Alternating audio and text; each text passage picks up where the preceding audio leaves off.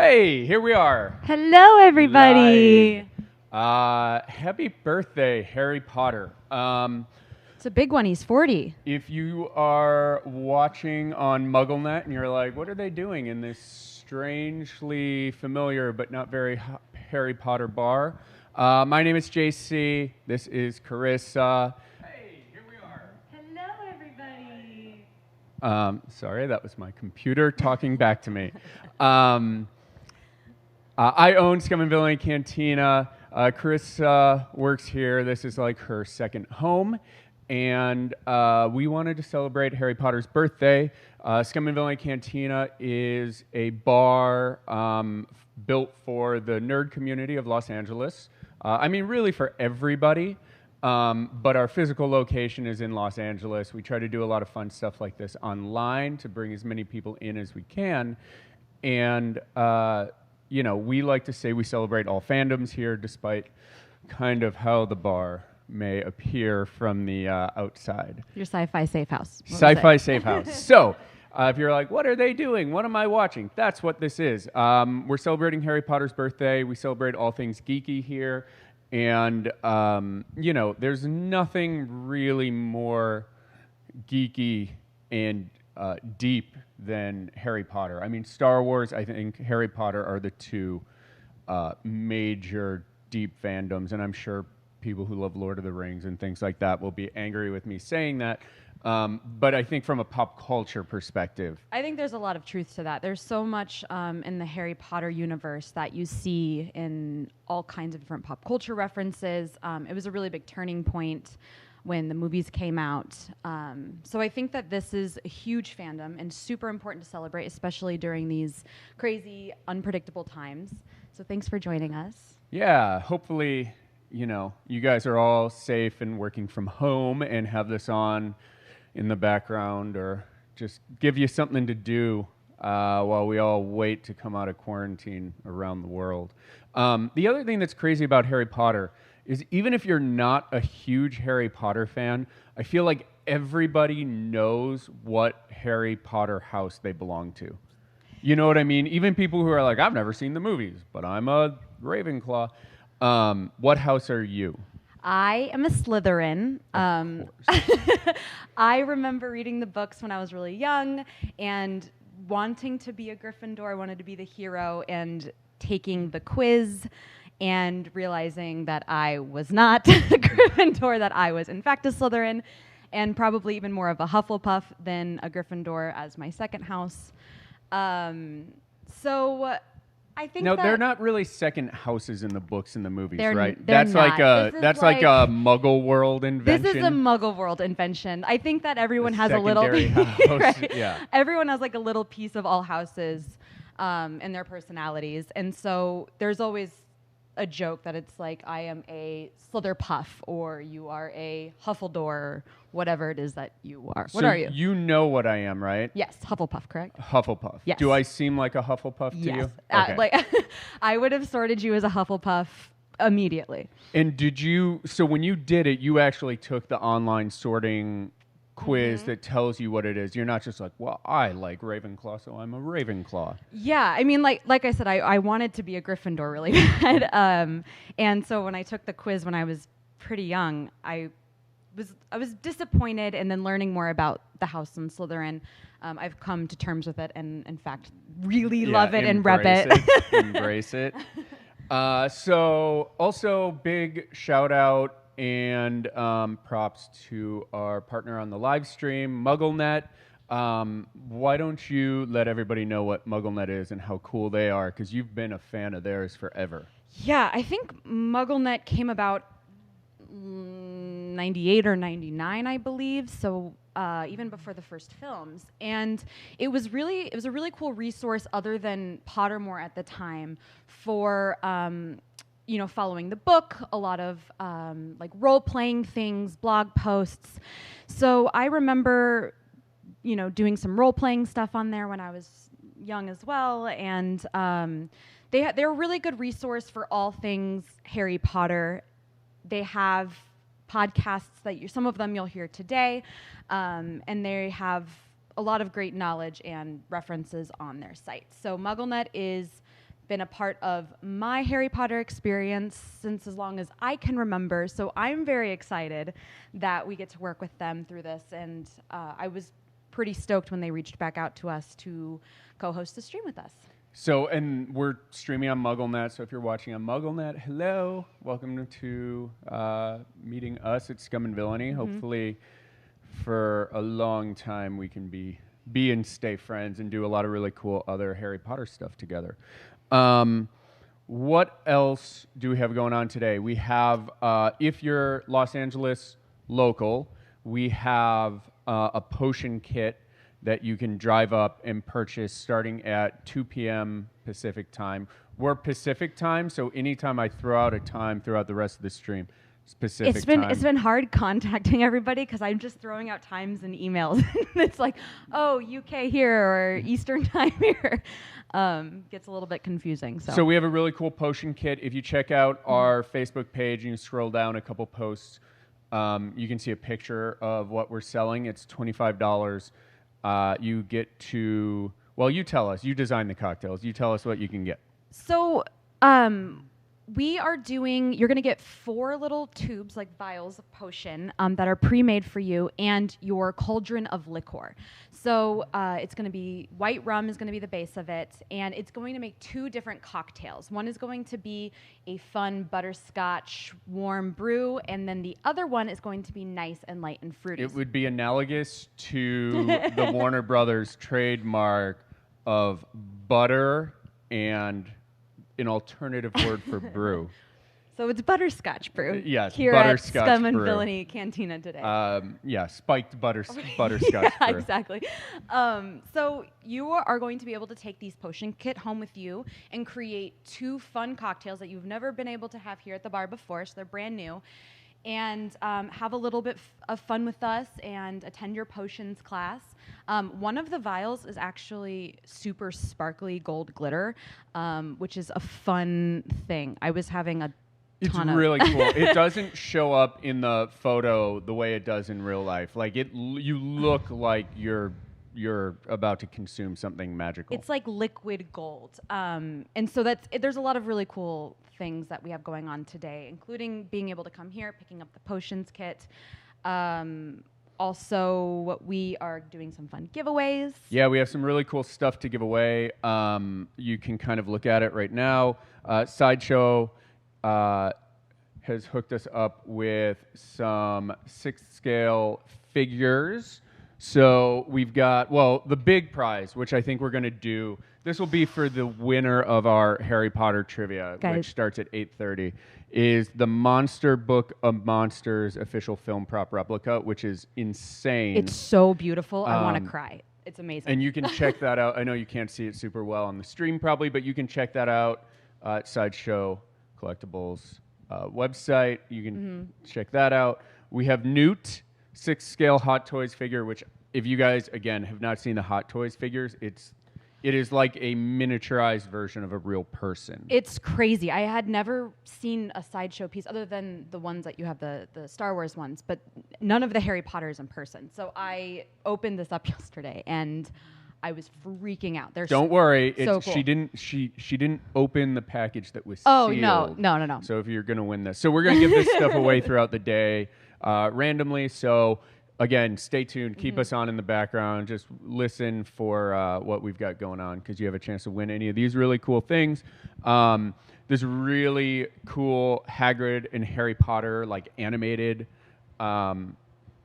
statue kind of thing. Yeah, like which is really cool. We're also excited to be giving away some Funko stuff. We'll have a little video later showing off the Funko Hollywood store, specifically the Harry Potter part of that. We went over there yesterday to show that off. So if you, again, are in Southern California, you definitely need to check out Funko Hollywood. It's super cool.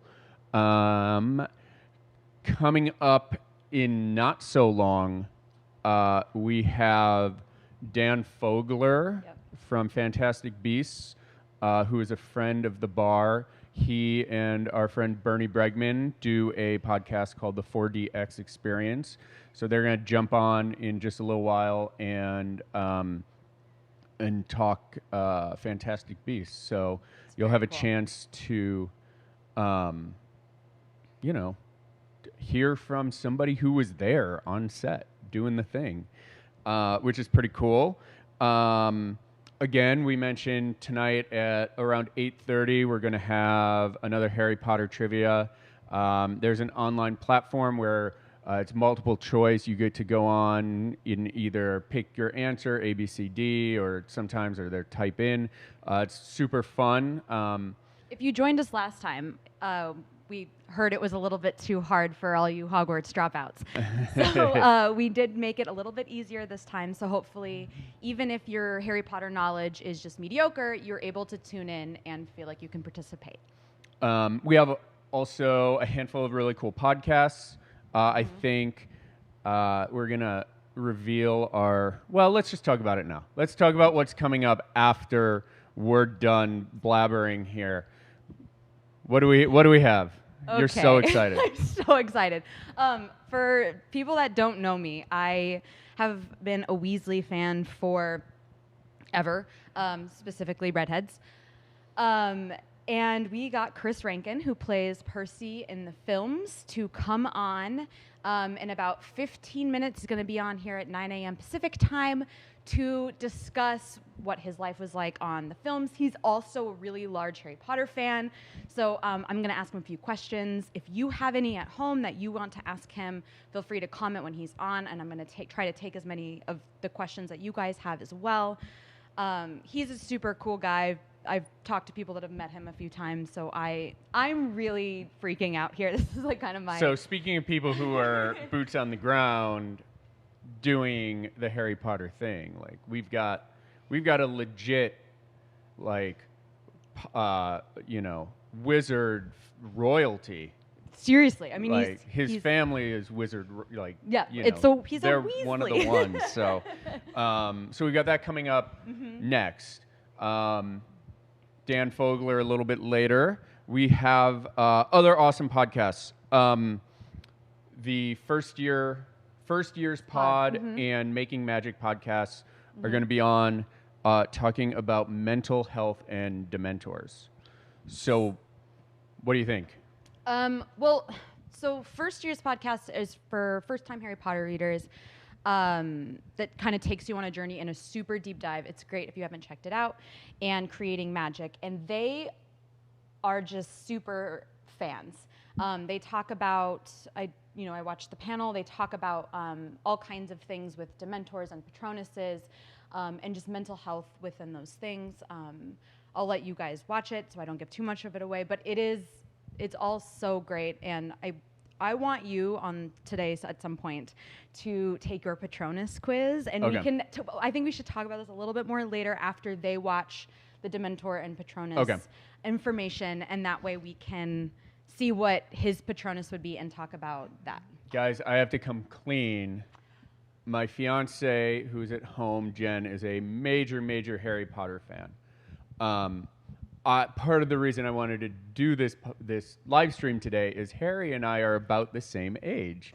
He's a few months older than I am, and I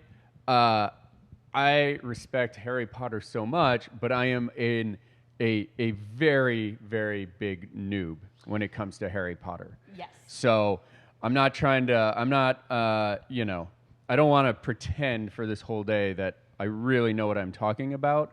I know just enough to get myself into trouble, and I'm excited to learn more. So I've never done a Patronus test, so I'm really excited. We'll do that live. We'll see how I turn out. You guys can let us know in the chat how what you think I'm going to be. And if you don't know what your Patronus is and you're interested in learning, you can go to Wizarding World. That way, when we do discuss it, you guys have your Patronus ready for reference as well. The other really cool thing that I know you were really excited about when we were putting this together is Potterless is going to be on a little bit later, talking about Ginny Weasley book quotes. So, again, I'm infantile when it comes to Harry Potter. Tell us a little bit about Ginny Weasley and her fun book quotes. So, okay. Jenny for me is a tragedy in the movies. I'm sorry, it's just true. Because her book character is so awesome and so sassy and is actually a really wonderfully developed character. So Mike from Potterless, who, if you haven't listened to any of these podcasts, please tune in. We have some really, really cool people coming on today. But he's going to talk about some of her best quotes, I'm going to say, from the book. And he's been wanting to do a podcast like this for quite some time. So this was kind of fun for him as well. And he got to do a little deep dive into the book and Ginny Weasley and her character arc. Something that I can't believe, because again, Harry and I are a little bit older.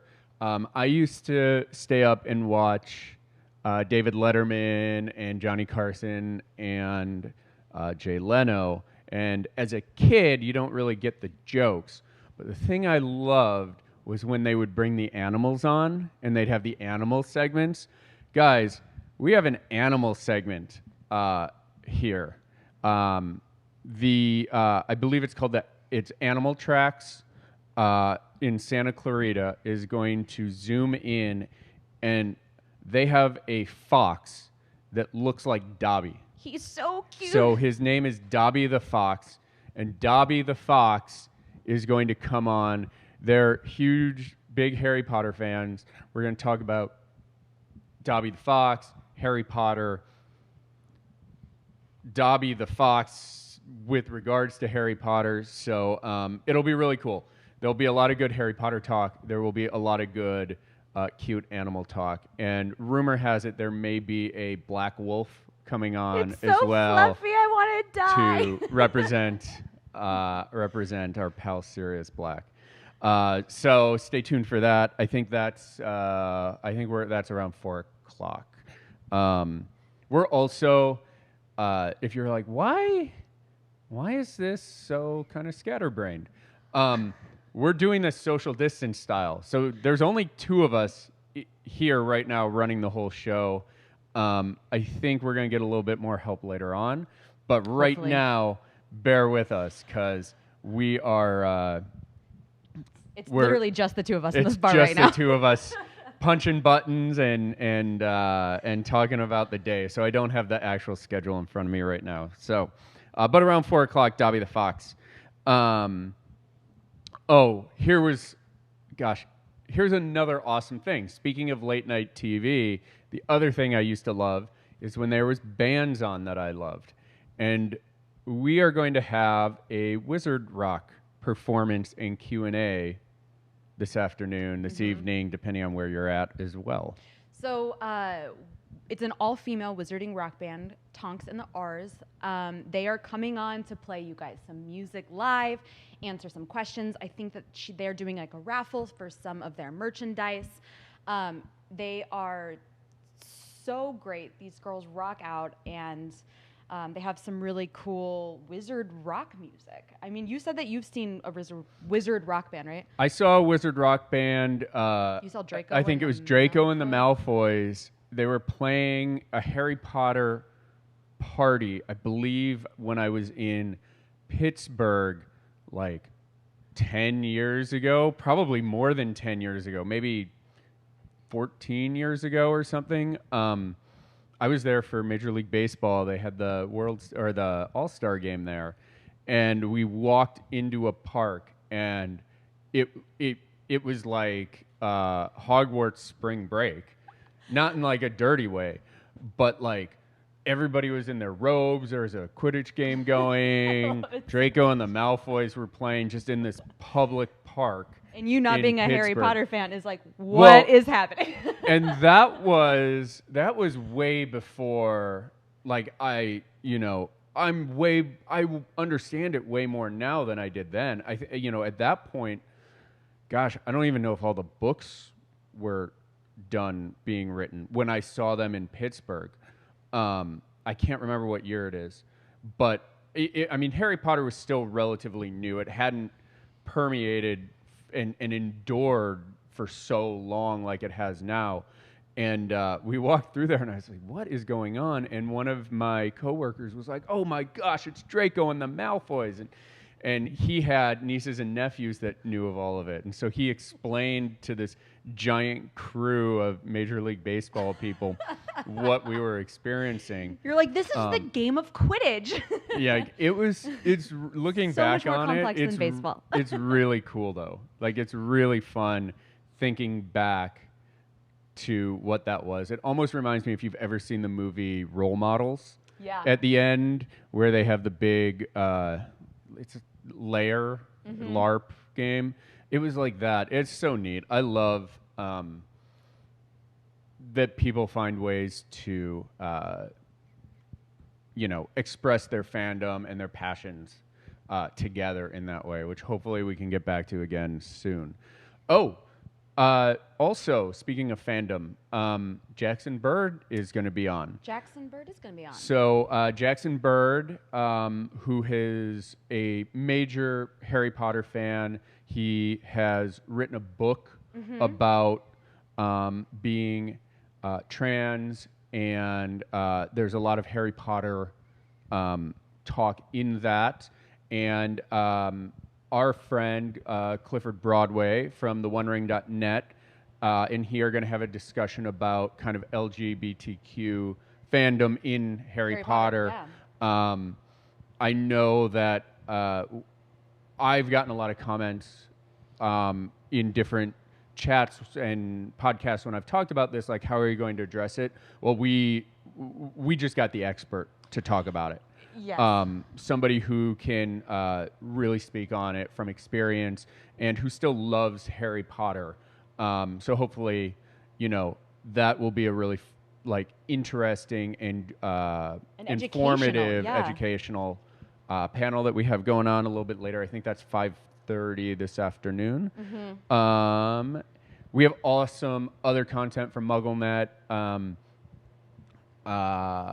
Show you how to make at-home butterbeer, the Aloha Mora podcast. And I believe the butterbeer is the actual recipe from the Wizarding World when you visit. So if you have been craving it and not been able to go, MuggleNet's going to teach you how to make the recipe from the comfort of your own home. Are there any spies in Harry Potter? Did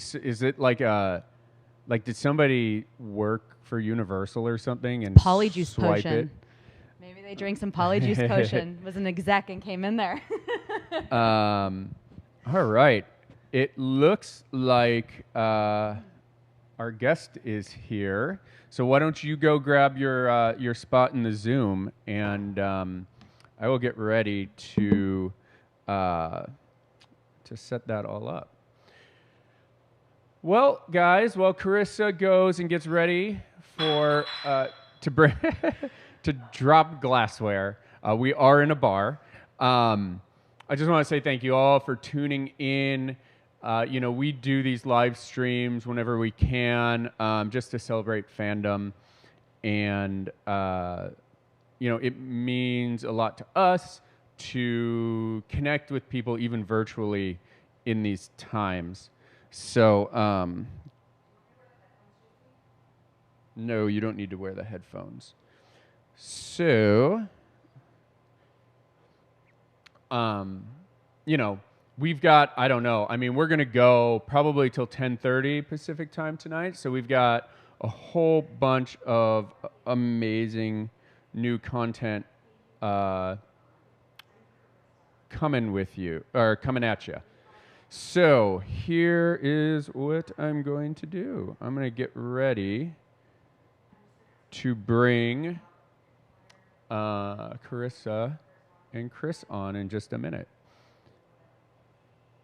I'll give a shout out to some people in our chat. Stephen Wong, who does some amazing cosplays at Scum Villainy. Good to see you.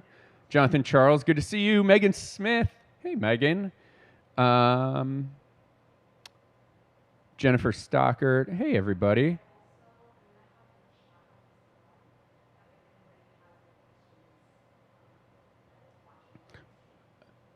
How are we looking, Carissa? You ready?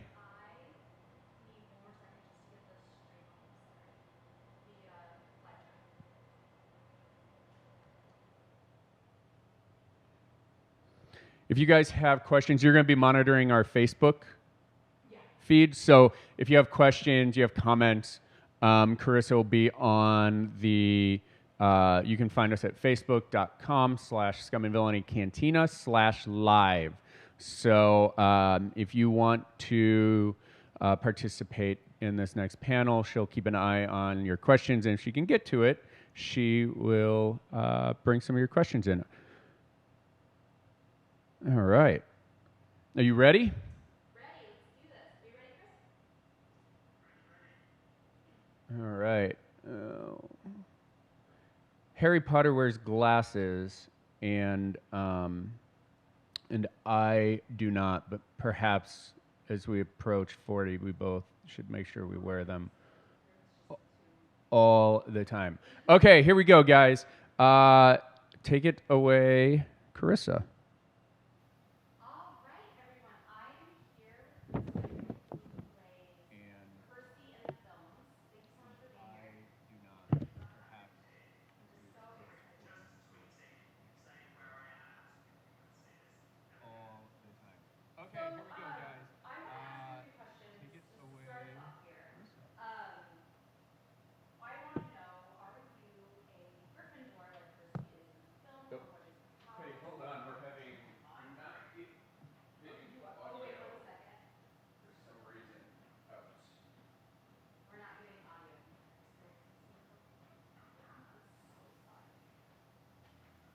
Social distancing outage.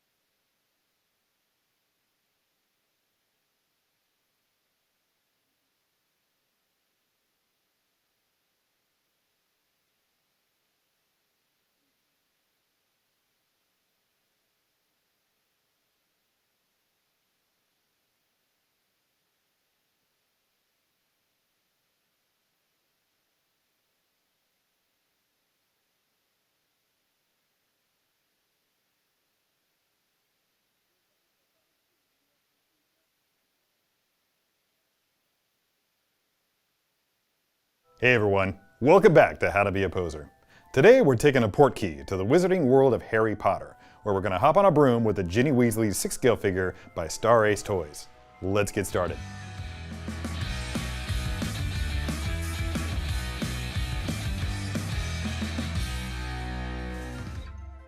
Alright, here she is, the Ginny Weasley 1/6 scale collectible figure by Star Ace Toys. Still in her box, exactly the way she's going to come to you. Comes with a solid array of accessories. We've got her broom, we've got her wand, a couple of Hogwarts texts. Can't wait to see what I can do with all this stuff, so let's get rolling.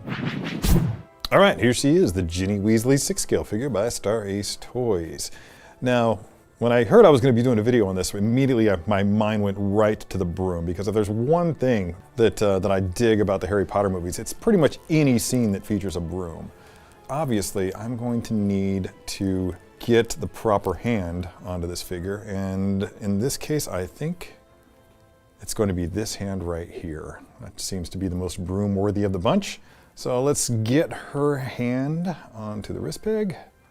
Now these are pretty stiff. I don't know if you saw the effort that I had to take to get that hand off. It was considerable, and yet I'm still confident that I didn't need to concern myself with it breaking off. It was very, very strong. Now, in order for us to effect this pose, we're first going to have to bring in the Star Ace Flight Stand, which is a fairly unique design that implements a multiple armature system. You can do quite a bit of things with this. There's 2 different lengths of primary armature, the stand itself. I'm going to use this shorter one just because I don't think we need to go all out. In fact, I think less is more. It's pretty stiff, but I'm going to break out a screwdriver. Just get a precision Phillips head screwdriver and you can tighten that up. That's nice and sturdy right now. Okay, the next piece of the puzzle is going to be this little guy right here. That's going to drop down there's a little bit of play there. So I may alter this, rotate it, or do something with it eventually, but for now, I just want to get the broom onto the stand. And let's just try that out. Okay, that's gonna be really, really top heavy. I think Star Ace planned for this. They knew this was gonna be a thing. That's why they included 3 separate keyholes for this system, so that you can have your stand sort of like this, and it'll support the weight. Well, we've got the broom ready, and this is really gonna be a trial and error sort of thing.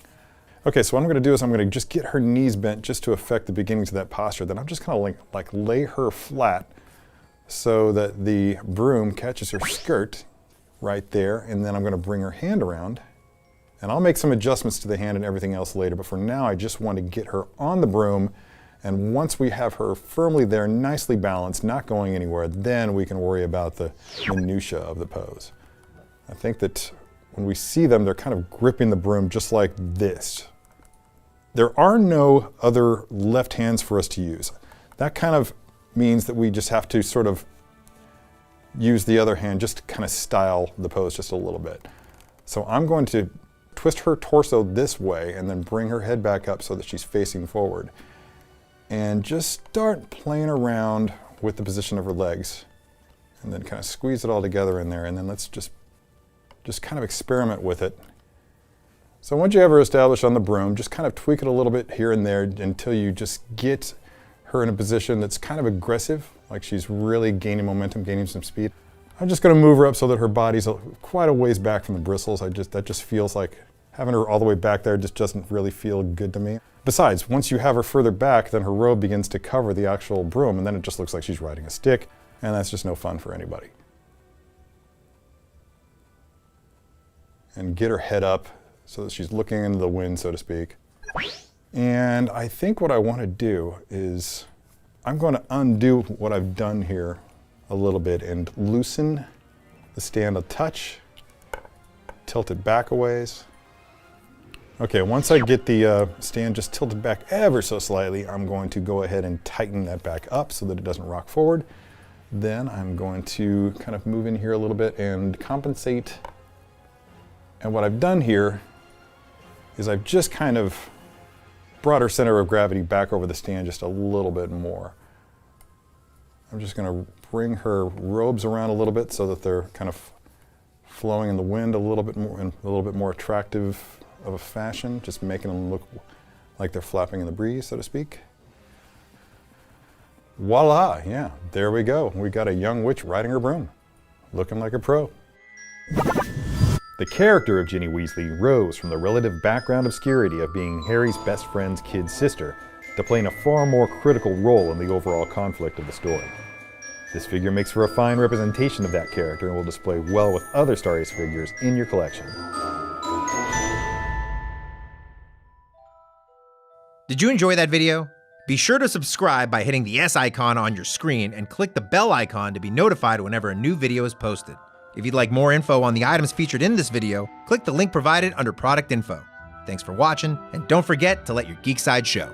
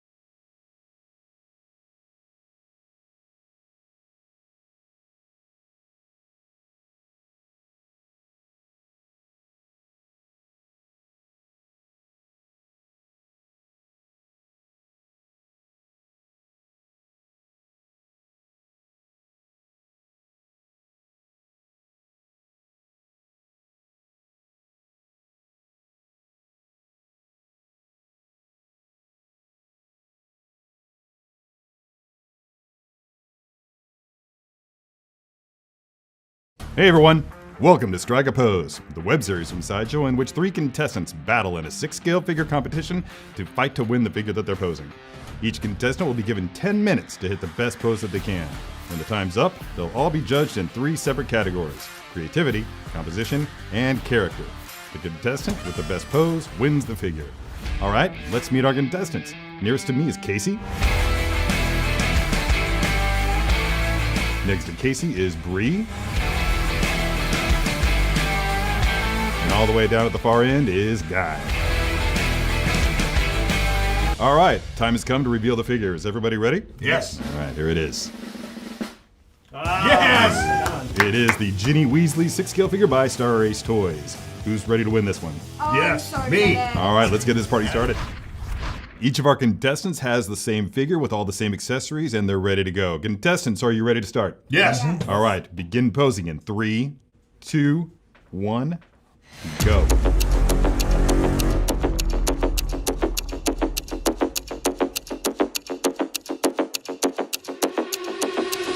She doesn't come with a comb to do her hair. She didn't come with a hair tie either. I'm really upset about that. Guy, do you need me to mansplain what a hair tie is? Or? Wow. That's fine. You can get into my What can I follically do? challenge Please issue. tell me. Guy, you feeling confident? Not as confident as I would like. Well, which of us does, really? Exactly. How's it going over there, Casey? You feeling good about what you got? Yeah, I feel good. Yeah. I've been posing sculptures for 22 years, so I got a little advantage over these folks. Wait, 22 years of sculpture I'm a sculptor, posing? dude. Yep. You're going Okay, down. that's a cheat. We need to incorporate handicaps into this show? Yeah. Maybe. How about you, Bree? You think you got something cool going on there? Yeah, absolutely. I have something very cool going on, and I think everyone should be a little concerned. By all means, be as vague and threatening at the same time as you like.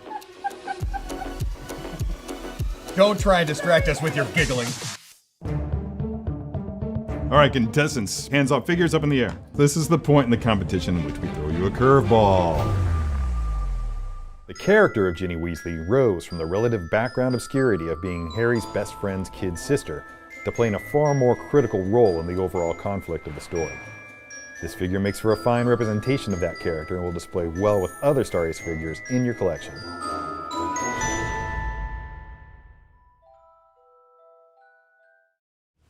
Seriously, this figure needs like a miniature comb for hairstyle. Oh, here it is. Sorry. I found it. Wait, yours has a comb? Yeah, sorry. Got to get creative here. Did you use the broom as a comb? Maybe. Jeez. All right, contestants, take a break, hands off, figures up in the air. Right now. Guy, this means you. Who's gonna Okay. All right, this is the point in the competition in which we throw you a curveball. Our caveat for your pose is that you must find some way to incorporate her bag. All right. Yeah, aren't you excited? No. So beginning again in 5, 4, 3, 2, 1, and go.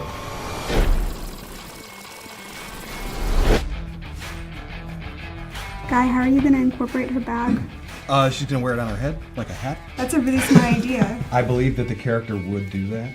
Oh, there's. Oh, okay, cool. I didn't know that was in there. Yikes. You want to talk about what you found there, or you want to wait? No, for no, no. I don't want to give them any clues. yourself. Yeah, I'll keep that to myself.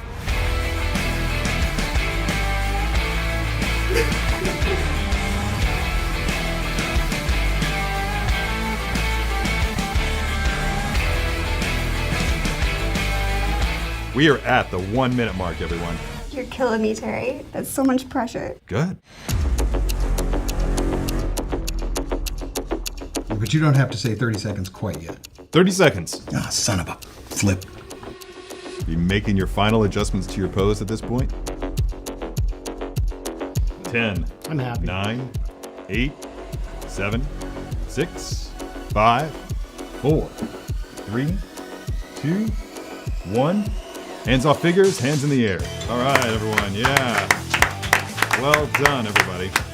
Casey. Yay! Nice to finally meet you. Yes, Yeah. absolutely. Love what you're doing here. Talk to me about what you were thinking. What were you doing? I was thinking simplicity, just keep the pose simple, but break up the lines a bit, What I was going for is, you know what? She's mastered these books. She doesn't need them anymore, so that's why she's squashing them. Ooh, nice. Graduation day. Yeah, Yeah, she's I'm done. with you. All right, she's that's ready cool. to rock. Also felt like posing the hair was an interesting touch. One this way, the other. That was a unique way that you had of You know- solving that particular problem. Just pull out the broom and... Yeah. It's The broom is a brush. To a brush. Well, the hair was all messed up by the time I was posing it, done posing it. So I was like, okay, I got to fix the hair a little bit. Overall, great job. Thank you. All right. Hey, Bree. Hi, Terry. Welcome. Thank you. I dig what you got going on here. Yes. And it looks like there's a serious story behind this. In this particular scene in the life of Ginny Weasley, she's walking through the halls, she's on her way to class, and she's going through the halls, she sees young Colin Creevey, and Colin's carrying Harry's broomstick. And she's looking at him and she's like, Colin, why do you have Harry's broomstick? And then she sees Malfoy come up, and Malfoy's like picking on Colin, he's trying to get the broomstick from Colin, and she's like, no. She like whips out her wand and she's like, get away from Harry's broom. Yeah, and that's why her hair is all windswept, because she's like stressed, she's protector, she's Ginny, she's fierce. And that's what we got going on. Well, fantastic. That's a great Yeah, story. You made thank your own you. mythos there. I really did. do appreciate that. That's what I do. So, wow. Okay, very cool. Thanks very much for sharing. Anytime. All right. Hey, Guy. Hey there. All right, welcome to the show. Talk to me a little bit. I'm looking at what you got going on here. I'm loving to hear your story. What's happening here? All right. Well, what I wanted to do was give it a sense of movement. I kind of did a little twist on the waist and a turning of the head. The idea is that she's rounding the corner. I liked using one of the legs off the stand to, again, give kind of a speed and movement. The idea was the dropping of the book bag. Again, I kind of like the idea of going off the stand. But boy, time is definitely a factor in this kind of in this You felt the competition. pressure, huh? I did feel the pressure. Well, this is really cool. You already brought up the movement that you created with the cloak, and yeah, I agree. I think you did a fine job on that. That's really awesome. It's integral to providing that sense of movement that you're suggesting. It's really cool that Star Ace provided us with that wired cloak just to give you that opportunity. So yeah, job well done. Thank you. Creativity. Composition. Character.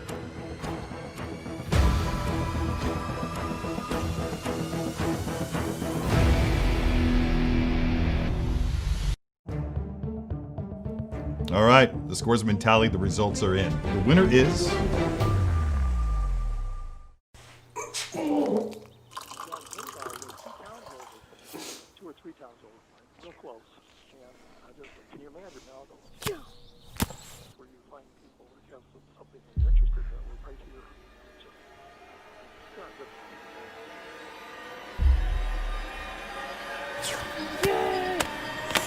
Yeah, now you're dead, are you?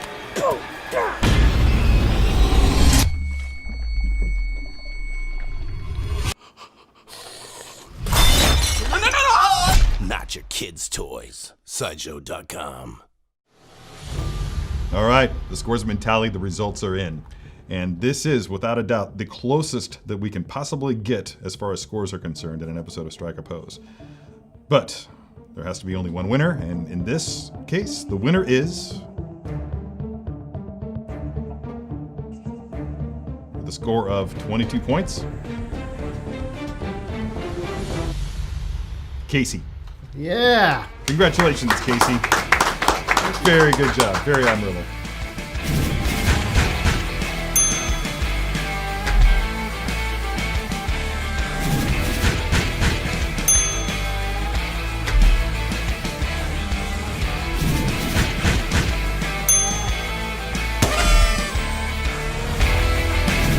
All right.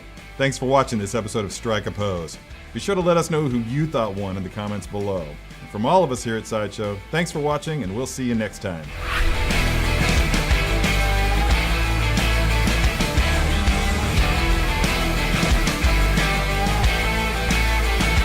Hey, did you like that video? Be sure to subscribe by clicking the S icon on your screen and click that bell icon to be notified whenever a new video is posted. If you'd like more info on the items featured in this video, click the link provided under Product Info. Thanks for watching, and don't forget to let your geek side show.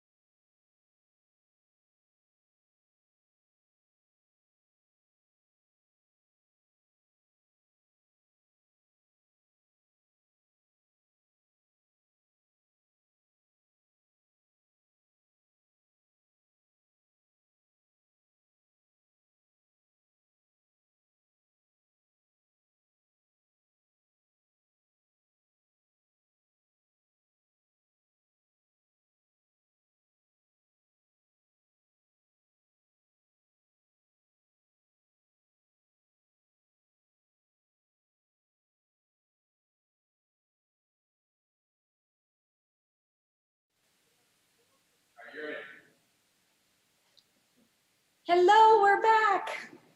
Thanks for everyone that stayed with us while we worked out our technical difficulties. For those who are just tuning in, I'm here with Chris Rankin. He played Weasley in the films. I am a huge Weasley fan. I've always been a huge Weasley fan. So I was very excited that we could have you here on board today. Everyone's seventh favorite Weasley child. Well, I mean, I would argue that's not true at all. Why do you feel that way? Oh, I mean, it's just what people tell me, really. The seven Weasley children, and the number of times I get told, I hate Percy. I hate him. He's my least favorite Weasley. You're like, oh, thank you for that. It's probably, to be fair, it's probably a reasonable assessment of the situation, isn't it? He doesn't do himself many favors. I mean, that's probably pretty true. Yeah. So I want to start off this conversation with asking your house. We all know that Percy is a Weasley, so that means he's a Gryffindor. The red hair and the hand-me-down cloak. Yes. Is that true for you? I'm actually, well, I'm a Ravenclaw. Oh. Although I was a Ravenclaw on the original Pottermore, and when they've updated it, when did they update it? Like last year before last? I can't remember now. But it changed to Wizarding World after Fantastic Beasts. Yeah. So when it changed and they redid the sorting, I got sorted into Hufflepuff. So I guess I'm a Ravenpuff. You're a Ravenclaw. And I'm very okay with this. I mean, those are two great things, books and food. Yeah, and I am the person you want on your pub quiz team, and I like to think that I'm friendly and loyal and caring. So, well, there you go. There we go. And I'm certainly not brave, courageous, and gung ho like most Gryffindors are. So, okay. So, what is your Patronus? Do you know that? Unofficially, it's a wombat. Why unofficially? Oh, well, because I can't. I don't think I ever did the test properly, and I like wombats. You picked it. Yeah, I picked it. It's I've self-identified my Patronus as a wombat. Love it. And why not? Okay, and then what would be your favorite class at Hogwarts? Oh, my favorite class. Probably Care of Magical Creatures, but maybe not with Hagrid. I don't know. Oh, but why not with Hagrid? Oh, because I've spent too long working in television and film production, and the idea of risk assessing one of Hagrid's Care of Magical Creatures lessons terrifies me, quite honestly. So when you're on the films, do you have a lot of access, or do you get to work with the animals and things that are on the set at all? Or I mean, yes. On the first couple of films, I had an owl. Percy, not that you see him very often. You only see him at King's Cross as we're dashing towards the brick walls with our luggage trolleys. But Percy does have an owl, Hermes, and I did have an owl, Hermes, and he was very nice. He was a long-eared European eagle owl, and he just went, meh, and that's all he did. But he was very sweet. But because it's Harry Potter, obviously there are animals literally everywhere at all times. So there was a scene in the first film in the Gryffindor common room I had, and it was cut sadly, but there was a bit at the beginning when I take the first years there where I have Trevor Neville's toad in my pocket, so I got to work with him. Obviously there was Scabbers as well. There was Errol the owl on Chamber of Secrets. Yeah, there's animals everywhere. Like you couldn't really get away from them, and it was lovely because our animal department were amazing, and the animals were so sort of happy and friendly, and but working, of course, busy and important animals.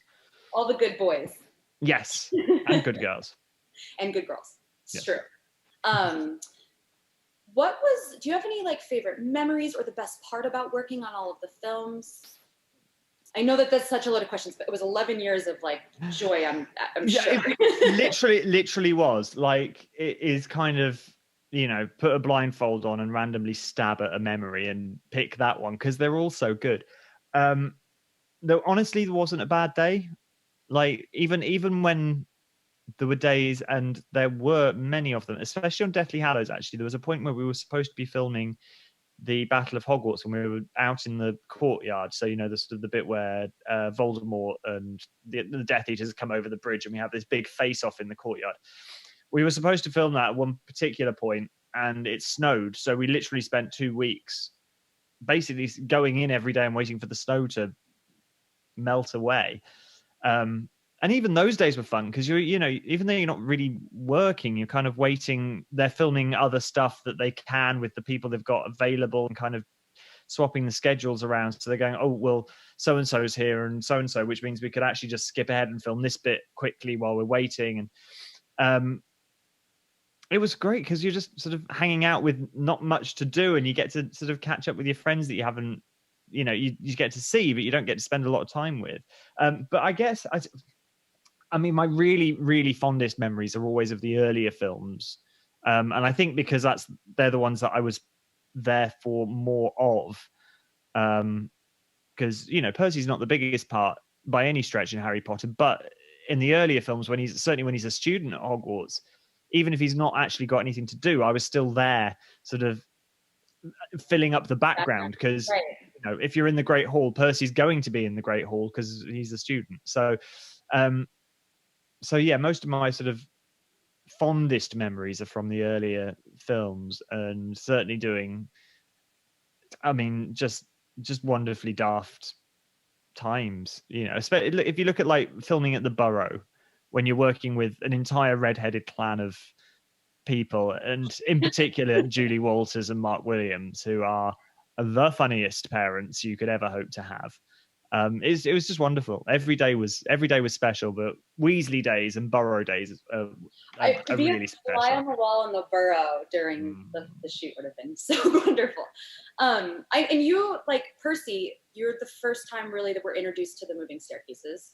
Yes. So I remember after reading the books and then going to see the movie, that's sort of like how you stuck out in my head as like introducing me to this and us to this wonderful world. Yeah. Seeing these stairs moving, and it kind of sets the stage for Hogwarts in a really big way. Is there anything I know like for Percy's character arc in the book, I don't know if you had a discussion with Yates or anything in Order of the Phoenix, but what was it like we don't really see his character arc as much in the films. No. Was it still a conversation that was had? Is there any motivation behind that? Like, how did that play out?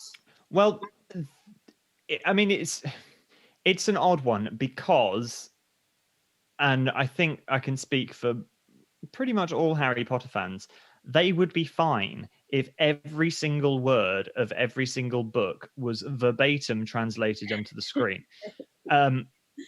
Sadly, that's just not how films work. They would be 14 hours long. All you need to do is listen to the audiobooks, and you can imagine how long the films would be. And I know most fans would be fine with that, but cinemas really would not be okay with that at all. And also, we'd still be making them now.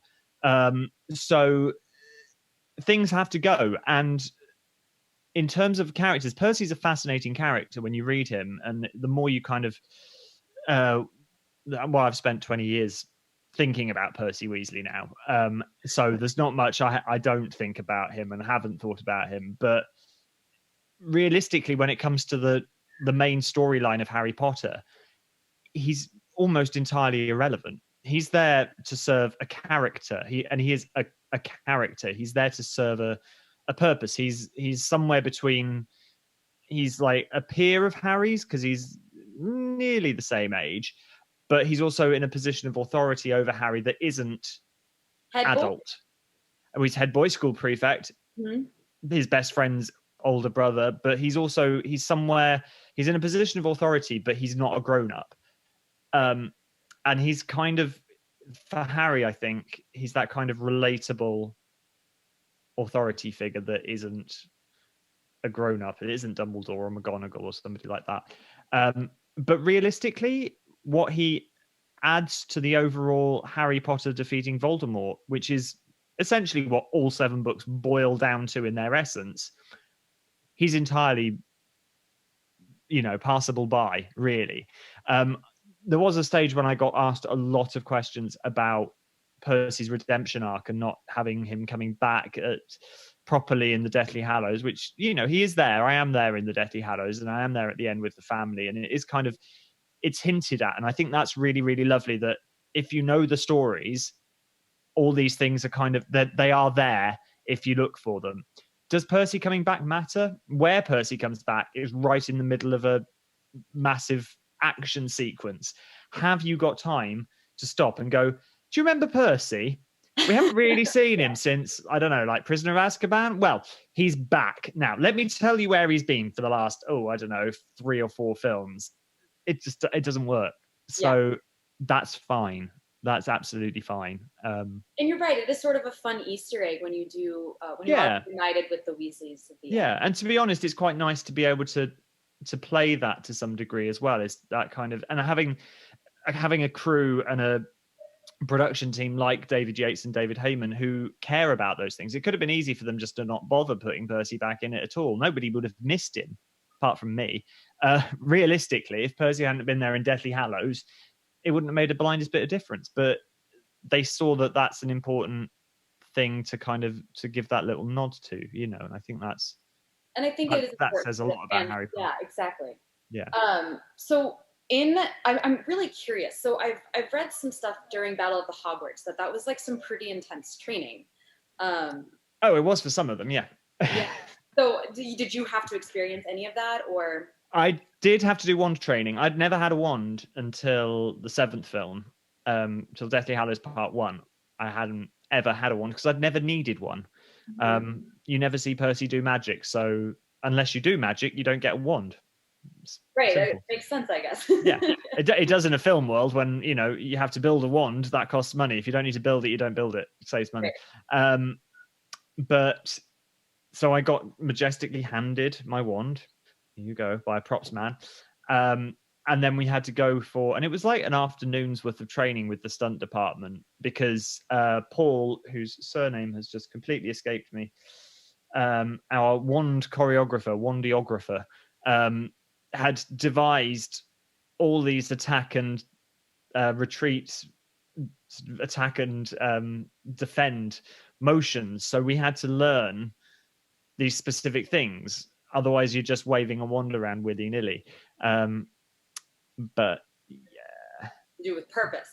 It's not necessarily my forte. Let's just put it like that. Okay, I'm gonna come over here to the chat. Oh, hi, chat. What in Percy do you identify with, and what don't you? Oh, that's a good question. Percy, how long have we got? Not long enough. Percy is a complicated one. I identify with him a lot, actually. Although I'm an only child, I am ginger, and I was a school prefect, which is kind of, I think, how I ended up with this part. I am a stickler for rules. Like, if it says don't do something, I won't do it. You know, if there's a sign that says keep off the grass, I won't go on the grass. If it says no running, I won't be running. Like when they say turn your phone off in a theater, I turn my phone off. Do you know why? Because you should, because it's really rude not to. Don't even get me started on that. But there are a lot of things I think that I find about Percy that I'm not like. I think Percy's a lot more complicated than people give him credit for. And I think the majority of problems with Percy is that he is eternally trying to do the right thing. Mm-hmm. And people think Percy's bad. Percy's not bad. He was just wrong. Really, really wrong. But the most Gryffindor thing he ever did was to admit that he was wrong, because that is the bravest thing you can do. I love that. I don't know. I'm very fond of Percy. I think he works really, really hard to get where he got to, and I don't think it necessarily comes as easy for him as people think it does. Mm-hmm. You know, everyone's always talking about Percy being really brainy and always, you know, always clever. But actually, if you read it properly, they always talk about Percy with his head in a book. He's always studying and he's always learning. And that to me isn't the sign of somebody who's very intelligent. It's somebody who's working bloody hard. And that's a different thing. And I think that might be where me and Percy are probably the most similar, is that I'm not saying I'm not clever, but I struggle to study. Like, I know stuff. I know a lot of stuff, and my brain is full of random trivia, but like exams and studying and homework and things like that was never really my strongest point. So interesting that you're a Ravenclaw. Yes, I'm very good. I'm full of useless information and trivia, but like try and get me to do algebra or I don't know, potions if we're in the Harry Potter world for a minute. But no, science, can't remember a minute of it. But you know, ask me about really random stuff and I'm your man. And that's why you're an actor. That's why I'm an actor, and it's why I work in TV and film. And yes, you know, because knowing random things like, oh, does anybody know a cameraman who lives within an hour's drive of so and so? And my brain just goes, yes, it does. You know, like, right. That's how you get along in life. This is sort of a loaded question, but try me. What does Harry Potter mean to you? How have the films changed your life for worse, for better? Like, what does being a part of this incredible franchise that everyone wants to feel a part of, what does that come to mean to you? I mean, it is not at all an exaggeration to say that literally Harry Potter has changed everything, I think, that has happened in my life. Realistically, I got very, very lucky when I was 16 years old, which terrifyingly was 20 years ago.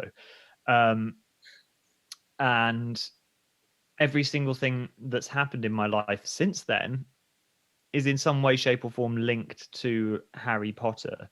You know, be it the friends I've met through work I've had that isn't Harry Potter, but I wouldn't necessarily have got that work if it wasn't for Harry. I wouldn't be living in Wales if it wasn't because of a job that I had that, you know, it's just everything links its way back to being cast in Harry Potter. So I owe Harry everything that I have right now, and I'm incredibly grateful to it and for it. And I was a Harry Potter fan since the books came out, essentially, since you the second book. Them before you. Oh yeah. Like I think I picked them up on when the second book was out, just before the third book. So I'm not original, not like fully OG fanboy, but certainly in that first wave of Harry Potter fans. I've been there for a very long time, and you know, I think there's a lot of wonderful lessons in Harry Potter, and I think, you know, I know it's a bit of a weird time at the moment for Harry Potter fans and things, and today's a bit of a weird day for it, especially, but you know, I've over the years of doing events and Comic-Cons and stuff, the number of people I've met who've told me from all walks of life and all ages, genders, religions, sexualities, you name it, people have come up to me and said, Harry Potter has changed my life. Harry Potter has saved my life, people have told me. And I fully believe them, because, you know, there's wonderful morals and wonderful friendships and this incredible message in those books that we've all found. So yeah, it's a wonderful thing. So then, being a fan before you auditioned, like, what was that like when you got the call, or what was the audition process? What did that entail? And did you, like, I mean, obviously you knew Percy at that point. Yeah. Well, I specifically wanted to play Percy because, so I found out, I mean, this I have told this story so many times, but the brief version of it is they were advertising for people to apply to audition on the television, on BBC in the UK. And they weren't aiming at 16-year-olds, but I saw it nonetheless and thought, well, I'm 16, I'm ginger, and I'm a school prefect. And I love acting. Now, there's only one character in Harry Potter that's a 16-year-old ginger school prefect, and that's Percy. So if there's any part I have any possibility of getting, it's Percy, which is possibly the most Percy thing I've ever done in my life. But yeah, so I kind of knew what I was, well, I didn't know what I was letting myself in for, but I knew what I was trying to get myself into. And I was quite sort of, I wasn't going for Harry. I wasn't going for Ron. You know, Percy was the part it was the only part I could possibly have got. And I was very, very lucky that I got it. And it was the weirdest experience ever, because like I wrote off this letter in April, and in August I got a phone call from them going, can you come in tomorrow and audition? So I did. And then they said, can you come back in 4 days time? Because there was a holiday. It was August bank holiday weekend. They said, can you come back on Tuesday and meet Chris Columbus and David Heyman and the rest of the producers and do the same thing again? And I did. And then like 2 days later, they rang up and told me to get an agent and a lawyer, and that I started work in a week or something. It was nuts. But we had no idea. Like, none of us had any idea what we were doing, what we'd let ourselves in for. I can't imagine for a minute that and certainly any of us that were new to this would have thought that we'd still be talking to people about it 20 years later. Well, and just the place that you've had in people's lives is huge. Yeah, it's crazy. It's crazy. It is. You can't go anywhere in the world where people haven't at least heard of Harry Potter. It's, it is everywhere. Is there anything specifically from the books that you wish made it to the movies? Even if it's not a Percy scene, even if just as a Harry Potter fan, you're like, I love spew or whatever it is. Is there any specific thing in the books that you wish translated to the films? St. Mungo's. Oh, I'm sorry. You cut out. St. Mungo's. Oh, mm-hmm. So getting to see Lockhart in St. Mungo's and, of course, Alice and Frank Longbottom in St. Mungo's, because that storyline broke my heart. And there's actually, I've forgotten the name of it, but there's a wonderful fan-made short film about Neville and his parents. And I'll have to, it's out there somewhere and somebody will be able to tell us what it is, but it's absolutely beautiful. And it's Neville with a sweet wrapper and it's just stunning. But it's a shame because it's a beautiful, beautiful storyline. And it'd be fascinating to see more of the magical world outside of the Ministry and outside of, because we only see these very specific places, don't we? We see Hogwarts, Hogsmeade, the Leaky Cauldron, Diagon Alley, and the Ministry, and that's kind of it, really. I mean, the Weasley house, I suppose, and Order of the Phoenix house, Grimmauld Place, but it's all very, very specific. Like, I'd love to see more about the wizard, like outside of these specific places, just more of that world. And St. Mungo's is, I don't know, there's something about the way it was written that just kind of made me go, oh, I'd love to see this. There's so much in the books, or even just like other, I've recently read about the guy who previously owned the island that that Azkaban was built on. And even just that is a fascinating story in itself and could be an entire film. Like, there's just so much to the world that I would love to see more as well. Yeah. Let's see. Okay. So I've read a few times just about the family of the cast and sort of the friendships that have lasted. Are you still in contact with a lot of people? Do you still get together and talk to people? Yeah, loads. I mean, under normal circumstances, there's probably, I don't know, at least 15 of us, principal cast, for want of a better expression, that do fan things, Comic-Cons, events, things like that on a reasonably regular basis. I'm usually somewhere at least once a month talking about Harry Potter in some way, shape, or form, and I'm not often alone doing that. And it's lovely. It's like, it's like kind of going for a long weekend away with your old schoolmates. So there's people I get, there's lots of people I get to spend a lot of time with. Stan Yanevsky, I see a lot of, who played Crumb. Although we never worked together on the films, we're really good friends off sort of outside of it. We spend a lot of time. We've been to all sorts of wonderful places together. Josh Herdman, who played Goyle, Jamie Whalett, I've seen a few times recently. Sean Biggerstaff, Oliver Wood. We do quite a lot together. Afshan, who played Parvati Patil. I always question myself about which Patil twin she played, but I'm pretty sure it's Parvati. There's Scarlett Byrne, now Hefner, who I don't see as much as I'd like because she lives in LA, but whenever we're in the same place at the same time, it's always lovely to see her again. There's loads, oodles of people. Weirdly, the only people I haven't seen any of for years are the Weasley family. Not through family. I know, not through any particular reason. We just haven't crossed paths in like 10 years, but hopefully that'll change soon. And Rupert just had a kid, I saw. He did, yeah. I know. You're a uncle, I guess. Yeah, my uncle. Yeah, I don't quite know exactly what that expression is, but yeah, fictional screen character uncle. Right. Who knows? GC, I can't load the chat anymore. It stopped for me. Can you tell me if I'm missing any comments? Sorry about that. So, well, something I have on here, I know that you're probably gonna have to run off soon, is oh, no, you good for like 10, 15 minutes. What would be your go-to item at Honeydukes? Oh, I don't know. Is it a Honeydukes thing? I am very partial to a sherbet lemon. So you're like on the Dumbledore train with that? Yeah, very, very partial to a sherbet lemon, and that's not just because it's a Honeydukes thing. I've always liked them.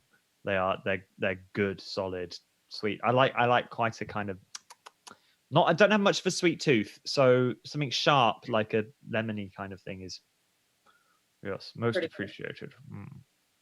What has been your favorite quarantine snack? Peanut M&Ms. I have eaten far too many peanut M&Ms in the last when did we 14th 15th of March we went into lockdown in our house, which was I think a week before it became an official thing in the UK. But yeah, since then I've eaten a lot of M&Ms.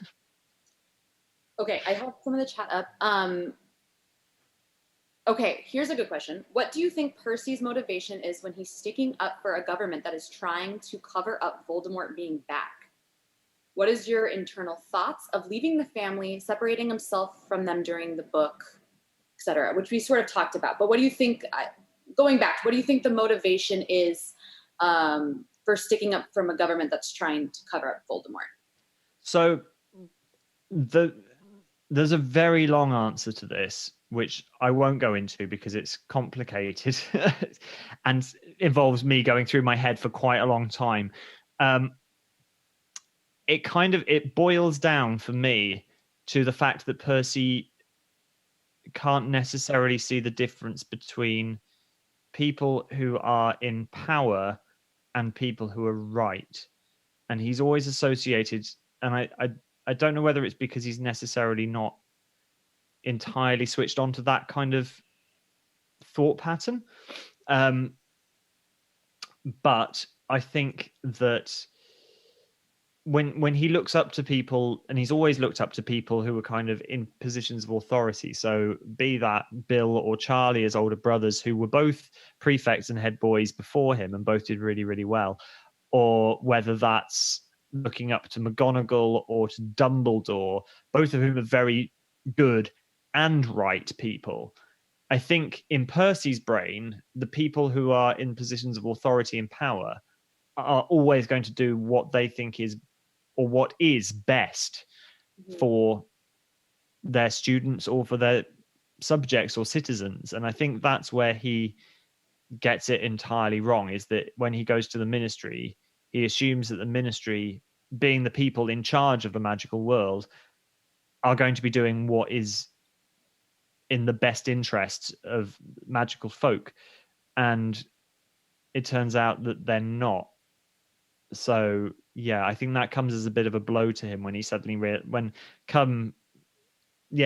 end of Deathly Hallows, when he goes, "Oh God, I thought they were doing the right thing, and they're not." But at least he realizes and does, like I said earlier, does the bravest thing he can do, which is, rather than just kind of going, "Oh God, I'm on the wrong side, bit late now, oh well," he goes, no, this is wrong. This is really wrong. And I have to tell them that I've got this wrong. And he does. And that's why I love Percy. Do you have like a very funny memory or anything that you can share before we have to, you have to take off, or any other like little things that you want to share that maybe you don't get to talk about all the time, some projects you have coming up? I have no projects I can talk of coming up, because I don't know when live events and live theatre are going to start again. So hopefully I'll have some more projects coming up before the end of the year, but who knows? There's plenty of things in the pipeline, though. Fingers crossed and touch wood. Thankfully, it's just a case of when they'll be able to happen, I guess. I'll tell you one thing. And I have told it before, so if people are watching this and have heard this before, apologies, but it never ceases to make me laugh. And it's a good example of the difference between America and Britain and things like that. So when we were filming the first film, Philosopher's Stone, because that's what it's called. There's a scene when Percy takes the Gryffindors to the common room. Follow me, keep up, mind the staircases, all that kind of stuff. We get there, and from memory, it's a long time since I've seen the film, but I say something like the boys' dormitories are upstairs and the girls are downstairs, and you'll find all your stuff is already arrived. And that's kind of where that scene ends. And then it moves on. When we filmed that, there's a whole other bit on that. There's a whole other bit in the middle of there that had Peeves in it, and that got cut, but that's another story. So we get into the Gryffindor common room, and I tell them where the dormitories are.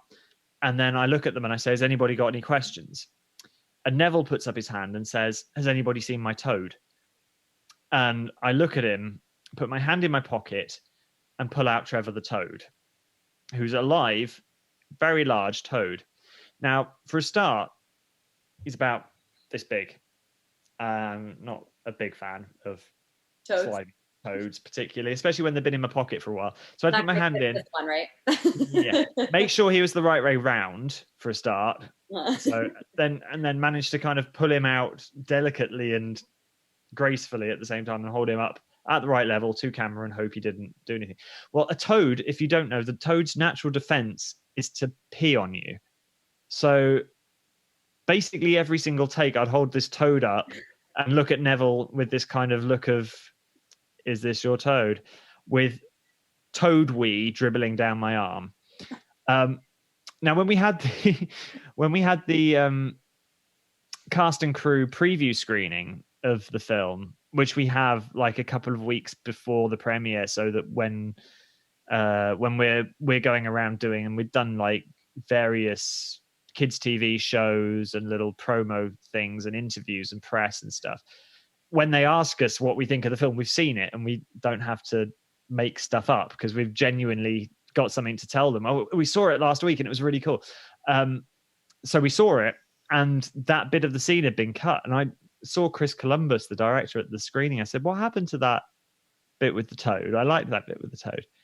And he said, oh, we had, and this was something I hadn't heard of before, they have these things called tester screenings, where they show the film to audiences who don't know what film they're going to see, and then shown it to a tester screening in America and asked them for feedback. And because of Matt Lewis's strong Yorkshire accent, when he says, has anybody seen my toad? He actually says, has anyone seen my turd? And I think Los Angeles audiences wondered quite why we'd want to see Neville's turd.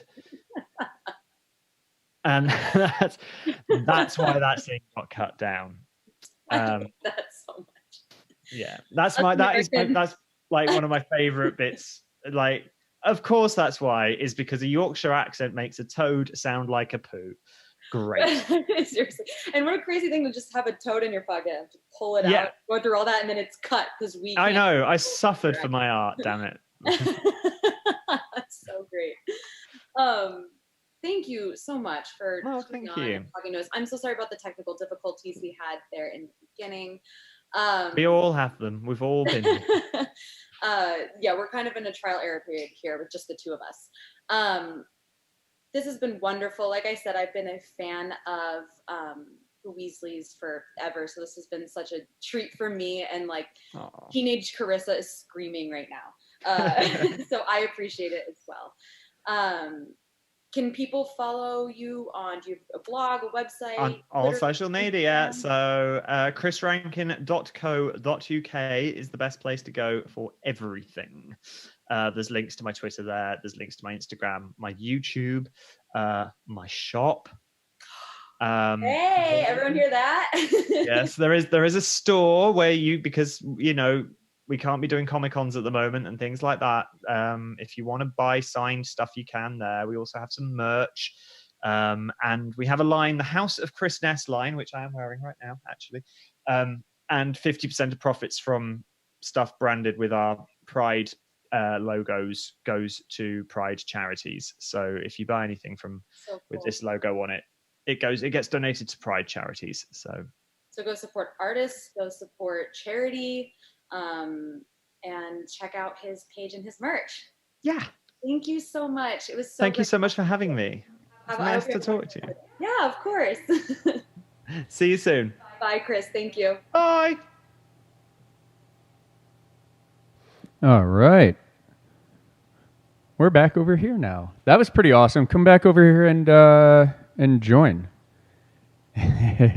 Carissa is dying over there. Let me see if I can. There she is. She's dying. She's so happy and excited. Well, that was pretty awesome. Thank you guys for hanging out with us while I fixed the corrupt sound card on our little computer with Zoom. But I think it was worth it.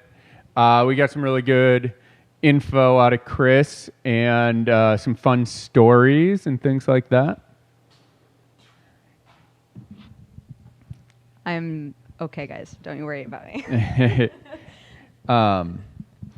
When you messaged us on Instagram to apply for a job here, where you're like, one day I'm going to get to talk to my Weasley crush. Well, we found out yesterday we were going to be interviewing him, and I was running around like see, I can't even talk right now. I was running around like crazy. That was really cool for me, guys. Thanks for hanging in there. All right.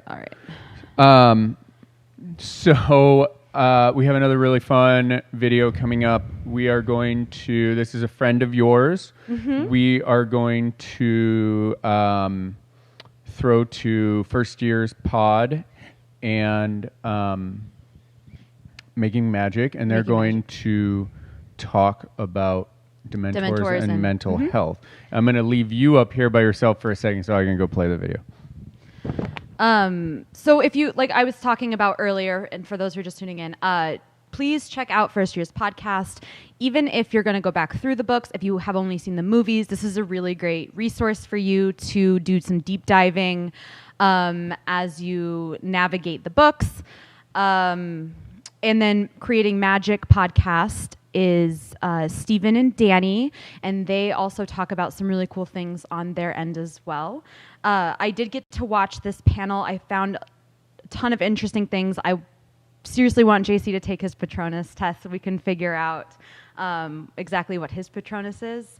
Mine is a hippogriff, which I find funny because birds are my biggest fear ever, and this is like a half bird, half horse flying nightmare for me.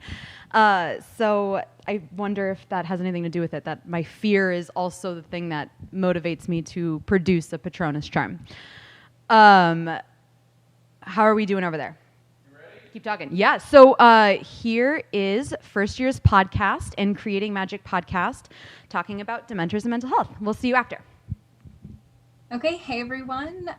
Thanks for joining us for this panel, and thank you to Scum and Villainy for having us. So we are 3 different podcasters from 2 different podcasts. So my name is Sarah Jones-Dittmeyer. I am the host of a podcast called First Years, which is a literary guide for adults who are reading the Harry Potter series for the first time. And I am Danny. I am one of the co-hosts of the Creating Magic podcast. We are a podcast where we pretty much discuss and have conversations with individuals throughout the Harry Potter community and those that like to create things. Yeah, and I am the other half of Creating Magic podcast. Might I add the wittier and funnier half of the Creating Magic podcast, Stephen Hatterer. All of my adoring fans out there most likely know me as the Muggle in Khakis. So we're going to be talking about Dementors and Patronuses and mental health within the Harry Potter series. So you guys are actually the ones who came up with this brilliant idea. So do you guys want to start us off? Yeah, absolutely. And being the person within Creating Magic podcast who did not come up with this idea, I will gladly speak first. Yeah, I think the Dementors have come to represent, among many themes, in my opinion, throughout the Harry Potter series, you know, a portion of mental wellness, and in the Dementors' case, depression. I certainly think there are lots of other examples where you could point to kind of symbolism or lessons or things like that about how to adopt better mental well-being into your life. But I think of all of the various ways that J.K. Rowling has written about kind of the struggle with depression and mental illness throughout Harry Potter, the Dementors are the most prevalent, commonly adopted across the fandom, et cetera, et cetera. And so, credit to you, Sarah, because you came up with a lot of the material I'm about to read through a little bit here. But JKR said at one point, talking about Dementors and depression, that there are these, and I'm quoting, like cold, absence of feeling beings that that really hollowed out feeling. And I think that's something that from the jump, when Dementors are introduced into the series, we get, right? When Harry's on the train and all of a sudden, in my mind, I'm kind of jumping between the visuals that you get at the Wizarding World of Harry Potter when you're on the Hogwarts Express, as well as, of course, my original impressions from the book and the movies. But they quite literally suck all of the color and all of the life and all of the happiness and joy out of any scene. And so yeah. Go ahead. Yeah. Oh, no, I was going to say, I do have the passage where we first meet them in This is Prisoner of great. Azkaban. So it says, standing in the doorway, illuminated by the shivering flames in Lupin's hand, was a cloaked figure that towered to the ceiling. Its face was completely hidden beneath its hood. Harry's eyes darted downward, and what he saw made his stomach contract. There was a hand protruding from the cloak, and it was glistening, grayish, slimy-looking, and scabbed, like something dead that had decayed in water. But it was visible for only a split second, as though the creature beneath the cloak sensed Harry's gaze. The hand was suddenly withdrawn into the folds of its black cloak. And then the thing beneath the hood, whatever it was, drew a long, slow, rattling breath, as though it were trying to suck something more than air from its surroundings. An intense cold swept over them all. Harry felt his own breath catch in his chest. The cold went deeper than his skin. It was inside his chest. It was inside his very heart. Harry's eyes rolled up into his head. He couldn't see. He was drowning in cold. Mm. Yeah. No, look, as someone who, and I've talked about this fairly openly, so this should not be a shock to any of my thousands of fans out there, right? But as someone who struggles and continues to struggle with mental illness, that hits home. That is some strong visual imagery and symbolism there. I'm curious. I know, Sarah, you've done a fair bit of, I'll call it research. You might be a little too humble to call it that, but I'll call it research into the origins of Dementors and all that.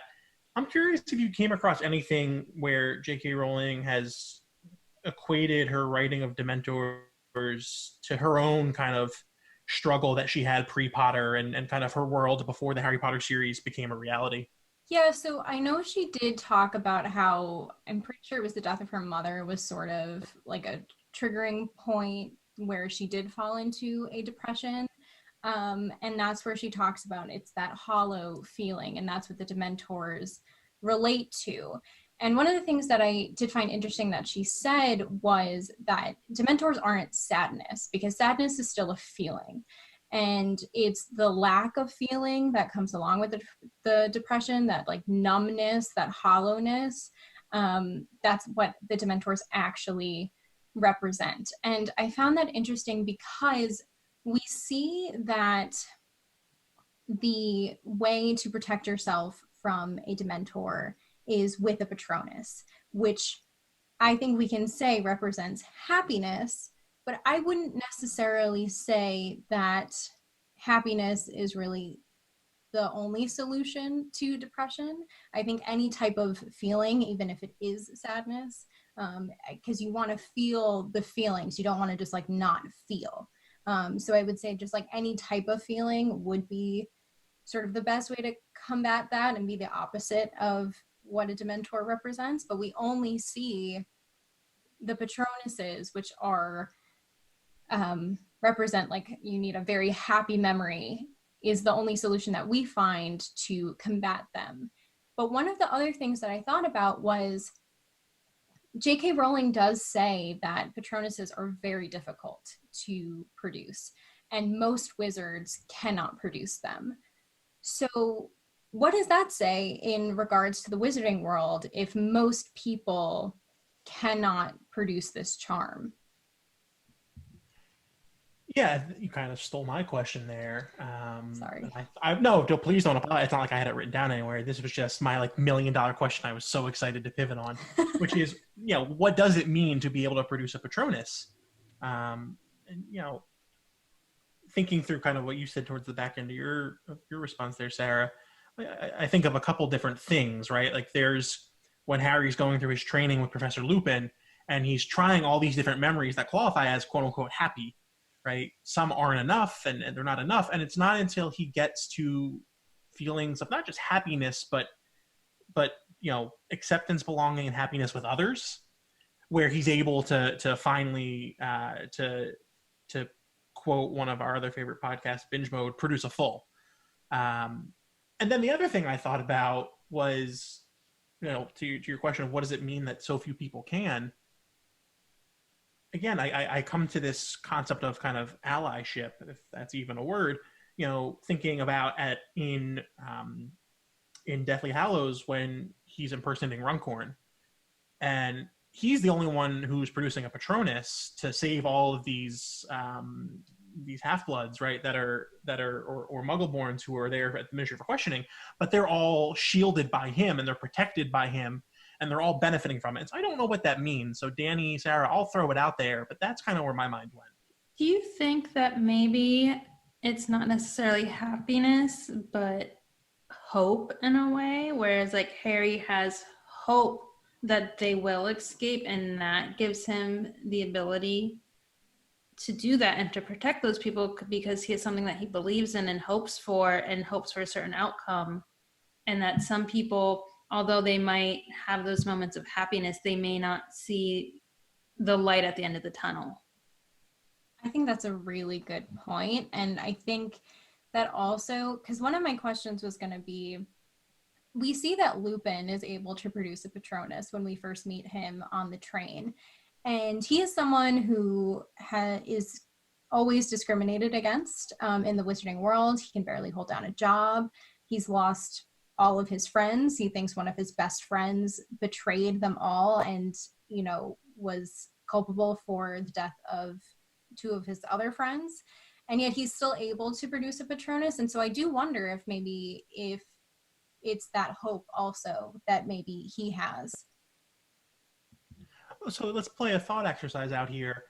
If a Patronus does represent a form of hope, right, and a sense of optimism amongst everything else, do we think that Lupin was able to produce a Patronus before that moment on the Hogwarts? I mean, that's certainly when he was younger, but in the moments of his adulthood, after James and Lily died and Sirius went to prison and all of that, right, up until that moment on the Hogwarts Express, because I would argue, getting a job back at Hogwarts where he's able to recapture some of his happiness in his youth, and then having Harry right there, right, that probably flicks that switch. It's that Jedi, the Force moment where he's able to all of a sudden feel it again. And so the thought, was he able to have this magical capability before, or was this something that flickered into being once he finally felt that hope again? That's a really good point, especially because this is also the first time he's seeing Harry, probably since James and Lily died. So, and again, all credit to you, Sarah. For anyone who listens to our podcast, or if you're about to subscribe and listen from episode 1 after this, please do. Certainly, I am far from the intellectual of the group here. So Sarah came up with a lot of these great questions that I'm just kind of cribbing. What does it mean that Harry is one of the few who possesses this kind of innate ability? Certainly he has to practice at it, and we see that, but we also see a lot of other people practice and not really get there. And what does it mean that this young, at that point in his life, pretty unskilled and untrained wizard, what does it mean that he's able to? How does, again, if we're playing out this theme of not just happiness but hope, what does that all mean? I think with Harry, it's interesting because you're right. He doesn't come from a wizarding family. He's not necessarily, I feel like the only things we really see him be naturally talented at are Quidditch and producing a Patronus charm, which shouldn't even be doable for a 13-year-old boy. But I think there's a certain aspect of determination, I think, that goes along with Harry, because he does realize that the Dementors affect him more than they do other people. And I think there's part of him that really wants to conquer that. But it's very similar to Lupin, I would say. Harry, didn't have a very good life growing up. It wasn't really until he found out that he was a wizard and was able to go to Hogwarts that he found a place where he actually belonged and he had friends.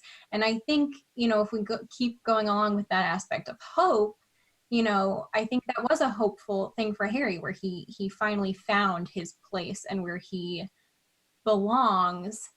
And maybe that comes into play because now Harry is, especially in book 3, he's growing up, book 3 is definitely a different read than books 1 and 2.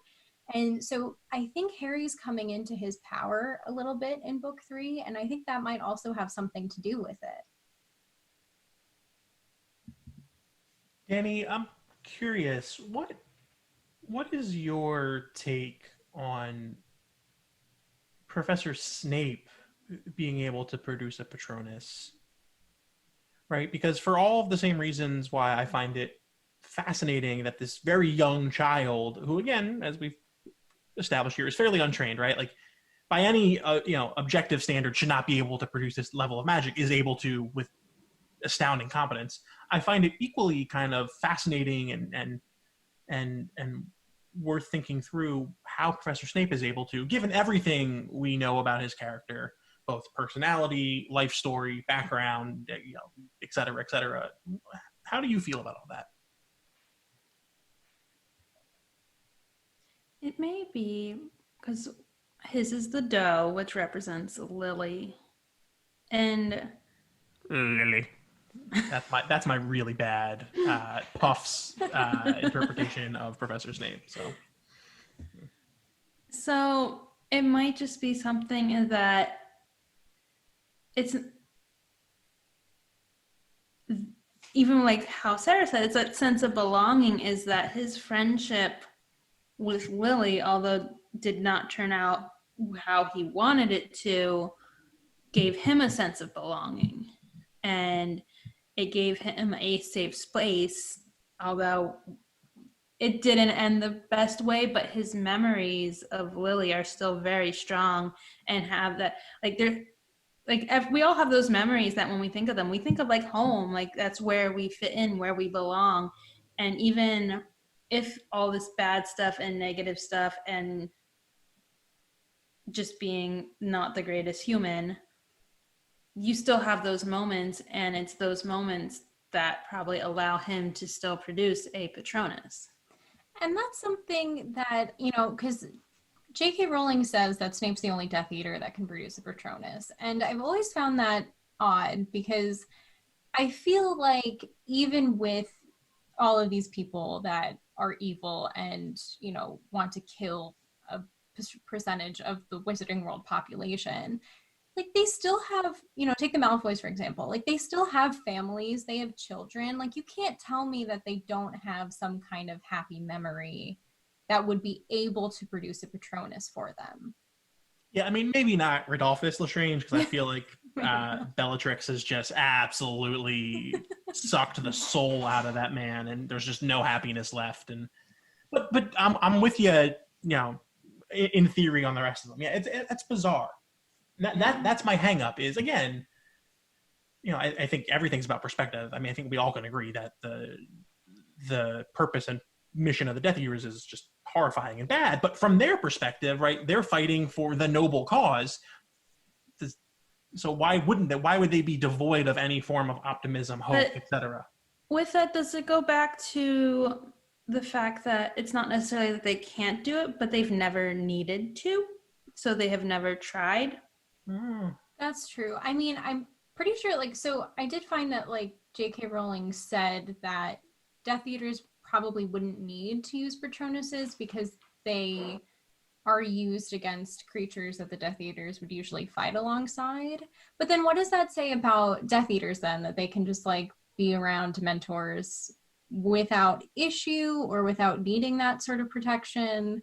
How does that compare to, everybody else's experience that we've seen in the books with Dementors. Doesn't compare favorably, I'll tell you that much. Ooh. Yeah. And also, yeah. No, go ahead. I was going to ask another question, so if you wanted to, okay. I was going to pivot. I was going to flip this on its head and pivot, so go ahead now. Well, so I was going to ask, one of the things that I was thinking of while I was thinking about this topic is also like, what does it say about the wizarding world, but also, you know, our overarching discussion here with the fact that why are Dementors introduced in book 3? Like, why is it like at 13, this is when Harry meets this creature? And also going along with that, why is it okay? Like, why, I'm assuming the Ministry okayed this.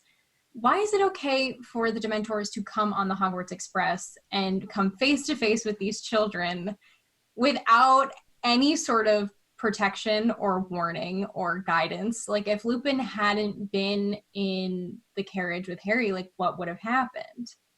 I am so excited, probably isn't the right word to be talking about like depression amongst children, but I'm so excited that this is where you went, because this is the question I was going to ask, which is, let's flip it, right? And if we agree that saying that a Patronus represents happiness is too simplistic of a view, we want it a little more nuanced, let's flip it on its head and say, if Dementors, we can't say Dementors represent depression, let's try to take it a step more nuanced. What does it mean that, I agree, taking everything you said, but that step further, what does it mean that Dumbledore is so adamant that these Dementors can't get into the school? Right, and the school is this sanctuary, and it's this haven, right? It's this oasis that is devoid of Dementors. Yeah, I think that all ties in. I think, you know, I've been thinking about this personally a lot in my life. I've started a new job where I feel for the first time like I'm not necessarily kind of like the assistant person there, but rather the person people are looking to. And the sense there is like, it's for the first time I feel like I have a real sense of accountability. And for me, I think the parables, like, I think your first year and your second year, you're 11, you're 12, right? You're still very much a kid. Not to say you're not a kid at 13, but as far as I recall, when I was 13, that was kind of that first kind of moments where you had some real kind of inklings of the world, right? Like you weren't just this kid completely shielded and the world wasn't fed to you by your parents or your caregivers or adults. That was when you first started to have your own real sentience in terms of what lied beyond your own kind of spectrum and worldview. So I don't know if that makes any sense, but that's where my mind went. Well, it's also like an age where you start making decisions. Now, they might not be hefty decisions, but like when you turn 13 in school, you started to get to pick what classes you got. It might have been as simple as what language I'm taking, but like you started to make some decisions that affected you completely and that put you on certain paths. Like it wasn't like, what am I eating for breakfast? Like they're not hefty decisions because you're still 13, but you're starting to make decisions that are founding who you are as an individual, and you're really stepping into discovering yourself. Yeah, and two things going along with that. I think we definitely see that at the beginning of Prisoner of Azkaban. You know, we see Harry start to negotiate his position within the Dursley household, where, you know, our Aunt Marge comes to stay and Harry's like, wait, I need this permission slip signed. So, you know what, if you want me to remember all of the lies that you need me to tell to cover everything, then we're going to make a deal and you're going to sign this at the end of it. And that's also when we see Harry at the end of that decide, you know what, I just need to get out of here. I'll figure it out. I just need to leave. I need to get out of here. So we're seeing him sort of begin to embrace his own autonomy and make his own decisions, like you were saying. But also going along with what we were saying about hope earlier, I think Dumbledore has always been a sense of hope for Hogwarts. You know, Dumbledore brings this hope and this safety when it comes to Hogwarts, you know, where it's like there's no safer place because, you know, Voldemort was always frightened of Dumbledore. And Dumbledore also, in a way, I think protects other people. You know, like we see him, yes, protecting the kids by making sure that, you know, finally giving them the warning about Dementors once they get to the school. making sure that, you know, they don't come into the school. But also we see Dumbledore be the one to give Lupin a job. We also see Dumbledore be the one to, you know, make sure that Hagrid could stay at Hogwarts after he was expelled. Yeah, one of the scenes that we never get in the books that I would just pay so much money for JKR to write instead of everything else she's been doing is a staff meeting at Hogwarts. Like, I would love to see, like, Minerva sit down and be like, you never thought it was a good idea to warn the students and the families about these Dementors being around? And for him to be like, oh, Minerva, to be young and to have folly, right? I would kill for a good staff meeting. I would agree, especially during Chamber of Secrets as well. Oh, I mean, look, you could close your eyes and just point to a random page in any of these books, and there's something in there that could be discussed with humor and controversy at a Hogwarts staff meeting, for sure. So I'm curious, because I am an avid listener of your podcast, First Year's Pod, an amazing listen for anyone who wants to get a little geeky with their Harry Potter. Thank you. I know you to be an avid scholar of history and context and how it all ties into what we're reading on the page. I'm curious what else you found about Dementors and maybe where JKR is drawing them from in historical context. You know me so well. So I actually had some trouble finding what Dementors necessarily were based off of. But someone online pointed me in the direction in a group conversation that I was reading to the Striga, which is part of Albanian mythology and folklore, which you see at one point in the Witcher series on Netflix. But this one's a little bit different. So it's actually a vampiric witch. It tends to be a woman with pale eyes and a hateful stare. They usually live in like the forest and they have supernatural powers. And they tend to suck the blood of infants at night while they sleep, and then they turn into a flying insect of some kind, like a bee or a moth or something like that. People are supposed to avoid looking at them directly because they have the evil eye. But when you look at, there were two really cool illustrations of a Striga that I saw, and it did look like a Dementor like hovering over somebody's bed and like sucking the soul out of somebody. And so the ways they're supposed to be warded off can be like with salt and chanting, garlic. They can be trapped within a church and then sort of caught and exorcised when they try to leave it. Holy water, you know, tends to always be a standard against whatever kind of spirit. But also reciting verses from the Quran was also thought to be used against them. But another thing that sort of relates to Striga, and especially with the visual that we see of Dementors in Prisoner of Azkaban, the movie, they look like ring wraiths from Lord of the Rings. And so that led me to look up wraiths specifically, and I think there's almost an overlap as well between the two, because in Lord of the Rings, the wraiths are only after one thing. They just want the ring. And I would say that Dementors are also after one thing. They want your happy memories and they want your soul. But when we actually look at wraiths, it usually means it's a Scottish term for ghost. And when we think about ghosts, we think about like they haunt places, right? They haunt places, they haunt people.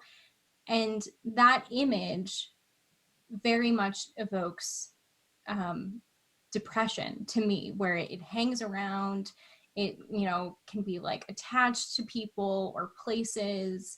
So I think with ghosts and like with Striga, this like draining of people, I think is a common theme between the two, as well as this like, you know, almost never ending kind of presence that they have.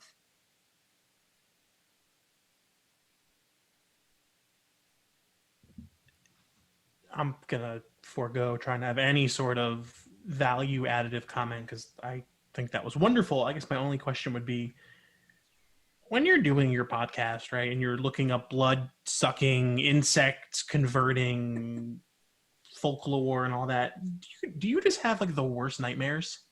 You know, not yet, but as I was like looking over my notes for this, I did sort of get a creepy feeling, and I was like, uh-oh.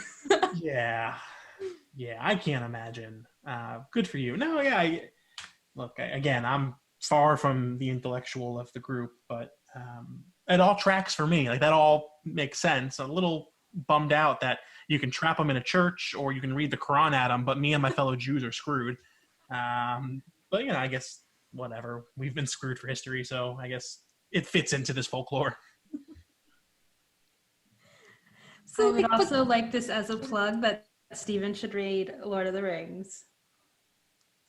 Oh my goodness. Wait, that's a whole other conversation if you haven't read Lord of the Rings yet. Look, I just got through the Star Wars movies, so we're making progress. Okay, good. But okay, so before I get completely off track. You're welcome. Okay, so going along with Dementors and this presence that they have, also, what does it say again about the wizarding world that these are the guards of prisoners, and prisoners in Azkaban literally have no escape from these creatures. They are stuck in their cells with Dementors just like hanging around. Well, I remember, again, so much of our podcast is just a poor facsimile of binge mode. But I remember there was one binge mode segment where Jason Concepcion went into the history of Dementors kind of within the canonical universe of the Wizarding World. And the island Azkaban is this island that used to be inhabited by some, I forget his name, Danny, that's going to kill me. I should have done more research before we started recording this thing, but this horribly evil wizard who to me in modern day seemed kind of like that evil reclusive billionaire that we love to kind of, make up, or not really make up, they exist, but that kind of caricature. And when the ministry or whomever it was, I forget, finally banished this guy and took over his island, the Dementors were like the one thing that they kept. Everything else apparently was so egregiously evil that they got rid of it, whatever. And the Dementors, they kind of just confined to this island, and they were what was left. Which is its own kind of thought of what the hell else was on that island and all of that.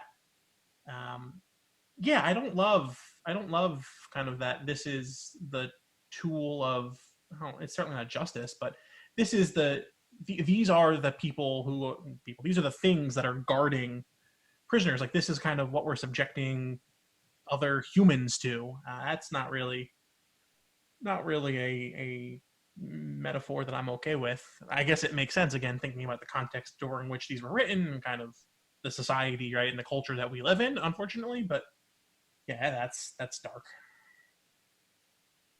Yeah. And like, one of the things I was thinking of that's also in connection to, these Dementors are, in close contact with these children.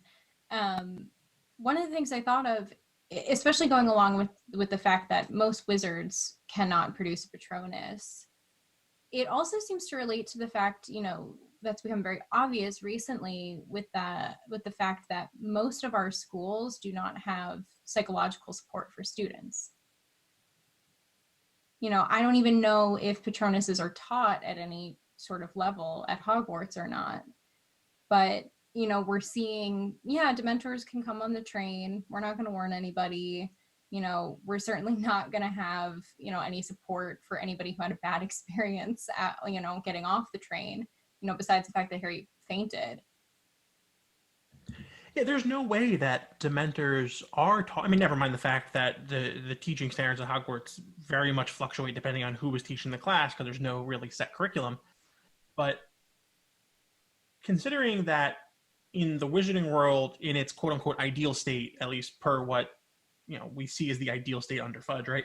The Dementors exist solely as prison guards. Like, they're not something that anyone's supposed to interact with other than prisoners. So if they were taught at Hogwarts, they wouldn't be taught in like a Defense Against the Dark Arts practical defense way.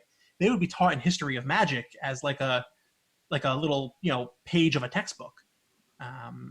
So yeah, if not for Harry and Professor Lupin, there is no practical training against Dementors that Hogwarts would ever experience. Yeah, I don't see them being taught at Hogwarts. Maybe like if you go in the track to be an Auror, like I feel like that would be there somewhere. But I don't see it happening actually at Hogwarts. Right. So then, so the circumstances in which the Dementors are brought to Hogwarts is that Sirius Black has broken out of Azkaban, and they're trying to find him. But then, Harry doesn't find out about this until, they get to Hogwarts. No one was notified, okay, this is what's going to happen at school this year because of this circumstances, and this is how it's going to affect daily life at school.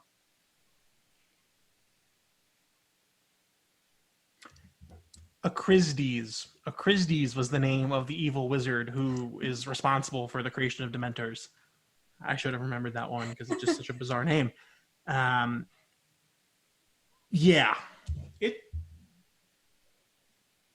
Again, to the same point of I'd love to see a Hogwarts staff meeting, I would love to see like a post-mortem in the ministry. Like, oh, well, that didn't go as we planned. Because it's just again, society as a whole, assuming if we kind of bear out and play out there is no education at Hogwarts about Dementors unless it's in a historical context. Think about all the Hogsmeade shop owners, right, who are now having Dementors flooding their streets. Unless you're Aberforth, who just happens to be the brother of the guy who knows everything about Hope and Light and Dementors, you have no way to protect yourself, combat this. But Scrum and Villainy, as appreciative as I am of this time that we have, you don't want me to go on my governance and capitalism in the Wizarding World rant. Because that's another panel. So that's more than a panel. That's a whole thesis. That's a course. That is a semester-long course. You can sign up for it later on. I'm definitely. Yeah, you can sign up by following Muggle and Khakis, and I'll DM you the course for 4 installments of 13 galleons. Yes. So I'm curious, one question I had, Danny, we can start with you, is what is your Patronus and what do you know about it? What does it mean? How do you feel about it? Do you feel it's representative of you, et cetera, et cetera? Do we go with the Patronus that I was assigned or the one that I chose? We go with whatever you'd like to answer with. I was assigned an Osprey, which I don't think is not valid, but I chose a red panda because they're my favorite.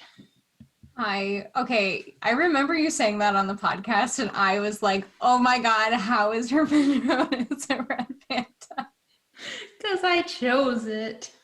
That's such a good Patronus. I love red pandas. They make me happy. When I lived in Oklahoma, I would regularly stop by the zoo to see them. It was pretty much my main course was to end up watching the red pandas for an extended period of time. And when you lived in Oklahoma and you went to a zoo, can you specify which zoo that was? Because I would like to imagine it was the Greater Wynwood Exotic Animal Park, aka the home of Joe Exotic and his tigers. Oh, no. It was not. Oh, okay. It was the Oklahoma City Zoo, which is a great zoo and actually one of the top 10 in the country. Thank you very much. Is the Greater Wynwood Exotic Animal Park also one of the top 10 in the country? No. Oh, okay. Never. Okay. And never go there. Oh my goodness. Well, I have no way to transition out of that eloquently. Sarah, what is your Patronus and what how do you feel about it? So my Patronus is a tortoiseshell cat, which I think is very fitting. It makes a lot of sense. It's interesting because, I think with Patronuses, I was looking into it a little bit earlier to sort of see what they were based off of, and it's actually hard to find. A lot of people think they're sort of based off of spirit animals, power animals, that sort of thing. And so my Patronus is actually neither of my power animals, but I do love cats. I like big and small cats. And I also really love pets that have interesting markings. I'm such a sucker for dogs and cats that have really cool markings. So I actually think it fits me quite well. My family cat, who I grew up with, who now that I'm back with my parents during COVID, I'm staying with, He has some particular markings that resemble the mustache of a 1930s and 40s fascist leader, and we'll just leave it at that. Caramel? He is adorable. Caramel is the most adorable animal in the world. But yeah, he's got a Hitler mustache, so that's a thing. Wow. My Patronus is a grass snake, and I was very confused at first because snakes give me the creeps. I can't go in any reptile house anytime we visit a zoo. Just can't do it. But then I was reading more, and so I found, this is not the first time I found it, but in preparation for this episode, or for this panel, I found MuggleNet did like a compilation of all the different descriptions of Patronuses, and this is where I was like, okay, I get it. So when I'm reading here, misunderstood and often just looking to get on with its day. The common grass snake, I don't know if I'm common, but we'll allow it, alludes to the idea that we are often judged by our outward appearances when in fact, we may bear little other similarities with those we are mistaken for. And I felt that. Like, I was like, okay, I still think snakes are, but I was like, okay, so I've made my peace with it. So with Patronuses, we see Patronuses change for certain characters in the books, but we also see Patronuses used as a form of communication. So, but it seems that when Patronuses change, it has less to do with like someone's personality. It seems to change because of somebody else. What do we make of that? Well, if we're sticking with the Patronus being this sense of hope, I would take it to mean that, you know, something seismic has shifted in your life and you're now, maybe clinging isn't the right word, but clinging on to something else as your kind of North Star for hope, right? So if Snape's Patronus for the entirety of his ability to produce one has been a doe for Lily, right? You play that out, and that just means he is consistently, the only kind of bit of hope he has, you know, looked to and kind of relied on has been Lily, right? When Tonks's Patronus shifted, right? I think it, right, because she was heartbroken, she was hurt, she was looking to a different place for hope. Her perception of, or her view of what was driving her forward in life had shifted. So that's how I interpreted it. Danny, I don't know if you view it any differently or if just being two awesome podcast co-hosts, we are just in sync on this. No, that actually makes sense. It also... Hey. I like when we do that. It's fun. It also brings forth the question of, did Snape have a prior Patronus? Was he able to produce one prior to knowing Lily? Well, he would have been too young, I guess. Right. I would argue that it probably was always a doe because he I think he was like in love with Lily for like ever. That seems, yeah. Now that I say that, yes, I agree. So, okay, so then we see them also be used as a form of communication. And if we think of that in terms of like mental health, you know, therapy tends to, you know, be based in the communication of one's feelings, of, you know, one's experiences to sort of work through them. So that was also interesting to me that, you know, other uses of the Patronus is not just against Dementors, but it would be used to communicate with others. And maybe that also connects to what we were saying earlier, where Harry, you know, has found a place with others. And, you know, just like in the Ministry, he's protecting another group of people. So maybe, you know, it also connects people in a way. Yeah, I mean, I think it plays into kind of the other thing I like to think about when I think about Harry Potter and mental well-being is this repeated concept of, you know, pack mentality, frankly, right? Like you can go off alone, but you are not only effective but also fulfilled when you're together, right? So, and through Harry, yes, certainly we see a myriad of times where Harry is trying to do the quote-unquote right thing by doing it by himself and not putting others in danger, but others come to him and say, no, like this is what we do. We protect each other. It's like the scene with Hermione where she pretty much tells him he's stupid if he thinks he's going without them. Right. Right. And then also, I think, another example, because he never gets enough shine whenever anyone talks about Harry Potter, is Ron, right? Like, Ron's had enough, and Ron's off on his own in Deathly Hallows, right? And it's not until he comes back that they're all healed, right? Because then Ron's able to say, I wasn't off living my best life. I wasn't off, hanging out in Cabo, right? I was getting berated by the family for, I was miserable. It was sad. And it's this concept of we are, thanks Hillary Clinton, we are stronger together, right?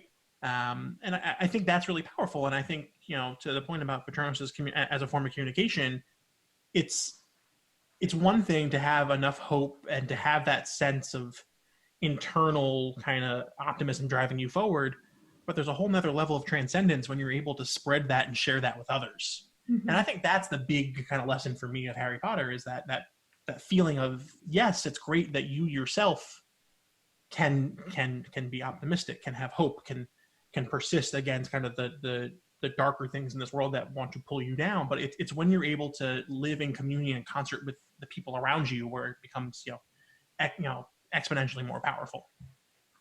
I definitely agree. And I think also just the visual of, having a fully formed Patronus, you're automatically not alone against the Dementors. Yeah. Yeah, like when he goes to pet prongs. Yeah. Yeah. Mm-hmm. Oh, that's a good one. That's a good one. Do we have anything else we want to add? Well, okay. Well, here's one thing.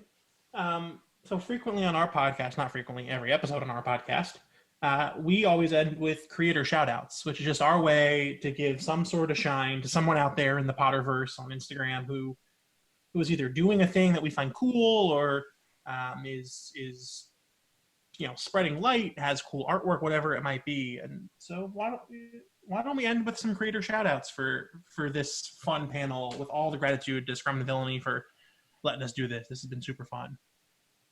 Definitely. Annie, I'm going to put you on the spot as you furiously dig through Instagram. Who is your creator shout-out for this fun special panel? Rude. I am going to shout out, because I really like all her stuff lately, Mariah Rakki. It's MoriahRakki, and her photos are just magical. Every post she makes just makes me happy, and I love the work that she does. I have two. I'll do Cat Cave Studio, who makes incredible pottery. I have a mug from her, and it's gorgeous. And I feel like I can't not shout out all of our friend Paula Unpenceivable on Instagram, who just is so wonderful and makes really amazing bows, but also masks right now, which everybody needs and should be wearing. Yeah, Paula, we love you. We love you. This is not news to you. She's literally a light in the Harry Potter universe. Literally. So I have two as well for this panel. So first, I want to shout out, seeing as we're talking about the West Coast here, I want to shout out Amy and Iana, who run the Big Fat Lanyards account, and then they each have their own multitude of accounts. They recently did a Harry Potter pin live sale. They collect and trade and sell all these super cool pins, ranging from pins that cost $5 to, I kid you not, one that went for, I think, $600. But I spent, honest to goodness, 7 hours this past Saturday watching a live sale on Instagram Live from 6 p.m. Eastern, and I was up till about 1:30 doing it. It was awesome. My favorite part was... Did you buy anything? I did buy some stuff. It's coming in the mail soon. Super psyched. My favorite part was towards the end, towards hour 5. One person, I forget who it was, so I apologize. One person commented and said, now that we're in hour 5, the weak are starting to drop and only the strong remain. It was intense. It was intense. So that was awesome. Beyond, of course, this one live sale, they're both incredible humans who are teachers and who bring a lot of happiness and joy and fun to the community. So shouts to y'all. And then my other big shout out for today is to our friends over at the Masterful Magical Minorities. So this is a collective of people that kind of started at its core with 5 amazing individuals. Gerald, who is the Dapper Minister of Magic. Trey, who is I Am Black Harry. I am not Black Harry. That's his Instagram. He is Black Harry. Karina, the Magical Latina. Imana, who's Magical Food Department. And Eliana, who is Elements of Magic. These 5 people, I mean, let me tell you, if you want to talk about continual uplifting and optimism and like the strength of the collective being there for times good and bad, these people nail it. They are some of the most lovely, just forever optimistic and caring people I've had the pleasure of meeting and speaking with and getting to know.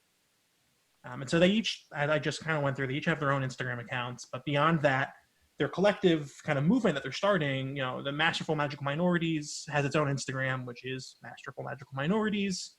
And their creed, their mission is, you know, one who recognizes, accepts, and celebrates people's differences, therefore creating a loving and magical community.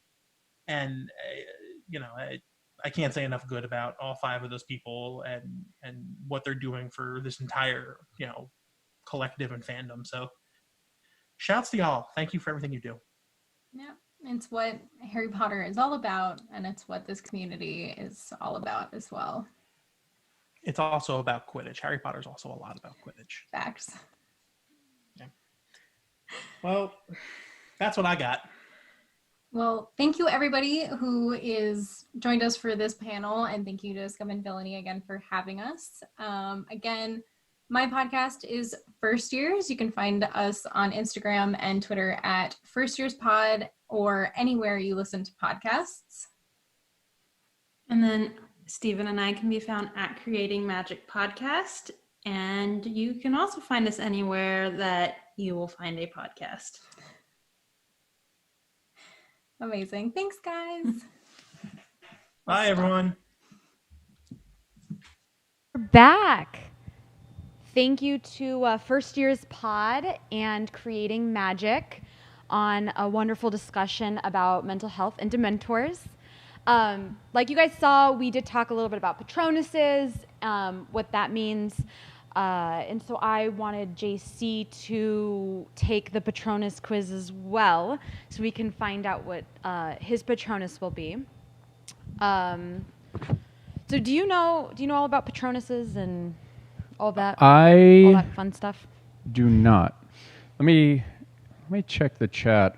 Okay, we were getting a high-pitched squeal. Yeah. But I think it was a truck outside. Not microphone feedback in here. Hollywood. If it's not sirens, it's people screaming or... Okay. So ask me again. Okay. Do you know, I mean, I know that we kind of watched a little bit here, but what a Patronus is, the breakdown of that. Can you tell me what you think it is? It's like your spirit animal. Is Sorta, that like yeah. a fancy word for spirit animal? Yeah. Spirit animal's the Muggle word for Patronus, which sounds much more fantastic. It's much more fantastic. But it's also, it's like a Patronus charm is one of the hardest things to master in the wizarding world. And it essentially is what brings you happiness. So it is your spirit animal, but in order to produce a full Patronus charm, you must think of all happy thoughts. It needs to be completely positive, so it's very difficult for a lot of wizards to master. They say a lot of dark wizards cannot master the Patronus charm.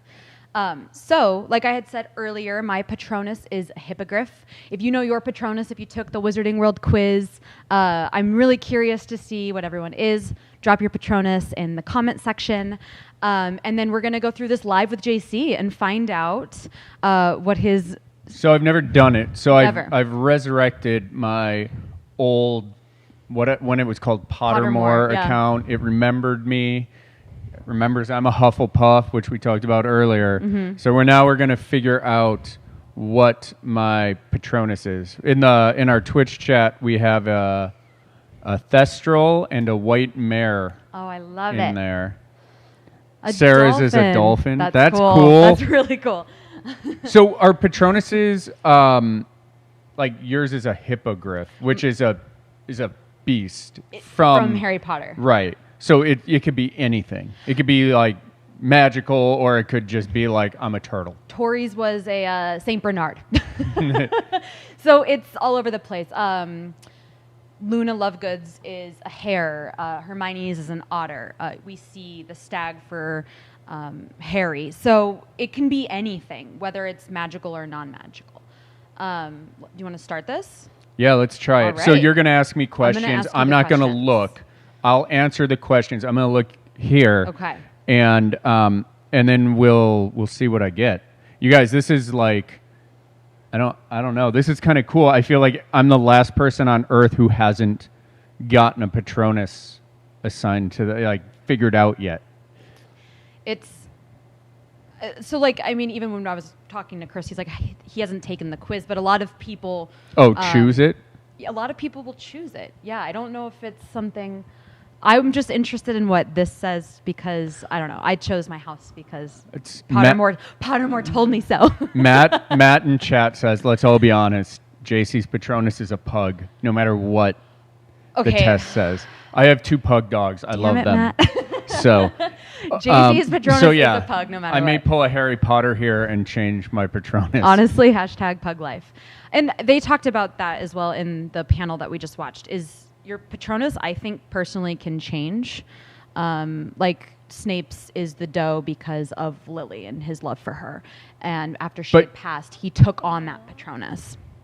Oh, so it wasn't his Patronus prior to? Right. And so I always thought this was really curious, even like with my sister, would I take on her Patronus as... You know, it's a very interesting conversation. Anyway, so I do believe you can change it. Can I ask, if you've read Lord of the Rings and The Hobbit and then watched the movies, so much of what we know about Lord of the Rings comes from, different books that were put out that are, the Silmarillion, or they run in tandem. Is all of this stuff contained within the Harry Potter books and movies, or did they pull stuff from that? Like, is there new content on there all the that time. They invented? So this world continues to grow. Mm-hmm. You can find out a lot of different things on the Wizarding World website. They share stories. There's a lot of cool backstories about different houses or things that occur that don't take place in the books. The Patronus question is something that I have recently raised, but I would love to know if that's actually something that, because you embody it, is it constantly changing? Is your Patronus like, can I be a hippogriff 1 minute and then the Saint Bernard the next, depending on the memory that I choose to perform the Patronus charm? I think it's a pretty fascinating thing, and it's all like subconscious. Mm-hmm. So. Jill in the chat is a stinking mole. Crying. Hey. Well, Jill, I mean, you can change it if you want to, but I think a mole is pretty cool. Okay, let's do it. I'm not going to look. You're going to read me the questions. I'm going to answer. Okay. And then after this, we're going to go. It says, relax. Think of your happiest memory. Mike from Potterless. Yeah. Oh, my happiest memory. Okay. Okay. Don't tell me. For anyone that has taken this, you know that it takes you through the woods, and it's like annoying. Okay. Thorn, leaf, or blade? Leaf. Okay. You must answer quickly. That's my fault.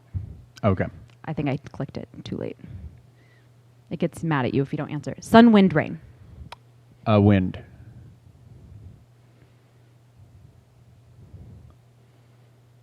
The visuals on this are really cool, though. I feel like the beginning of Ghostbusters. Warm or cold? Cold. Oops. I messed that up for you. I pressed warm. She ruined my Patronus. I ruined it.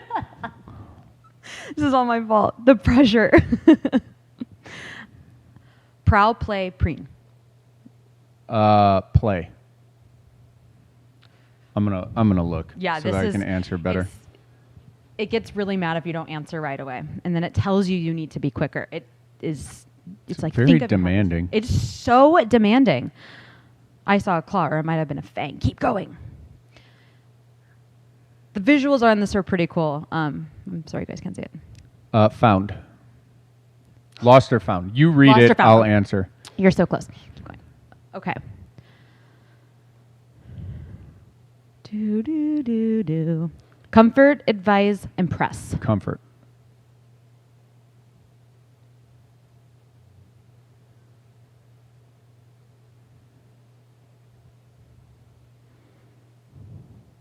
Steven, what is your Patronus that you're allergic to?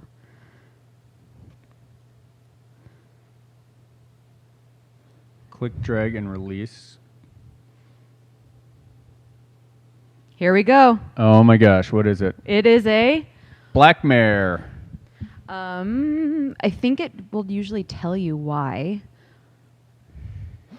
I don't know. They That's changed cool. this website. I live in a horse area, so maybe that makes sense. I got a lot of horses by me. What could a black mare mean? Like free spirited? I don't know. What do you guys think a black mare is? Steven says JC's taking so long to answer. His Patronus will turn out to be a turtle. It's actually not JC's fault. For those who have taken the quiz on Wizarding World, it takes you through a lot of really cool graphics. So it takes us some time to get there.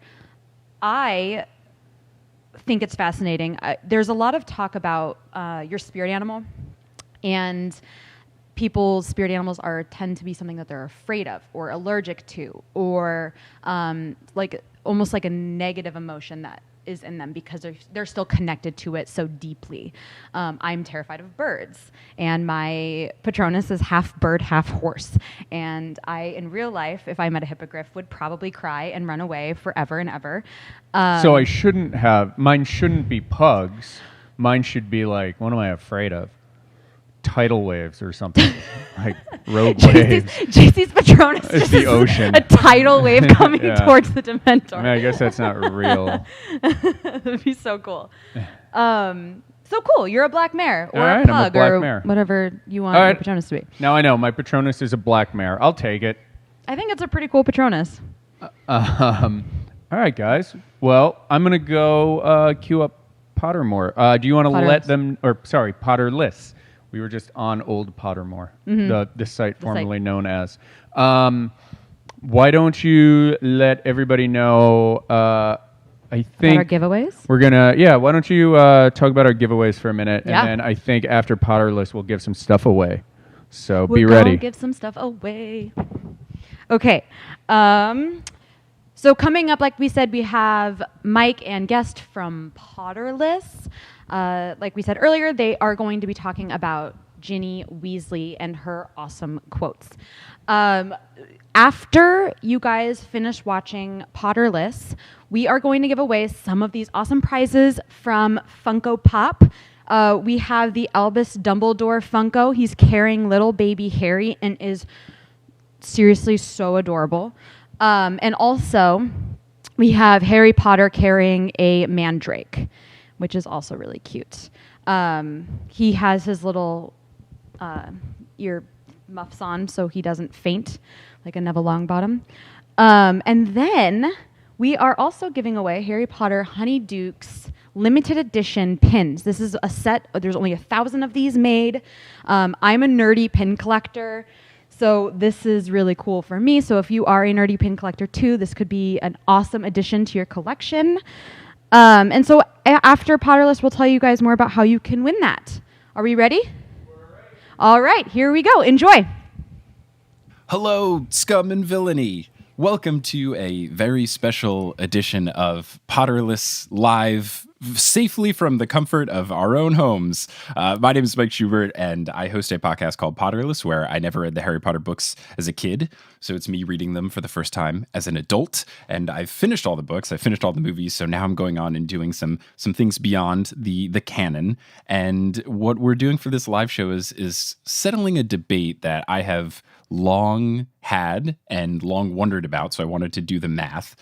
So we are going to be settling once and for all who's the better twin between Fred and George, the Weasley twins. And to help me do that, I have brought on Kim from Fanatical Fix, which is a wonderful podcast that I've had the honor of guesting on a few times. It's all about fan fiction in the Harry Potter world. So, Kim, do you want to say hello to the Scum and Villainy crowd? Hello, Scum and Villainy. It's nice to be here. Happy birthday, Harry. Mm-hmm. You did it. He's 40, right? 40, I think. Yeah, that sounds right. Yeah, like Mike said, I'm co-host a podcast about Harry Potter fan fiction where we find silly old fan fictions from before the books came out and read and react and cry a little bit about them. And Only of course, crying. every time I'm on, it's always the most ridiculous of stories with plot twists that make me so scarred and happy at the same time, which is a wonderful, wonderful combination. Yeah, I think that's kind of the gist. We're just scarring ourselves continuously with how amazing old fan fiction was. So before we get into the actual math and the actual individual notes that I've taken for Fred and George moments, do you have a particular favorite of Fred over George, or is this something you've never really thought about? Honestly, no. Okay. In most of the fanfic that we read on the podcast, they're kind of a joint entity and more of a plot element usually, instead of like characters in their own right.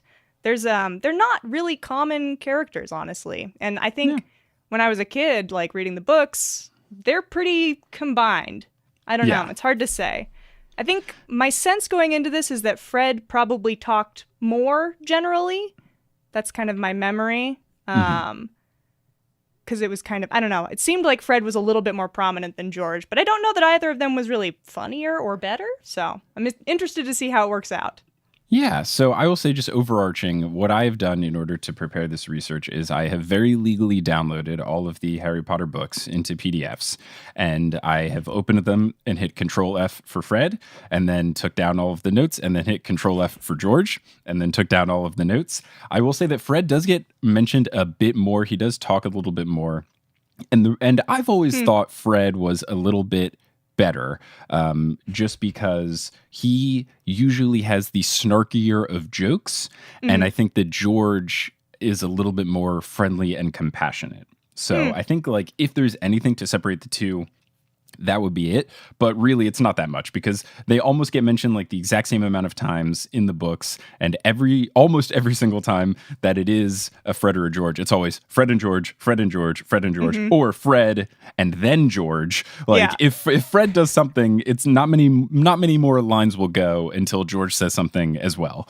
So not a whole lot of like Harry and Fred walk down the hallway and George and Hermione. I don't know that ever happened. Nope, almost never. So yeah. And then spoiler alert for anyone who hasn't read the 7th book, but Fred dies. So that's the one. If there's one thing that's very different between the two, it would be that George loses an ear in book 7 and Fred dies. So aside from that, a little hand in hand.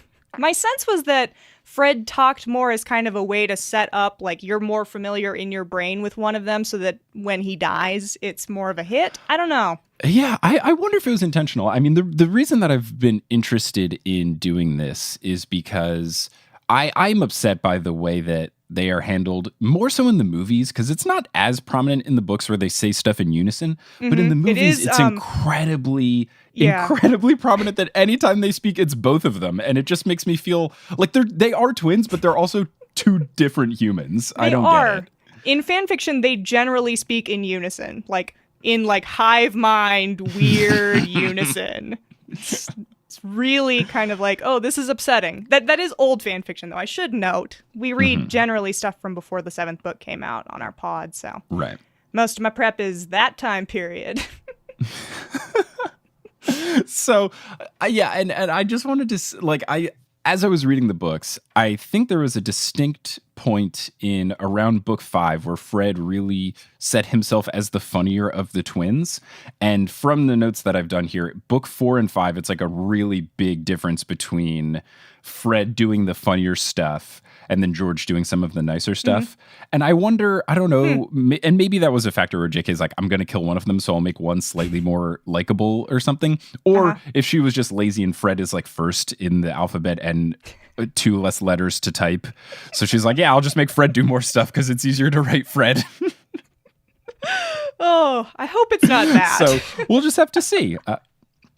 I mean, who's to say? You know, we'll never know. But I think it's probably more likely that she had decided. I think we will know. We will yes, know. We will determine this.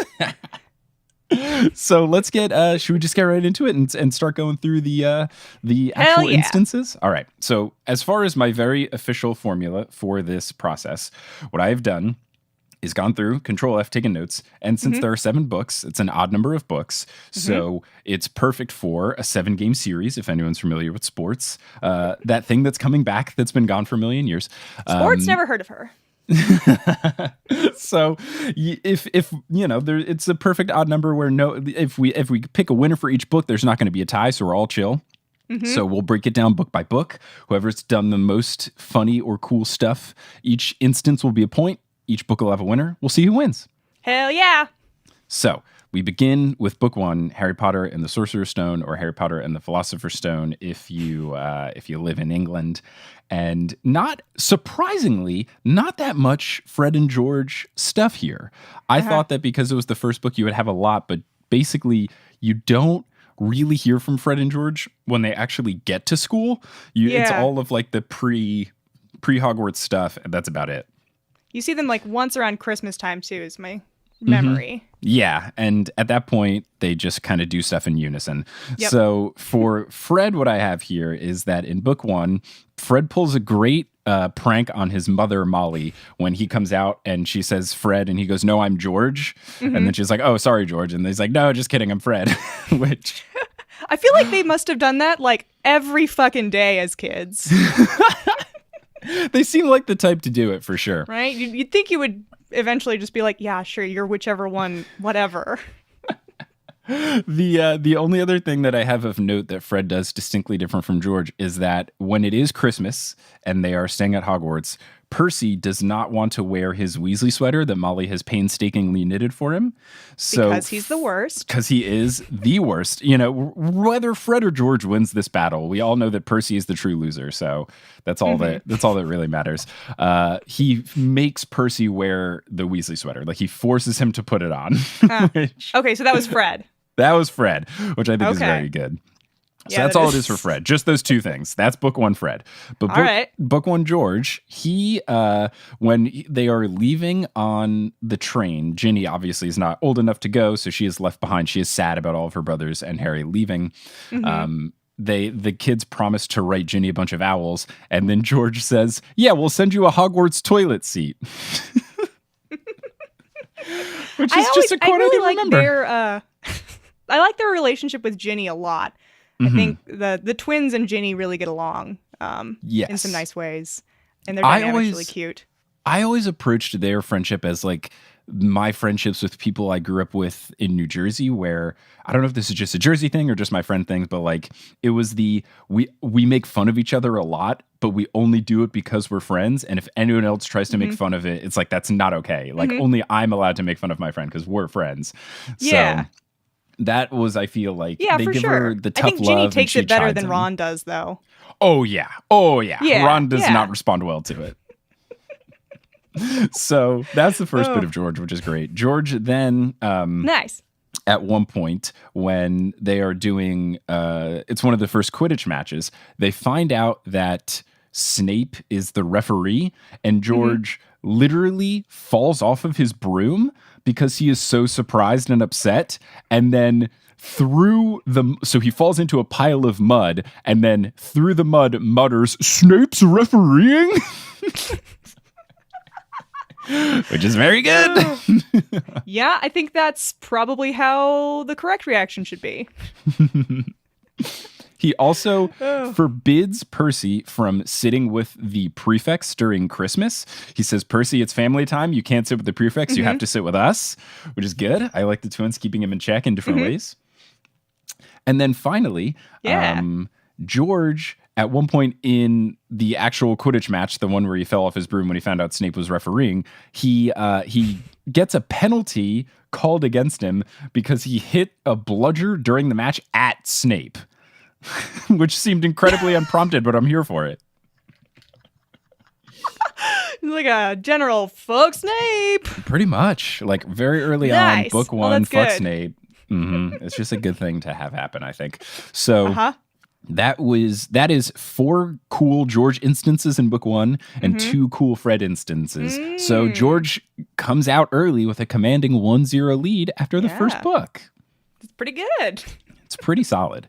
So we now move on to book 2. And book 2, there is a substantial increase in the Fred and George action. Mainly like they seem to be more if they're friends at school, which is nice. I think it's nice that they have become more friends with the twins, especially once Harry has the rumors of being the Half-Blood Prince. Yeah. Fred and George really enjoy making fun of him. I couldn't give individual points because pretty much every single instance of that was Fred has a dope insult and then George has a dope insult. And like, it's always one for one, but it's very funny.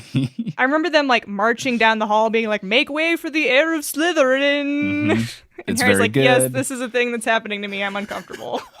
There's even at one point, where they're joking about like the basilisk being Harry's friend. It's like, oh, don't worry, Harry's just hanging out with his friend. Yeah, he's gonna help polish his fangs. It's very good. So let's begin with Fred. They serve a really cute purpose of like kind of adding some leavening to like a really serious situation that's kind of really scary. Yeah, I mean, sure, they could have been more helpful and supportive as friends to Harry, but they are just the true embodiment of, laughter and humor is the best medicine. So, I think that it's a good approach, especially because you look at Harry's other 2 best friends, and it's people that overreact and freak out about everything. I think it's nice to have just 2 comedic goofs in your life trying to make everything okay. Yeah, for So sure.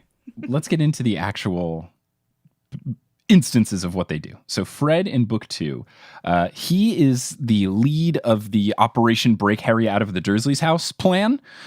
He is the one driving the car. He is the one that hooks up the hook and the toe to yank the bars off of the window.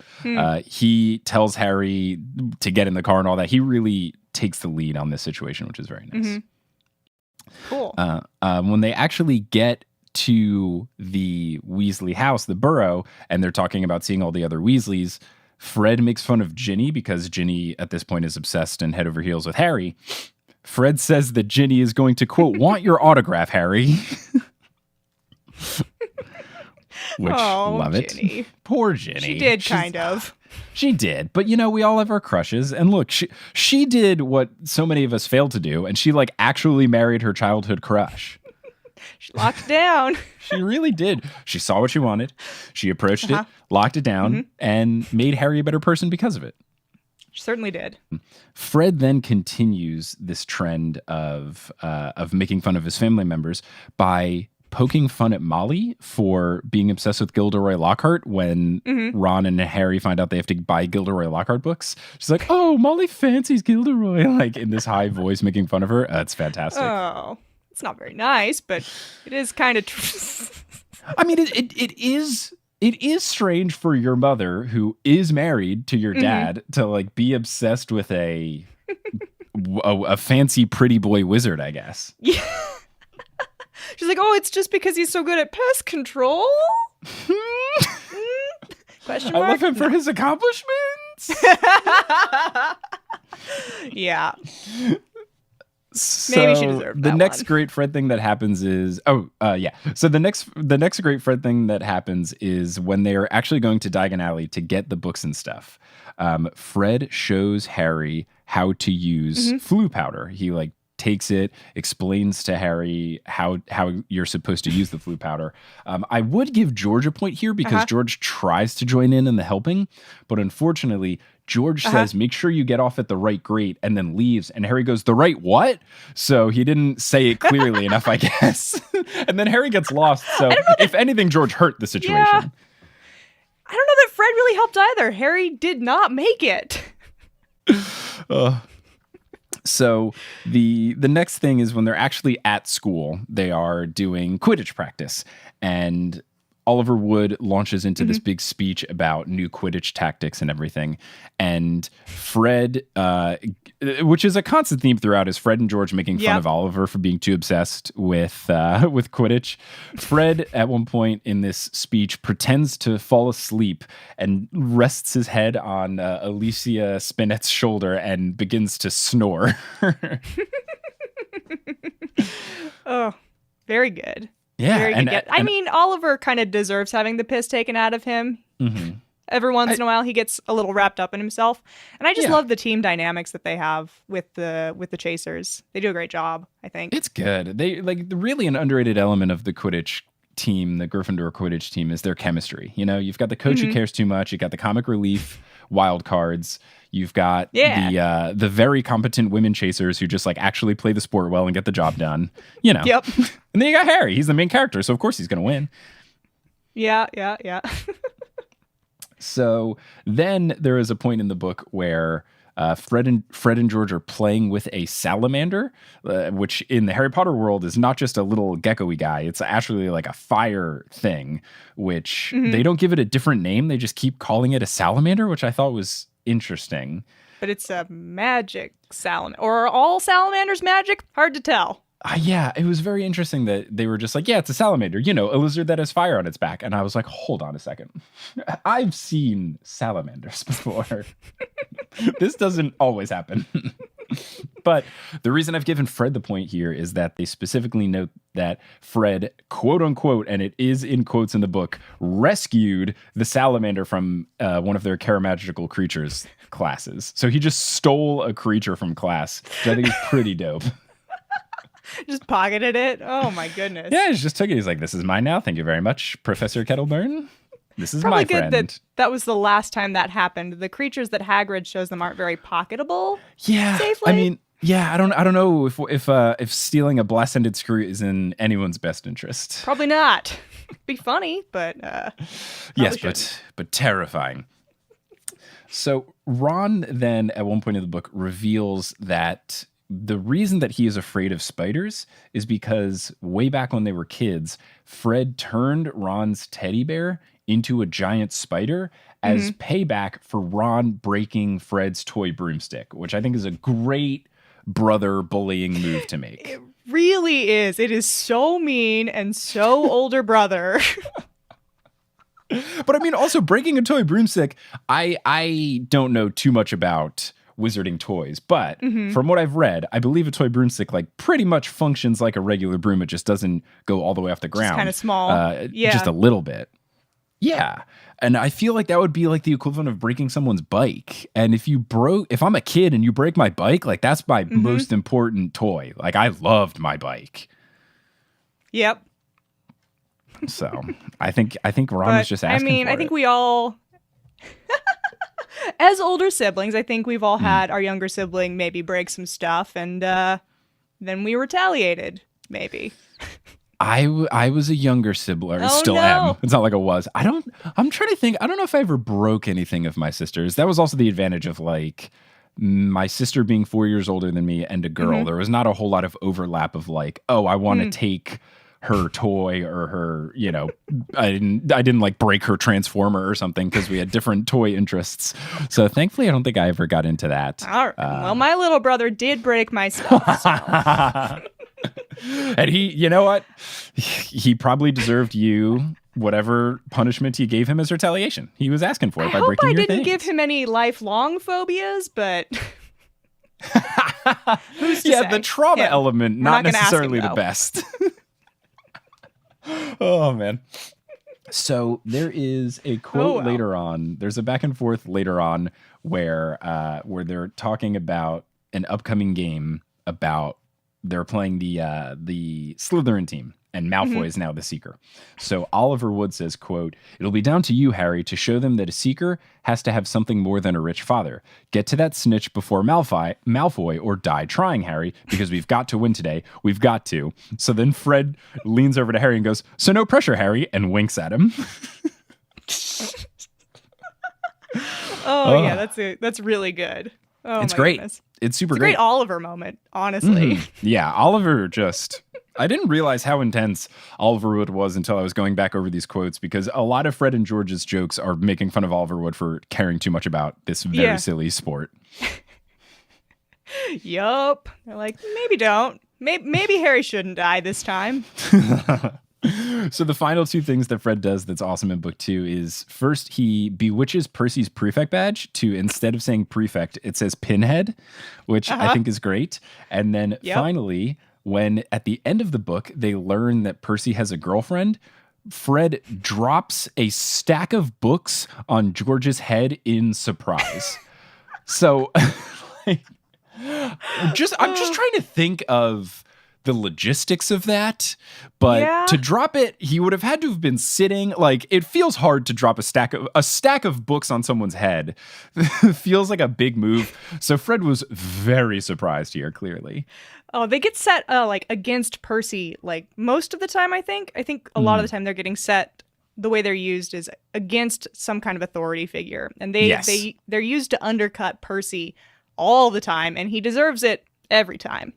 Yep. Mm-hmm. I'm a very, very public anti-fan of Percy. What's the opposite of a stan? Because I'm that.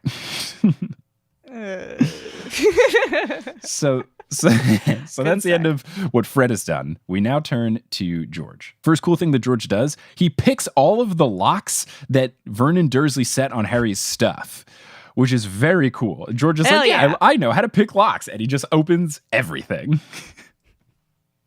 It's really good. Like most of the time, wizards are like, muggle stuff, who the fuck cares? But I think Fred and George do a good job of caring and learning that stuff. I wonder if this was overkill. Could they have just used Alohomora, or does it only work on wizard locks?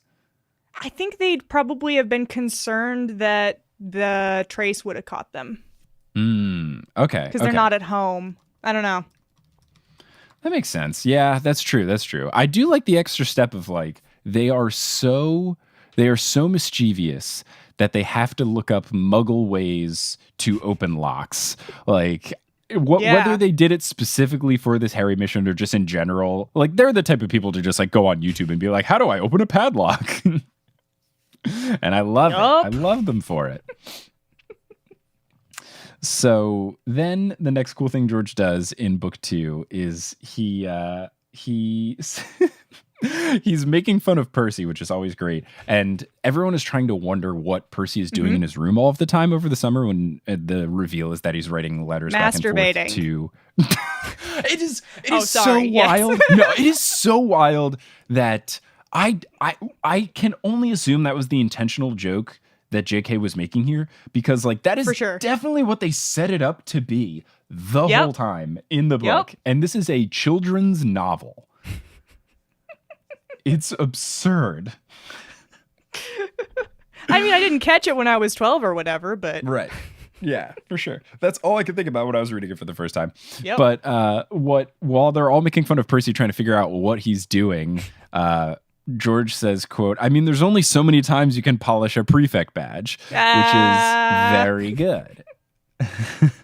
Got him. It also could be an innuendo for like, oh, yeah, he's polishing his prefect badge. But Percy like legitimately does polish his prefect badge, I think so it it's a definitely perfect is. diss. Yeah. So then back to making fun of Oliver Wood. While they are going over strategy, there was a time when they had a very early Quidditch practice, very early in the morning, and George, after Oliver goes on this big tangent, going over all of the strategy, George says, "I have a question, Oliver. Why couldn't you have told all of this to us yesterday when we were awake?" Which, as someone that hates early morning stuff, I approve of George here. I approve of him not wanting an early morning practice. Yes, rude. If it's so important, tell me when I'm awake. So then during an actual Quidditch match, there's the one with the cursed bludger that Dobby has possessed to attack Harry. And both Fred and George do a good job of, once they see the cursed bludger is attacking Harry, they basically just surround Harry and constantly protect him from it, which is a great move from both of them. It's a great move to protect Harry, but maybe not so good for the game. Yeah, but winning, who cares? Keeping Harry alive, more important. But also, like, they literally cannot win the game unless the seeker catches the snitch. So that's true. It's got to happen. But George does the smart thing, and he yells over to Oliver that they need to call timeout because clearly something is wrong. So extra point to George here for actually solving the problem of calling a timeout. But Harry has to win the game or die trying.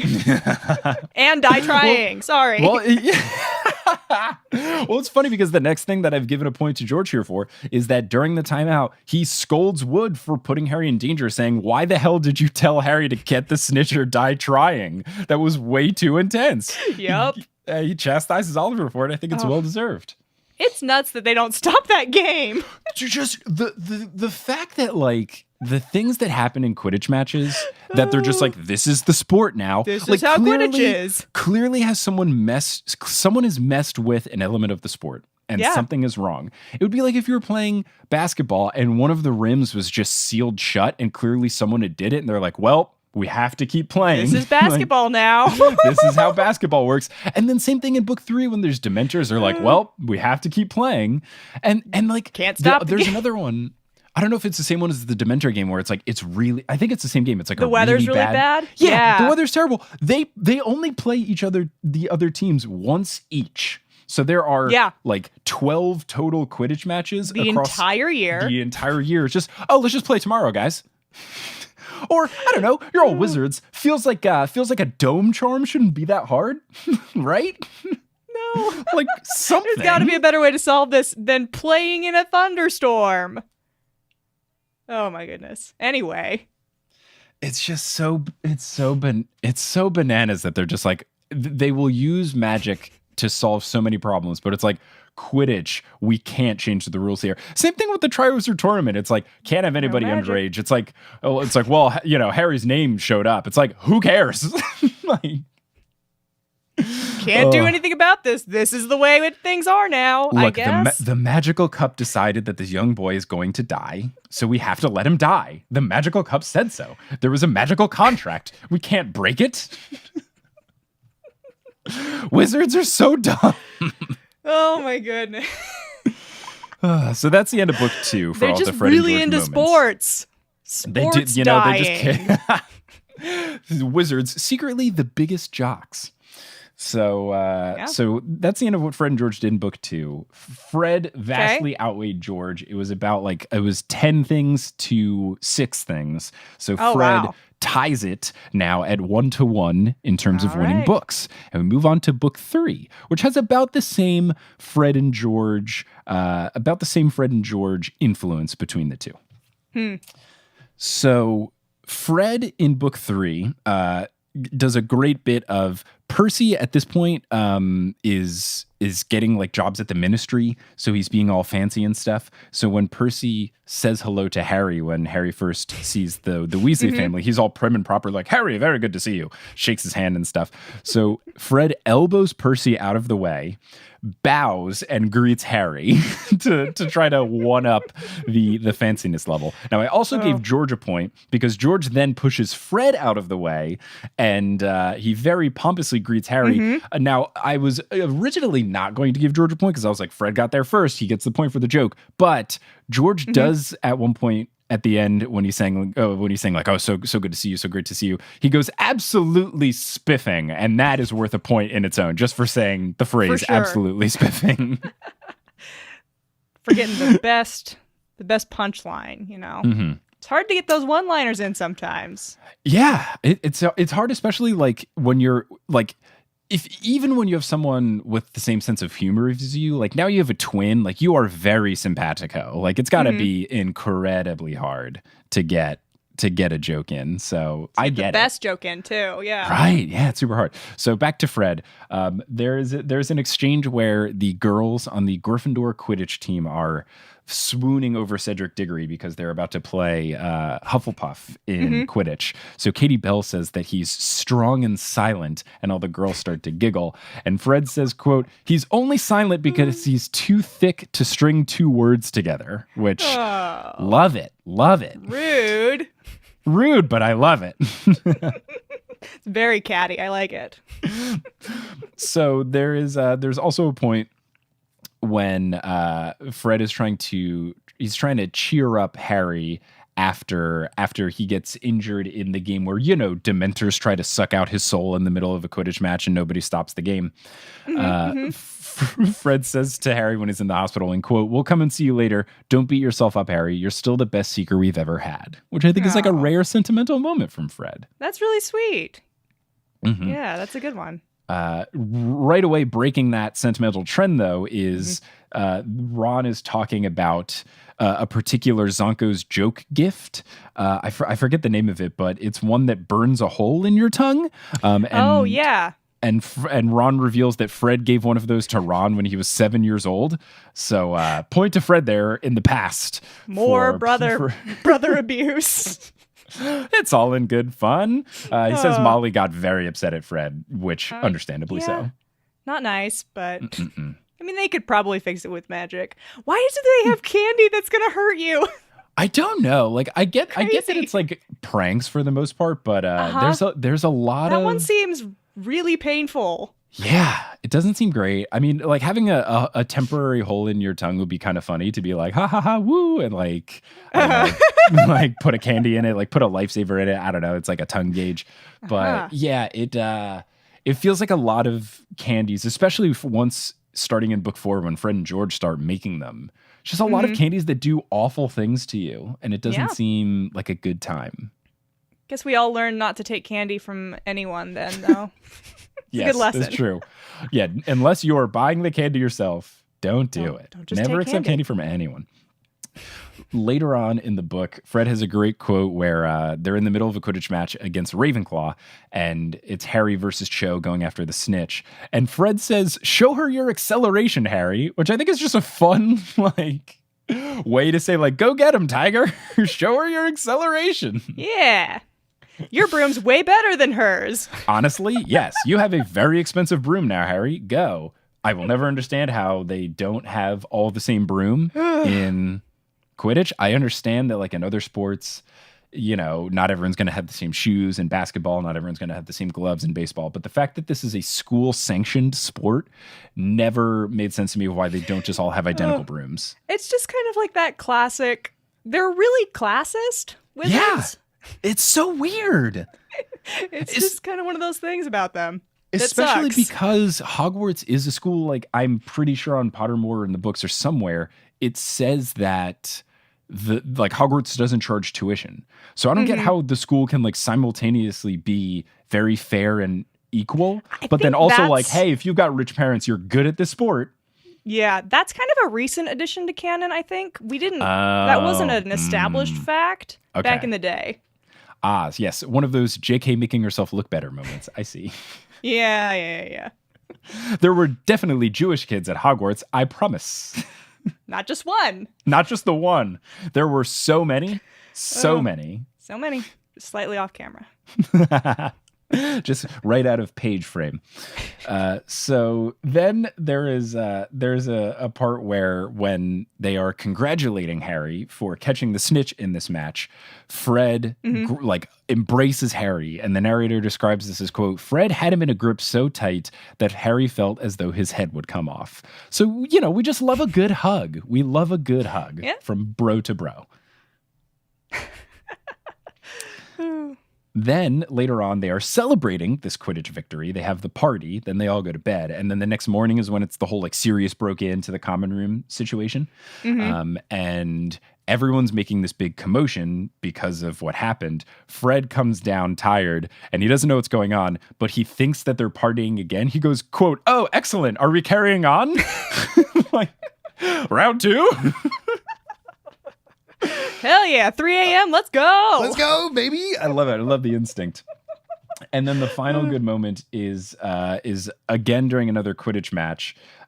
We have something where Marcus Flint, after one of the girls, I think Katie Bell, after she scores a quaffle goal, she's flying back celebrating, and Marcus Flint just like crashes into her flying wise, and Fred sees this and gets very upset, and he just throws and the narrator says chucked, which I think is very good. He chucks his beaters club at the back of Marcus Flint's head, which causes his head to fly forward and smash on his broom, making his nose bleed.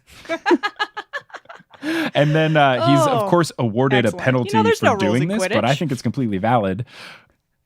Nah, nothing matters. But he does get a penalty for this. You need that back, though.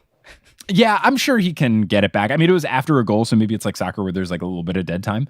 But then when he gets called for a foul, he turns to Hooch and he says, "Come off it, miss," which I love any use of "come off it." So that sealed the point for this Fred moment for me. So that was all of the Fred book 3 moments. We now move on to George in book 3. So we've already talked about him saying absolutely spiffing, which is very important, and we've noted the point that he's earned for that. But the next thing is early on in the book, there's a point where Percy comes down and is talking to everyone, and then he leaves to go back up to his room, and he lets out a huge sigh of relief when Percy leaves, which I think is really fun. Oh man, just not even he doesn't even need to be abusing Percy to Percy. Just Just a big exasperated sigh, and it's just great. So how are we related to this?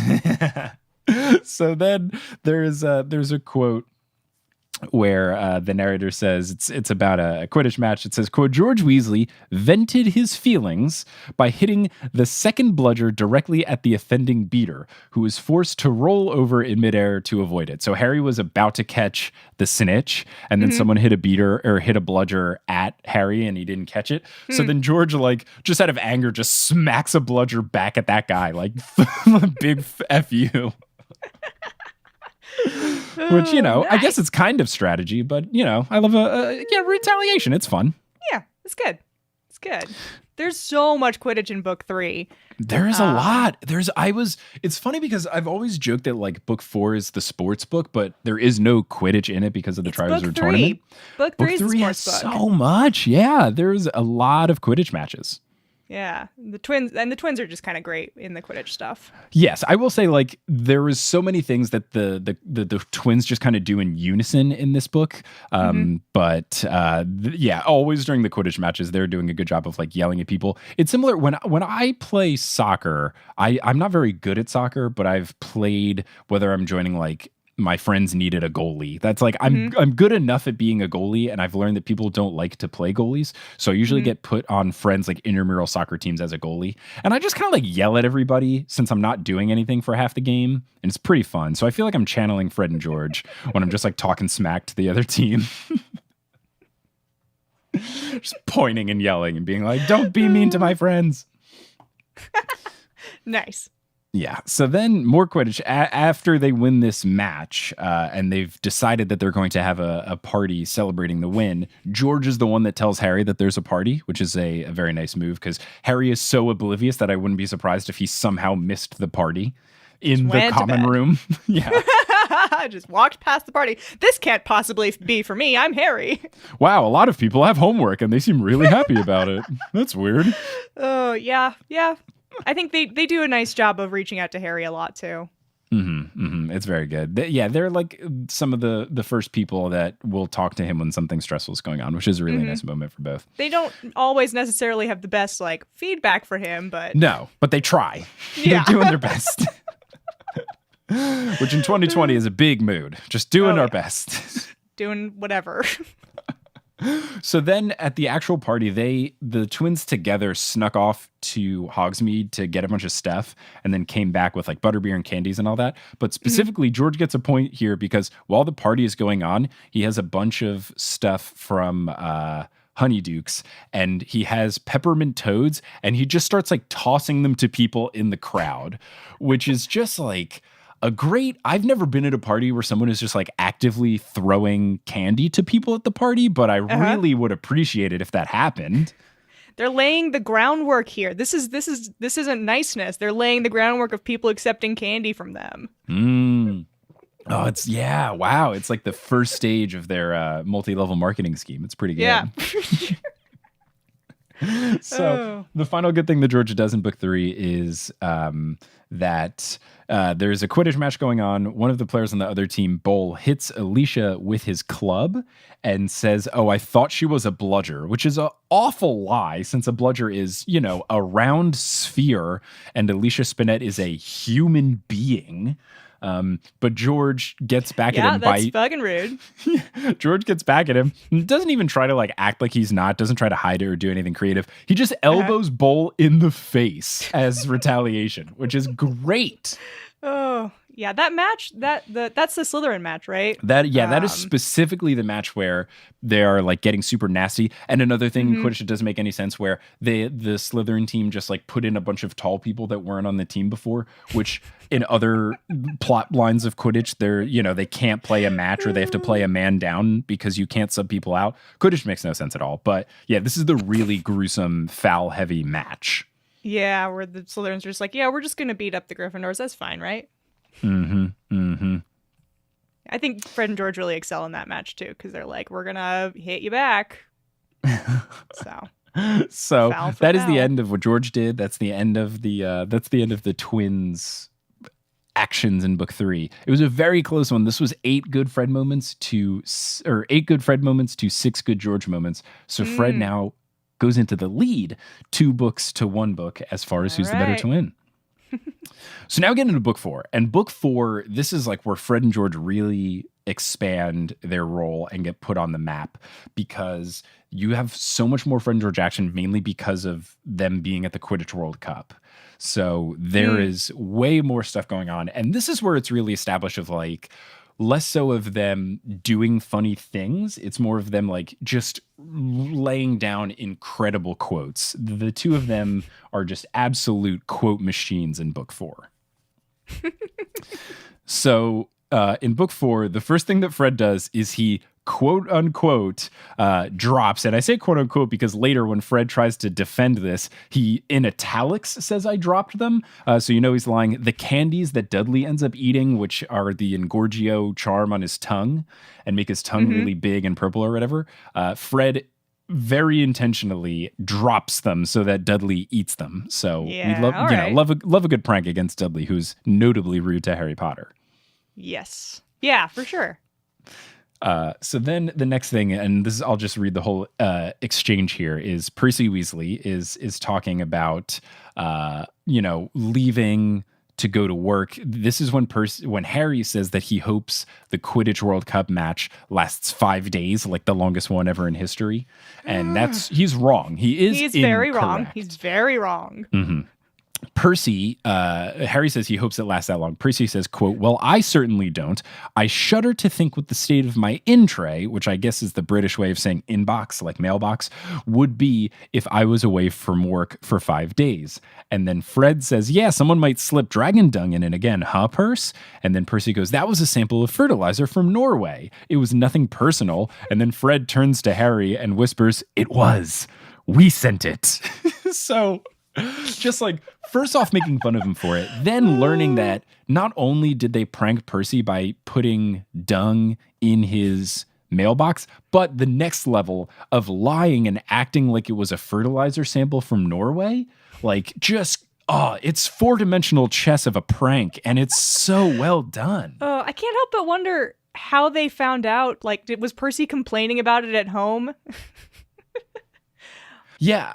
I guess what I can only assume, this is just my headcanon now, is that they did this prank, and when they wrote it, they made it very fancy, there was this very important Norwegian fertilizer sample, knowing that Percy would brag about it at lunch or dinner or whenever they were, together with their family, and then they all get to laugh of we put shit in this guy's mailbox and he thinks it's cool. Not only did we trick him by putting stuff in his mailbox, we've also tricked him into thinking it was a good thing. Oh, Percy is just such a target for that kind of stuff too. Oh, He's excellent. just the problem, and like this is the difference between him and Ginny is like Ginny responds to Fred and George's bullying well by like bullying them back. Ron doesn't respond well because he just like kind of pouts. But Percy is like the ultimate, like exactly what they were looking for, the exact reaction. Like he gets mad and acts like high and mighty and all of this stuff. Like he is 1,000% feeding into. He's just like Percy's the guy who like stays up until 4 a.m. replying to every YouTube comment about his vlog, like being like, no, it's actually very cool what I said here. Oh, well, that's quite an energy. Oh no. Oh man. So we continue this trend of Fred making fun of Percy when they're talking about Percy's boss, Mr. Crouch, and Percy's bragging about him. He says, Mr. Crouch, he speaks over 200 languages, Mermish and Gobbledygook and Troll. And then Fred goes, anyone can speak Troll, Fred says dismissively. All you have to do is point and grunt. Just pretty good. Probably There's also, yeah, I mean, I would think. There's also a line later on when there's the classic moment of Crouch messing up Percy's name, calling him Weatherby instead of Weasley. So that happens earlier on. And then later on in the book, Percy says something that annoys Fred. And then Fred goes, oh, shut up, Weatherby, which is just fantastic. Oh, very good. Then we have a rare sentimental moment from Fred when the Death Eaters come in and they're in the forest and everything's scary and stuff. Fred takes Ginny by the hand when she gets really scared. So I think this is a nice, older brother loving moment from Fred. Yeah. The next thing is when they are talking about going back to school, it's revealed that Mad-Eye Moody is going to be the Defense Against the Dark Arts professor. And Fred and George are very confused because they've heard things about Mad-Eye Moody and not necessarily the best of things. And when they voice these concerns, Molly says, quote, your father thinks very highly of Mad-Eye Moody. And then Fred goes, yeah, well, Dad collects plugs, doesn't he? And then Molly leaves the room and he turns to Harry and goes, birds of a feather. So great. I mean, their dad's not wrong. Moody's great, but but Fred Fred's is also not wrong here. Dad's a weirdo. Just a bit. So then Charlie is trying to defend Mad-Eye Moody in the same situation. He goes, he's an old friend of Dumbledore's, isn't he? And then Fred says, Dumbledore's not what you would call normal, though, is he? I mean, I know he's a genius and everything. Yes, correct. Then there is a point when before they are going back to school, Fred is writing something on a parchment paper and Molly tries to ask what he's doing. And Fred says, none of your business.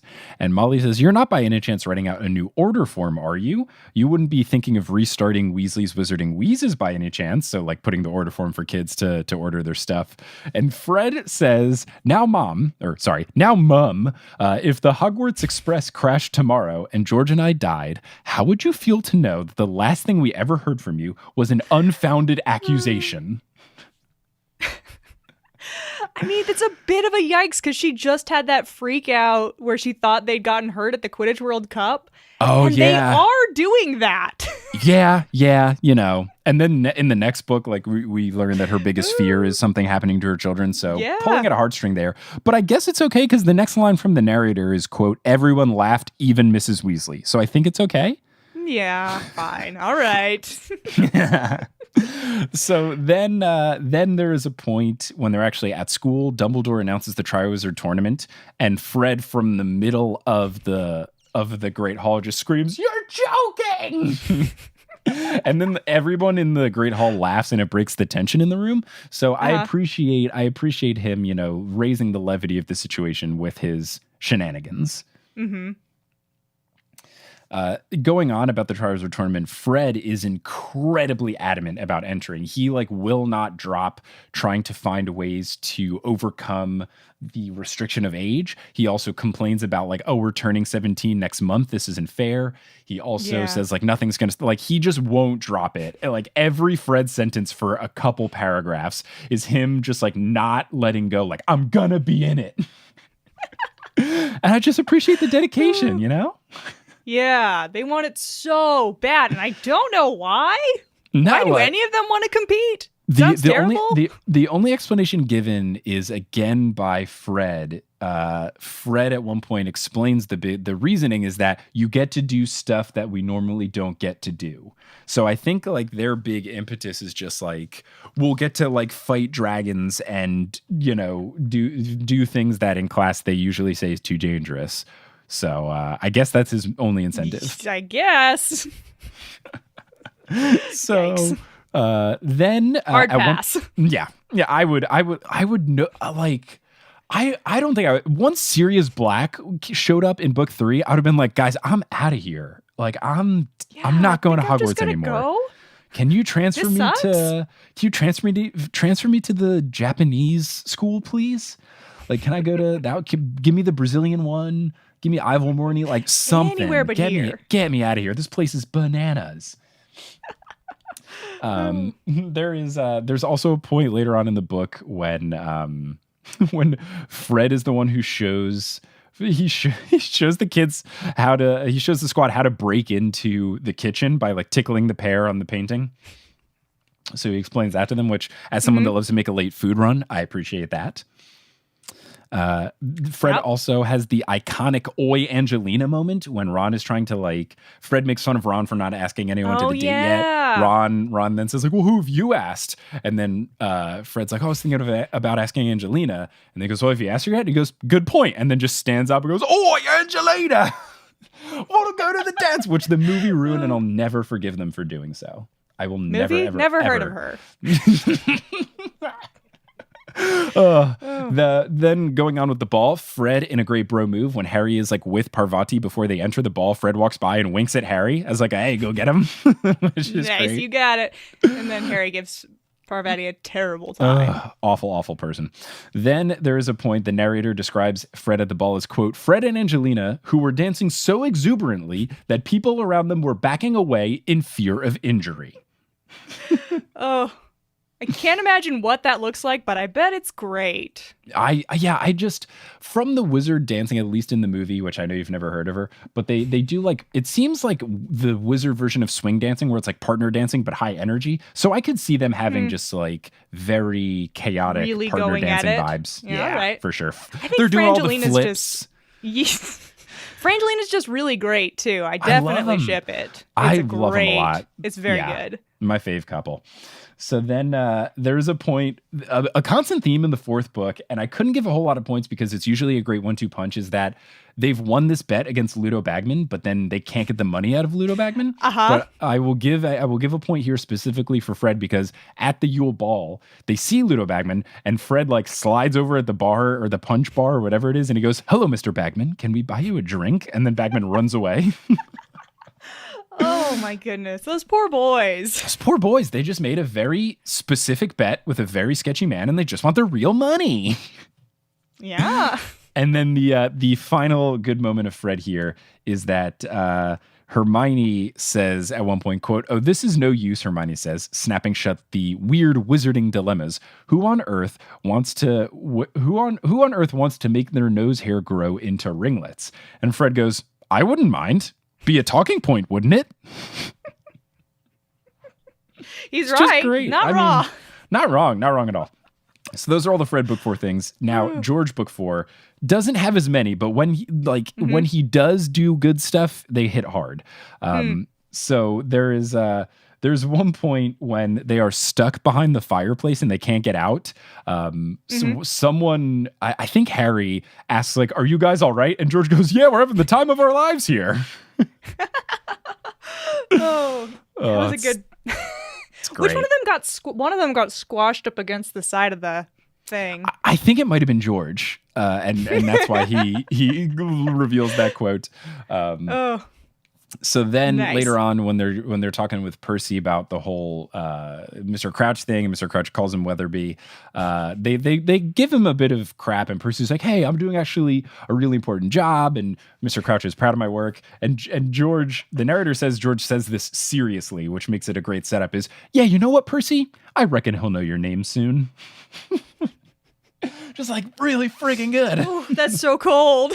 It's so cold, man. It's so cold. A burn so cold, it was measured in Kelvin. So then there's a point when I love this moment because Fred is so mad when this happens, but George isn't. When they call out Harry's name for the Triwizard Tournament, most people are very upset, except for George, because George says, quote, "How did you do it without getting a beard? Brilliant." Because they tried to go in, they got the beards. I love that. Yeah, everyone's pissed, and George is like, "Fuck yeah, dude." You did it. George also is the leading person in the whole side plot of them writing a letter to blackmail Ludo Bagman into eventually getting their money from the bet. He like actually writes the letter. He goes up to the owlry to send it off. Like he really leads that charge, which is the most effective of their anti-Ludo Bagman actions. So I appreciate George's work here. Right. And there is a point also later on when Harry is trying to figure out the golden egg, and he opens it and it's a huge shriek. And they did it with a bunch of people in the common room. So everyone's trying to like guess what the shrieking was. And Neville's like, "Oh no, maybe someone's like giving the Cruciatus curse." And George says, quote, "Don't be a prat, Neville." George says, quote, "Don't be a prat, Neville. That's illegal. They wouldn't use the Cruciatus curse on the champions." I thought it sounded a bit like Percy singing. Maybe you've got to attack him while he's in the shower, Harry. Oh man. Oh, really stuff. Undercutting Neville's little poor Neville. Yeah, not a great look, since Neville, like we later learn, has not the best relationship. Yeah. Fred and George, they do a good job of trying to bring levity in the situation, but they always miss trauma as something to avoid. Yeah. So oh well. Moving on, just not a quote here, but George just hits Ron in the head with a snowball at one point when they're playing outside. Like it's winter break, they're having a conversation at one point, just like Ron got hit in the face with a snowball from George. Oh man, you love to see it. Oh yeah. And then George, when there's a point when Fred, George, and the squad just like all shoot spells at Crabbe, Goyle, and Malfoy at one point, like all at the same time. It's just this big cacophony of spells. And after it happens, those three are just wrecked. And the narrator goes on to say, "Odd," said George lightly. "I used jelly legs. Looks as though those two shouldn't have been mixed. He seems to have sprouted little tentacles all over his face. Well, let's not leave them there. They don't add much to the decor." And then they hide the bodies from the room in which they mixed all the spells together. Was that on the train at the end? I don't know, because I just controlled F. I just controlled F in the book, and I think that's on the train at the end. Like they've had this really hard year, and they're just like chilling in the train. And Malfoy's like, "I'm here to ruin your day one last time." That's probably the best Malfoy voice I've ever heard. Just like, like right off. So then, had a lot of practice. Thank you. So then Fred and George are talking about the whole Ludo Bagman situation to Harry, and they explain to him what happened with like the gold and all of that, because they at no point really let them know why they were so obsessed with him throughout the year. And when they tell this to him, Harry goes, "Bagman, are you saying he was involved in?" And George interjects and goes, "Nah, nothing like that. Stupid git. He wouldn't have the brains." Which I appreciate the insult. And I also appreciate it as someone that fell so head over heels for the Bagman red herring situation. The Bagman. I had to award a point to George here. So this one, you felt a little personally. It would be in bad character if I didn't make fun of myself as well when we're talking about people making good insults here. And I was very convinced that Ludo Bagman was a bad guy in the fourth book, and I was super duper wrong. I can't claim not to have maybe been fooled when I was 9. I have no memories of that. But I was like 26, so not a great look. It's there. It's there. It's crafty work. So Fred just demolished George in this book. So Fred comes out to a 3-1 lead as we move on into book 5. It's just not fair. George didn't get a date that we know of to the Yule Ball. No, it could have had more of an opportunity. Yeah. So book 5, Fred at one point, very early on, they're doing the whole extendable ears situation, which is a very fun moment from the twins. And Molly's like yelling at them and telling them to be quiet, like Ginny's asleep. And Fred goes, asleep? Yeah, right. If Ginny's not lying awake waiting for Hermione to tell her everything that they just said downstairs, then I'm a flobber worm. Yep. Oh man, Fred and George in book 5. I mean, they're trying so hard to protect all those kids, but they are of age. Mm-hmm. It's kind of, I don't know. Yeah, they eventually make the claim of being of age, which is nice, and they get into the big kids table. But like, I also kind of side with Molly. I don't know that Fred and George being in those conversations would be productive. Like, they'd be trying to figure out how to save the world and stop Voldemort, and they'd just be like, haha, you said fart, like. More like fart, Demort. What? Yeah, like, right? Nothing. I see both parties' arguments here. So then there's a point when Molly is yelling at Sirius and some of the other Order members for putting the kids in danger and all of that. And Fred turns to the rest of the kids and goes, I love hearing Mom shout at someone else. Really good.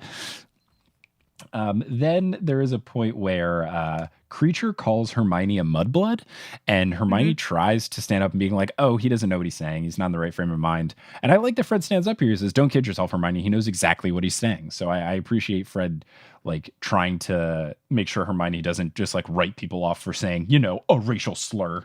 Yeah, that is a really good moment. The rare moments from Fred is really nice. Yeah, every once in a while they're like really like heartfelt and sweet, and I think that offsets how silly they usually are really well. Yes, and of course, to ruin this momentum, the next thing from Fred is one of his failed attempts to like cheer Harry up, but it makes him more sad, is when Ron becomes prefect and Harry doesn't. Fred goes, yeah, basically they arrive at Harry's caused too much trouble, so that's why he's not a prefect. Fred goes, yeah, you've caused too much trouble, mate. Well, at least one of you's got their priorities right, and slaps Harry on the back and as like, good job. Yeah, that wasn't quite what Harry needed to hear. Harry is so fragile. That part of the book. He really is. Probably not the best decision by Fred here, but he does shoot Ron a scathing look. The best combo of this is that Fred and George try to cheer Harry up. They don't do so effectively, but they try. But they also are just so pissed at Ron for being a prefect. Like, they're so disappointed that he's been awarded, what is supposed to be a very good thing to receive. Yeah. Oh, poor Ron. Poor Ron. Then at one point, Fred vouches for Harry to Mundungus because Mundungus is like giving them something that he smuggled in. And Fred, Mundungus wants Harry to get out of there. And Fred goes, no, it's okay. He's our financial backer. Since he gave him the winnings from the Triwizard Tournament. I just think it's great. Like Fred getting him into the conversation. Being like, no, this guy's with us. You might as well see what we're buying with that money you gave us. It's illegal stuff. What a great influence. So there's one point where they're talking about OWLs to Fred and George, and someone tries to like make fun of them for not getting high marks, and then Fred goes, yeah, but we feel our future lies outside the world of academic achievement.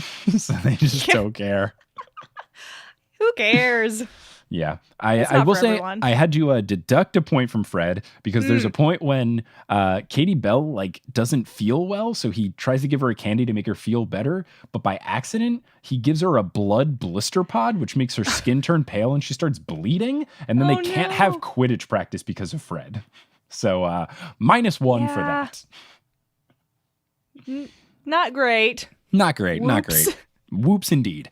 Then there is a point where they're having the first like Dumbledore's army meeting when Harry's like actually getting them all together, and they meet up in Hogsmeade at the Hogshead, and Fred just walks up to the bartender and counts how many people are there, and he goes, 25 butterbeers, please. And then once the bartender starts making them, he turns around and he goes, okay, everybody cough up your money. I'm not made of galleons. So like it looks like he's gonna buy everyone a beer, and then he's like, all right, everybody. Yeah, he's like, I will do the good deed of making sure everyone gets a beer. Space. Now paying. Yeah. Yeah. It's up to you, dummies. So great. I also appreciate that he is basically the John Hancock of Dumbledore's army. He is the first to sign his name on the contract, which is cool. That is cool. Does George sign right after him, or George does sign it after, but Fred got there first. So he wins. He does. Point.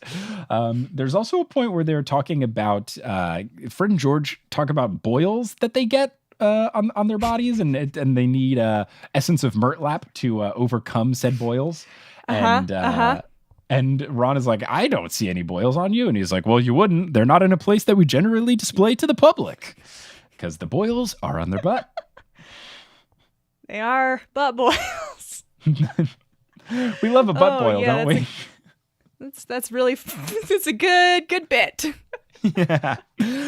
Later on, when they're trying to come up with the actual name for Dumbledore's army, Fred's suggestion for the name is what about the Ministry of Magic or Morons group, which is a great name suggestion. Just a different second place, if you will. Pretty good. Yeah, I think Ginny did win that one hands down, though. Then she really did. I'm really proud of Ginny here. I also love that Ginny's name here was it was a double win because Cho Chang suggested the DA name, but it was the Defense Alliance, which was dumb. Yeah. And then she's like, I'm also going to one up this person I don't like who's dating my boyfriend or my want to be boyfriend. And I'm going to turn her name and use it against her. It's perfect. I love Ginny so much. Then, later on, Zacharias Smith comes up to one of the Dumbledore's army meetings, and they're just doing more of the same. They're not learning anything new. And Zacharias is like super pissed. He's like, we're not learning anything new. If I'd have known that, I wouldn't have come. And then Fred goes, we're all really sorry Harry didn't tell you. Zach is such a stick in the mud. He's so funny. I think they play him against the twins pretty well, I think. Yeah, he's like the anti-twin. Like he's like a less nerdy Percy, and it's good. Because I like that he exists as a way to make fun of him. Mm-hmm. Yeah, he just kind of sucks. I like Zach there is also a point when Harry gets a bunch of letters from an owl, when it's mail time, and what's her face? Umbridge comes in and she goes, why have you gotten all these letters, Mr. Potter? And then Fred, it says, is that a crime now? Fred said loudly, getting mail? Soon it will be. Pretty much. I love that he takes an anti-Umbridge stance. It's very good. So then, let's see. Then they do the thing where they turn a part of the school into a swamp. And Umbridge asks Fred, so you think it's amusing to turn a school corridor into a swamp, do you? And Fred goes, pretty amusing. Yeah. Yeah, it's pretty funny. It's a good joke, Umbridge. Thank you for noticing it. The Fred and George Memorial Swamp. Then Fred just ends it with two truly iconic quotes, which will go down in history. When they are leaving, in their dramatic firework fashion, he says to George, I think we've outgrown full-time education, which is, I think, one of my favorite quotes. Everyone should use it as your yearbook quote when you graduate high school or college. It's the best. If I had read the Harry Potter books and my high school asked for quotes, my high school did not. If they did, I totally would have done this, but alas. Yeah. I had to wait. And then the last quote he says, as they are leaving, turns to Peeve and says, give her hell from us, Peeves. And then they leave. Just a back-to-back 1-2 punch of incredible stuff. Yeah, that's one of the most memorable Fred and George moments for sure. Yeah, it's really solid. So that's everything that Fred has done. We move on to George. George, again, it's not as many things, but when he does stuff, they're very good. First thing George does is when they're talking about Bill and Fleur being a bit of a thing, George says, remember old Fleur Delacour? She's got a job at Gringotts too. And then they spell it in a way where it's making fun of her French. Goes, improve our English. Which I think that's really kind of heavy air quotes too. Oh yeah. Improve our English. Make out with our brother.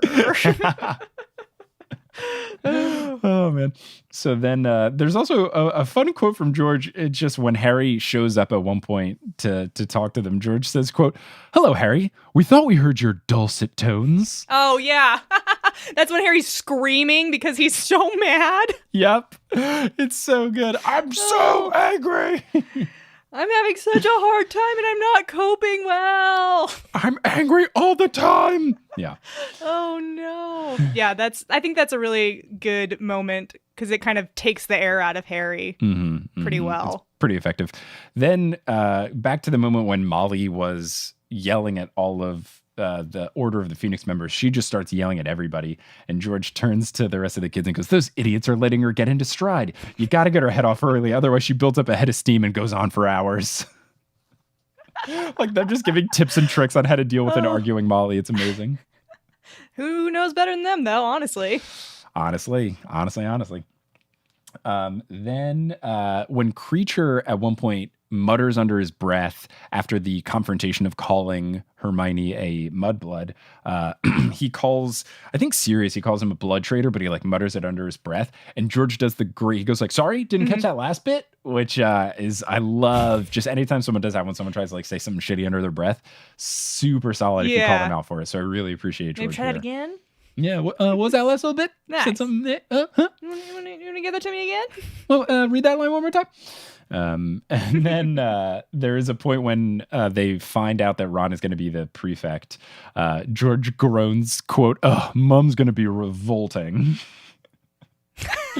She's going to be so proud of our brother. I hate it. Gross. Our mom likes us. Gross. Then there's at one point when they're in school, Ron tries to stop Fred and George from doing something since he's a prefect. And George turns to Fred and he goes, "Ugh, looks like our law-breaking days are finally over." It's just... Ron. He doesn't really... I think that's when he gives up on trying anything against them, too. Yeah, that's the final straw. And he's like, I'm not going to win this. I'm just over here. Then he leads the charge against Malfoy in the Quidditch fight when there's the whole brawl that goes down that gets like so intense that Quidditch gets canceled. Yeah. When Malfoy's being like the worst and makes fun of, dead parents and stuff. Super chill, cool Malfoy stuff. He pulls out his two sick burns. Your mom's dead. Yep. Classic 1-2 sick burns, Malfoy. Thanks, Malfoy. You're such a great bully. You're very creative. But yeah, George is the one who breaks free. Harry was holding him back. George breaks free and punches Malfoy in the face. So yeah, George. That's very good. That's what you got to do. We punch Nazis. It's how we roll. And then there's a point where Zacharias Smith is Zacharias Smith is being Zacharias Smith, and he like just I think he like asks Harry what he said, or he like doesn't understand, and George says, quote, would you like us to clean out your ears for you?" inquired George, pulling out a long and lethal looking metal instrument from inside one of the Zonko's bags. What are they buying at Zonko's? I don't know, man. I have no idea. Oh no. It's stressful. And then the last George thing I have is that very sentimental. It's multiple points. It happens like throughout the this whole situation, is that George is pretty much the only one who is really asking about Arthur when he's, attacked by a giant snake. George repeatedly like asks if Dad's okay. He asks what happened. When they get to Arthur, he asks if he's okay. Like he continually shows the like concern for Arthur. So I think this is like really where he cements himself as like the more compassionate twin. And there's like 4 separate instances where he's like making sure his dad is okay, which I think is really nice. But that's pretty much it for book 5. And I mean, this isn't something I ever remember picking up on, and I think it's really cool. Like deconstructing the books this way, it's really let you pull out this characterization of George that I never would have guessed. Yeah, the power of Control F. It's so strong. So yeah, that's the more compassionate twin. That's really interesting. At least by my yeah. So by my biased standards here, Fred has won book 5 because he was funnier. So, like he just had more instances. But it was very close. So he goes up to 4-1. Now we're going into the last books here, and we're rounding this out. It's going to go very quickly because in book 6 they're in it a lot less. And basically throughout all of book 6, there are some really great quotes and moments from both of them. But what happens is almost everything is a Fred and George moment or a Fred and then right immediately George moment. So book 6 is just a wash. And then for book 7, Fred dies and George doesn't. And I'm going by the rules of the Pod Racer game, which I was just playing on my wife's old PS2 because we're at her parents' house for a couple weeks, and we busted out the old PS2, busted out the pod racing game. And if your car or your pod racer breaks in the middle of the race, you do lose. So the fact that Fred dies in book 7, like he doesn't finish the book. So I'm gonna have to give the win to George, like and throw out all other metrics. But like if you don't survive the book, I'm sorry, but you can't win the book. So I've decided that George wins this one, but at these final totals, that will bring it to 4-2 in favor of Fred. So by this very rigorous and official system I've put together, Fred is the better twin. And that's where we've arrived. How do you feel about this? Oh man, congratulations to Fred, I guess. Yeah, I guess for sure. You know, you may not be alive, but at least you have this pretend trophy from this silly podcast. I do really like in book 7 how Fred and George kind of because they do the wizard the radio show with Lee. Yes, right? Yeah, they do. I love that. They're like, we're going to contribute to the war by podcasting. It's really good. They're really early on in the motion, and I think it's great. They're innovators in the space, and it's wonderful. Well, excellent. It's nice to have the debate finally settled. The answer to the question no one's been asking. I'm glad we could do this, and I'm glad, Kim, that you could join on to make this happen. So, and everyone at Scum Villainy, I'm glad you could join on. Thanks to the folks at Scum Villainy for having us do this. This has been a fun thing. I'm glad we could help celebrate Harry's birthday and do it safely. And they've done a whole lot of cool stuff for the celebration. If you want to listen to more of my podcast, if you enjoyed this, it's very similar to this vein, where it's just a very unique approach to Harry Potter, I would say. If you just search for Potterless wherever you listen to podcasts or on social media, it'll show up. But Kim, if people want to find your stuff, where can they do so? Hell yeah. Thank you so much for having me on here, Mike. This has been a blast. And thanks to Scum and Villainy and everyone out there as well. I hope you've had as much fun as I have. You can find our podcast wherever pods are, I think. We're Fanatical Fix. You can also find us on social media, same handle. So. Cool. Awesome. Well, we'll round this out as I round out every episode of Potterless by saying the beloved catchphrase that, Fred and George said as they rode off their brooms and they left the premises. Wizard on.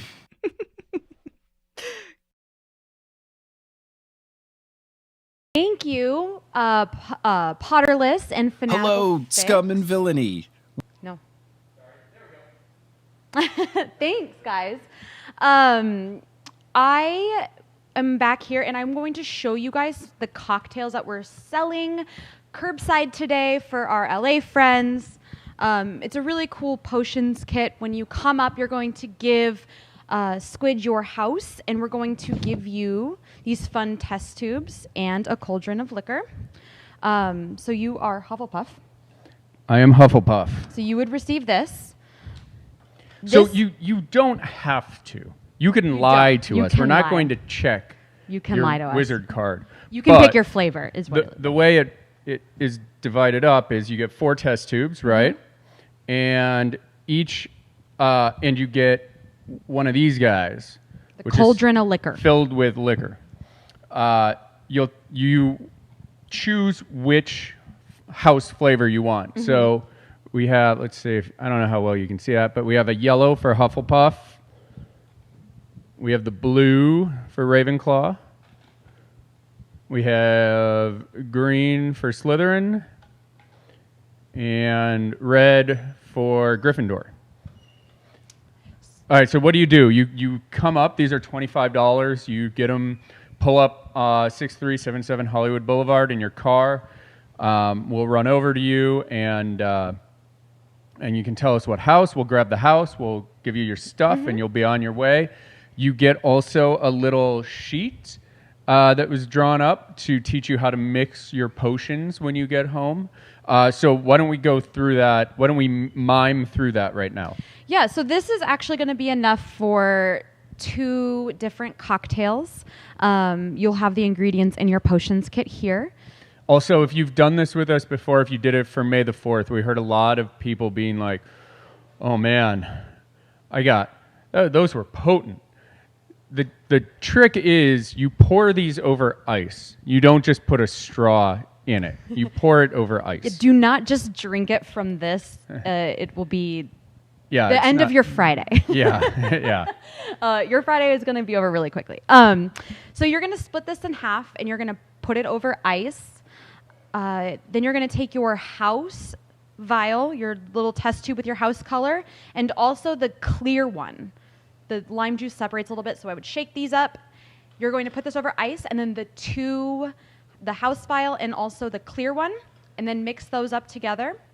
And then this other one is our... And you'll stir them, right? And stir them. You don't need a shaker. You don't need anything fancy. Yeah. If you have any sort of drinking vessel, some ice, and a spoon, even a fork, you are good. We've got you covered. We designed these. Yeah, we designed these for the home bartender. So the next one, if you do have vanilla ice cream, because it's Harry's birthday, little cake and ice cream action, I recommend putting it over a scoop of vanilla ice cream, making it boozy. If not, just do it over ice. This is going to be like a butterscotch caramel flavor. You're going to have these 2 caramel-colored test tubes. Which, one of them, if you're on the stream, you probably can't tell the difference. So there's one that's pretty transparent that you can. It's just got a little, beigey orange tint to it. Mm-hmm. What is this? It's our liquid gold. So it's going to have that beautiful gold sparkle we were talking about earlier, and it is butterscotch and vanilla. And then in the other test tube, we have a little bit of ginger beer, a little bit more butterscotch. And this one's a similar color. It's a little bit darker. Mm-hmm. Exactly. So that's going to be like a vanilla butterscotch flavor versus the fruity ones that will be your house color. In this is going to be white rum and pineapple. There should be a little bit left over in case you wanted to add a little bit more, make it less boozy, make it more boozy. It's completely up to you. And so just put it over. I would recommend like a pint glass or something that there's a lot of space, a lot of ice, and then mix it up. And you have your potion kit. All right. And you get to celebrate Harry Potter's birthday. Yeah. Start off your weekend right with Harry Potter drinks. And we're doing that at 2?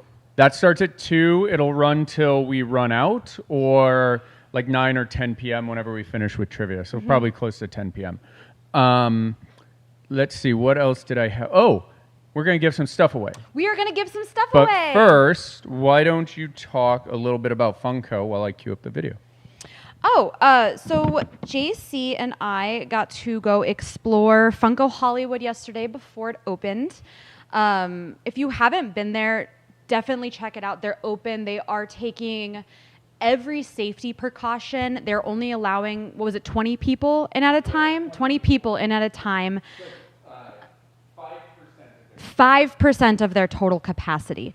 They have security guards going around making sure that everyone is following safety precautions. So it is very safe to be there. It's nice and air conditioning. And there are 16 different sets with all kinds of cool things that you can take selfies in front of. Oh, yeah, here we go. We're going to roll the video. One of the favorite places for the Scum and Villainy crew to go on our breaks is Funko Hollywood. They have over 40,000 square feet filled with different sets that transport you into the different worlds from your favorite nerdy fandoms. There's something familiar about this one. They have over 100 statues that are great for selfies, and the entire store has hidden crowns. I'm here in the Wizarding World set, sitting with my friends Hermione Granger, Harry Potter, and this ginger dream, Ronald Weasley. In this specific section of the store, there are over 100 Harry Potter Funko Pops and 30 Fantastic Beasts Funko Pops. Looking around here at the Harry Potter set, I'm seeing so many cool Loungefly bags. Not only can you be sorted into your house, but there's a lot of cool cosplay ones as well. And a lot of people don't know that Loungefly is actually owned by Funko. They're known for their cute backpack style, and they make it in a lot of different fandoms. Personally, I love this one, and I'm gonna take it home with me. Look at this guy right here. Now, I might be a Weasley fan, but when it comes to Fantastic Beasts, I love Newt Scamander. And what's not to like?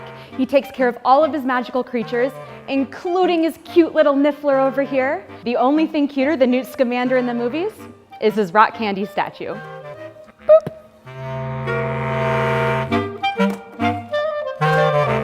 When you're hanging out in the Wizarding World set, make sure not to miss the moving portraits, the house banners, for the really keen eye, hidden crowns, and they have a Dobby just like us.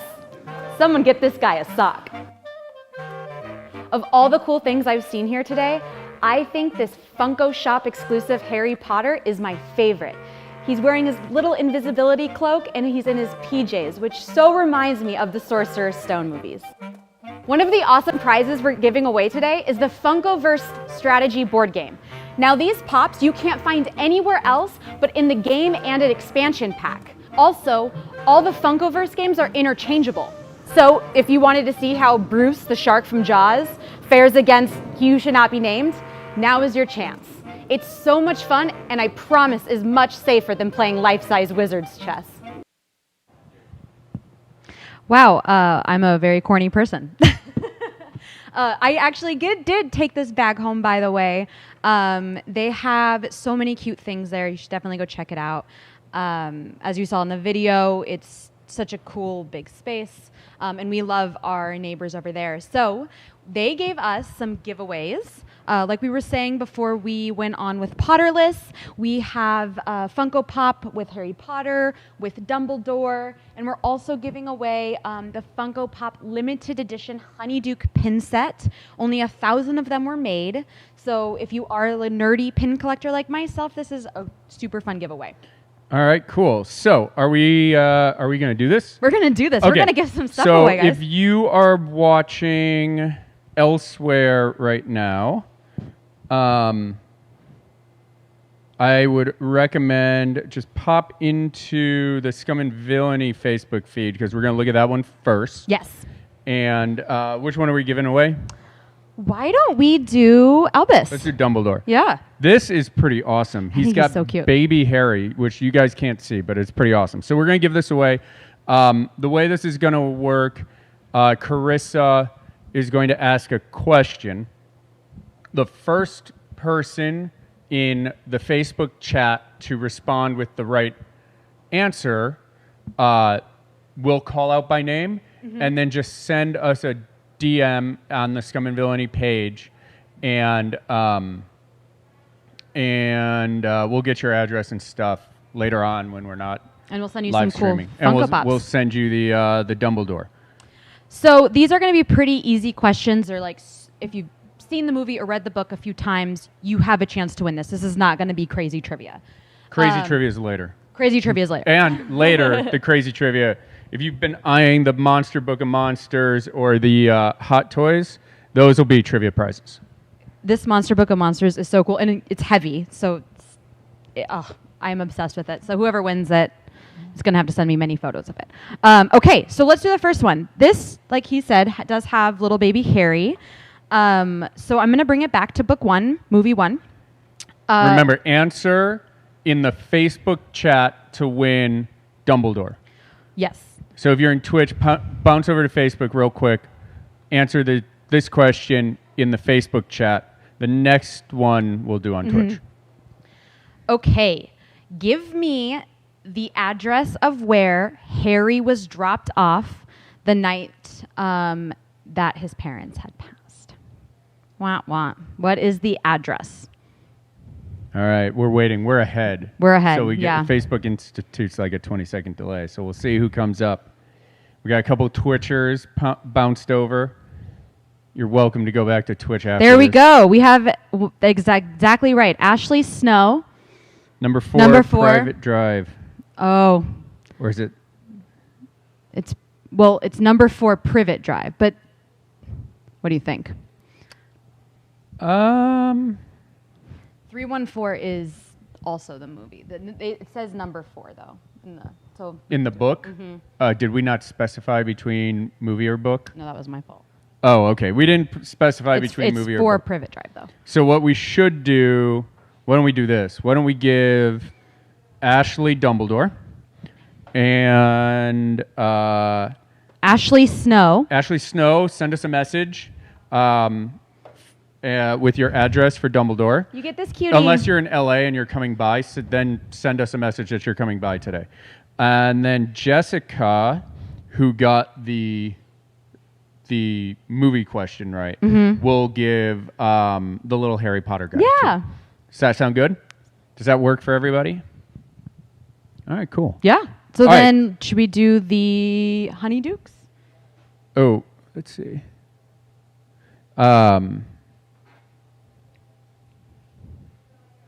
Yeah, let's do Honeydukes. Let's just give away a bunch of stuff right now. All right. Let's do Honeydukes. Okay. Okay. Why don't we do Honeydukes in Facebook? Okay. Right now, and then we'll do maybe we'll do the Funko game in Twitch. Yeah. How's that sound? Okay. Okay. So we are giving away the Honeydukes pin set. Like I said, it's a limited edition of 1,000. Again, a really easy question on our Facebook answer lightning round. How does Harry Potter get to Honeydukes in Prisoner of Azkaban? Again, here's our delay. awkward delay while we wait for answers. This is at Facebook. Facebook. Answer Honeydukes at Facebook.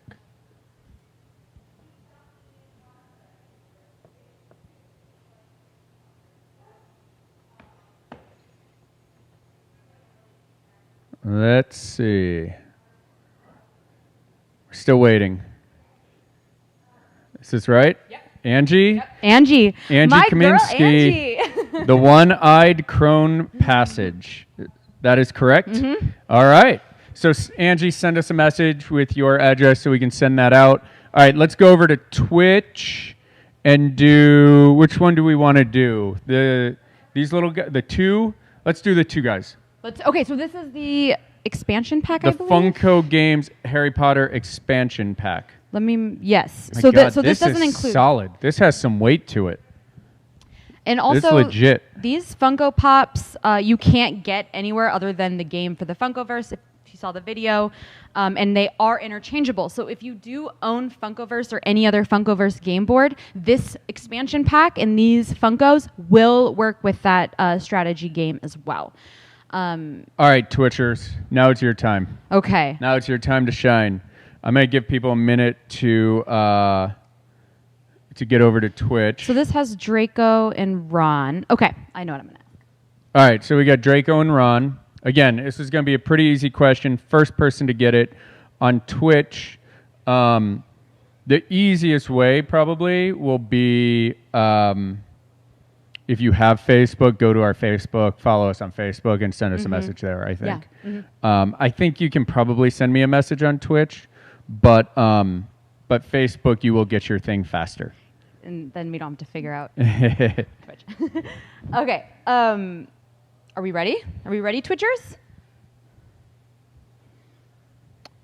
Yeah, let's do it. Let's do it. Okay, we have Harry and Ron. So, in Goblet of Fire, Draco and Ron. or Draco and Ron. Sorry, guys, my brain is running a little delayed as well. And specify book or movie. I believe it's both, but let's say movie. Ron's wand is a little bit broken, and he casts a spell on Draco that backfires. Oh no, this is not in Goblet. This is in Chamber of Secrets. He casts a spell on Draco, and it backfires. What was that spell? The exact words. He says 2 words. I'm looking for the 2 words. Looking for 2. I think we have people saying what happened. It is, yeah. Mm-hmm. It's super close. Yes. Skitta's 75. Skit's 75. Is that Skit? All right. I can't see anything. So All right. yeah, that's perfect. There it is. So we've got plugs, by the way. We've still got later on. We've got this really cool Harry Potter statue to give away. We have the other Funkoverse game, and stick around for real trivia at 8:30 tonight when we're going to be giving away the big boys, the Hot Toys, and the Monster Book of Monsters. All right, I'm going to go show off some sideshow stuff if you want to get a better view of some of these figures. And when we come back from sideshow, we're going to have Dan Fogler from Fantastic Beasts. So stick around. Check out what you can win later. They open it up. They break it down, the sideshow crew. And then we'll have Dan Fogler and his 4DX Experience podcast. So riff for me while I run over there. This is how we buy time. So we kind of showed you these earlier, but these they're amazing. It looks just like all of the actors in the movies. Sideshow, for those who aren't as familiar, did make the Baby Yoda that went pretty viral. That looked exactly like the show in the character in The Mandalorian. So we have Grindelwald. We have Newt Scamander, who's a little cutie. And then we also, again, have this replica of the Monster Book of Monsters. You need to stroke the side in order for it to open properly. So, all right, we're taking a look at Grindelwald right now.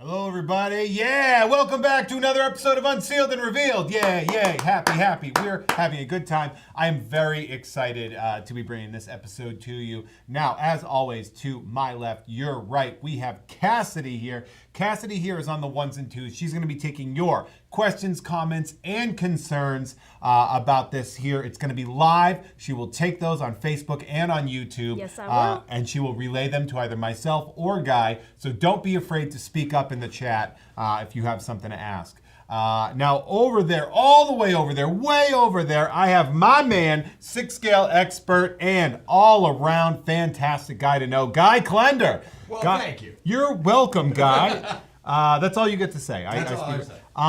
It looks to me like we have the Hot Toys 6-scale Gellert Grindelwald piece here that we're going to be opening up. Now this, we recently did the Newt Scamander piece. Yes. And I had said then that while I'm not a big Fantastic Beasts guy, that is one of my favorite pieces we've ever done.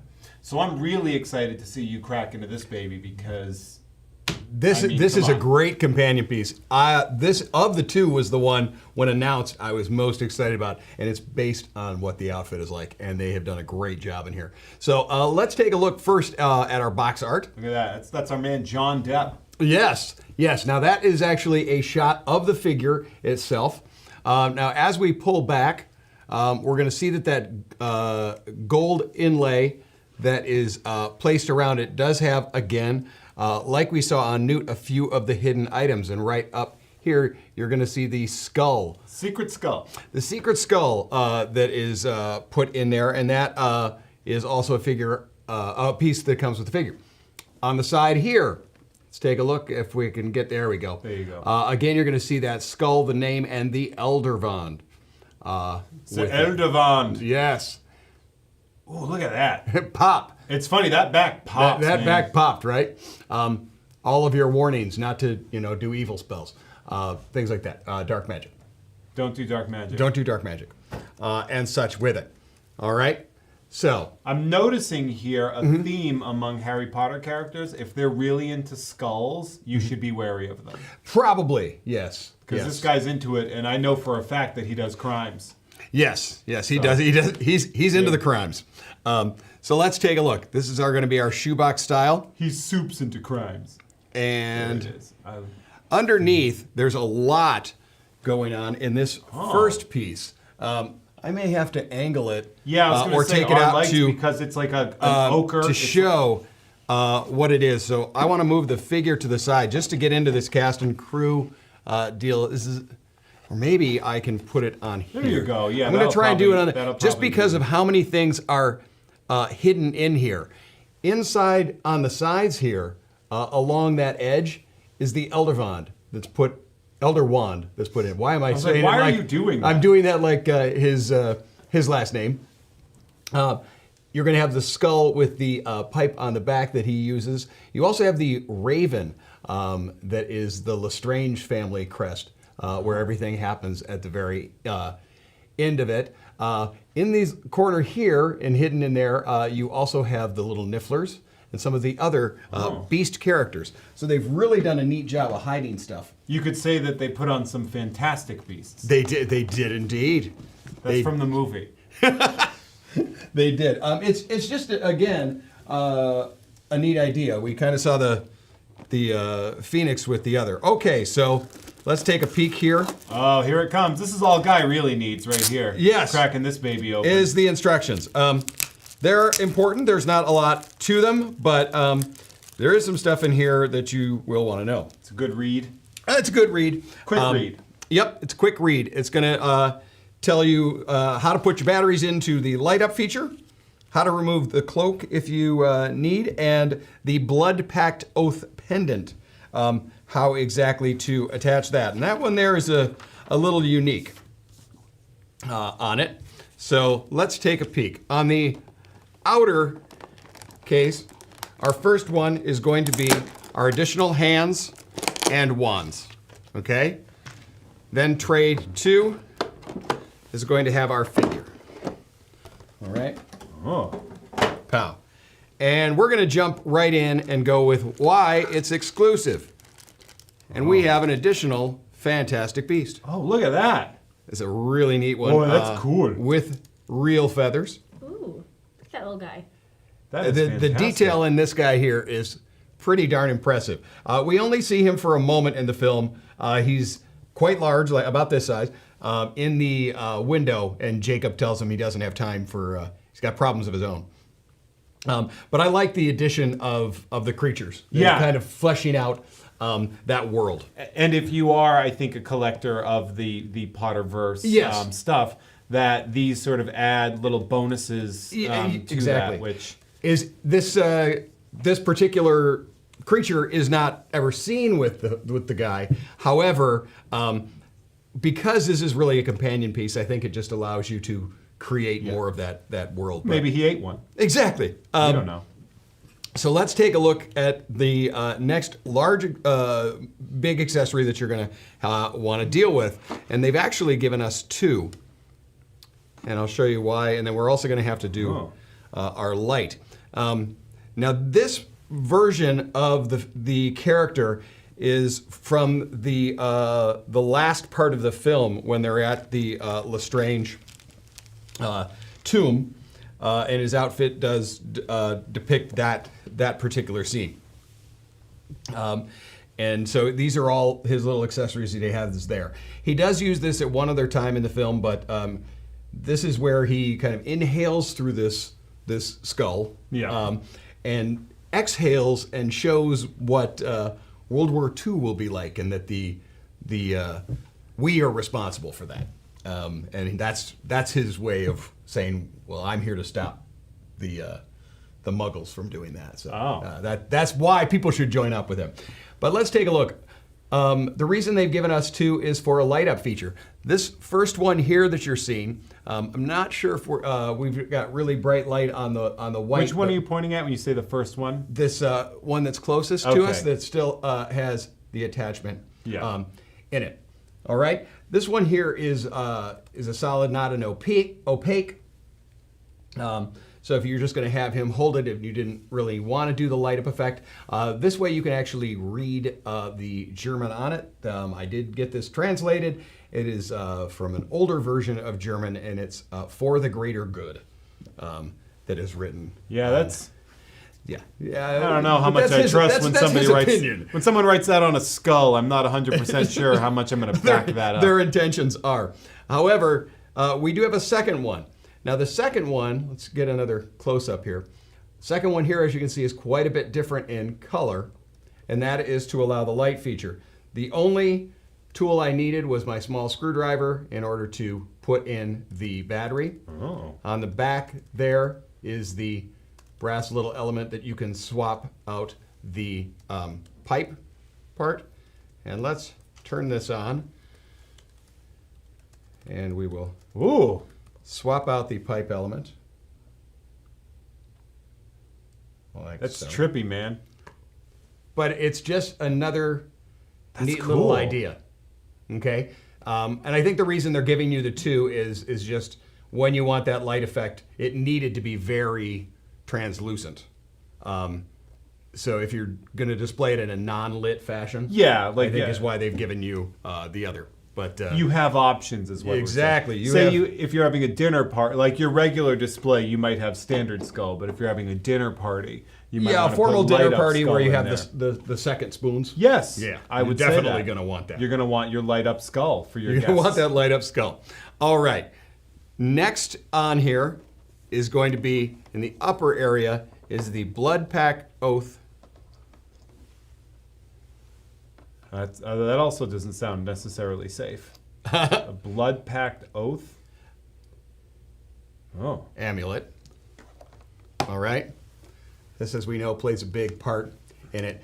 It's very, very tiny with a small silver thread on it. This is in the instructions about how to do it, and I'm going to show a little bit of that. It is one that you're going to want to be careful and take your time with to get it just how you need it. However, if you choose to do it as the final battle scene where that piece has been taken from him, you wouldn't have to worry about it. There it is. Depending on the pose you want to go with. But let's pull out the figure and take a look. One of the cool things about this too, and as we have been doing through Unsealed and Revealed, later on in this episode, we are going to be dropping a link. Well, Cassidy will be dropping a link in the chats, and you could win one of these babies. That's right, you could win your own Jonathan Depp as Gellert Grindelwald. Excuse me. Grindelwald. I can't. I mean, Right? It's a mouthful of words. It's a mouthful of words. Yeah. That's Grindelwald. Yes. Yes. And it is pretty gosh darn neat looking. I love the outfit. You always ask what I do for it. This one. Oh, I saw what you did on the internet. Yeah, you I saw me saw on you the post. internet. Yes, if you've seen any of my stuff in our Facebook group, it has been actual tight shots of the outfit, the actual outfit. And that's because I was so impressed and really wanted to have the opportunity to do the comparison. You broke into Warner Brothers. I liberated myself. You went into Warner Brothers and you actually saw this specific costume. Yes, this specific costume. And what's neat is this isn't behind glass. It's right there. My phone camera was 2 inches from the little amulet to take the photo. Really? Yes. It's a great place to. We should steal it.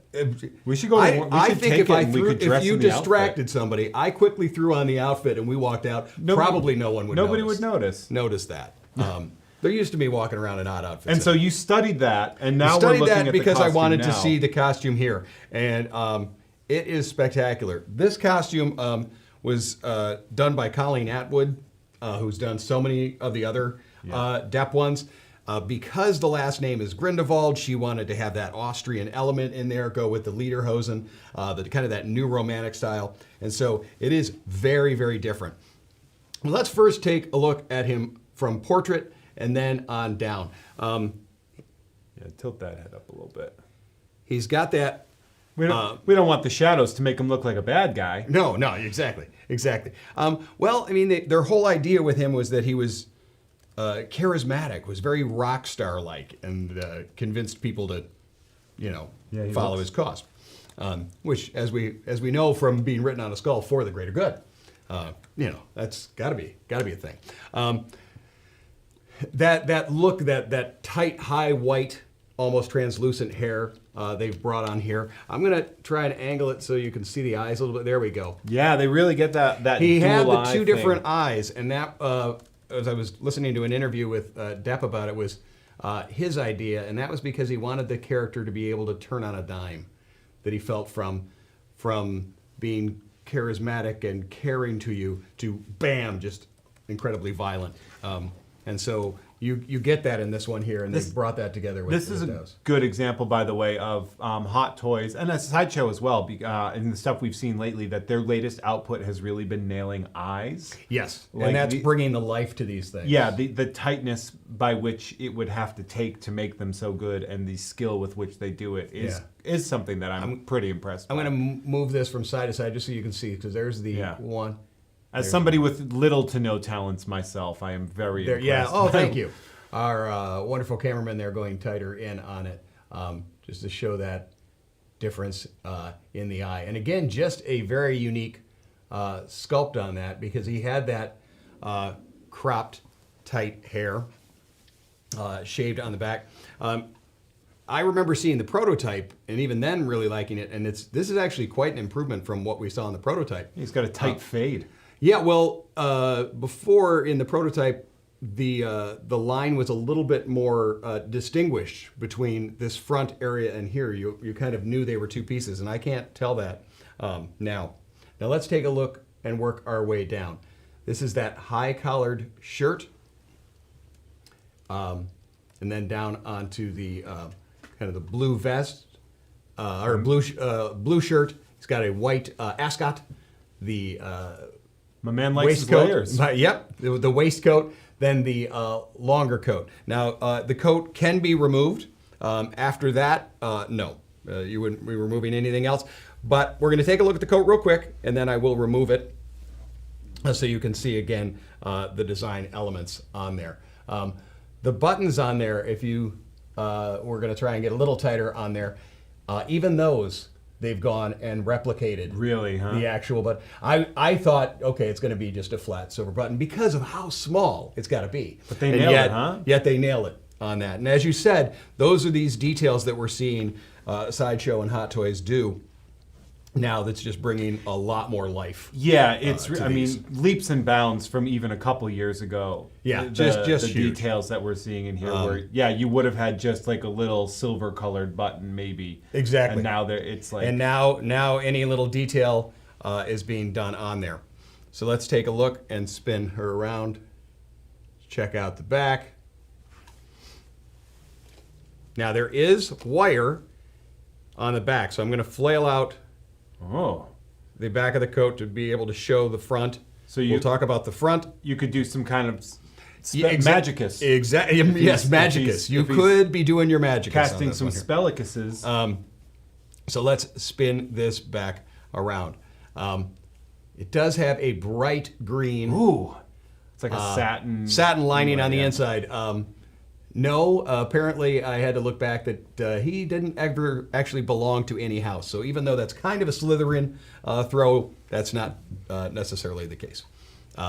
But let's take a look at that, the whole front, the chest area, and just all of the detail. Yeah, there is a lot going there, because that's incredible. And right now, I think our close-up on this, when we swing in, is going to allow it to show it up by using some of the shadows that we're going to get from keeping the coat closed. Over on the side here, you're going to have the little antlers and some of his little kind of family-esque crest stuff and accoutrements that he dressed with, which are really pretty incredible. There we go. The lederhosen themselves. Okay, these are a six buckle lederhosen, a little taller than most, but just the way in which they've even gone and done the little metal rivets along the front panel. So what are lederhosen? Is that just pants? Leather pants. Okay. Leather pants. Oh, all right. They were often more of a work pant you'd wear, but they could be also dress, depending. And these are definitely the dressier version. If you got to do some crimes. If you've got to do some crimes, work, do something fun. And it is a neat look for this character. What I'm going to do now is remove the jacket so we can again kind of take a look more at the figure, but also to show that off. If you're going, Let's put it back here. Via your instructions, if you're going to take the jacket off, again, always do these things slowly. Yeah, you don't need to speed. Yep. You're going to be taking the arms, taking them backward, and you're going to be removing the hands. So I'm going to go out of the hands. It's not going to be able to cast any spells now without them Nope, hands. without the hands, that's going to be slightly more difficult. He's going to be steering clear of crimes. No crimes without hands. I mean, I feel like he could. Handless crimes? Yeah, maybe get one of them silver hands that Peter Pettigrew got later on. Oh, nice. See? I remember things from the movies. You do remember things. All right. What I'm going to do now is put the figure up and allow some close-ups on the front while I'm going to pick out a pair of the hands to switch out. How many hands did he come with? Okay, so he's going to come with 2 of the open palm hands. Okay, that's what he's going to come with. He also comes with, and we saw this with Newt as well, a hand that already has the wand. Which is as we nice said that it's earlier, already that's mounted smart, in there. That's a smart And thing. then one of the ones that is loose. I believe it's pronounced a Vond. Yeah, did I say? Yeah, I said that earlier. Wow. It's got a gripping hand that they are saying is for holding the pendant or the amulet that I said, the Blood Oath amulet. This one is a little bit more open. You could use for laying the skull into. Oh yeah, there you go. That's the Alas Poor Yorick hand. Yeah, there you go. And another one of the open hands. So we're gonna switch some of those out. I want a wand. Give me a wand. You want a wand hand? Yeah. Put all that right. Vond in there. Okay. Just the attention to detail on the outfit. It's a very complex outfit. As you said, layers. Yeah, definitely. This is an aggressively deep outfit here. Yeah. There we go. We put a few on there, and adjusting. There you go. Getting him ready to go out. Making sure he's nice and clean clothes. Well, there's the fun little tweaks, but we're also going to spin him around, and we're going to do what I considered the most difficult thing on this figure, and that is dealing with his little amulet. You're going to see up on the top, you see that little loop up on his left lapel. Can you point to it? Yep. Right here. Do we see the little loop on his? We're gonna cut to that. Yeah, we're gonna do a close up here. Okay. Oh yeah, I see it. Now that is a very delicate little metal loop, and that's going to hold the end of your amulet. All right. I'm going to place it on here now, so I can kind of show what it's like. According to your instructions, you're going to put that in there and then do it around the neck. What I found to work a little bit better. Yeah, this is a very intricate piece. This one here, oddly enough, is pretty darn intricate, so we're going to go to the overhead. It's a dainty piece. Yes. There's a lot of dainty. It's very, very tiny little guy here. So what I'm going to do is, there's a little knot on the back of the, I'm going to go over the neck on that. Now, if you like... That's how necklaces work. Yes. Thank you. Thank you, Smarty. Then, this is when I've said things like tweezers or this and the other. You might want to have those. When it was showing it in kind of promo photos. This is probably impossible, but there's no way you can move that hand, is there? My hand? Yeah, because it looks like you were just doing magic. Yeah. On the it's pretty hard to show because of how dainty it is. Well, I mean, the tip you're going to put into the little hold. Yeah. Other around the neck, and then just kind of tuck it in. Is this like a string or is this wire? No, it's a very small little string. Okay. So this is when I was using my tweezers and such to kind of tuck it. Yeah, so this is one that you're going to want to be very patient with that. Yeah. But I did want to show how it goes, because it is kind of as we said, a little bit more intricate. Whenever you add intricacy to a piece like this, it certainly means you have to add delicacy as well. When you have something like an amulet and that they're not keeping it sort of attached, they're doing that for a reason. But that also means that you're going to want to spend extra time reading the instructions and making sure that you have all your pieces ready to connect together. Use your reference photos and things like that and decide how you want it. Now, as I said before, if you went, well, wait, I'm going to have him in that end battle. I'm hopefully not at this point doing any spoilers, but he doesn't know it, but he's lost the amulet at that point. He's lost his amulet. But there we go. We'll kind of throw it in there like so.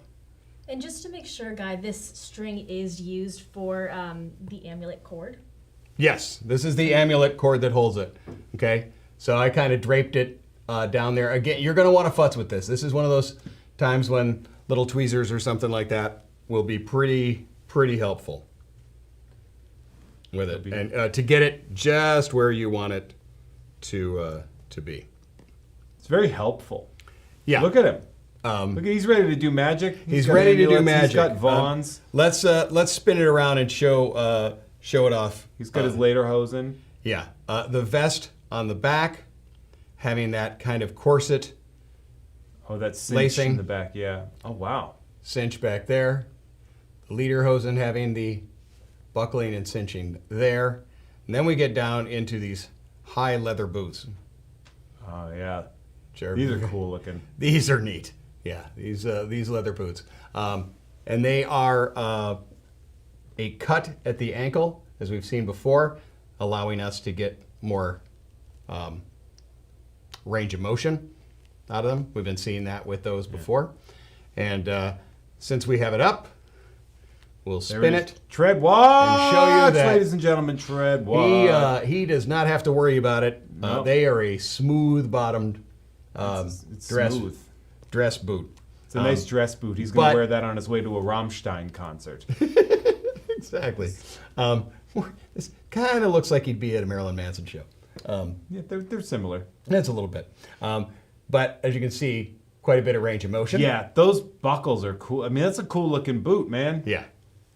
Buckles have all been silvered. The paint job on those is very, very impressive.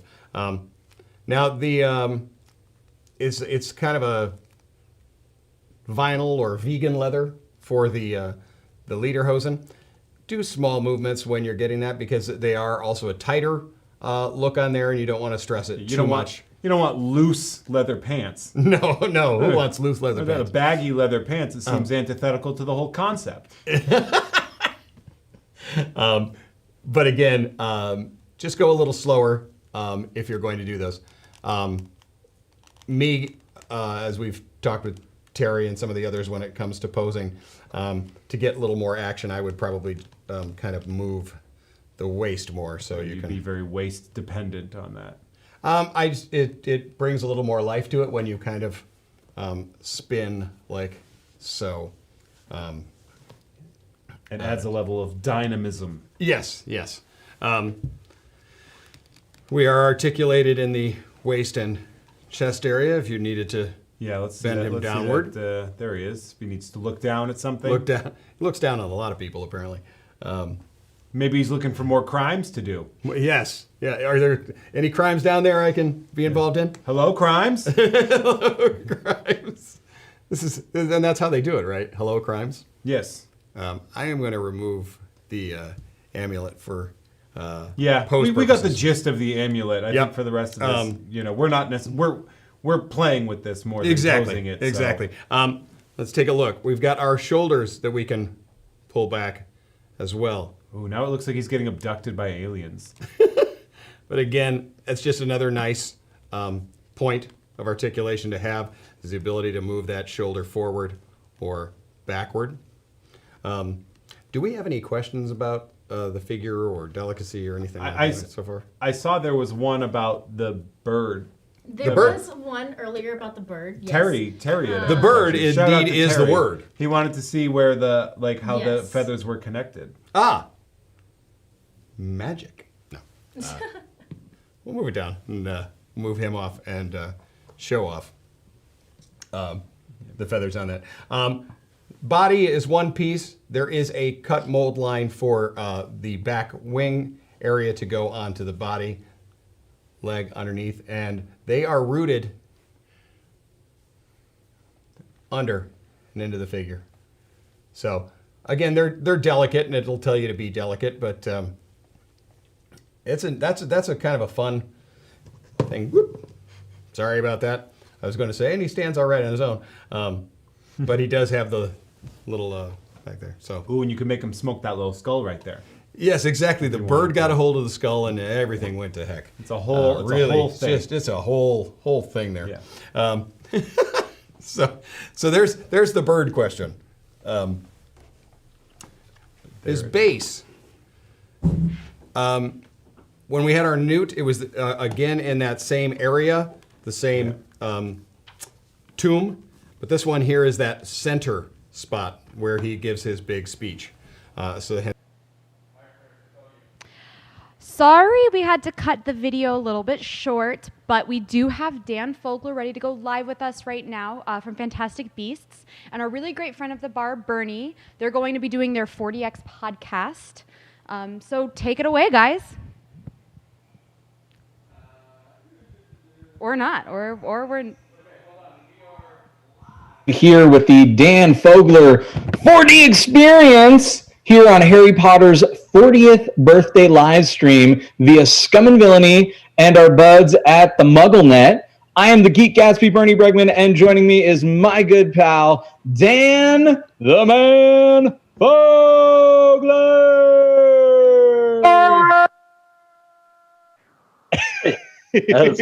Was that weird? How you doing? I think you you like yelled so loud, whatever you just did, you muted your microphone. It couldn't handle it. I'm so sorry. I'm still getting used to these. Hey, this is I love like, that shirt. Do you like it? I got it at a con.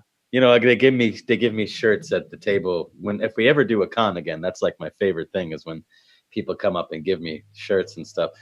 You know, Bernie, we've been doing these live 40X, I guess, video chats and the audio, the audio show and everything, 40 Experience podcast. How many live shows did we do? We've done 2. Yes, we have 2 episodes of the 40X live video cast with some awesome moments. They've been really fun. What? This is very special. I just figured out how to turn my microphone on. So we have to go back and do the audio again for the shows?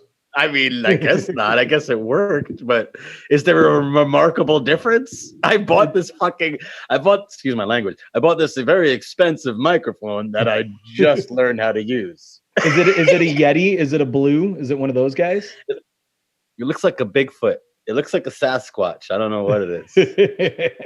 I've got this giant thing here. I'm doing my best not to fillet. Jesus. Well, do your best. I will. Are you dressed as a Cobra Kai? What are you doing, dude? Gryffindor. That's my house, baby. You're a Cobra Kai Gryffindor. That's my no. Okay, so I actually love this piece. This is Crowned Athletics. They do like kind of nerd inspired fitwear. So they've got like, kind of nerdy Under Armour kind of stuff going on, performance gear, yoga pants, and they got these awesome house headbands.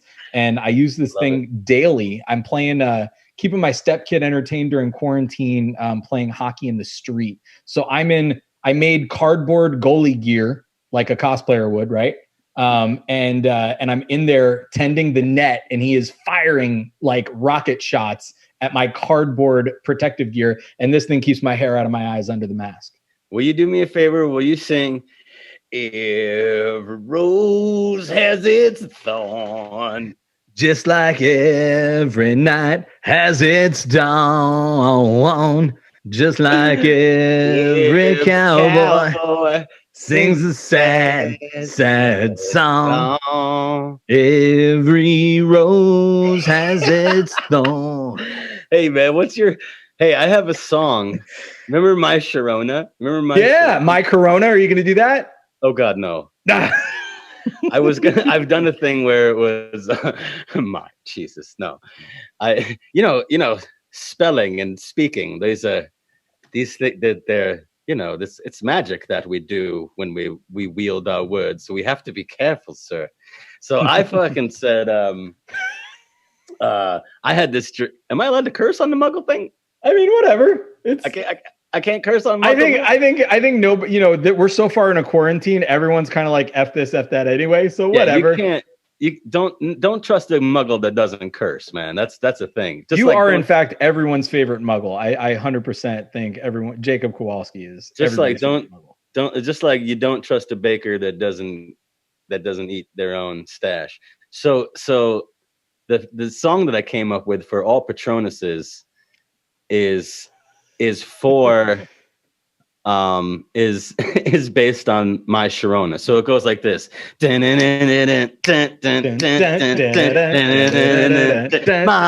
Patronus.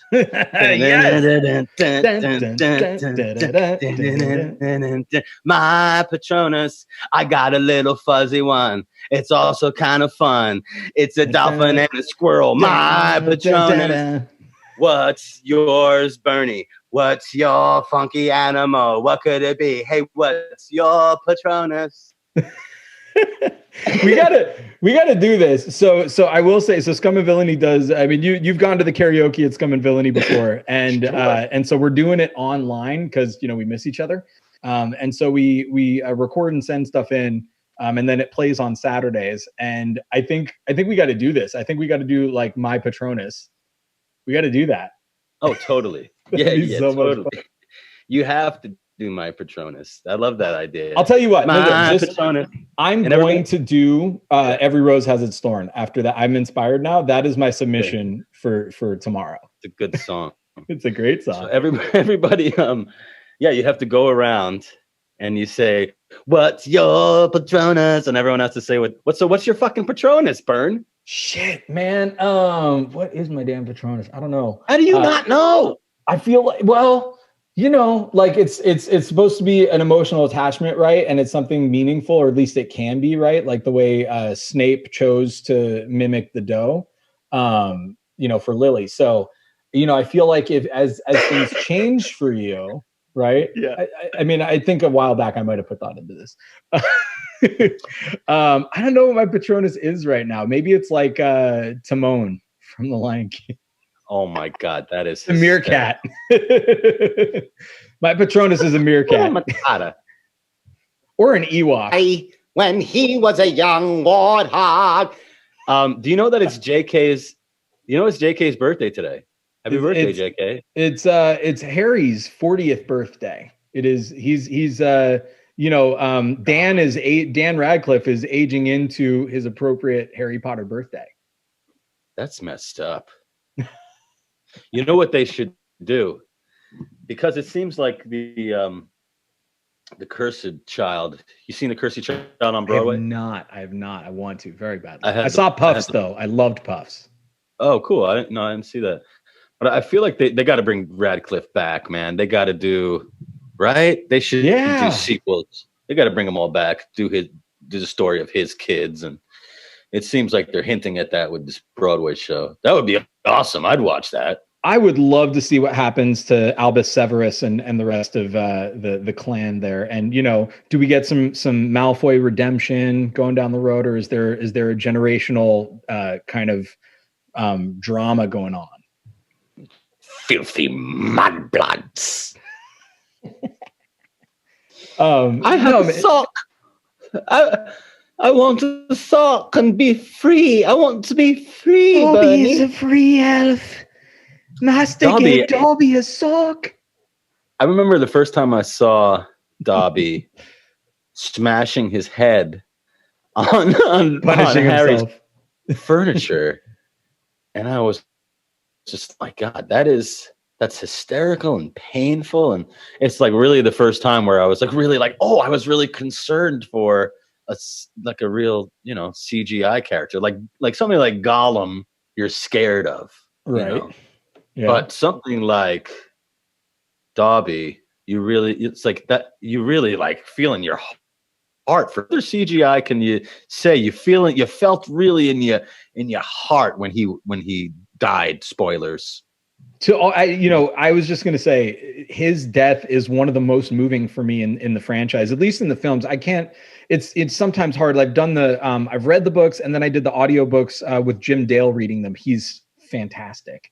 And I don't know that it reads as powerful there, but on screen, losing Dobby, like they did that scene so well, and it's so powerful, and I hated losing Dobby even more than losing some of the kids in the battle for Hogwarts, and losing Tonks and Lupin and all that. Dobby was just heartbreaking. Bernie, yeah, is that my Jacob Kowalski pop in the corner there behind you? No. wait, over here? No, the other side. Other over side. Here? Yeah, who's that at the very end? The other end. Oh no, not that guy. Oh. This one? Yeah, that's David Lopan from Big Trouble. Hold him up. I can't see him. I need a Kowalski pop. Oh, now I see. That's hilarious. Yeah, that whole line of that's all Big Trouble. Yeah. That's James. That's hysterical. That he and I are forever bound because of Balls of Fury. That is so funny. From here, it looks like fucking Jacob with the helmet on. That's hysterical. So I want you to tell. Speaking of Jacob, and I do. So on the 4DX experience, we talked about this. I feel like this was, or maybe even no. We talked about this at Virtual Pop Expo when we had Ross and Coop. You have a great grandfather that basically was Jacob Kowalski. Yeah, man, it's so surreal. My great grandfather was a baker on the Lower East Side, probably on the same freaking street that they have reconstructed my bakery, Kowalski's Confections, on like Mulberry Street or wherever they chose. It's so surreal. My great grandfather in the 1920s had Fogler's pumpernickel, Fogler's famous pumpernickel. It was like a thing, man.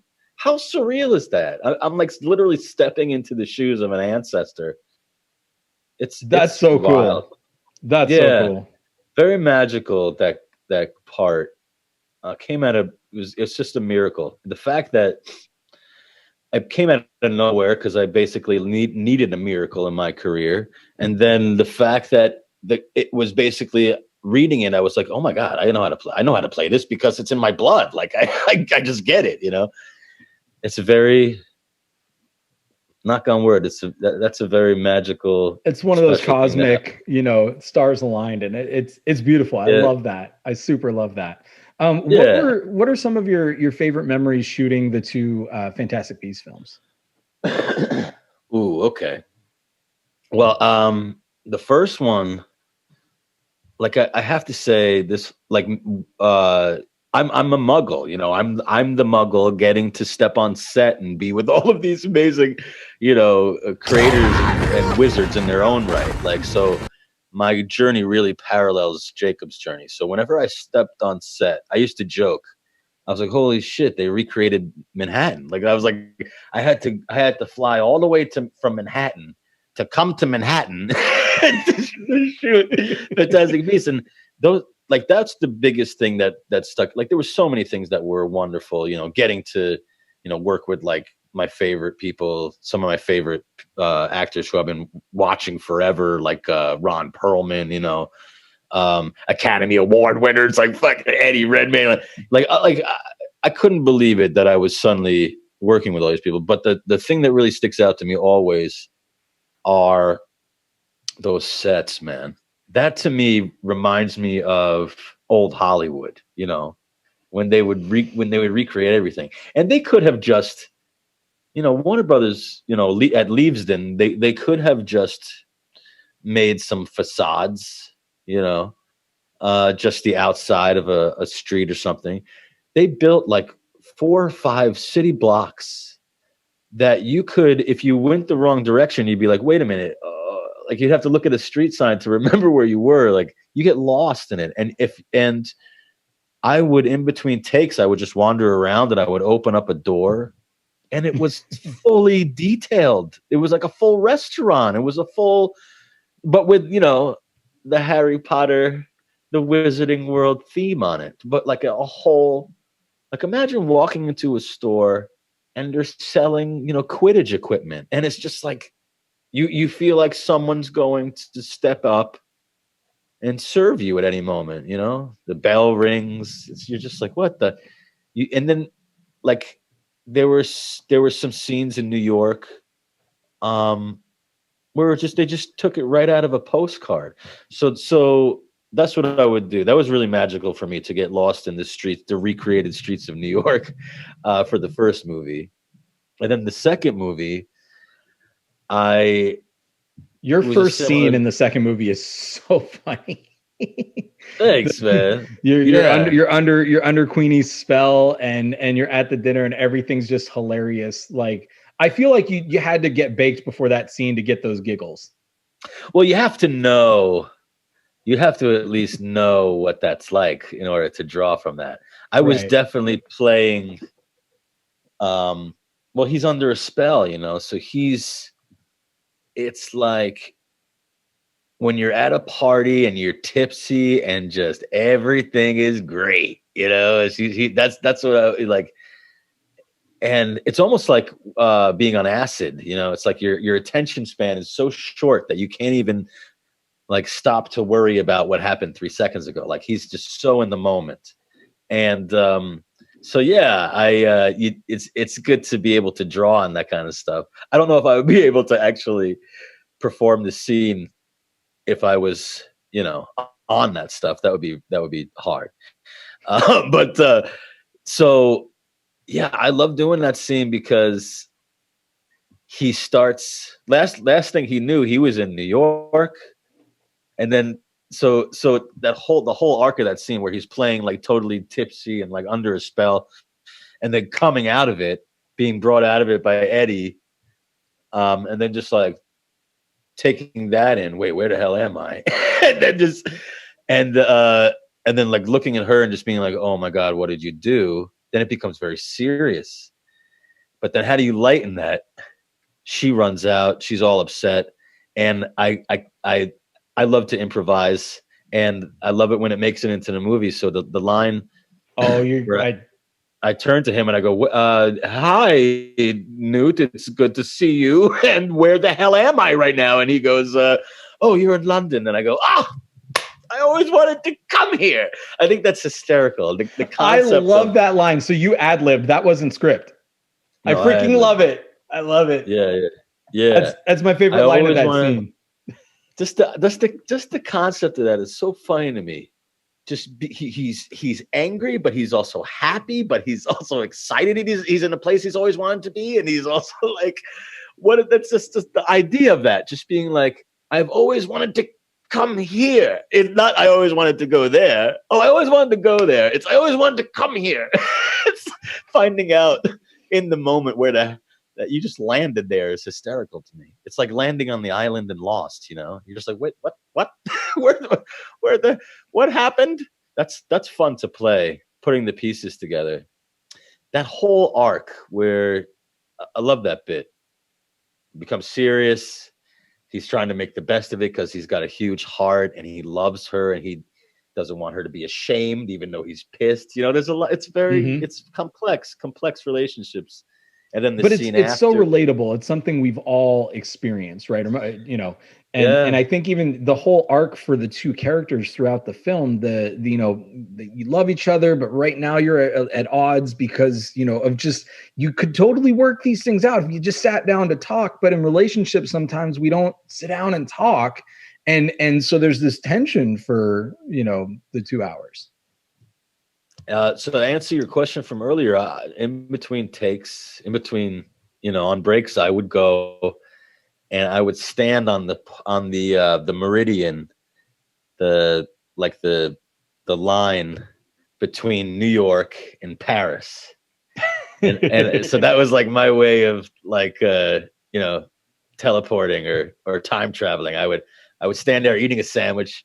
And I'd look one way and I'd be in New York, and I'd look another way and I'd be in Paris. And I'd be like, I'm the Flash. I'm the fastest man in the world, It was fun. Speaking of the Flash, You work with Ezra on those movies, and if I'm not mistaken, you have is Ezra's coming up on the 40X one of these next few episodes. I'm trying to get him on. He was right. He was coming on, and then he has some controversy going on right now, which he's working through. But he promises me that he's going to come on the show. Obviously, we're supposed to start up in September again, so I'll see him real soon. He's promised me many times that he and I have a good time together. We create together. We created that the Hanukkah song for the album, the holiday album, and then we made a music video out of that, which was like trippy as hell. He really took the reins of that. He's a creative force in nature, and with that, sometimes you're misunderstood. I'm pretty sure whatever controversy is happening with him, things are gonna be vindicated. But he'll be vindicated. But time will tell. That's all I can say about that. But yes, he promised to be on the show, and he really means well. He's really a force of good. That's all I'm going to say about that. Very cool. Well, looking forward to that. You actually, for Harry Potter fans out there, if you check out the 4D Experience podcast, you can get it on Apple or Spotify. If you dial it back a couple episodes, you just finished episode 20 of season 5, which is Samantha Morton from The Walking Dead. Yeah. Previous to that, you and I had and Fantastic Beasts, man. And yeah. And Kevin Smith and Cooper Andrews joined us for the video cast in episode 19. But if you go back to episode 16, that is a very Potter-centric episode where you guys discuss kind of the trans equality and some of the Rowling stuff. Yes. So not to go too deep into that, but I just wanted Potter fans to know it's a great episode to check out. A lot of stuff that's topical to you guys, and you guys can check that out. But very cool. So tell me about the Samantha Morton interview. I'm going to go listen to that actually and prep for our next video. But what are some interesting things working with her and in both of those two very different worlds? Yeah, I love her, man. She seems like such an unworldly, like supernatural person, like when my first introduction to her was in 2 movies back to back. I saw her in Minority Report, where she's the psychic, with the bald head, very, like that, which was like the prototype for Alpha. They were like, yes, I like that look, but that moment where she sits up and she tells Tom Cruise, run! That was such a, man, that was like such a primal, not a lot of actors can do that. So I took a note from her and her abilities, and I thought, wow, that's someone who is she's like a fairy or something, she's like very magical, And then the next movie I saw her in was a movie called In America, where she plays this mom, so down to earth and could be like anyone's mom, and it's just like so natural and so human. And so I saw those movies back to back. I was like, wow, this lady's got a huge range. So I been following her career for a long time. Then when I got to work with her, didn't really get to work with her that much on Fantastic Beasts. I just kind of passed her on the stairs as she was ranting about witch hunting. But Offset, she was always such a joy, so sweet to me. She and I would be in the makeup room, chairs next to each other, and she was just so gregarious, and I love to make her laugh. And she,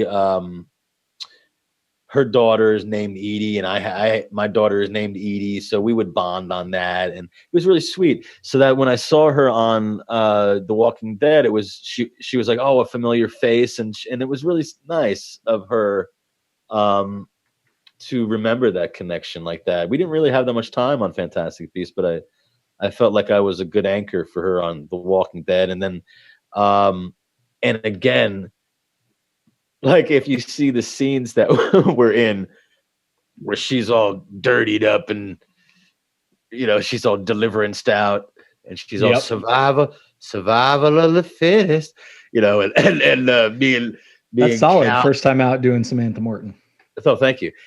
She and Cal and I are being held hostage, with the gnarly ass, whisperer rags in our mouths, and we're just all, not the baby, that whole scene. Yeah. Can you imagine doing that intense scene where you're surrounded by zombies? She's just all, I'm going to kill everybody here. And then it's just all cut and she's just all, yada, yada, yada. Hey, how's it going? And like cracking jokes like in between. It was hysterical. Well, Bernie, what's going on? You got somebody in there. It's the CIA. Yes, my incredibly lovely and amazing girlfriend just walked into the room, and she's always a distraction because she's so beautiful. Of course. I see what's going on. I see what's going on, Bernie. The podcasting at home world. I thought we had this all worked out. The door was shut, but she needed. But I can see the love you have for her in your eyes. You have to know the struggle, though, because I very clearly am a Gryffindor, but she is very Slytherin. It's tough, but we make it work. It's like that Paula Abdul song, MC Scat Cat. Oh. Yeah. Oh wow, you remembered his cartoon name. Yep. That video was awesome. That was the golden age of MTV, way ahead of its time. It was how often did you get cartoon characters interacting in real life? You basically had like Mary Poppins and then you went from that, and then Roger Rabbit and MC Scat Cat. That was it. That's it, man. And now we have Dobby and stuff. It's great. Dobby. There's a lot of love in the chat right now for whatever they love about this interaction, but they're throwing out all the hearts right now. And that's sweet. Loving the Paula Abdul reference. My pleasure. I'm a Griffin puff. I'm definitely puffing something. You are the Hufflepuff like mascot. Because you're a Muggle, right? So, but you are you're like the Hufflepuff like fanboy. That's what you are. I'm a Hufflepuff fanboy. Yes. I'll take it. I was told that I was very surprised. JK, I was like Jacob's a Hufflepuff, right? He's a baker, it's like he's a Hufflepuff. And she said, "Oh no, he's a Gryffindor." And I said, "Really?" And she said, "Oh yes, he's a Gryffindor because he's a soldier, And I just started to think about Jacob in such a different way after that. And she said that he's really a kindred spirit with Ron, And I was like, okay, maybe a little Ron, little Neville. Cool, yeah, it makes a lot of sense, man. Yeah, Neville, I'll take that. Both those guys have quite amazing journeys. Yes. So yeah, it definitely has the kind of the loyalty and that kind of puff vibe, but then also the bravery and he's in way over his head, jumping into this magical world, but trying to help his friends escape certain doom and and thwart Grindelwald.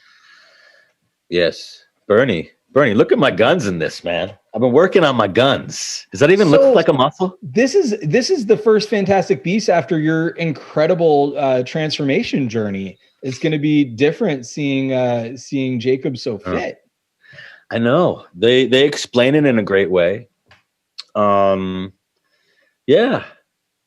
He's the way I explain it is like after the second movie ends, he loses Queenie.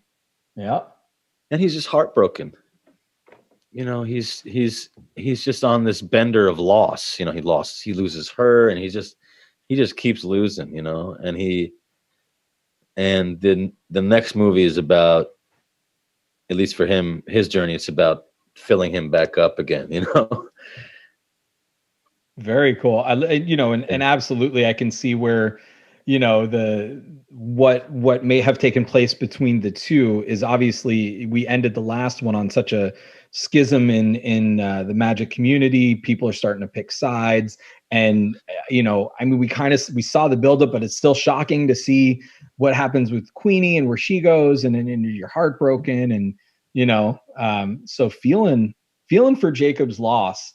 But also, yes, your guns are looking fantastic in your svelte extra medium shirt. I still have to. I have my. I'm still wearing my quarantine 15. It was quarantine 20 the last time we spoke. So I'm eking my way down. You know, I had they gave me the warning signal. They were like, "Damn, we're gonna start filming around September 1st." I was like, "Damn, I better get back in my fighting shape." I really want to do the movie at like about 185, you know. And I like you mentioned Neville, you know, like all those characters, they go through these transformations, and I want to do that too. I think that's a lot more interesting. These people are complex, you know. Well, just the dynamic between, you know, and we don't have a lot of that in the you know, the first 8 Harry Potter films. There's not a lot of Muggle interaction. There's the Dursleys, and you know, and then a handful of characters. I'm such a bad Harry Potter fan. I'm blanking on the name of Squibs, right? That kind of keep an eye on they're Muggles, but they keep an eye on activity. But there's not a lot of them, and we don't go really deep into them, and they don't have arcs. I think that's the coolest thing about Jacob, is that he is full on living in, he's a, you know, Muggle living in the magical world. I feel like Material Girl there's a parody there. Living in the magical world. I am a Muggle boy. I don't know. There's something there. Wait, what's that? What's that Police song? Living in the so close to me. Oh yeah. It's living in a material world. Yeah, I know that. It's the same thing, right? Yeah, kind of. Yeah. Let's go with that version. All right, we'll do that. we'll debut it on Scum and Villainy karaoke. I like the idea that I always have hope because there's of this character that someone pointed out to me named Quentin Kowalski, who is like a really good Quidditch player for Ilvermorny, some shit like that. And some awesome thing like that. And it gives me hope. I was like, oh, maybe he's a relative. Maybe, you know, because Quentin is obviously the male version of Queenie. And he's got my last name. So maybe he's a grandchild, you know. Maybe, you know, maybe there's some hope for a relationship. Speaking of, we just had a really cool, I loved that we had the cosplay contest on the 40X, and we had that couple that crossed Jacob and Queenie. They were really cool.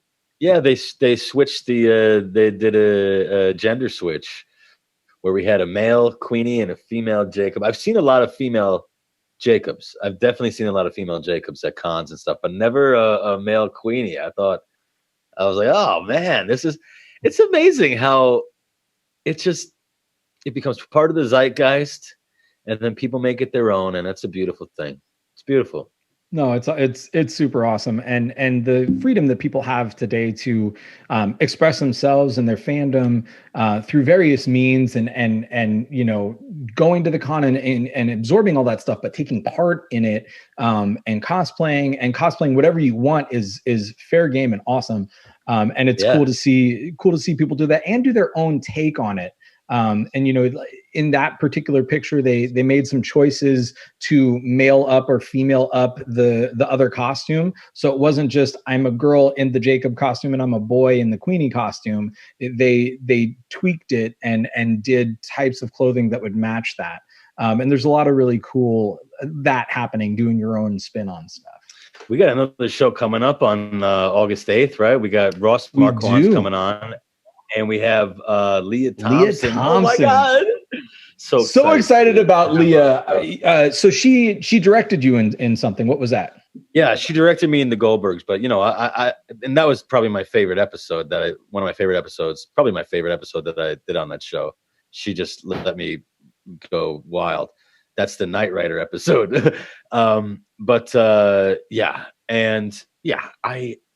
just been watching her since the 80s, you know, she's such a huge icon, and of course Back to the Future. So we're gonna have some fun Back to the Future homages when she comes on. And you working on that Doc impression?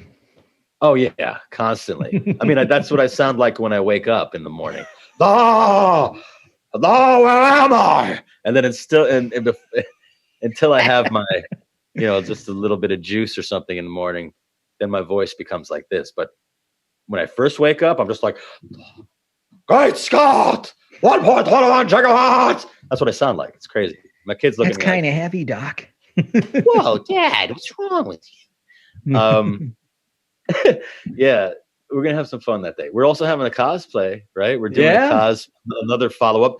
The people from last time, they're gonna get some prizes, and then we have a new round, right?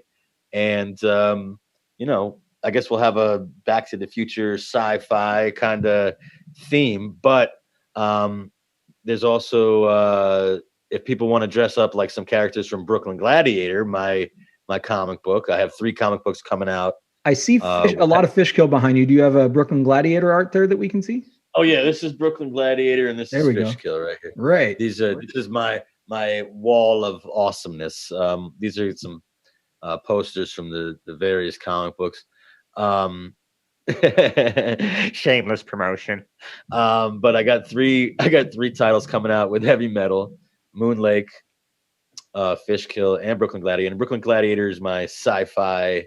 I guess that fits in the that it's very Dark Knight Returns. It looks a lot like those Batman gangs from Dark Knight Returns. I love that. I will take that. I'll take that for sure. I just had speaking of which, we just had Raphael Grandpa on the audio podcast fairly recently. And he's the artist for the new Dark Knight, The Golden Child, that just came out. That was like the thing with Frank Miller, with the like it was all over Hong Kong. It became like the sigil for Hong Kong when they were going through their riots. And so I had him on the show. We talked about that. You guys should check that out. But if you want to cosplay characters from the Brooklyn Gladiator stories, you're gonna win points with me. I'm just saying. I look forward to seeing that. We're gonna for those of you that need some reference, you can follow Dan's Instagram at Fogler's Fictions, and he'll put up. We'll get a graphic out there that gives you an idea of some of the cool characters that you can do from Brooklyn Gladiator. You can also follow the 4D Experience video cast page on Facebook, and we'll get Scum and Villainy to share that out as well. Nice. And so you guys will be able to find all of that stuff. Dan, I do have a couple of audience questions. I'm going to go to the Facebook here. I just want to say I miss Scum and Villainy, man. It's like that was like, it was a regular thing. Karaoke night. It was fun. I like doing that. It's very nostalgic for that place. Obviously a big Star Wars fan. And really, I had no idea you liked Star Wars.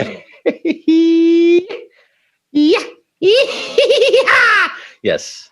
I don't know what that was. That was weird. So you were trending towards Salacious Crumb. Yeah, I was Salacious Crumb's cousin. I was Salacious Crumb's cousin, Tenacious. I was Tenacious. Ulata chica uta ita wookie.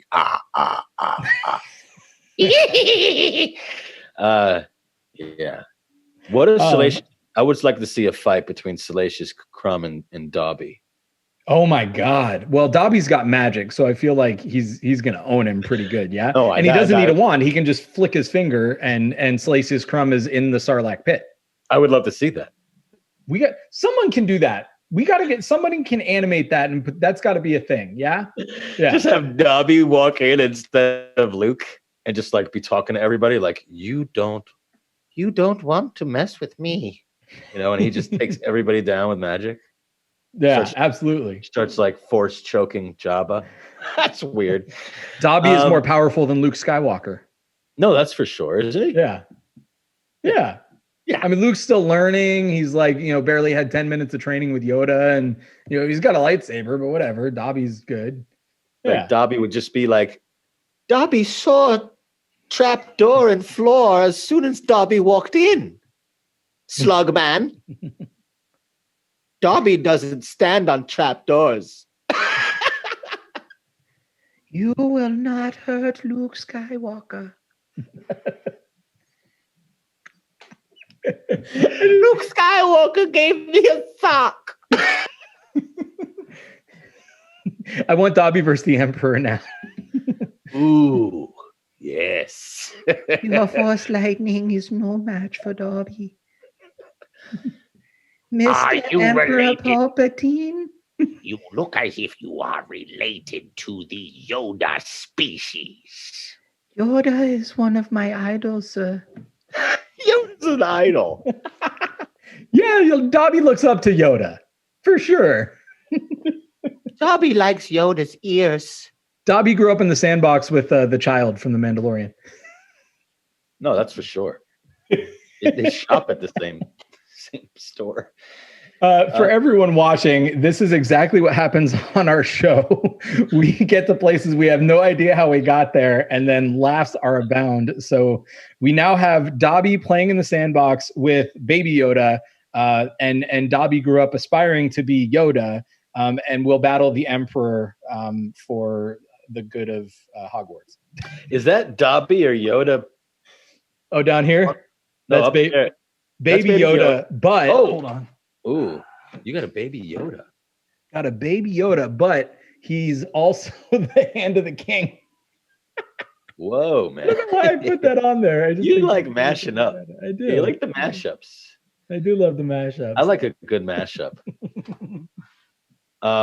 Who's that on the top shelf? Oh, okay. So the top shelf, I'll tweak the camera for the Star Wars fans. I thought this was actually kind of appropriate as I was set decking with the other ties that I had. But that is Grand Admiral Thrawn, one of the best Star Wars characters ever written from the expanded universe. And then he was popped into the Star Wars Rebels show. But cool. Thrawn could be a Ravenclaw, could be a Slytherin, so that's why I put the two ties up there for him. You guys in the chat, tell us, what do you think? Is Thrawn? I'm sorry, they have questions for us, right? They have questions. They do. I'm sorry. They do. So I'm going to go back. Let me go back to that question. So for starters, Deidre Kathleen said that she adores your chaplain-like physical comedy. I thought that was pretty cool. That's wonderful of her. And somebody else had said they would like you to play Sam Kinison in a biopic. Oh my God. I just figured out. Oh my God. I just figured out how to rename myself on this. I'm Dan Fogler. I'm not my wife anymore. We've only done like 15 Zooms with you as Jody. I got the mic and my name and I'm ready to go. There we are. You're a professional now. So lame with technology. Okay, so wait, what was the question? Here's the actual question. Was what do you find most charming in your characters? No, wait. What was the actual question? They were comments first. It was the chaplain-like physical comedy, and then you should play Sam Kinison in a biopic. Okay, so Sam Kinison. Yeah, there was a script that was bouncing around where I was supposed to play Sam Kinison. And if you go on YouTube and you type in Dan Fogler, Sam Kinison, you'll see the screen test, and it's me as Sam. It's crazy, and it's pretty hysterical. Yeah, I don't know what's going to happen with that script. It was passed around. It was to me, and then it went to Josh Gad, and then it came back to me, and it's been Mr. Barfays. Yeah, man, it's been floating around that Kinison concept. He's such a volatile, like angry. His story is such a tall tale. It should be told. Like Sam Kinison's story needs to be told. He's kind of like a Lenny Bruce character, but I don't know if now is the time to tell that story. It just seems like all the planets have to be aligned. And thank you for the chaplain thing. I definitely spent a lot of time because Fantastic Beasts is in the 20s, and Kowalski. I definitely wanted to imbue him with a lot of my favorite silent film stars, and a lot of whenever I was with Eddie, a lot of my favorite duos, Abbott and Costello, and a lot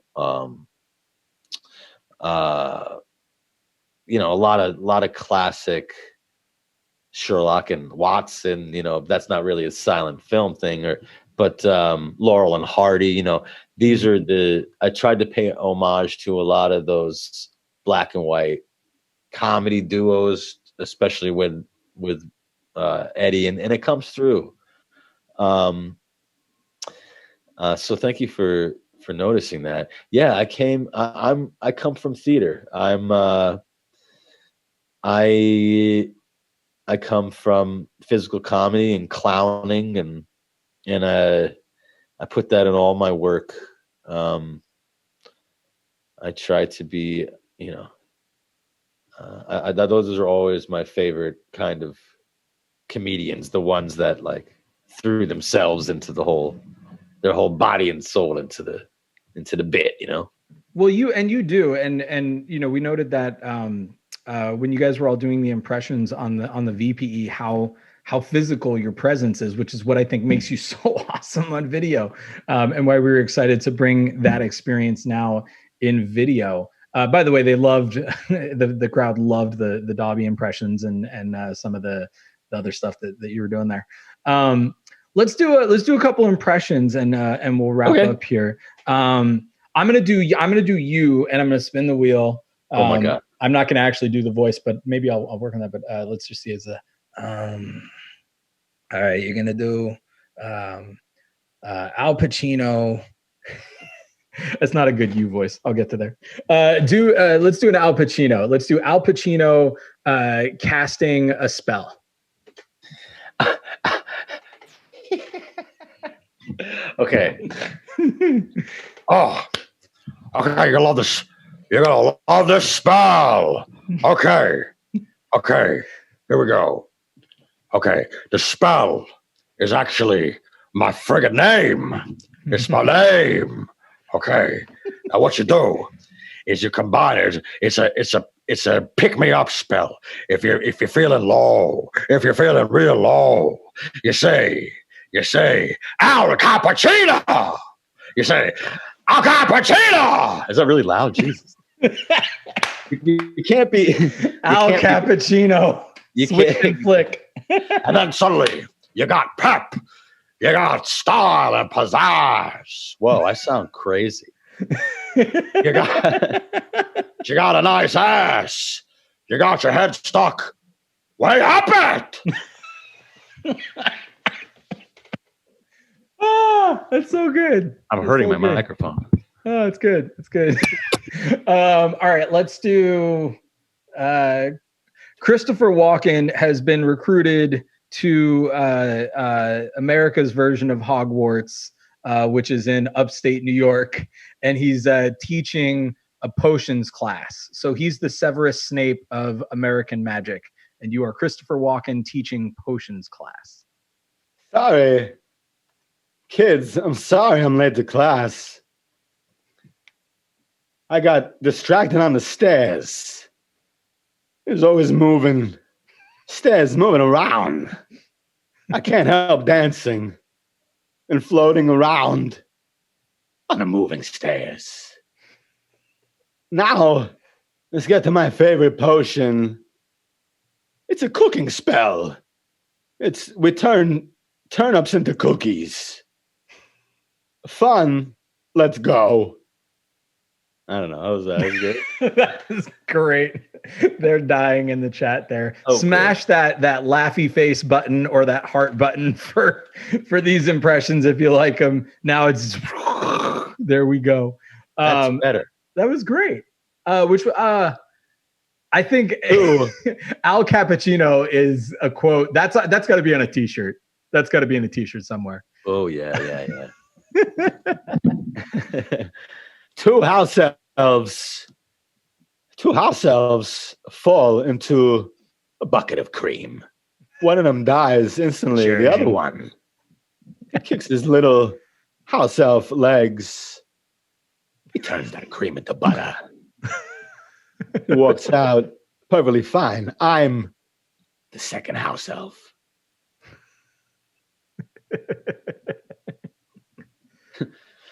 That was awesome. You see this house elf? I kept this very uncomfortable house elf. I'm not going to go any further. I got dysentery from this house elf. Is there a new one that a new impression you're working on that we're going to break out on the 40X anytime soon? Is there something you're workshopping? I don't know. Let me see. Can you do any of your Fantastic Beasts co-stars? Can you do Eddie or Ezra? Oh. Yes, this is this is my Eddie impression. Eddie My social distancing? My Eddie impression is it's just very visual. Yeah. Get the hair down. Okay, you following this right here? Yes. Yeah, no, you've got yeah. Do I look like him? Yeah. Thank you. That was it. He's very soft spoken. He's kind of almost whispers a little bit. It's Eddie. Oh. Eddie doing? Whoa, Eddie. Oh my God. I'll work on like that. I'll have that ready. I'll have that ready for the next 40X. It's like I was talking to Eddie for a second there. How have you been, Daniel? Do you have the script ready for shooting in September? Shit. Yes, of course. Yes. We'll have a whole you'll be in Kowalski and I'll be doing a Newt. Okay, let's work on that one. Let's work on that. That'd be fun. Oh my Lord. Is there anything, okay, so I know that you're under like all sorts of lock and key NDA, but is there anything you can say that you're looking forward to with 3 that you can even like hint at? You know I can't answer that question, Bernard. All right, we'll leave it at that. But so you've been I am working on it. I do have a new impression. Oh yeah? Yeah. Okay, you ready? Yes. Okay, this is this is Hank Hill. Bobby, what? Get the hell off of my lawn. Okay, so was that good? That was good. That was good. Bobby, what is the deal with you always doing things on my lawn? That's pretty good. When we get you know what I'm excited for? So we've got the cartoon Bernie's Picks challenge for the next episode, but that's going to be the kids cartoon one. We have a smaller adult animation bracket for after that. And I think it's going to be an impression fest because we're talking King of the Hill, Beavis and Butthead, Family Guy, Ren and Stimpy. I love that, man. Stimpy, you idiot! Gee, Ren, I'd like to sing a song just with my butt for you. Yeah, fire. I'm deep in front of my bunghole. Oh, Beavis. Stop it, Beavis. I don't know. Wait, Beavis is Hank Hill. How come I can't do that better? That's weird. Right. It's working. Let's burn something. Fire! Oh my God. We'll have South. Those guys are Park coming on there. back, man. They're coming back. They're doing more Beavis and Butthead. I heard. Hell Am I crazy? yeah. Hell yeah. Yeah. I hear they're gonna. I mean, I think that we could be interesting to hear their irreverent, anarchy-laden philosophy. I want their takes on 2020. I love Beavis and Butthead, but I think it'd be hilarious if they're trying to live in this world right now. That would be kind of funny. Yes. Doctor, my time turner is spinning. Your time turner is spinning. We have hit 2 p.m. Pacific, which I want you all to know what a Trooper Dan is. He is in the UK. It is 10 p.m. out there right now. And when we do our show at 4 p.m. Pacific time every other Saturday or so, that is midnight. So you just get wily kind of with that sleep deprivation. But and now that they all want the Balls of Fury sequel, by the way, and fanboys too. Everybody wants that. So shout out to Jeremy in the chat suggesting that. And we're working on it. Yeah. Oh yeah. Yeah. Oh yeah. There we go. You heard it here, ladies and gentlemen, on the Scum and Villainy Cantina MuggleNet Harry Potter 40th birthday live stream and the Dan Fogler 4D experience, which you guys can get on Apple and Spotify in audio form. And you can head over to NerdBot to see the videos with tons of great impressions. We've had awesome guests. We've had Cooper Andrews and Phil Lamar and Kevin Smith.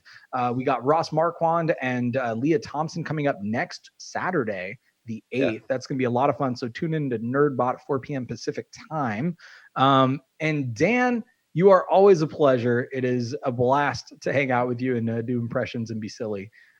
So enjoy the sleeps, and we will catch you soon, man. And everybody check out Fishkill and all of the rest of Dan's work. You can actually check that out on Heavy Metal, the heavymetalcomics.com. 3PO! 3PO, shut down all the trash compactors on the containment level! Where can he be? 3PO! Oh no, they're dying. All that and more, ladies and gentlemen. Fantastic impressions on the Dan Fogler 4D experience. Dan, thank you so much. JC, Scum and Villainy, I love you guys. MuggleNet, love you guys too. Been a fan for years. And all you Harry Potter fans out there, love you guys. Rawr, Gryffindor rules. And we will see you guys soon. Happy birthday, Harry. Happy birthday, Mr. Harry Potter. Peace. Baby, suck. So long. Can I go? Am I allowed to go? Hello, all my witches and warlocks and magical creatures in between. My name is Bonnie Gordon, and we are here with Magic with Magical Muggles. What does that mean exactly? I honestly don't know. No, I do. I helped come up with it. But what we are doing today is I have collected a group of amazing magicians in the Muggle world, all dear friends of mine and all amazing members of the Magic Castle here in Hollywood. Right now we're all scattered around due to quarantine, but thanks to the interweb, you all get to speak with them today. So why don't we go ahead and introduce everyone one by one. And we're going to start, ladies first, of course, with the beautiful Joan. Joan, go ahead and introduce yourself and tell everybody what kind of magic you do, where you're based, and what got you into magic. Well, my name is Joan Ducor. I live in Las Vegas, Nevada, but I am originally from Honolulu, Hawaii. I perform all kinds of magic. I perform close-up magic, parlor magic, which is a little bit bigger, stage magic, which is even bigger than that. Pretty much everything except the giant boxes, and I saw no one in half. I got started in magic because my dad, growing up in Hawaii, would go to the mainland for business trips, and what do you get, a little girl? Magic tricks. So every time he was in a city like New York or London, he would bring me back these magic tricks. And that's kind of how I got started. Plus, he loved to play cards. So my love of playing cards grew from that too. I learned how to add by playing blackjack and was shuffling cards like nobody's business by the age of 7. And I see you have a familiar with you to your right. Yes, familiar. This is Alfred. Oh. Say hi, Alfred. Oh, that's so cute. He doesn't do tricks. I also have a black cat, but he is hiding right now. Fantastic. Thank you so much. All right, let's move on down to Andrew. Hi, how are you? I'm Andrew. I live in Los Angeles by way of Seattle and Las Vegas and Montana and England, where I lived for a year. And I got into magic later in life. I grew up as an actor doing theater. So I did a lot of musicals and plays growing up, both in my school and community and bigger productions. And then I started doing stand-up comedy, and I discovered that I was not very funny, so I gave up on that. But then I visited the Magic Castle for the first time, and it blew me away. It's like walking through a game of Clue if you've never been there before. you never know what's around the next corner.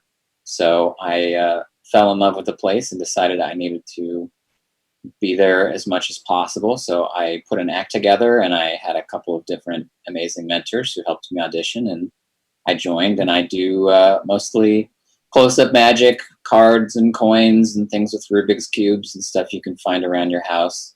And yeah, that's really the kind of stuff that I do. And I most recently performed on an episode of House Hunters for HGTV, which we filmed at the Magic Castle, which was very fun. And yeah, and I also write for television because I like to be creative in all areas of my life. So that's what I do as my day job to keep the lights on. So that's me. Excellent. Yay. All right, moving on down. We got Christian right in the middle.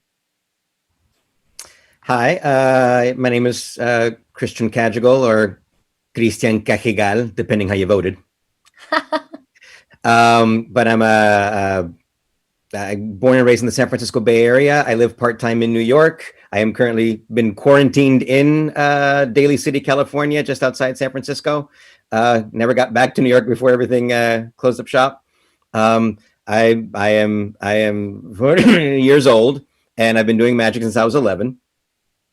And later on in my teen years, I got into theater because I wanted to be a better magician. Thought I could learn acting. And then what happens? You fall down the rabbit hole of theater. And I too did musicals and lots of character acting, avant-garde theater. I was with one of the longest living political theater companies in the nation, the San Francisco Mime Troupe.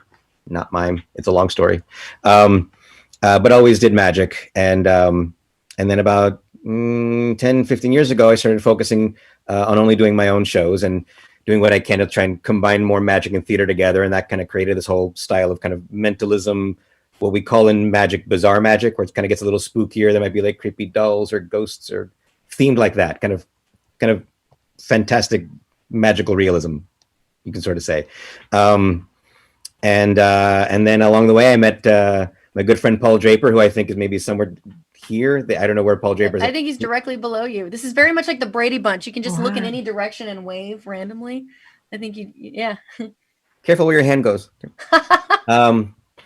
And he's responsible for getting me to perform at the Magic Castle. I am not a member because I'm a rebel. But he was the one who was kind of like, "You're gonna perform at the castle. Come on, let's do this." And I'm like, "Okay, fine." And so usually once a year, I get to play the castle in the Peller Room with Paul. There's worse ways to spend a week of my life getting to do shows with one of my closest friends and hanging out in LA. Yeah, there you go. Yeah, well, you're there enough to where, even though you're not, actually a member, we can just like sneak you through the back. Like, "Oh, put on a show in the back, Christian." And then don't tell them that. Just sneak you through the kitchens. It'll be fine. Next to the Hufflepuff common room, you're good to go. All right, and Nathan Fan, my dear old friend Nathan, tell everyone about yourself. Hiya everyone, my name is Nathan Fan. I'm the Magic Asian Man. Seriously, that's my website and my Instagram handle and basically everything. So I am a magician who I do magic of all size. Primarily in the last few years, I've been doing mostly cruise ships and like dinner theater sized venues. But I specialize in sleight of hand, singing, storytelling, spectacle, and suits. Everything I do just kind of helps reveal something about myself, my personality, my upbringing, the way that I view life. So everything's really kind of focused around me, and everything is kind of, instead of a trick in between me and the audience, it's really an invitation to get to know me better. As you can tell from the accent, didn't grow up in the United States. I actually grew up in Scotland and Glasgow, if anybody's keeping track.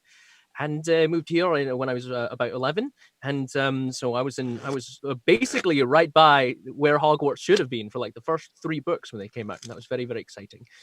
So now I am quarantined in Orange County, California, just a stone's throw away from Disneyland, the other magic castle, I guess, Magic Kingdom technically, but also a castle that people regard as magical, and just kind of spending my time doing like lots of online lectures and performances. In fact, I've got one like at 3:00, so I have to bail a little bit early. So I apologize to everyone in advance. I've got to bail a wee bit early. So thanks for putting up with that. Excellent. And last but not least, the masked wonder below. Paul Hello! Draper. I have my Marauders map mask, and underneath my Ravenclaw mask. Yes, I am Paul. I perform magic, like Christian said, at the castle with Christian Cagical right there. And I travel all over the place normally. I live in Las Vegas and Salt Lake City both. Currently on quarantined in Salt Lake City here with my magic studio around me, where I've been performing sometimes up to 6 shows a day. When I realized there are 200,000 kids in the U.S. that are celebrating their birthday every single day, 200,000 today, 200,000 tomorrow, 200,000 the next day, I thought, well, I better get on it and do this. The last place I was performing before the shutdown was at Disneyland, near where Nathan is right now. When they closed down Disneyland, but the hotels were still open, Disney had me stand in front of the gates and perform for guests. So for a few days, I was literally the magic of Disney. I used to perform magic at the Venetian with Joan Decor, who also performs magic at the Venetian. And Andrew and I have never worked on anything together, though I did host 3 episodes of House Hunters once, as did Joan. Joan was also a host on House Hunters. So it's so fun to get to share here with my dear friend Bonnie, who for many years working at the Magic Castle. There's no way that I could have worked at the castle if Bonnie didn't let me sleep on the floor in the living room. That's true. Back in the day when I lived across the street. Yeah, I just realized I didn't introduce myself, so I should probably do that too. In case anyone's curious, like, who's this random? We saved the best for last. Who's It's this fine. Go random ahead, introduce Weasley yourself. talking? Hi, everybody. I'm Bonnie Gordon. I will be hosting today's Magic with Magical Muggles, even though I do not consider myself a magician. I am surrounded by them daily. I work at the Magic Castle over 11 years now. And I also am a voiceover actor. I was on a show called The Quest on ABC. I do a lot of tabletop RPG shows on stream. You might recognize me from Geek and Sundry or from the Q Times Twitch channel, stuff like that. Basically, I'm just a professional nerd. And when I was approached to do this for Harry Potter's birthday, proud Hufflepuff, by the way, I was like, I can't say no to this. So of course I'm here, and I gathered all my magical friends. There's so many magicians in my life that I know and love and adore. And I'm just so excited just to get the 5 that I did grab. But there's so many more out there that I would have loved to pull in for today. But I'm so thankful for the 5 of you to join me today and for being here and to talk about magic and to talk about Harry Potter. Happy birthday, Harry Potter. You're 40 now. How does that feel? I feel like it's almost time for a magical midlife crisis, if that's what I think.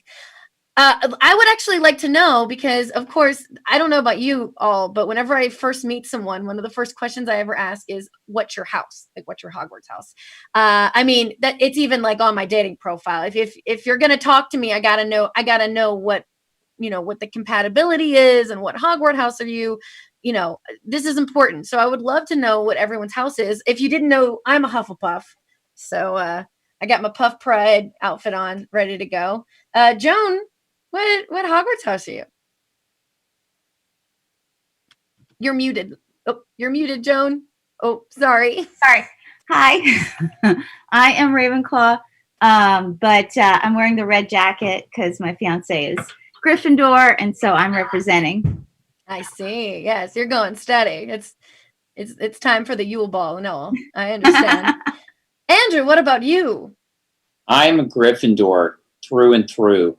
Gryffindor. Excellent. Even though you're wearing the Slytherin colors, but that's okay. Yeah, I like to keep it interesting. I feel like it's cool because now everyone's trying to make us guess. No one's actually color coordinated. I like that. Yeah, let's say that's what I was doing. Yeah. Yeah, keeping everyone on their toes. Right. I think so. Christian, what about you? While I fancy myself to be a Hufflepuff, all the tests online, including Pottermore, says I'm a Ravenclaw. So, you know what though? Whenever say you did get your letter and you had the sorting hat upon your head, if you really feel in your heart that you're a Hufflepuff, you could have told the hat and you could have been sorted. I feel like I have the ambition of a Slytherin, but the heart of a Hufflepuff. So, there's always two houses to every person. Right. You could like astrology. Exactly. Like you could argue that Hermione should have been a Ravenclaw, but she was put in Gryffindor because that's what the hat determines. So you do you. Thank you. What about you, Nathan? I am a bit of a non-conformer, so I didn't want to be, but all the tests I ever took said Gryffindor, so I am a Gryffindor. And if I had to say, probably like Ravenclaw Rising, I guess, or something like that, or that sort of thing. Is that the terminology? No, is that not how this works? Yes, Yeah. yes, that's exactly how Okay, it works. good. I believe so. And Paul, I think I already know what house. Yes, you're I in. am a Ravenclaw. My Yeah. secondary house is also a Ravenclaw. I probably have 10,000 books in this house alone. I was a professor of anthropology at the University of Nevada, Las Vegas, before I ran away to be a magician. You're like the definition of Ravenclaw. I will let the Gryffindors go off and die, and I will research what they should have done better. But the good news is that if you have a question, we go to you and you can look it up in your library. I have been in your basement and I've seen the books. It's a lot. Stacks That sounds everywhere. weird. I know, just saying, yeah. that sounds I've been in weird. Paul's basement. Oh dear. This got weird. So that's wonderful. Thank you all. I know a lot of people are here watching to see some magic, and we're going to get to that soon. But I do want to talk a little bit, obviously, about Harry Potter and like your own personal. Thank you, Christian. Your own personal like experience with it. How you think it's affected magic in like the real world, like kids growing up with it and now who are adults. Has it helped magic? Has it helped keep magic alive? Do you adapt your shows to keep up with the times and introduce anything Harry Potter to it? This is pretty much an open question to all of you. I know having magic be so important and such an important aspect of your life, how was something like this that kind of broadened magic and like kept it in the forefront and opened up kids' imaginations everywhere? How has that affected you and your act and the way your audiences perceive your magic? One of the questions that I get asked most often is, can you do magic like Harry Potter? And then I immediately get to disappoint my audiences even further than I already have and say, well, no, but I can find a playing card that you pick. So and then they cry and then they walk away. But but it's definitely a question. I performed at Harry Potter movie openings and book releases all throughout, every time a book was released or a movie was released. And so it was a very important time. And I think it's carried on that now the parents who grew up with it are now raising their children with it, and they still love that magic. And Joan has her hand up. Oh, yes. I was going to say, I started reading the books while I was performing in Atlantic City. And I think there was about three out at the time. So I like got through those three and loved them. And I had such a connection with them because not only was there the magic, but before I was a magician, I was a ballet dancer. And I went to boarding school where all we did was ballet, just like all Harry did was magic. And so that interplay with living with kids in the dorms, I connected to. And it made me wish that there was a school like that for magicians. And I think it brought an extra sense of awe to the audiences because they wanted Harry Potter to be real too. I think we all do deep down. I think all of us were secretly hoping for that letter to come down the chimney. I know I was, and I still haven't gotten mine. So no, I'm not sad about it. It's all right. Whatever owl that was just got lost. We all know. We've seen what happens to those owls.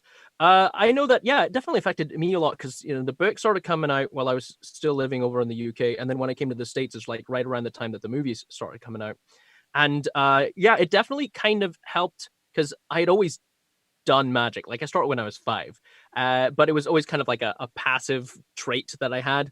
And then once the movies kind of came out and people found out that I did magic tricks, I always played the line that like, no, these are effects. These are things that I've practiced to be able to do. I have no abilities. And, some magicians will claim that, we'll play with that line more. Whereas I'm hard and fast. No, this is stuff that I've worked very hard, was not born with. And so it allowed me to practice a lot more and made it kind of a lot more popular. And it gave me kind of a nice icebreaker in that sense, where if we talked about Harry Potter, then I could talk about being a magician and that kind of thing. So I found it really nice. And also it did supply me with some work over the years, because I started out my career as a magician doing kids' birthday parties, and Harry Potter was a pretty popular theme. And so, you know, I have my Gryffindor robe, and I would open my wand, and I had all of these themed tricks around it, and and it helped that I had an accent as well and that sort of thing. And also in regards to another thing that I do is I'm also like an impressionist. So the movie also gave me all these cool voices to kind of like hook into and try to learn how to do. And people come like, all right, I need you to learn how to do Snape. And I'm like, oh, okay, hold on. Like, give me a week. And then I'd like practice. And then eventually, you'd be able to come in and try something. And, you just like work on, thank you. If it isn't Mr. Potter, our new celebrity. And so it affected my life in a lot of ways, but I was like the right age for when the movie started coming out, as about the same age. And so also to watch that happen also affected me as an actor, because then I got to see, look, someone like my age is starring in this franchise, and watching all the behind the scenes footage looked like so much fun that it's one of those things that made me say, I want to do movies. Like, that would be a whole lot of fun just to be a part of that process. I believe I'm at the older end of this panel. And so I remember a time where if you weren't David Copperfield, you were just a kid's performer, and that with a negative connotation to it. And, comedians would make jokes about magicians, that kind of thing. Everybody had a joke about a magician. And then I think Harry Potter was also just coming out of a whole time where what would have been really niche pop culture, like X-Files, paranormal stuff, magic, comic books, everything started just bubbling up and becoming more popular. So I think all that together kind of started making magic more popular or more cool. Again, we are still more the disappointment because all we got is the card, right? Like Andrew was saying. But at some point in my life, like in like my late 20s to my early 30s, I don't know exactly when the shift happened, but it kind of things went from like, oh, you're a magician. Oh, to you're a magician? And I could never quite figure out what was the one thing that made all that shift. And so yeah, even now if I'm on a bill with other comedians and I'm all like, I don't know how they're gonna take me. Like they say, oh, we have a magician coming out, and the entire house goes, ooh, and I'm like, really? You're excited about a magician at this club? Okay. So I definitely think Harry Potter was a part of that, but I think it was also just coming out of that whole the nerd fantasy sci-fi culture that is now dominated what is pop culture now, and making things like ghosts and magic and anything cool again.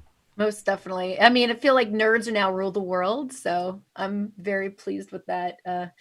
And going off of what you said as well, I feel like with people are like, oh, a magician, to now, ooh, magician. I feel like with the way that the world is right now, like I feel like in this past decade, there's been so much heaviness and darkness that's also come with just like the way that the world is, whether it be everything from like global warming to world politics to everything, to where just having that little moment of disbelief and forgetting the troubles of everyday life, taxes and whatnot, to just be able to believe in the impossible again. Right. And I feel like magicians have a very important job of doing that. And Nathan, you were saying that, being from Scotland, it had a special place in your heart being in the UK. And Andrew, you actually lived like right next to Hogwarts for a short time. Tell us about that a little bit. I did. I lived for a little over a year in England, in a place called Newcastle, which is northeast England, and it's about 45 minutes from a place called Anna Castle, which is where they shot the first two movies. Not the entirety of the movies, but the castle was Hogwarts in those movies. So that's my bed, because the green screen doesn't work very well. But that's what the castle looks like when you're just there looking at it. But they shot the Quidditch scenes there, and where they crashed the car.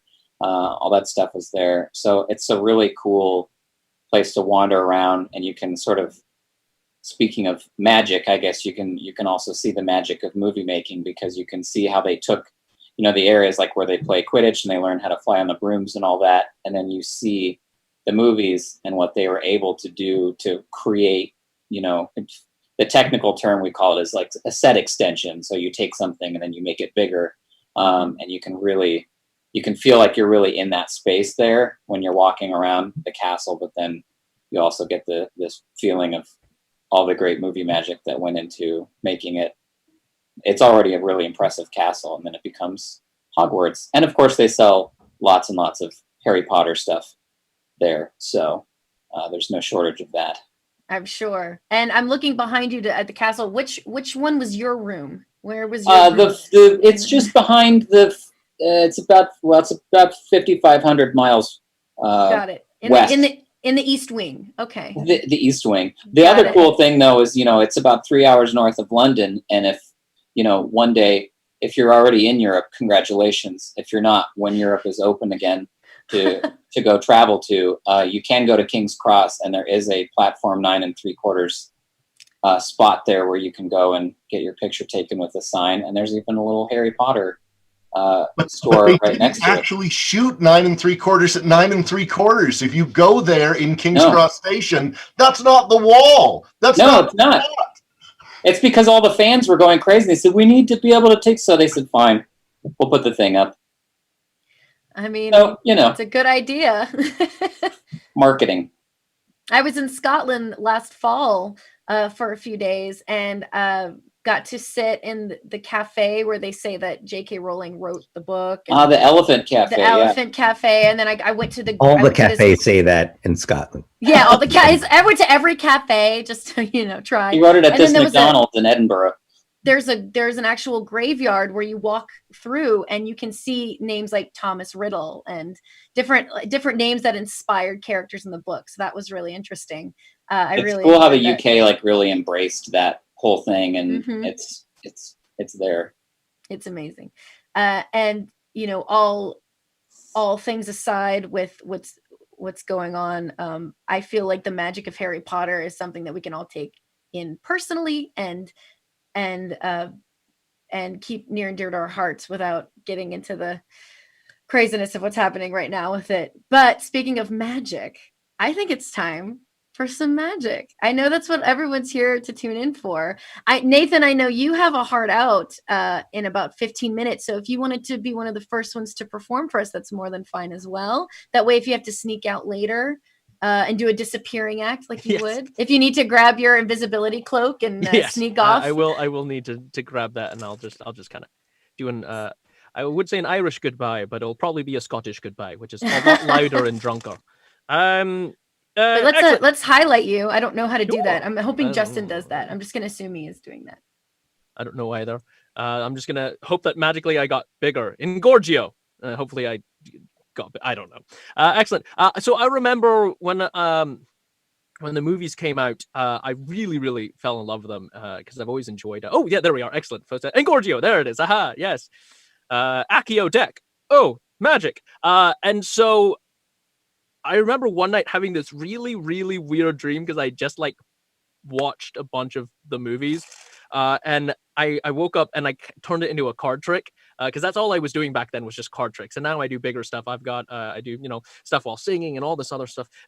So I'll do something. I'll do a card trick for everyone here. Let's see. We'll make sure that the camera can focus. Excellent. So I've got my packet of playing cards here. And we'll do this. So we're going to choose. So out of all these playing cards, we're going to say that these are all students at Hogwarts, and one of them is going to represent our Harry Potter.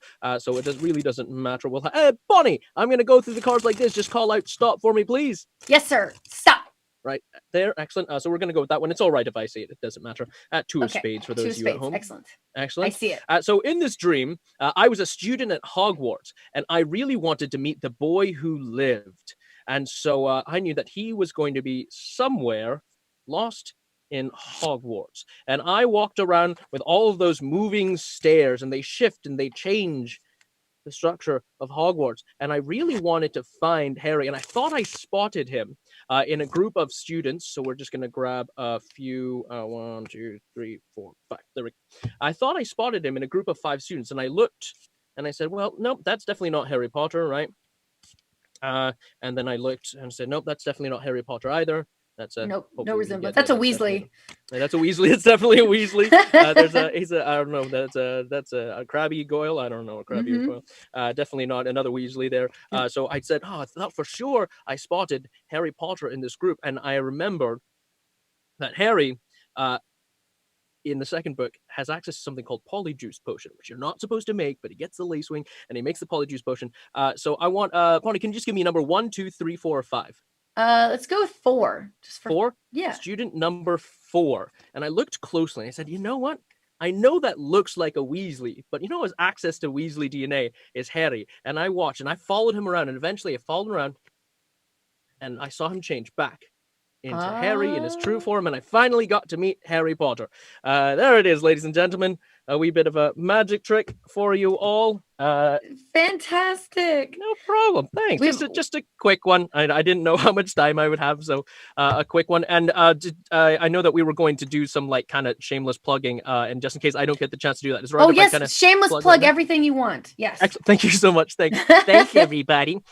So I'm actually on a TV show right now in the States called Masters of Illusion. There's every Friday night. I think this upcoming week's our final week of airing, but it's usually Friday nights at 8 and 8:30 p.m. I'll be on this upcoming 8:30 p.m. episode. So the CW network, 8:30 p.m. I'll be on that episode of Masters of Illusion. You can also learn more about me on my website, magicasianman.com. Feel free to follow me on Facebook and YouTube and Instagram, all Magic Asian Man. It's very, very easy to remember. Magic Asian Man, Magic Asian Man. Just embrace it, right?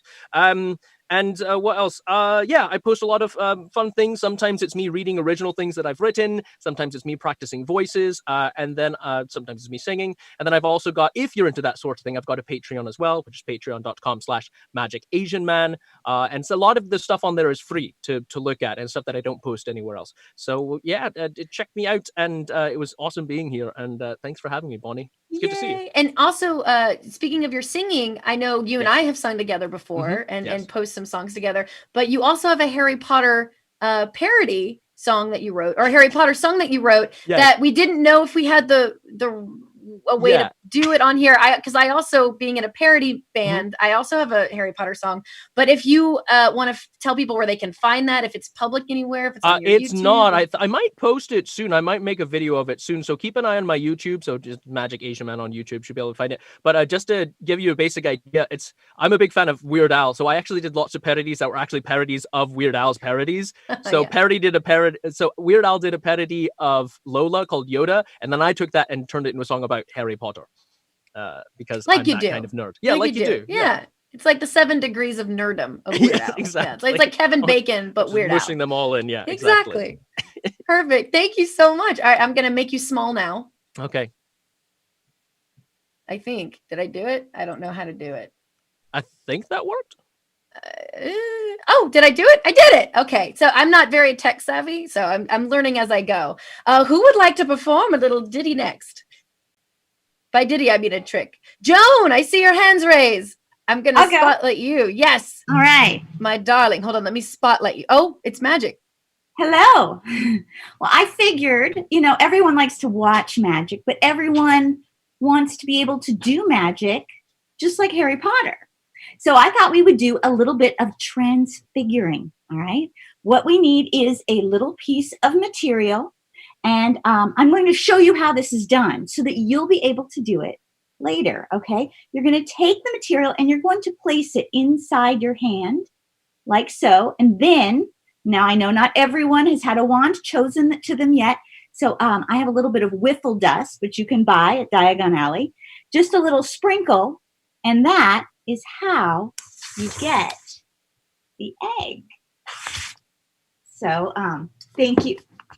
Well, silly me. I forgot to tell you that there are some things that are not actually written in the books, and there are some secret things that Harry Potter actually needs to do, like have an egg with a hole in it.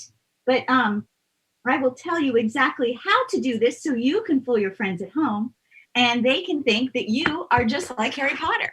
All right, so what's going to happen is you're going to put your piece of material in one pocket, and you're going to put your egg with the hole in it in the other pocket. All right. Now, when you're ready to show your friends, you're going to pull both out, but you're going to wave the piece of material so no one sees the egg. And then you're going to take the material and you are going to put it inside your hand. And you can talk about whatever you want while you're doing this, because they don't know that you have an egg in your hand. And then you get the wiffle dust, actually not from Diagon Alley, more like pocket lint, but we just do a little bit of a sprinkle, just like this, and that's how you get the egg. Now you have to be careful because you don't want people to know the secret. And if you show them this side, they're going to see the hole with the silk in it. But not to worry, if this happens and you accidentally do it, not to worry, you can just peel that spot right off. And now they'll think it's a real egg. But sometimes people don't believe you. You know how they are. So then you want to get a glass so that you can show them that it's real. Thank you. Woohoo! And now for my shameless plug. Are we doing shameless plugs now? Oh, sure. And also now you have breakfast as well. So fantastic. And I dribbled on my close-up pad. Yay. So if you want to find me, I am listed under Joan Ducour everywhere. JoanDucour.com, on Facebook, Joan Ducour, Twitter, Joan Ducour. But I know my last name is kind of difficult. So here's the thing. When you have parents that name you a name that nobody else your age is named, it's really easy to find. So as long as you remember Joan, you can look up Magician Joan, you can Google Magician Joan, and you'll find me. Yeah, I like that. Magician Joan. It's like, just Joan, like Madonna. But yeah, as long as you remember Joan, you'll find me. Exactly. Fantastic. All right. That was wonderful. I'm not going to control the video. It's going to magically mischief managed. It's going to magically go back to where it was. All right. Who's our next victim of magic? Because we still have 20 minutes and we can continue. No, everyone's pointing this way. Paul's doing his little hands. I love Paul's little hands. I don't know what I'm doing. There we go. Paul, would you like to go next? Yeah, I want to go next. Excellent. Okay, I'm going to show some magic. So first thing, when you go to your classes for the very first day, always make sure to bring your mat. You remember in Douglas Adams, you always have to bring your towel. Here we always have to bring our mat. Why? Look here. There's the front side of the mat. There's the back side of the mat, where all the pieces of bamboo are tied together. There's the front side again. You ready? I want to make something appear. What should I make? A familiar, maybe? Here we come. Wait. Do you hear that? Right there. Oh, it's a singing bird in a bird cage. Oh, Bonnie. Wait, what's that? Oh, your owl is still on its way. You're going to be a non-traditional student. I am going to be the oldest Hogwarts student. I don't think they allow 34-year-olds to study. That's what night classes are for. I have a feeling sitting in a room with a 10-year-old is going to be uncomfortable. Here we come. Going to make this levitate like they make people levitate on TV. Here we go. Levitate! Is it levitating, Bonnie? No? Okay. I was muted. Sorry, no. What is it? Wingardium Leviosa? Here we go. Wingardium Leviosa. And just like that, it levitates. But if you clap your hands, it'll drop. Clap and gone. Oh no. We gave it the clap. But while we have... Oh, no. This became dark. Now, I want to show a piece of Muggle magic. Okay. Now imagine I'm teaching a class on Muggle magic, on ancient Muggle magic, and so Muggles have to find ways to make this happen. Like I said earlier on, I was a professor of anthropology at the University of Nevada, Las Vegas, and I studied Native American culture. This is a Navajo flute with a Zuni bear right there. Sounds like this.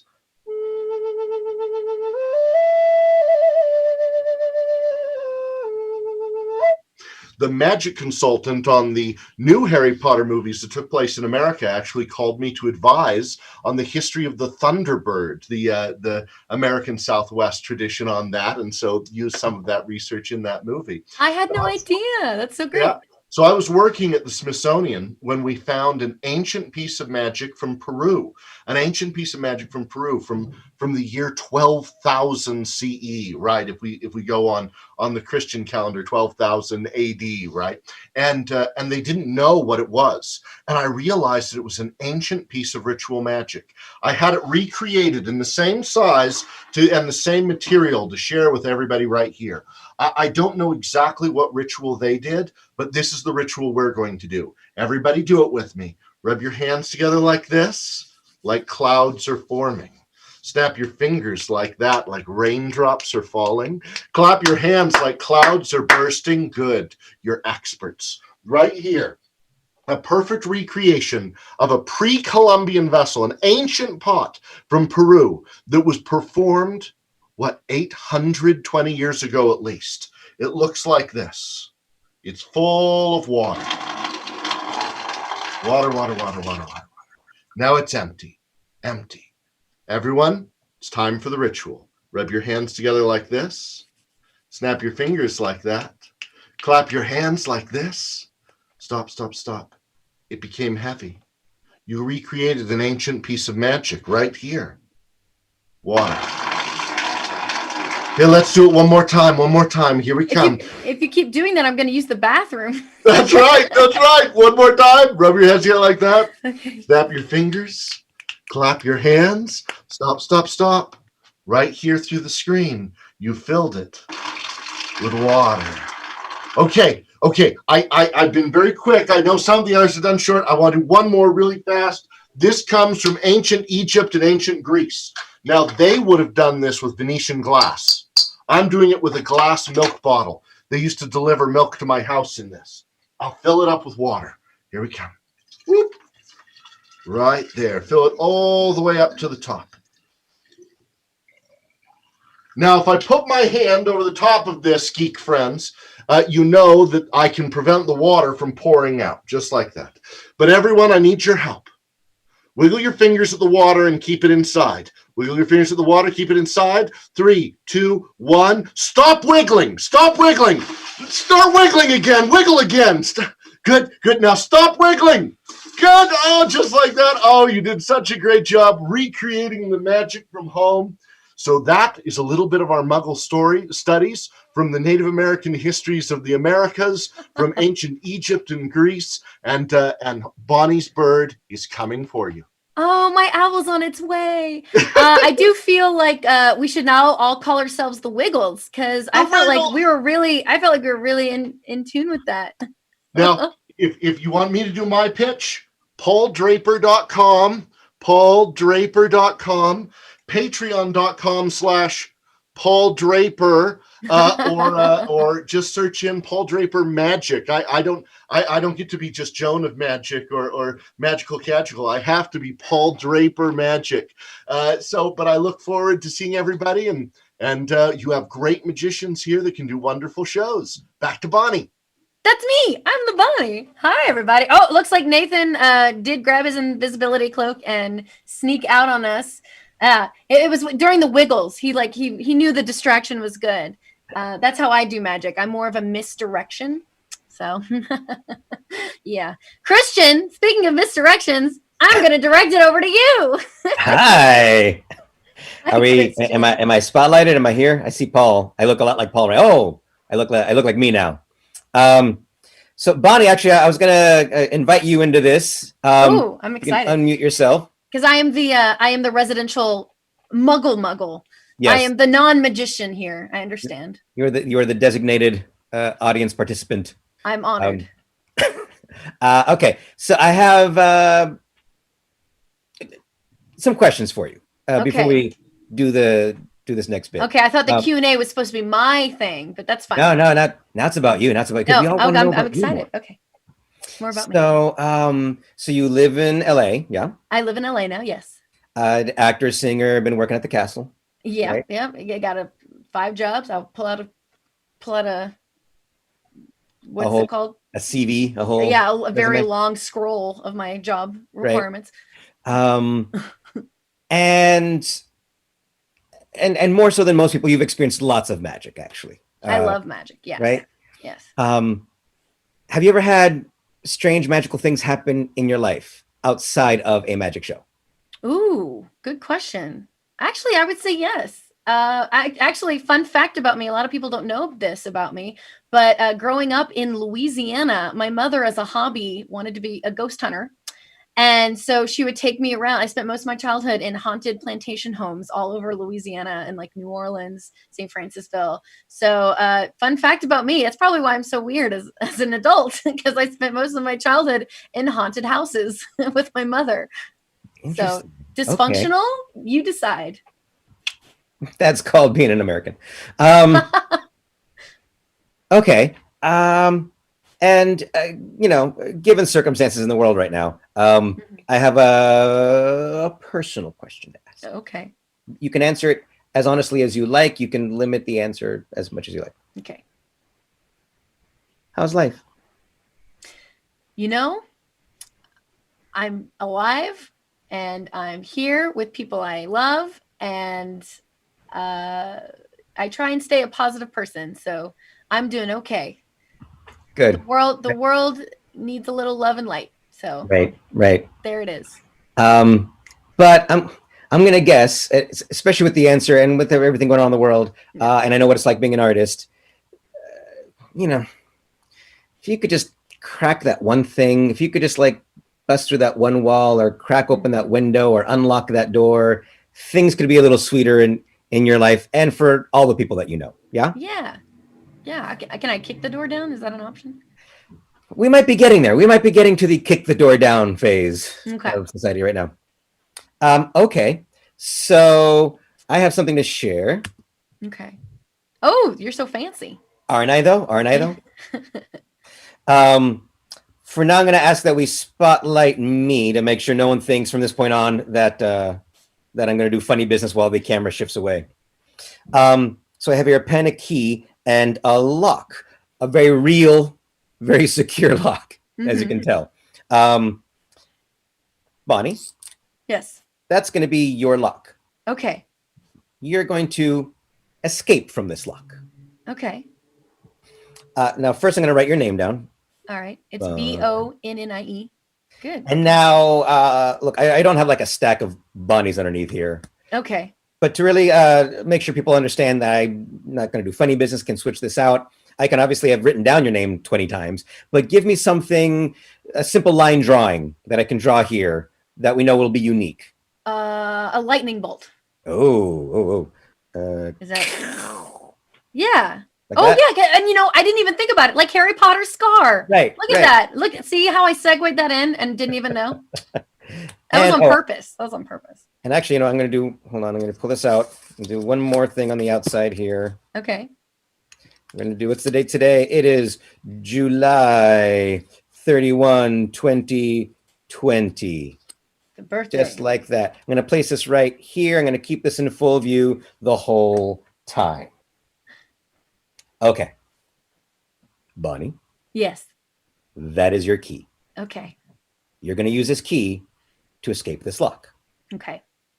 Now, this is not a flying key, so this won't be attacking you. Don't worry. No, good. I think you're a little far for that, but okay. The magic of Harry Potter is quite powerful. Frequent flyer miles. I get it. Yeah. True. It's true. I'm going to place the key in my hand just like that. Now, normally, Bonnie, you would be here with me, and we would have you grab onto my fingers, grab onto my wrist, right? But obviously, we can't do that. So, as long as you're not on a touchscreen device that might ruin things, if you do this, do me a favor now. Touch my hand on the screen. Okay, on the screen. I am. No one can see it, but I'm touching my screen. Right. And in fact, everybody else, as long as you're not on a touch device, think about your own locks in your own life. And touch my hand. It's about as close as we're going to be getting right now. Exactly. But we better wash your hands after, everyone. I got Purell. I'll pass it around to everybody. Okay. And now, Bonnie. Yes. Do you remember the spell to unlock things? Yes. Do What I is say it? Yes, please. Aloha Mora. Keep saying it. Aloha Mora. Keep saying it. Aloha Mora. I'm going to switch over to this camera. Oh, wait. Hold on. I'm going to keep I'm switching saying over it to- right. Keep saying it. Keep saying it. Aloha Mora. Aloha Mora. Aloha Mora. Aloha In Mora. fact, I'm going to give us some light. Aloha Mora. Everybody at home, touch my hand and continue chanting, Aloha Mora. Aloha Mora. Aloha Mora. Aloha Mora. Aloha Mora. Oh, Aloha Mora. Aloha. Hey, we did it. I think. The craziest thing is, Bonnie, your lock is now open. Oh wow! I would want to keep that as a souvenir. Yeah, you're gonna have to mail it to me. I shall mail I'll give this you to my you, address. Bonnie. I shall mail this to you. Oh, excellent! A virtual round of applause for Bonnie, everybody. Thank you. That was. Can I do one more? Can I do one more? Oh, would love to. Yes. Okay. Here's the game. It's a game. It's a guessing game. Okay. This is not Harry Potter legal magic. I'm doing contraband magic. Oh no. You can't actually do this one in the Harry Potter world. The game is to guess what is inside here. Okay. Can you guess? Paper, a credit card, Costco card, Let's go. tax refund. No one gets those. We all really want a tax refund right about now. Don't we? I don't know. Anybody else want to guess? Andrew, do you want to guess? No guess from Andrew? Andrew, do you have a guess? I got nothing. A bowling ball. A bowling ball. A bowling ball. Yeah. A very small, but not impossible. I mean, that would be possible.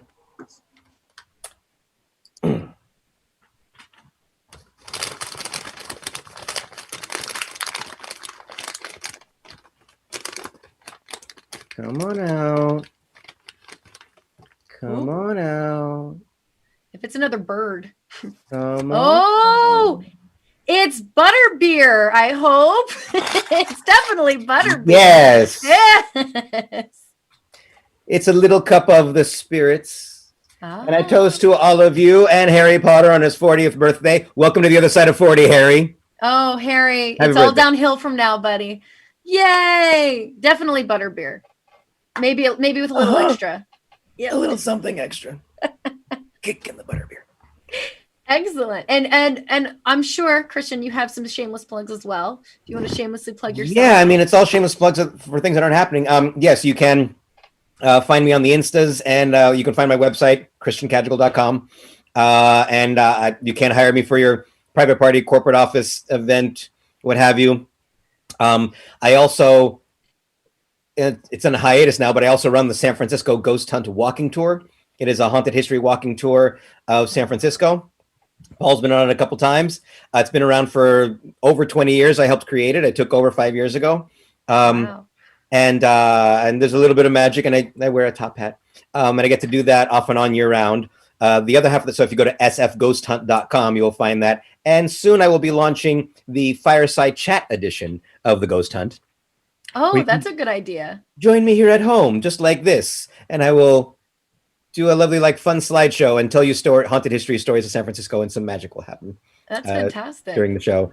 I will also later on, probably in the beginning of October, be launching a whole hour-long ticketed show of magic with me doing all this with you here and the fun camera stuff. And I also co-founded Fog City Magic Fest, a San Francisco-based magic festival, which is supposed to happen in February. We'll see. Hey, that's a long ways away. Anything can It's a happen. possibility. Yeah. And hopefully when all this is over, I can come, hopefully it'll be over sooner than later, but we'll see. I will be back in New York, and that's when usually I get to be part of the cast of Speakeasy Magic, hosted by magician Todd Robbins, which is a fun, smoky nightclub with a piano and jazz playing and magicians coming to your table every few minutes. You get these lovely 10-minute magic shows, and I get to be one of those magicians. So hopefully I could do that once again in the next few months. So Fantastic. And I know Andrew didn't perform any magic, but I do know he has a bunch of videos of his magic up on his social media. I've seen quite a lot of them, and they're all very funny. Andrew has the sharp wit and dry sense of humor that goes along with his magic that makes me snort laugh every time I watch one of his That's all videos. I need is for you to snort laugh. Yep. It's constant. It's a constant snort laugh. Even if I'm not around, yeah, you're still snort laughing. At you, yes. Yeah, Not with you. I mean with you. Sure, whatever. I'll take what I can get. But I know we're almost out of time here. Thank you all so much for joining us here at the Magical Muggles. Again, everyone follow all of these lovely people on social media. Happy birthday, Harry Potter. Again, I've been Bonnie Gordon. You can find me all over the social media at Bonnie Bell G. I'm also a singer in a nerdy comedy band called the Library Bards. Hey, that's a jazz hand reference. And if you go to @LibraryBards anywhere and everywhere, we also have a Patreon, patreon.com/librarybards. And we have a song about Harry Potter as well. So go check that out. It's up on Spotify, iTunes, Bandcamp, anywhere where you can pretty much find music or anything nerdy or pop culture. I want to thank MuggleNet and Scum and Villainy for having us today, and the OneRing.net for everyone just kind of merging together and creating this amazing birthday party for Harry Potter. If there's anything y'all want to say real quick before we have about just a few minutes left, but for me, I'm signing off, and goodbye, everybody. Thank you all so much for joining us. If any of you want to say goodbye to everyone, feel free to check out all these magical folks. The worst. What? Dolores Umbridge is the worst. Oh, tell me about it. Although she's running things right now, apparently. Yeah. The way things are looking.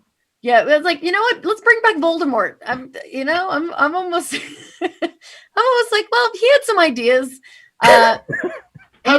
Harry. I say Snape for president. Let's go with that. That's a man with a plan. You're a wizard, Andrew.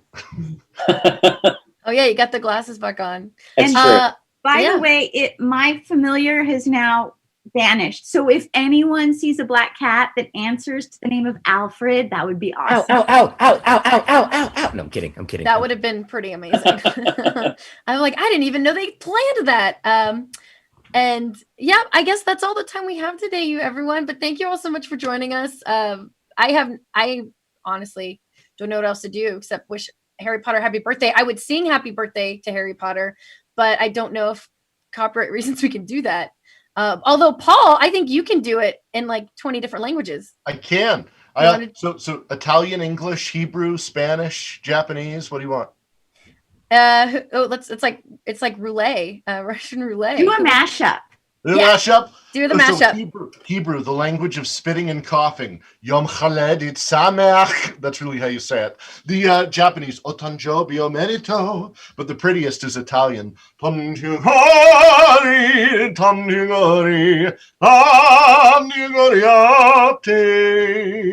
Happy birthday to Harry Potter. Happy birthday to everybody that loves it. And all the great magic from Joan Decor, Andrew Zuber, Christian Cadgigal, Nathan Fan, and the wonderful music of the Library Bards. Hey, thank you. Bye, everybody. Thank you so much. Bye. Thank you. Ooh. Hello. Okay, I was like, I don't know how to end it. That's how I just kept going. Thank you so much to all of the magicians that came on. That was amazing. We just started selling our potions kit outside for pickup. It is $25. Make sure to come get yours if you're here in LA. And they're tasty. People have been showing up. Oh yeah? I haven't really been out there yet. It's been a long one for us so far. But we have like another, 3 o'clock? Mm-hmm. We'll probably be going till about 10. Our trivia starts at 8:30. We're giving away the Monster Book of Monsters. Will go to first place. To second place, Newt Scamander. And third place, Grindelwald. Our guy here. So, yeah. Okay. So, when we were talking about doing the live stream, something I wanted to talk about was, because you're a huge Star Wars fan, as am I. You're also a huge Harry Potter fan, which I admitted earlier that I am a baby Harry Potter fan. I'm a novice. I'm an intro level. So I thought this was interesting. I wanted to talk about the theme parks a little bit, and compare and contrast a little. You've been to Batu, and you've been to the Universal theme park in California. Correct. And the Wizarding World here, Mhm. but neither of us have been to the one in Florida. Yes, exactly. Okay, so the one in Florida is off the table for this conversation. For people keeping track at home, we don't know about that, although I have heard that it is way more wonderful than the one in California and way bigger. I want to go to Gringotts there so bad and see the dragon and Diagon Alley down there. I heard is amazing, and I can't wait until all of this nonsense is over and I can actually go visit. So here's the interesting part of the conversation. This is going to be a two-part conversation. The first is going to be Batuu. Again, Batuu, we're only looking at the Disneyland version of Batuu. Mhm. But which park do you prefer? It's a Saturday afternoon, or let's not even say that. Let's say it's a Wednesday afternoon, so all the kids are still in school, and you have the choice to go. And I know you love Disney, but you don't get to go to any Disney. It's only Galaxy's Edge or Wizarding World. Which one do you choose? Galaxy's Edge. Okay. I know, hands down, Galaxy's Edge. So here's the interesting thing. I would go to Wizarding World. Really? I would rather spend an afternoon at Hogwarts than at Galaxy's Edge. You don't even... Have you seen the movies? Like, are you? You're not a Harry Potter fan. No, Why do but you think that? Ew. There is so much soul and so much heart. I feel like when I go to the Wizarding World, and it's all things that I have seen before. You know, it's things that I've actually either read or learned about or touched. Whereas Batuu is all new stuff. And yeah, they've dropped some stuff in. It's kind of an amalgamation of about a ton of different Star Wars stuff, but it is not wholly a thing that I can associate with Star Wars. Okay, so which I understand and I appreciate what they were doing, but the comfort level that I get going to Hogwarts and like hanging out in the Three broomsticks. Mhm. Like the food there and the entire dining experience there, I think is so far ahead of what you get at Batuu. From the quality of the food to actually like when you're there, you feel like you're in a like you're not at a theme park. You're actually at the Three Broomsticks, and I think it's also it's an easier experience to replicate, right? Because you're creating a fantastical place from Earth. All that being said, man, it's still like you get people, fans dress up and go.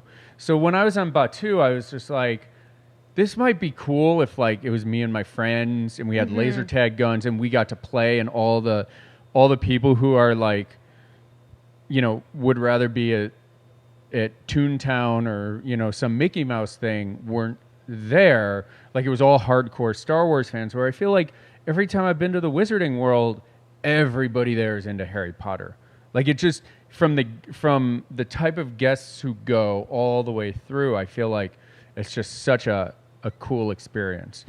Well, and I also think a few things. I think that specifically for Wizarding World at Universal, that is the selling point that they have.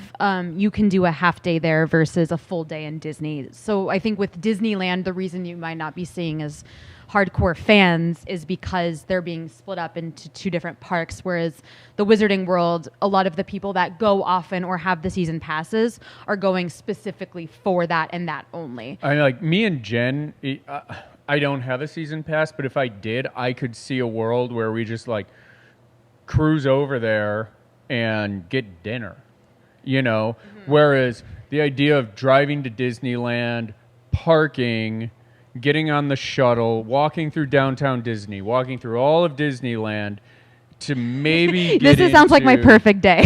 To maybe get into Shuttle. Oga's Cantina for a drink, or maybe, get some like gross wampa meat or whatever it is at Docking Bay 7.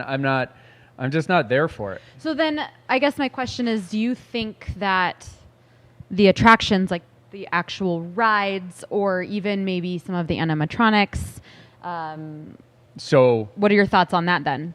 that is where I'm going to go with Galaxy's Edge. The Millennium Falcon ride is like the greatest thing of all time, I think. So cool.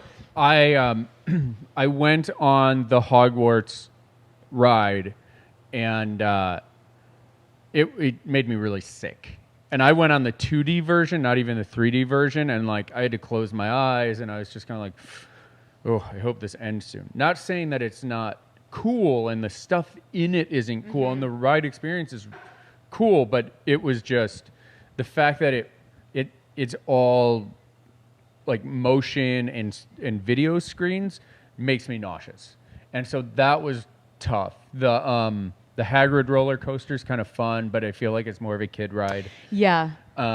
So yes, I will say The Flight of the Hippogriff. And yes, and I have not done Rise of the Resistance, but again, if I'm going and I'm like trying to ride rides, it's going to be Batuu. Yes. But at almost age 40, like our dear Mr. Potter, I'm like, I'd rather go and get dinner. And and some butterbeer. And in that case, like, and watch some kids take their wands and mechanically interact, right? Right. It's not, we see this all the time everywhere we go. And so to see this at Galaxy's Edge is way less fun than using the spells to open things and unlock things. I think is really cool. So that was one of my favorite things when I first had gone. When I first moved to LA, I had never been before, so it was my very first time. And did you dress up? Well, yeah. See, how cool is that though? Yeah, but I'm also the girl that, like, even if I'm just going to downtown Disney for dinner, I am in Mickey ears. So I don't really know if I'm like the correct person to ask, but I really enjoyed that. I thought that the Honeydukes was spot on. There was a lot of things about the Wizarding World I was stoked about. Like, obviously going to see Ollivanders. It bothered me that Ollivanders was in Hogsmeade a little bit. I just say call it something else maybe. Like, it's another wand shop. We know that Ollivander isn't the only wand shop available. But little kids probably don't want to buy a $90 wand from Max's wand shop. Of course. It's not as special.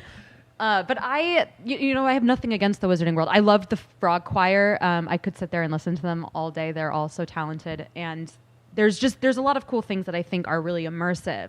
But if you're asking me my opinion, like, I love going to Batuu and hearing all different kinds of sounds, or like hiding with Rey, watching Kylo walk from the ship. Like, I think all of those things also are pretty immersive and take me to, I mean, not really a planet that I've known before, because we have not known Batuu before, unless you're like me and read Thrawn Alliances, where they had to throw Batuu in there to have it make any kind of sense whatsoever.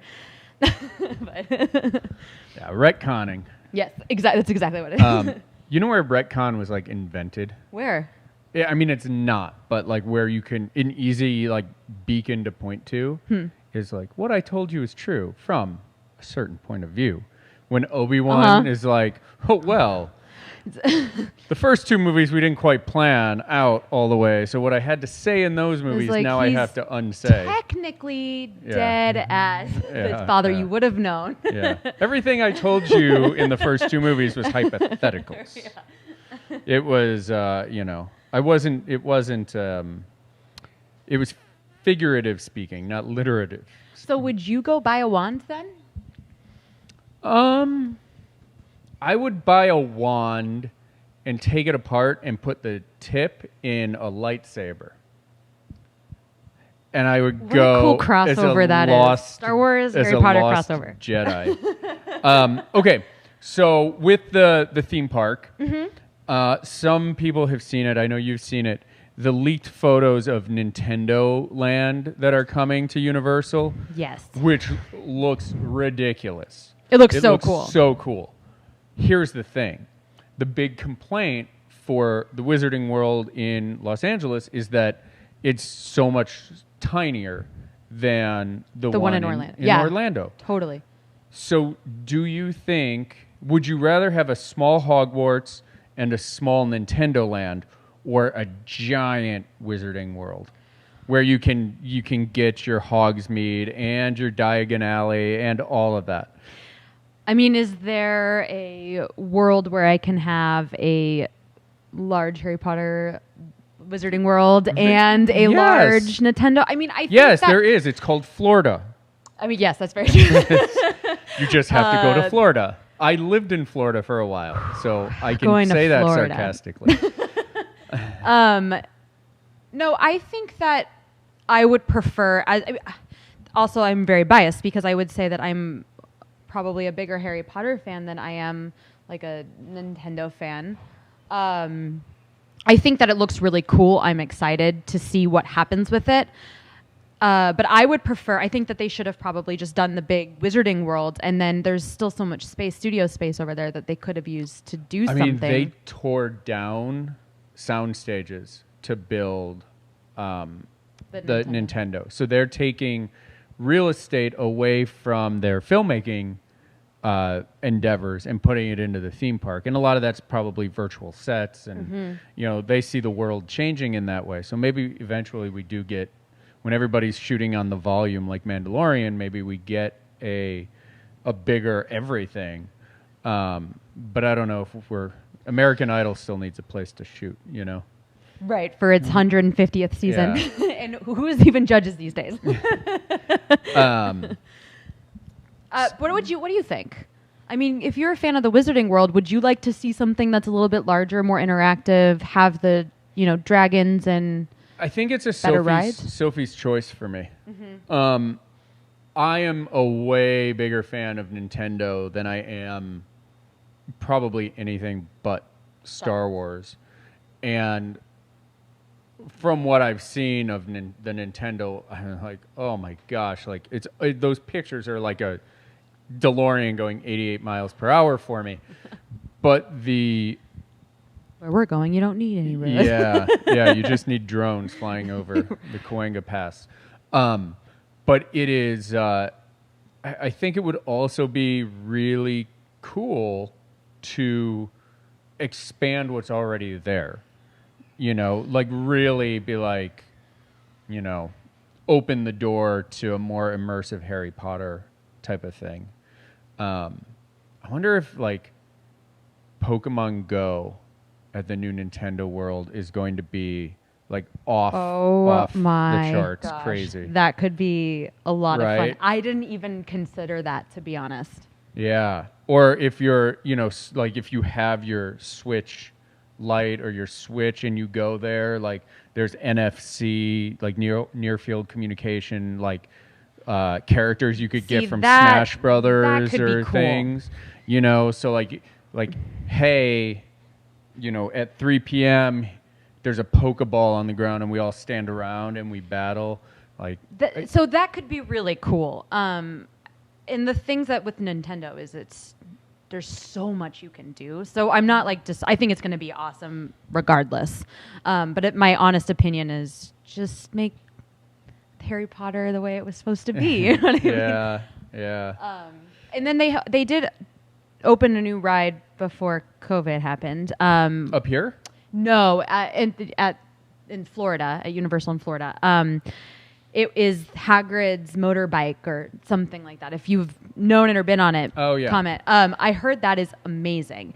And I would even like to see them get rid of Flight of the Hippogriff. I know that might not be like a popular thing to say, but get rid of that and then build something sort of like the Hagrid's motorbike that they did. What? Eric Brock says, just bulldoze the Minions area of the park. Okay, I feel that. And I like Minions. Like the Minion movie, I can get behind a little bit, but it's terrible. I hate the Minion section of the park. Yasha's showing up with this idea. Yasha says they should have made Hogwarts into a practical hotel, and he is constantly disappointed there's not a great hall.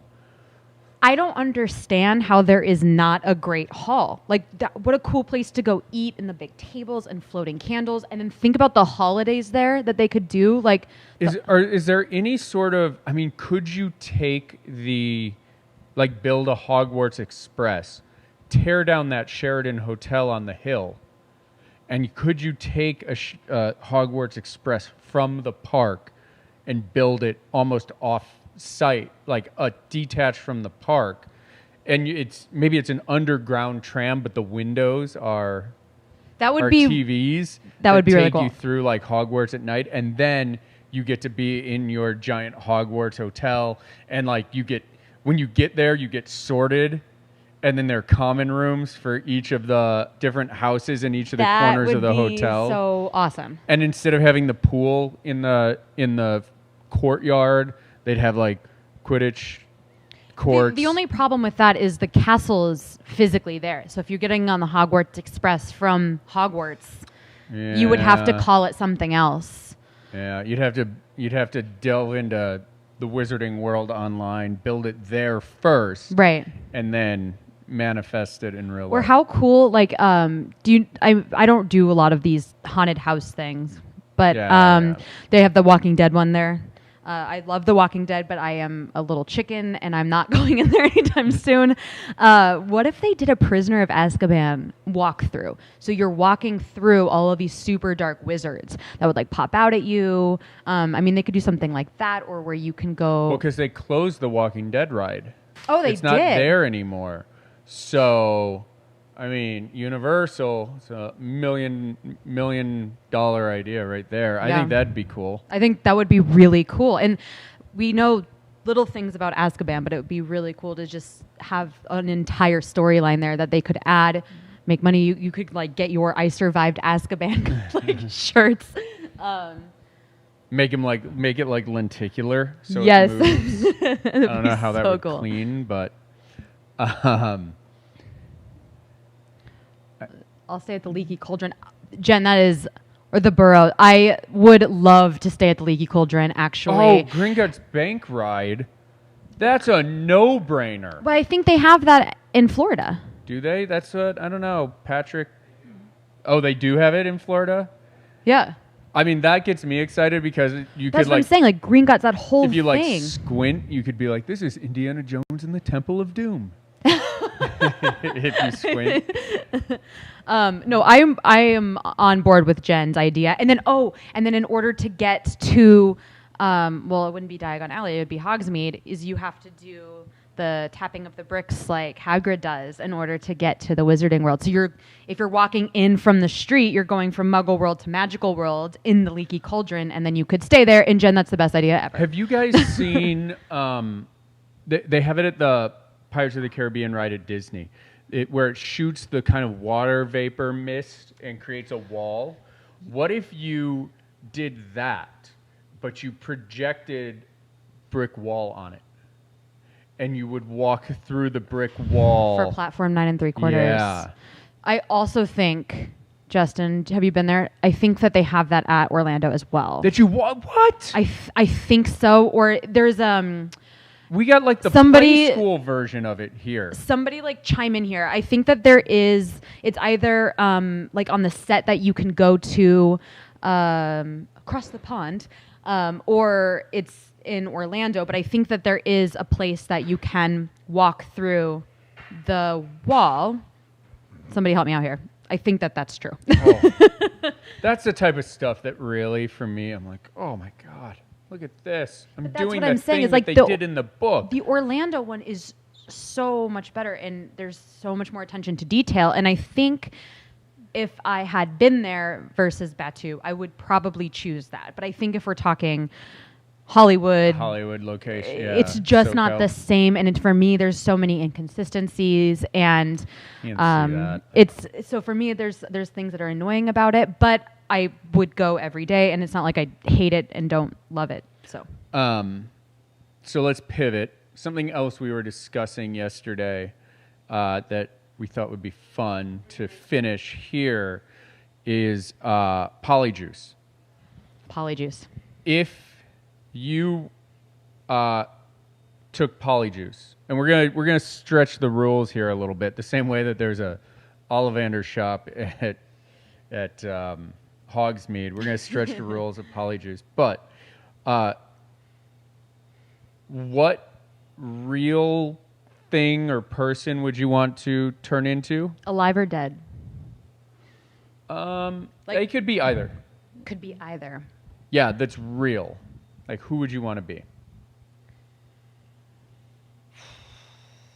Well, I think if we're talking like dead, I would want to be Walt Disney. And it's like, I would but just, you're like, still really- you, right? Right. But I you just would- look like this person. I would have loved to experience Disneyland as Walt, even if I wasn't Walt, just to see how people respond and go see all the cool things and behind the scenes and feel like I have a say in anything that would happen in that park.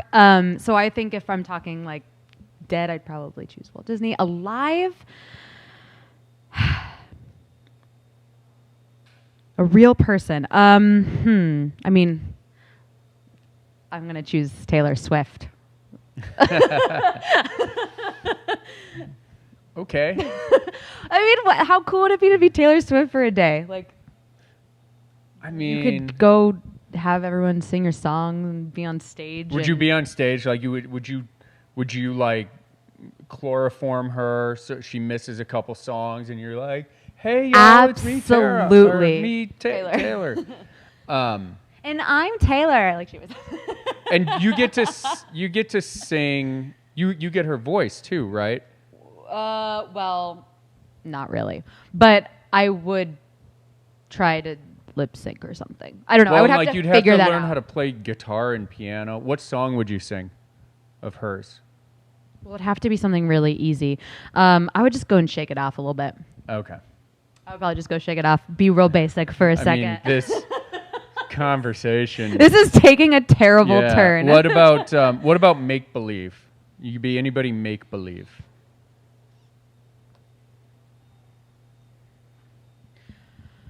Specifically in the Harry Potter world, or No, truly anybody?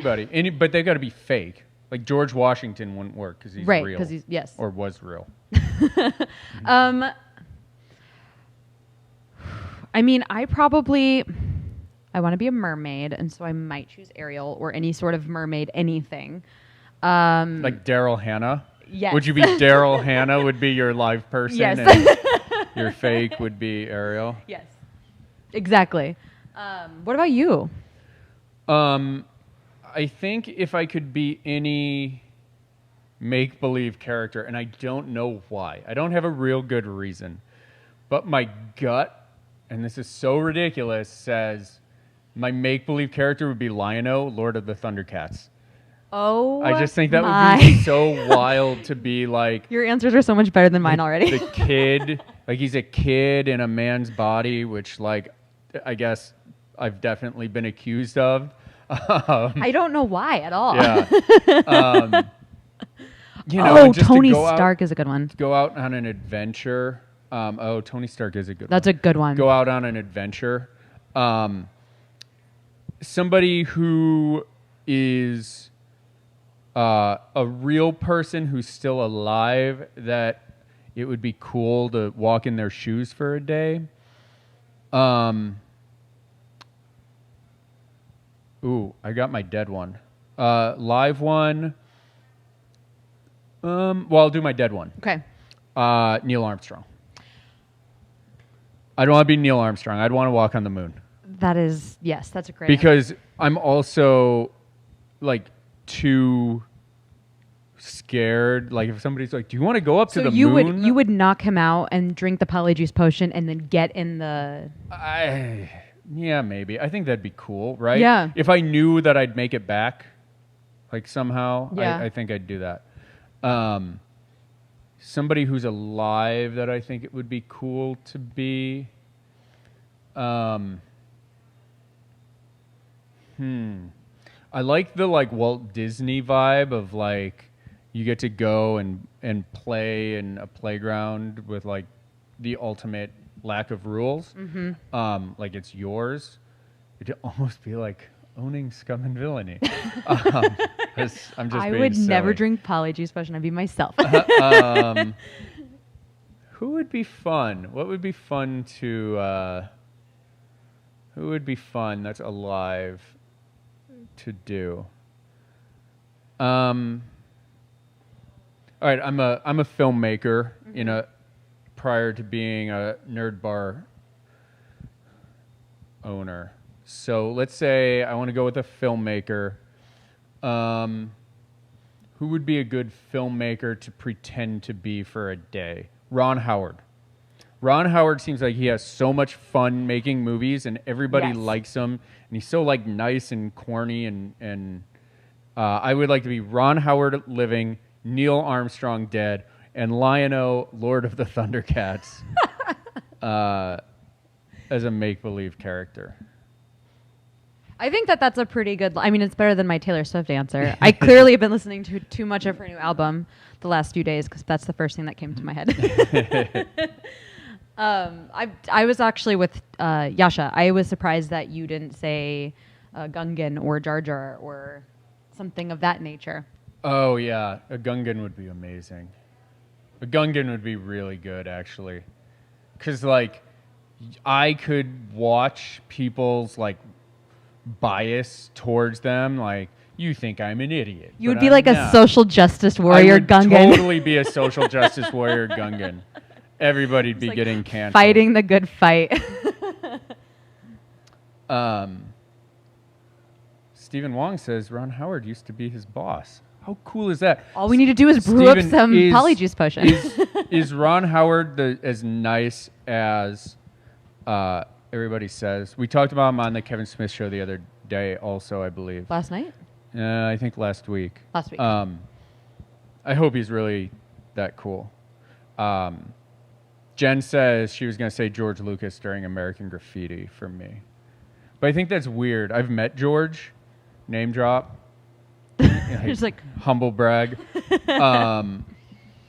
I think it'd be weird. You have a photo of yourself hugging George. I do. Actually. Yeah. Well, George is hugging me, but I had to ask him. Can I have a hug? What about you guys? What would you do? What are some? I really did like the Tony Stark answer. Tony would be really cool. Tony would be really cool. Tony pre Avengers. I feel like he gets a little like self-righteous afterwards.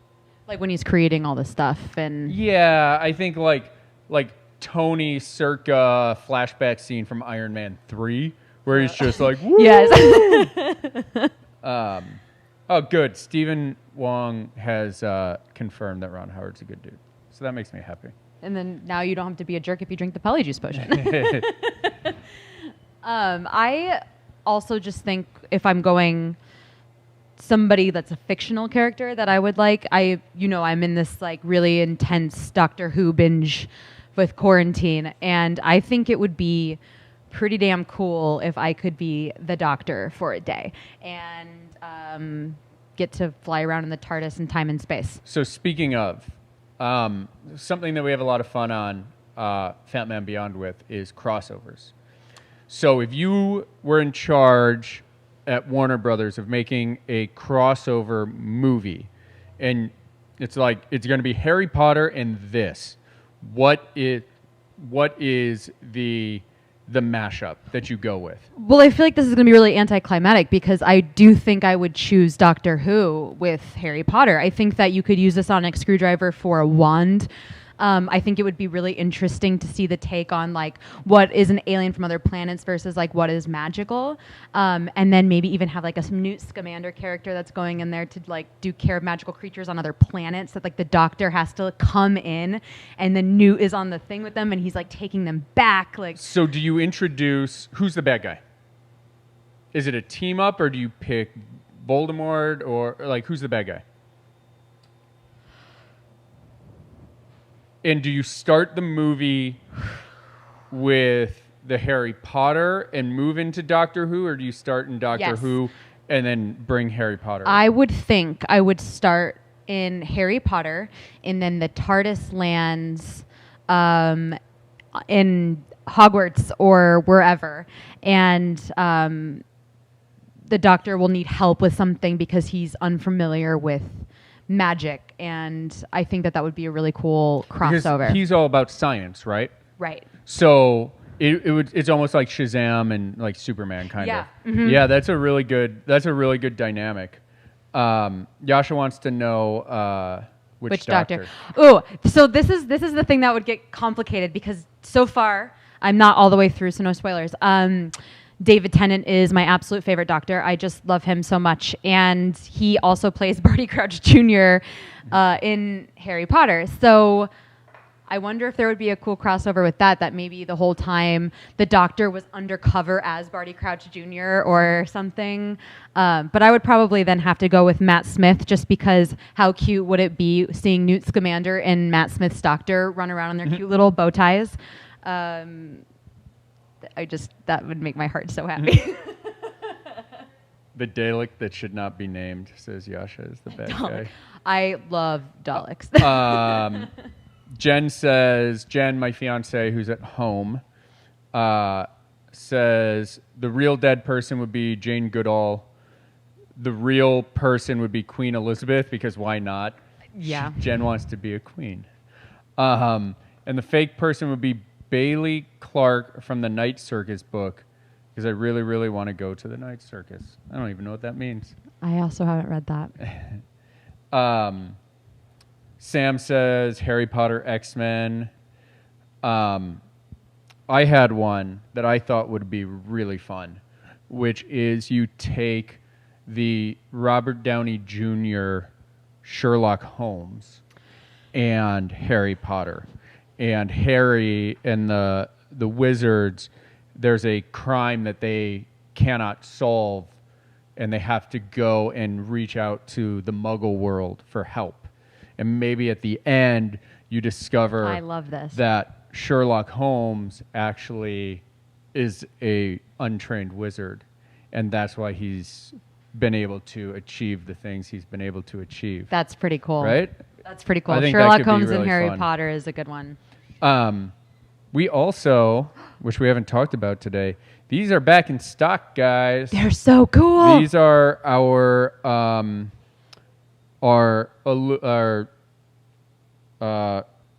gift cards.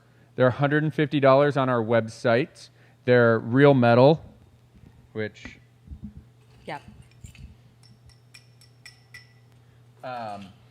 And they look something like something you may have seen on a show on a streaming app. So if you want to pick some of these up, scumandvillainy.cantina.com, you can go to shop, and we have these really cool etched gift cards. Our logo's etched in the bottom corner. This is legit. It's Like, so cool. It's it legit. even feels like you're carrying a certain sort of metal from a certain kind of show on a certain kind of streaming service. That's stored in an ice cream maker. That's stored in an ice cream maker. So pick one of those up. We're not open right now. I mean, we're open today kind of are. till 10 doing the potion kits. And tag us. If you guys are making these at home, make sure you tag Scum and Villainy Cantina. We want to see what you guys are doing, celebrating with us today. Whether you're repping your house and just watching us or tuning in, whether you were able to come and grab your potions kit, we would like to see how you are celebrating with us for the boy who lives 40th birthday. My gosh. Do you remember when Harry Potter came out? Did you read the book right? Yeah, my dad brought it right home away? to me. Mm-hmm. Yes. My How- dad gets me into all the nerdy things. So if Harry's 40 and he was 11 when the book came out. Yeah. So it was, were you even alive? Were you like a baby? I was alive when the books came out. Is that what you're asking me? Yeah, I mean, so when did the first book come out? 1991? No. Is that right? I mean, it's different for the States because it was Philosopher's Stone for a while, and then Sorcerer's Stone. When did it come out when was it first printed? Philosopher's Stone, it still is. It is, overseas. yeah. But it was bigger there before it was out here, and still 2001. No, 2000. that's the movie. Book. I feel like I should know this, but I don't.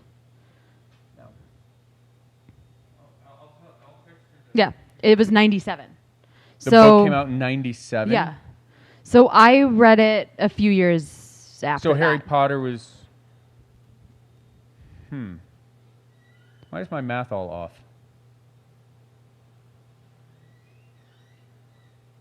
Yeah, All right. it was first published in the UK June 26th, 1997. Google machine. There we go. Jen was on it too. Anyway. Thanks, Jen. Okay, so we're gonna we have some really cool stuff from the Hillywood show on YouTube. So we're gonna awesome. go to that for right now, and you guys can have fun with that. There's some really good parody videos. There's a tour of the studio tour. Oh, cool. Over in the UK. Oh, I'm excited to see this. And then after that, we're going to have Dobby the Fox on from Dobby Animal the Tracks Fox. in Santa Clarita. They're going to be zooming in, and the rumor has it that we're going to have Sirius Black Wolf on as well. I cannot wait to see little Dobby the Fox. What are you going to ask him? What am I going to ask him? I'm going to ask him how he likes being a fox. I'm going to ask him what the fox says. I made that joke earlier, and JC didn't think it was funny, so I felt like I needed to try it to see if I made any of you guys chuckle at home. It's terrible. He's shaking his head at me. If you guys have anything you want me to ask a fox, well, rather the fox's handler, I wish I could speak fox. Let me know. Comment below, and this is me buying time before we get started. Waiting for the okay. We're ready. We're switching over. Enjoy Hillywood's videos, and we'll see you after. Hey guys, what's up? My name is Hilly Hindi. I'm the creator of The Hillywood Show, along with my sister, Hannah. You might recognize us from our Harry Potter parodies, some of the titles being Harry Potter Friday parody, So You Think You're a Wizard, Harry Potter and the Order of Umbridge sketch, which is all on youtube.com/Hillywood. We wish we could have been there to celebrate Harry Potter's birthday with you guys today, but we couldn't because we are so busy editing the gag reel for the upcoming Umbrella Academy parody bloopers that we're releasing. Anyway, just wanted to give you guys a little video shout out to say happy birthday, Harry Potter. Bye.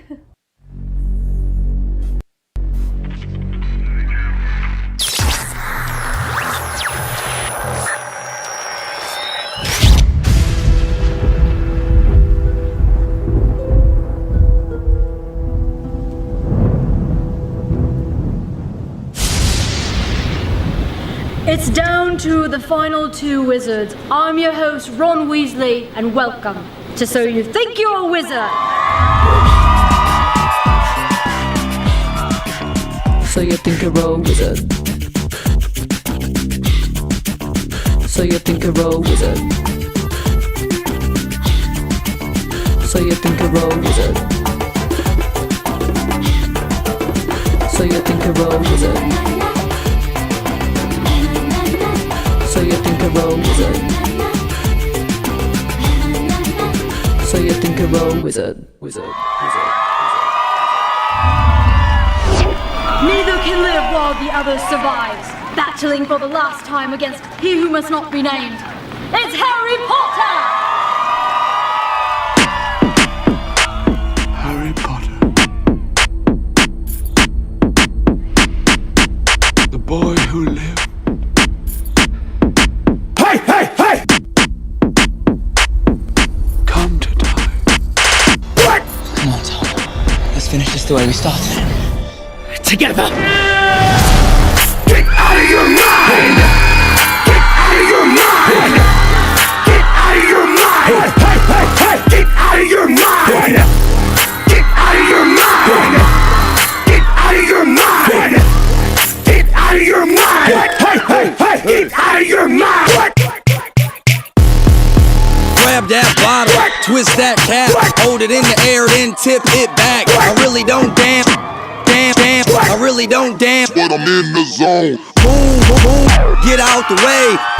Rock a runaway train. I grab my beat, you do the same. Shake, shake, and make it rain. I don't give a what, I don't give a what. Focus. I don't give a what, I don't give a what. Focus. I don't give a what, I don't give a what. Focus. Let's freaking use it.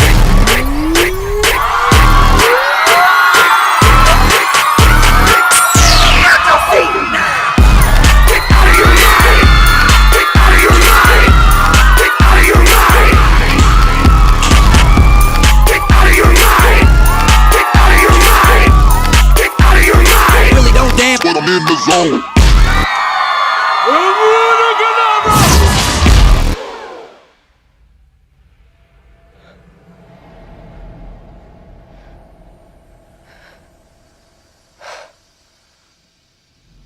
Professor?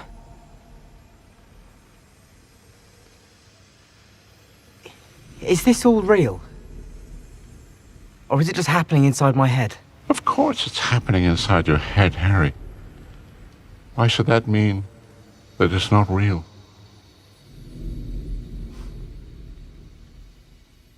What?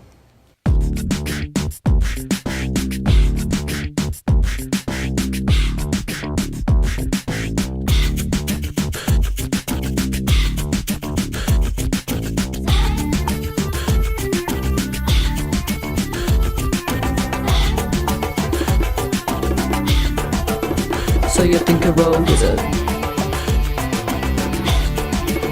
So you think a rogue wizard. So you think a rogue.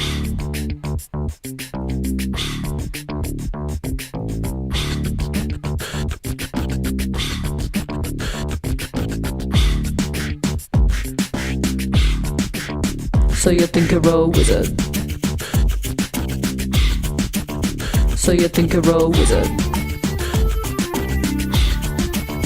So you think a rogue wizard. So you think a rogue wizard.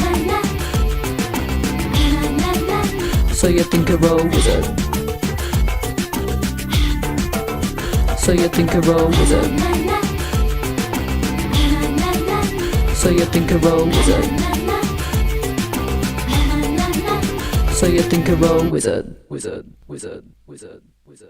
I cannot wait to take this stuff. Why? Why can't you wait? Because it's going to be Niagara Falls of sweat. Get that on camera.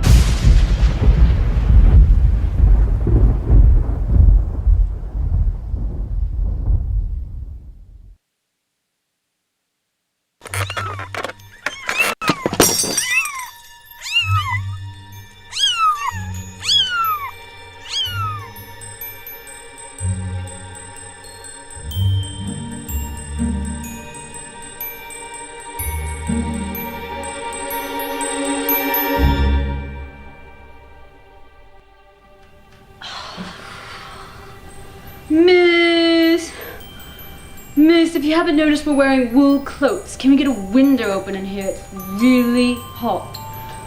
Yeah, miss. Can we go outside, please? Yeah. That way I can see how many people can fit on a broomstick while playing Quidditch now, can't I? Yeah, we can. Miss, you're gonna be a real teacher, please. Yeah, 'cause you're just a student, aren't you, miss? Right, miss. What's your name again, miss? Yeah. Miss Dumbridge? Did she say Miss Dumbridge? Well, it sounded like Dumbridge. to me. You have to speak clear if you want to be a proper teacher, miss. Umbridge. All right, miss. What's your first name, miss? Yeah. Well, you know ours, miss. Yeah. I'm Ron Weasley. And I'm Hilly Potter. It's Harry. I'm Harry Potter. You don't just demand respect, miss. You earn it. All right, miss. We know it starts with a D because it's on your register. Yeah, it's right there. So is it Deidre or Daphne? Or the devil. It's Dolores. Dolores? Bloody hell, what a stupid name. I would never want a name that rhymes with something dumb like chorus. Chorus, everybody.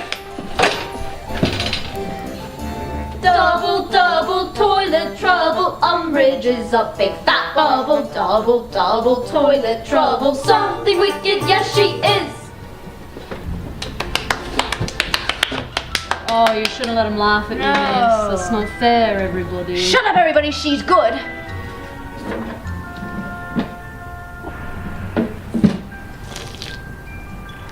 Miss, this is just butterbeer from Harry Potter World. It's fantastic. Haven't you ever been? Oh, bloody hell. Miss. Are you Voldemort? Yes, because we have absolutely no idea who Voldemort is. We'd like to learn about him. Wouldn't I like to learn about...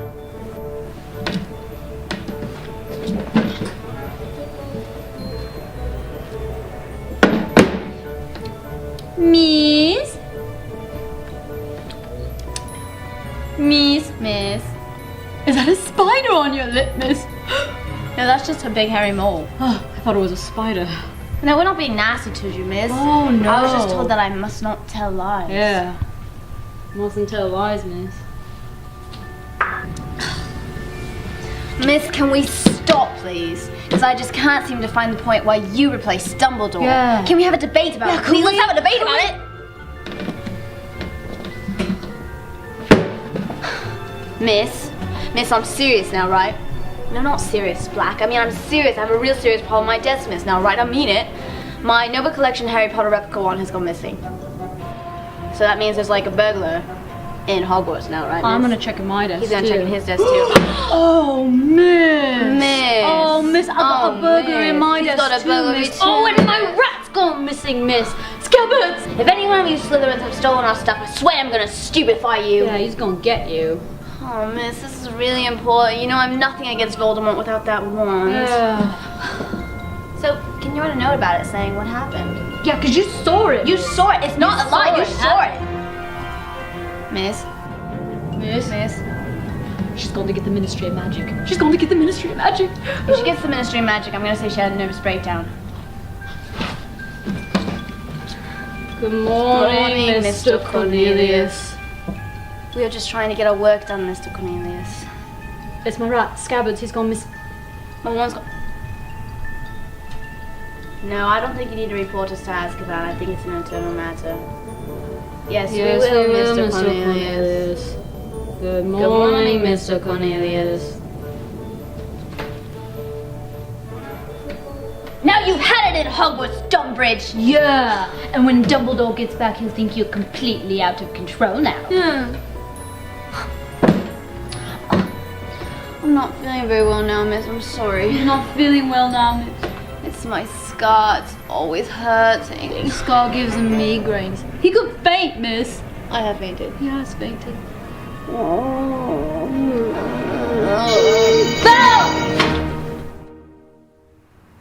Dolores. Oh, I hate Harry Potter, Harry Potter.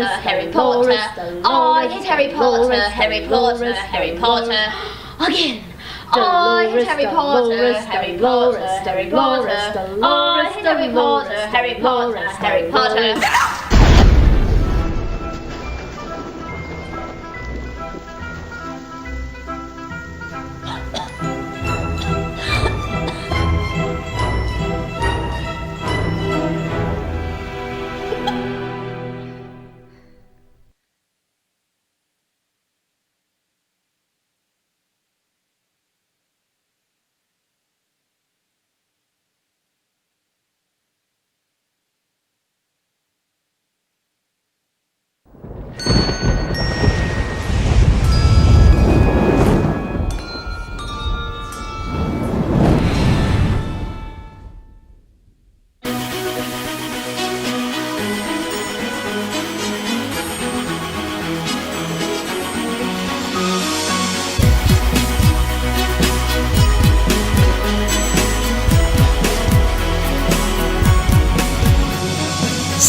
PM sitting in my bedroom. Got to grab this and I gotta grab that. Got to grab my owl, got to go downstairs. Seeing Mad Eye with Polyjuice potion. Drinking on and on, everybody's morphing, taking that stuff.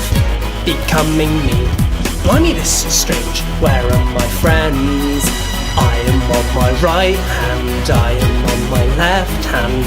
Wow, we're identical. Where's the real Harry? Here. It's Deathly Hallows. Got to destroy a Horcrux. Everybody's looking forward to the movie part 2. Deathly Hallows. Got to destroy a Horcrux. Everybody's looking forward to the movie. Voldemort, Voldemort sucks. Voldemort, yes! Die. Looking forward to the movie. 7:45, we're camping in the forest. We'll shut up that damn radio. Ron, gonna kill Ron. It sets my teeth on edge. Rabbit in the cackling stump. Eh? I got this, you got that. These seem useless. Hating on Weasley. Dancing with Hermione. Got to go to Godric. That is where they died. It's Deathly Hallows, got to destroy a Horcrux. Everybody's looking forward to the movie part 2. Deathly Hallows, got to destroy a Horcrux. Everybody's looking forward to the movie. My parents died. My parents, why? Sad, sad, sad, sad. Looking forward to the movie. Now for some puzzle tone.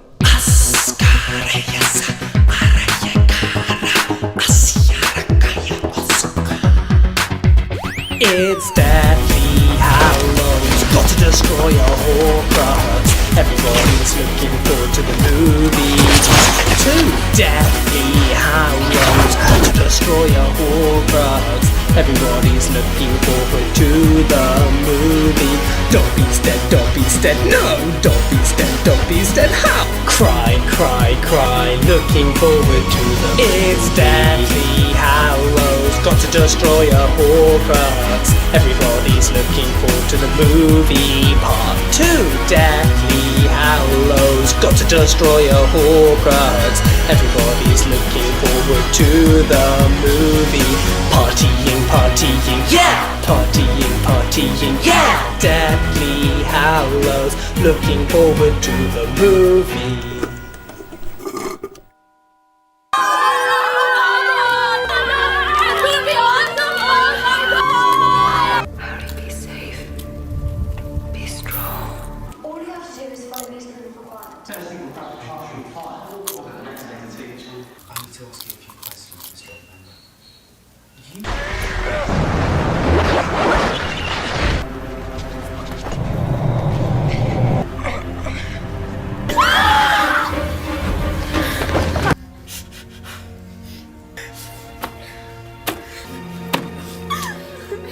Why did she go in there? What is that? Where are they? What's going on? Shh. I don't understand why they have.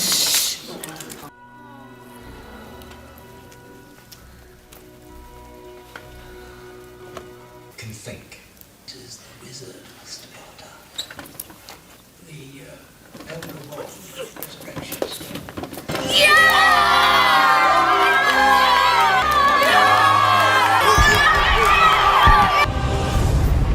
Come to die. Oh yes! Yes! Ha ha ha! Ha! Ha ha, Potter! Yes! Ah! Ah! The boy who died! Ah! Yes! Yes! Yes! Yes! Yeah!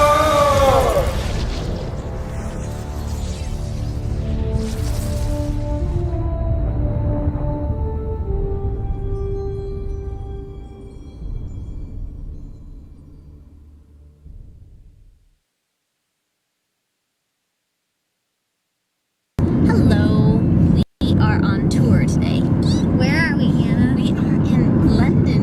Oh my god, look at that home. We're going to Warner Brothers Harry Potter studio tour. You guys have been saying we need to go. Yeah, so we took your advice and now we're gonna go geek out and have some fun. But we're excited. Bye. Oh my god. What's happening? That's happening. What's going on? Oh my god. It's my size. Wow, that's so cool. Do we have any Harry Potter fans here today? And I would like to welcome you. Now I'm going to ask you a question. Welcome to Hogwarts. Push gently. Push. Oh my god. Wow, indeed. Come on in, ladies and gentlemen. Yes. This is the Great Ball. It was one of the first sets ever to be built for the film series, and as you can tell, one of the largest since before they brought it in here for this very tour. Now, as you can see, Like, I don't know what to say. Like, I can't even, you guys.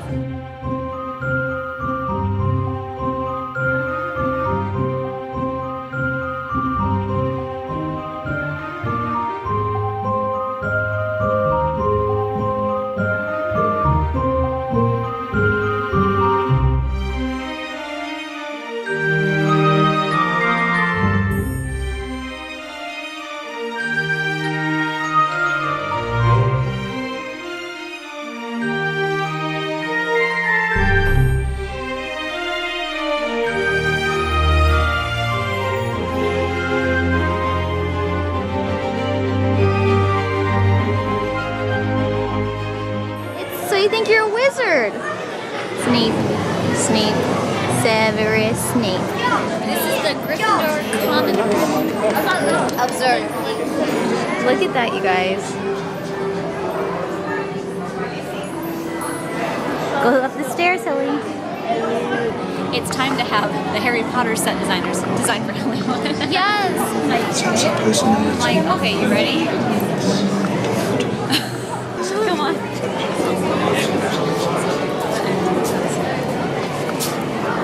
With those 3 little turrets. It's a sort of flying 360 one off the set. other. Oh my god! It really is. It's 360.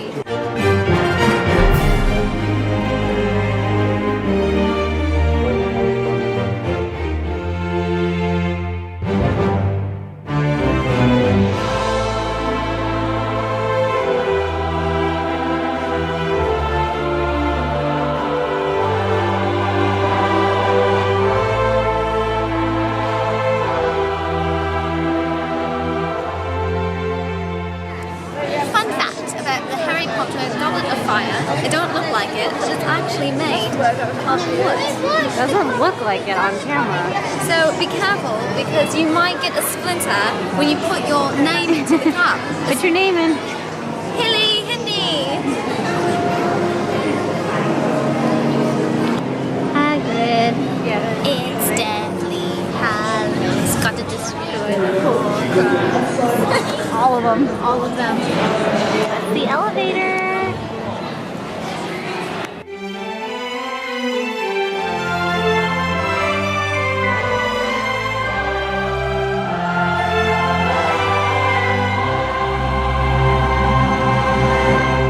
We're heading here. Oh my god.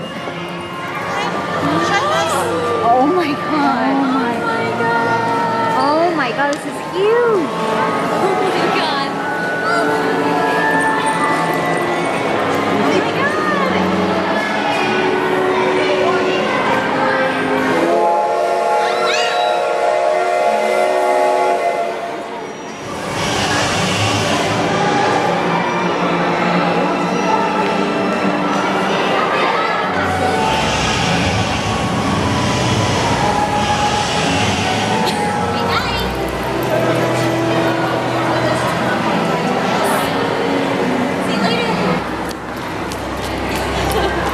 Alright, this is happening. Hi. This is all music in there. I'm a little short. There it is. I see it. There it is. It's right there. I like this one. Harry Potter and the Goblet of Fire. Oh, I love it. So cute.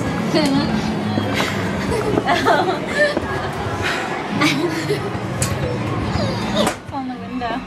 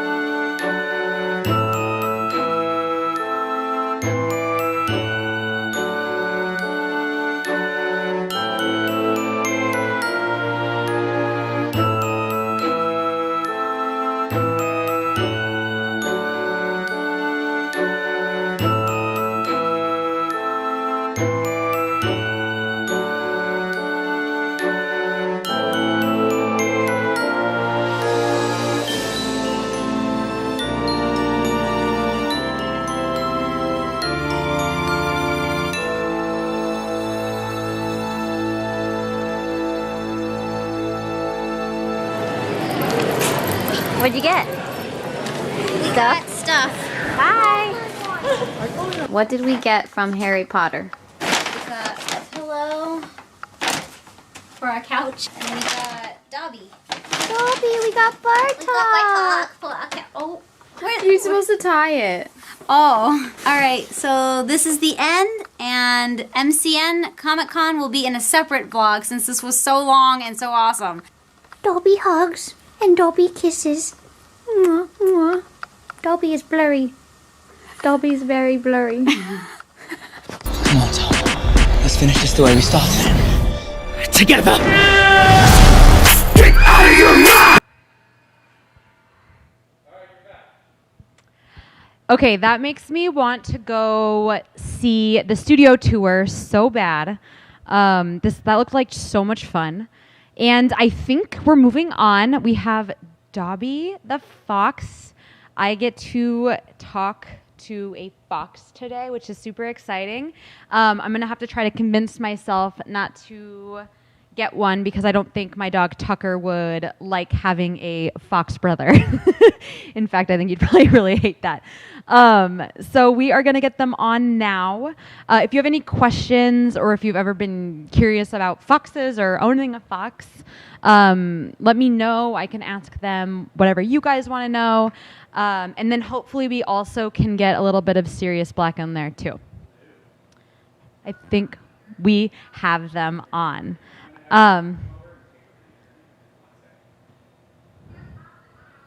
Okay.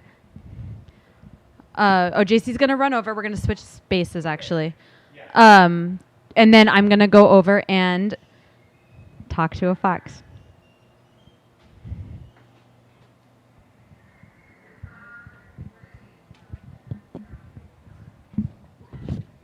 Hello. Okay, here we are. I had some help this afternoon.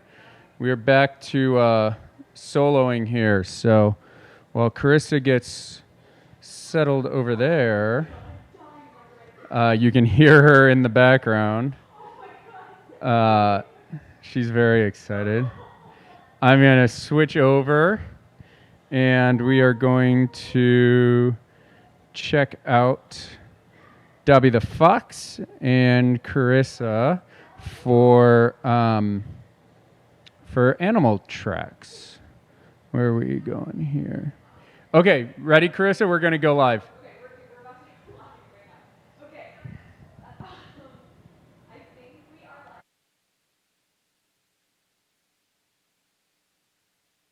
Look at the baby. Okay, we are live.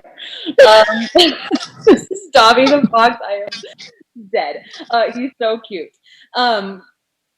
So can I ask how you came to find Dobby? How is he in your possession? Absolutely. So we are Animal Tracks Inc. We're actually an exotic animal sanctuary just north of Los Angeles. Most of our animals were previously people's pets that they had illegally. So Dobby is a fennec fox. He obviously does not belong in a home. He actually came to us from a different sanctuary where they do worldwide breeding. So his mother didn't understand how to take care of him. He ended up being hand raised by people and then didn't like the other foxes. So not good for a place where there's a lot of them. Super great for us because we are an educational facility. So he can be up close and personal with people when it's not COVID times. When it's not COVID times, we do tours where people can come and meet him. He actually has his own Instagram. He is at Dobby the Fox. If you guys want to follow him, he wants to be an influencer. So like, share, follow, subscribe, whatever else you do. But that's how he ended up here. In the wild foxes, the fennec foxes are very social, where most foxes are not. So in a bigger facility, they would want a whole bunch of them. He was like, no. But we have a surprise we're going to show you guys in probably 10 minutes that he doesn't even know about yet. So it'll be exciting. Oh, he heard me. So can I ask you, foxes aren't obviously supposed to be domesticated animals, I would assume, correct? So how do you get him to sit so still with you right now and pet him? And how exactly are you able to, how do you train him, I guess? So we don't train. That's the cool thing. We go off of what they want. If he said, no, absolutely not, I'm not coming out today, we'd have hung out in his enclosure and he would do whatever he wants to do. The thing is, they operate on pheromones, which is how you smell. So, do you mind if I show your face, Allison? Absolutely. Allison is his person. Hi, So, hello. I can hang out with him. I can't do everything she can do. So he knows that when she comes over, he's going to get massages. He's going to get belly rubs. He's going to get his favorite treats. So by pheromones, when he knows she's coming up, he's like, "Oh my God, it's my friend Allison!" All I want to do is boop that nose so bad. I can't keep it. Just for you. Thank you for that. When you say treats, what kinds of things do you guys give him to eat? What do we give for him? You cut out, sorry. Oh, no. What kinds of things does he eat? Whether it's like his meals every day or the treats that you give him, like what is his cuisine? In the wild, his favorite food would be scorpions. Oh. He would be smart enough to bite the stinger off first. If you watch videos online, they bite the stinger off, scream, throw it in the air, and then chomp down like it's a potato chip. We don't do that. That's very unsafe for him, and it would not be fun for the scorpions. So he gets a mix of previously frozen meats, chicken, beef, turkey. What else does he get? Shrimp, in terms of meat. He gets quite a medley of meats, and then a little bit of produce. So he gets a little bit of peas and carrots and spinach and apples and whatever's in season. That is, oh my gosh, his ears. It's like the cutest thing I've ever seen in my life. So you guys are Harry Potter fans, or did... Absolutely. Okay. So you guys when he first came to us, this is clearly Dobby. When he first came to us, he had the name Doppler. And we went, no. I mean, just look at his little ears. Oh wait, I gotta go up. Look at him. Yeah, I think they're on par with each other. They both have the skinny nose. They both have the crazy ears. His ears are actually a super special adaptation. I don't know if they were developed this way for house elves, but for our Dobby, it helps him thermoregulate. So the blood's really close to the surface in his ears. And if he wants to warm up quickly, he can put those in the sun and warm up. If he wants to cool off, he can get him wet or put him in the shade. He cools off. He also has exceptional hearing. He's got a 6-inch wingspan. If we're looking at it. So he can actually hear a watch tick from 50 feet away. Wow. Which helps him hear his prey underground. So I don't know if house elves have it so that they can hear their master calling or whatever, but he has it so he can hear the things he's going to eat.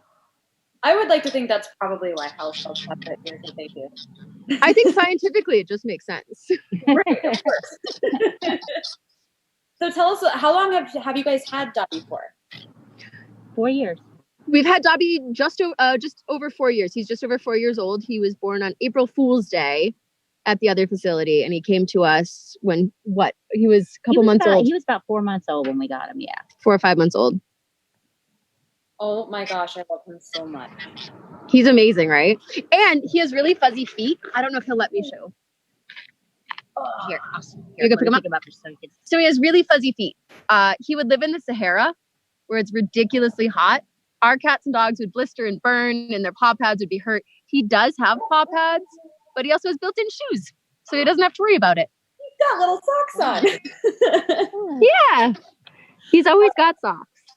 So you guys are open now or waiting for COVID to be over? What is your status over there? Oh shoot, you cut out again. Oh, no worries. Are you guys currently open, or are you guys kind of holding off until after COVID?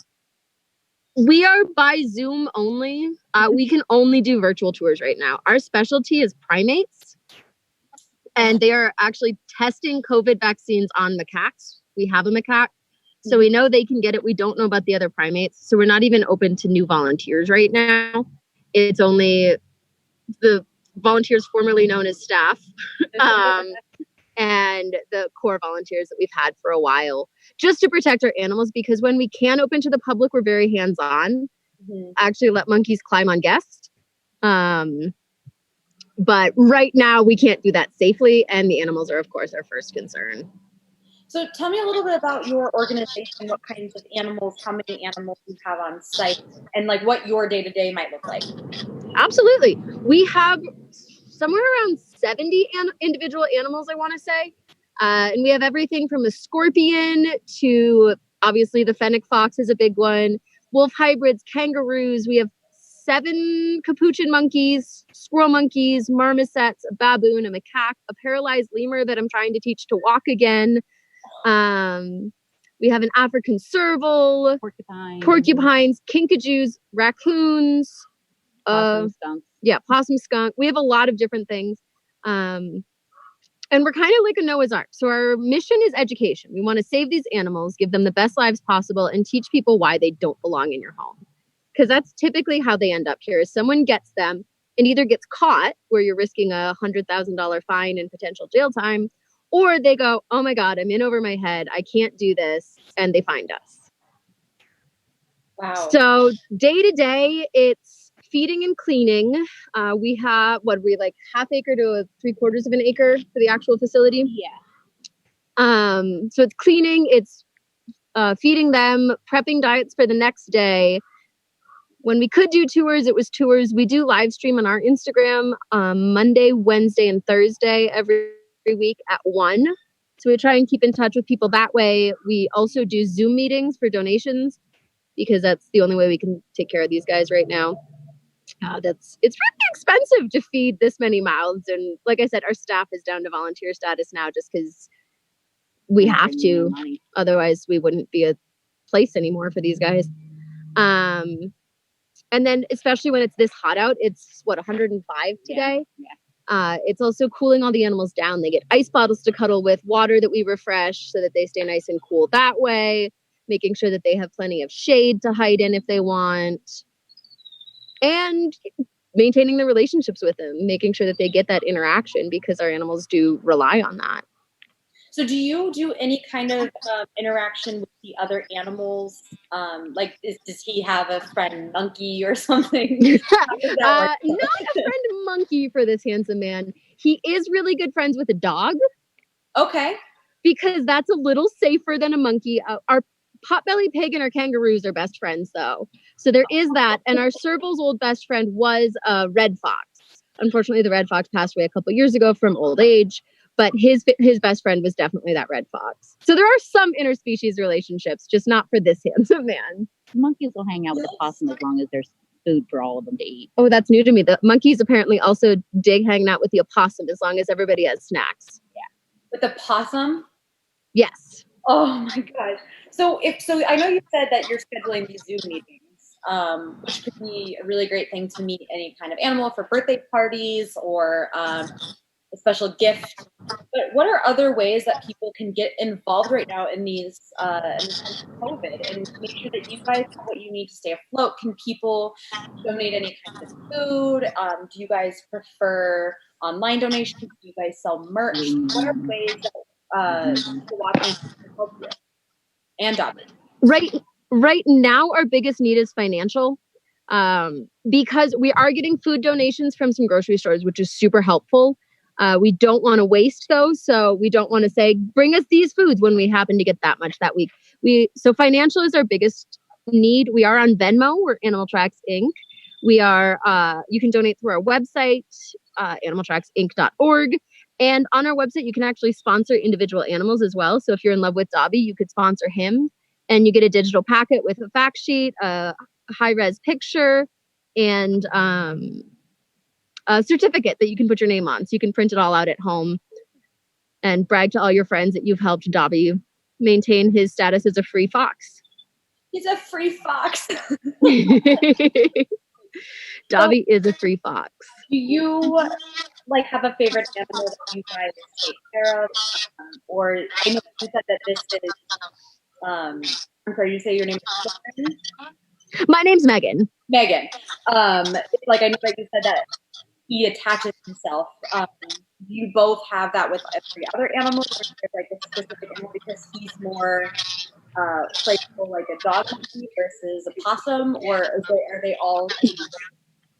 They all have their own personalities, and they all pick their own people, which is really cool. The lemur picked me, which is super special. I kind of just sat in there until she did, but that's fine. But it's about building those relationships. Our monkeys absolutely adore my coworker, Carrie.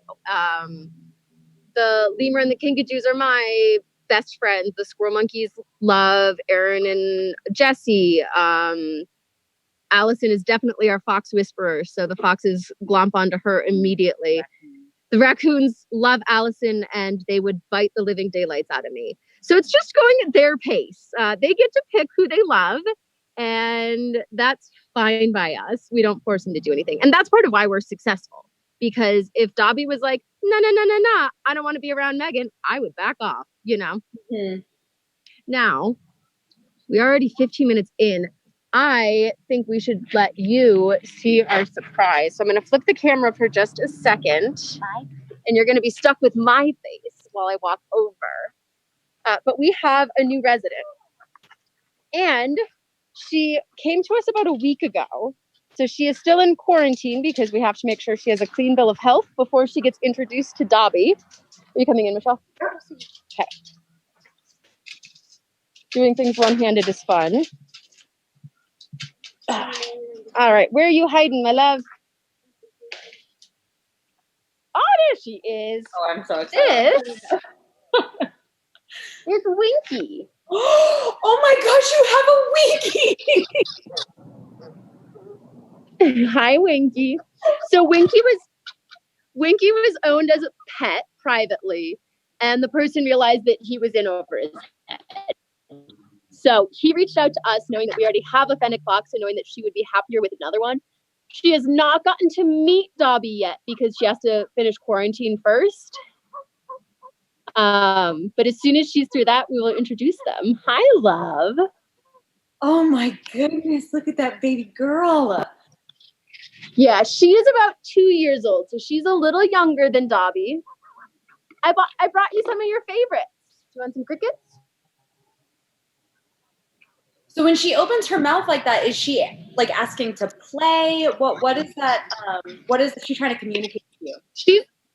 She's a little nervous right now because she doesn't know me as well, and we've only had her a week. She's not being aggressive. She's just saying, I'm being tenuous right now. But as long as I don't try to do anything to her or get too close, she'll be totally fine. And this is also how we build relationships. By saying, I'm going to come here, I'm going to be near you, but I'm not going to try anything. You don't have to perform. I'm not going to touch you if you don't want to be touched. If you want to just lay there and sleep, you can.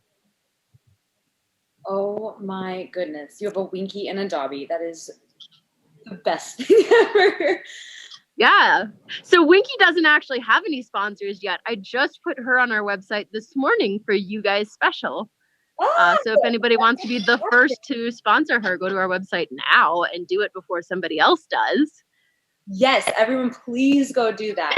We need to help out these beautiful angels. One more time? Is it Animaltracksinc.org is the website. Animaltracksinc.org. Yes. So if you can share that with people, that would be fantastic. Absolutely. Oh my goodness, she's so precious. Isn't she beautiful? I also think she looks more feminine than him. Like, definitely. Didn't expect it, but here we are. I think she looks super feminine. And her best friends at her old establishment, the house that she lived at, were dogs and cats. So it'll be really exciting to see both her and Dobby explore being foxes with each other. So when these people get foxes, do they think that it's essentially going to be like owning the dog, or? I think so. Mm-hmm. I think they're expecting an animal that will adhere to house rules. The thing about foxes is they're really destructive. They poop wherever they want. They scent mark. They're really stinky, especially if you go for a bigger one like a red fox. It smells like a skunk. Oh, wow. Absolutely. And they don't honestly want a ton of attention. They want to hang out with you for 10, 15 minutes here and there, and then they want to be left alone. And these guys would be most active at dawn and dusk. They would be native to the Sahara. So during the heat of the day, it's way too hot to do much. And at night, there's not that much reason to be out. So they're going to be really active when you get home from work and just want to chill for 5 minutes. They're going to be like, hey. I did just get a text from someone who was apparently chatting us up in the Twitch channel. So shout out to Sarah, who actually crocheted a Molly Weasley style sweater for Dobby. I put that in his Instagram story today. So if you want to see a picture of that sweater, you can go to his Instagram, Dobby the Fox, and see it. But she's somewhere in the Twitch channel chatting right now. So shout out to Sarah. Much for me. I just want to hug them all. Is Winky going to get an Instagram? That is up to Allison. Would Winky be getting an Instagram, or is she going to share Dobby's, you think? I don't know. She might be sharing Dobby. She might share Dobby's. We'll see. It depends on if she becomes the same level of celebrity that he did, I guess. Oh, I think that this precious baby might be just as special as Dobby. Look how much she perked up when you called her special. She is so special. She's totally listening to you right now. She absolutely appreciates that you're calling her special. Oh my goodness. This is like, I feel like I'm cheating on my dog a little bit by the cuteness level. Like they might be on the same level of cuteness. My dog is pretty sure I cheat on her every single day. She gives me the 5-minute sniff down every time I get home. Oh my goodness. So What I get it. beauty. They also, I don't know if you can tell, but they have super powerful, like, look at those back legs. They're so good at springing. So foxes then are pretty quick? They're very quick. Foxes are really skittish by nature, so that's why they're good at surviving. Instead of fight or flight, they're just going to go flight. They're going to go, no, I don't want to be in that. I'm going to go. I'm out of here. Totally fine. And they're going to stick to perimeters. They don't really want to be in the open. Part of why we had Dobby in a little tree well. He felt more secure. Mm-hmm. There's some sides around him. He's got people protecting him. There's a tree behind him, so nothing's going to really sneak up. That's why she's choosing to be in this little box. She could come out. She could lay anywhere she wants in this enclosure. And she's like, I'm going to go where things can't sneak up on me. So the lack of wanting to fight really helps them survive. They're just going to book it out of there instead. Foxes aren't inherently like aggressive then. I mean, if you tried to pick on them, oh, they're going to bite you. That's guaranteed. But if they have the option to run away, they will run away. Oh my goodness. And so this is your second fox on property at this time, or? This is our second fennec fox. We Fennec. also have a red fox named Shaira. She's actually white. She has a genetic mutation that they call marble phased. And so we have her as well. She's just much bigger than these two. So she can only see them when it's very supervised and on leashes. Oh my goodness. Someone please go sponsor Winky. It's possible it's happened and I haven't seen the email yet, but I recommend doing it now before somebody else gets to it. Not to be like, you have to be the first, but be the first. But come on, be the first. Would you guys like to go from the smallest canine that lives in the wild to the largest? Yes, I would love that. Awesome. I'm going to make you stare at my weird little face again then. I mean, that's fine. We walk. Actually, really cool. I love your hair. Oh, thank you. I just refreshed the color this morning. Thank you. All right. So we're going to go see Raider, who is a wolf hybrid. So he is not full wolf, but he is going to look like a familiar character. Once I figure out where in this massive yard he is. Raider! Oh, he's way across it. Of course, he's going to make me walk down a hill. So this is where I'm treacherously walking. Our other wolf hybrids are out as well. But the big boy, doing this down a hill is not easy. The big boy is the one who might remind you of Sirius Black. Love it. Ray, you're not helping, bug. Sideways down a hill. So when you call the wolf hybrids, they'll come to you? Sometimes. Sometimes they'll hide in a tree. Raider, hi, love. Hi, puppy. Oh, it does look like Sirius Black. Isn't he handsome? He's so handsome. Now, he is with his other pack mates. We have Daenerys, who chews through chain link fences. So if you're Game of Thrones fans, that's Daenerys. And that over there is her daughter, Ice. Oh, that's so cute. So, Raider was also a pet. It's such a common story for us. Ray. That's not helpful. Okay, back to walking. Ray was a pet. Somebody got him because they wanted something that looked big and ferocious. He is 70% Arctic wolf, 30% German Shepherd. And as you can see, his jaws are huge. Oh my gosh, he's so beautiful. Hey. Stop being a punk. It's not that kind of show. Tell him to get off. So he's trying to wrestle.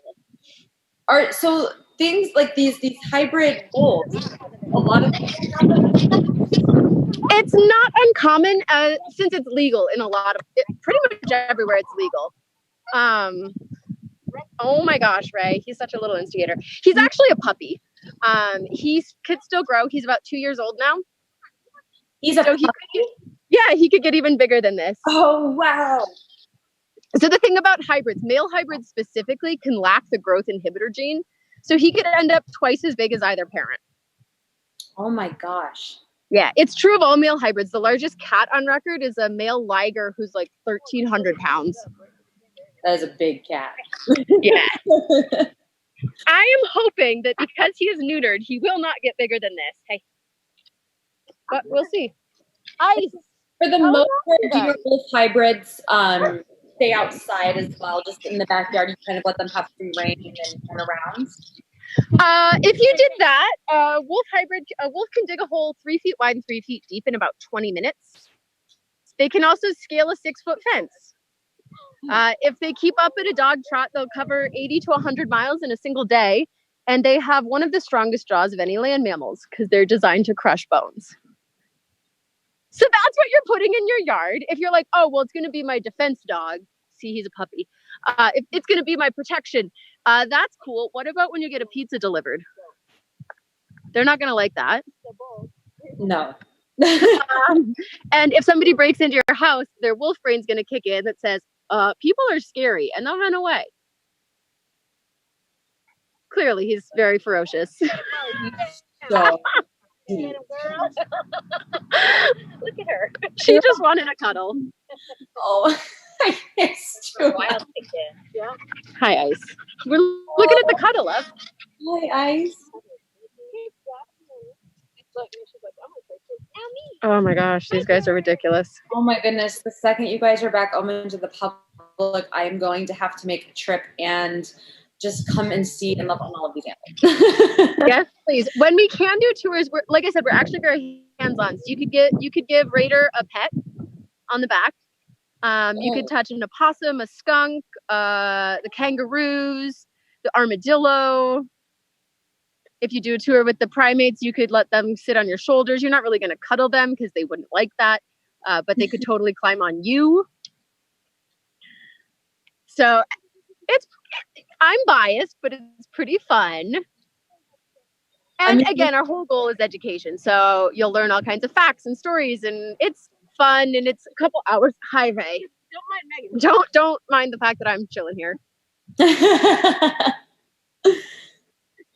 Hi, honey. Hi. I also see that he loves tug of war, just like my dog as well. Yeah, he wins every time. Yes, I would imagine with jaws like that, it would be hard to beat. There was one time I was playing tug of war with him, and he just chewed through the rope that we were playing with. Oh my gosh, he's so as we were playing tug, yeah. It's also impressive. Like, we'll feed them chicken legs, and he'll bite through it in 2 chomps, and then it's gone. Just absolutely gone. He'll swallow it after 2 bites. So we feed everything raw here. The only thing we can't do raw is pork, and that's for the same reason as people can't have that raw, that brain parasite. Mm-hmm. But everything else is completely raw because that's how the bones are safest. If you cook them, that's when they splinter. And this isn't to say like our dogs couldn't chew through bones.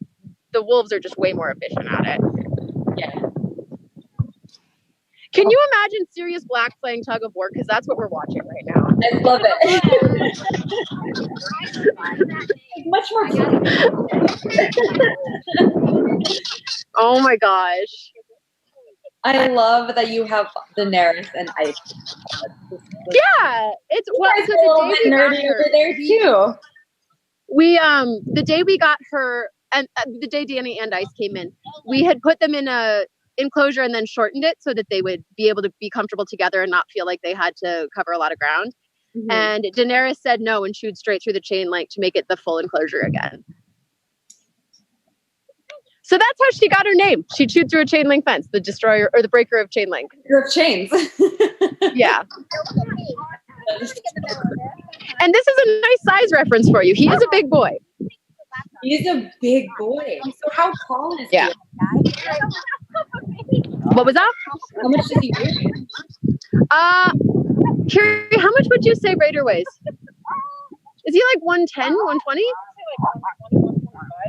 120, 125 at this point. It's been a little bit since we've taken him into the vet for a weigh, so. Oh my goodness, he's so beautiful. Yeah, and he will still fill out a bit. Like, he's pretty skinny right now because he just lost his winter coat and he's still a puppy, so he has like that teenager body. Mm-hmm. He's going through his awkward. He'll still fill out a bit. Yeah, God, can you imagine if this was your awkward phase? He's beautiful. I know. He's appropriate. That is I wish my awkward phase was that beautiful. Whew. I have a lot of photos of me and thick bangs, so my awkward phase is not. Oh yeah, absolutely. Absolutely. Oh my gosh! Now he's just being that kid who's like, I'm not touching you. So Daenerys is our alpha.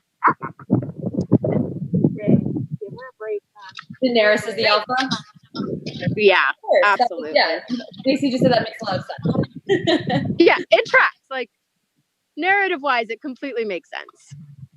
And his teeth are beautiful. They're very white. He's so sweet. All right. It looks like we've actually gone over on the time we were allotted, and I don't want to take off from whatever you have planned next. Were you going to show us something else, or is that it? We could probably go over a little bit. Okay, these were the three we had planned for you. Great. Thank you so much. And just for reference again, it is animaltracksinc.org. Animaltracksinc.org, yeah.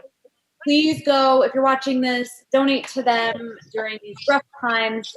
And the second you guys open, I will be there with all of my love and support. And I am going to just probably have to something. I don't know. I can't wait. Thank you so much for coming on today and showing us Dobby and your new baby Winky. And I do hope that someone is adopting him. Yeah, me too. Thank you guys so much for having us. And enjoy the rest of Harry Potter's birthday. Yay! Thank you so much for coming on. Bye, guys. All right, bye. Oh my gosh, I'm in love. Oh, they're so cute. Yeah.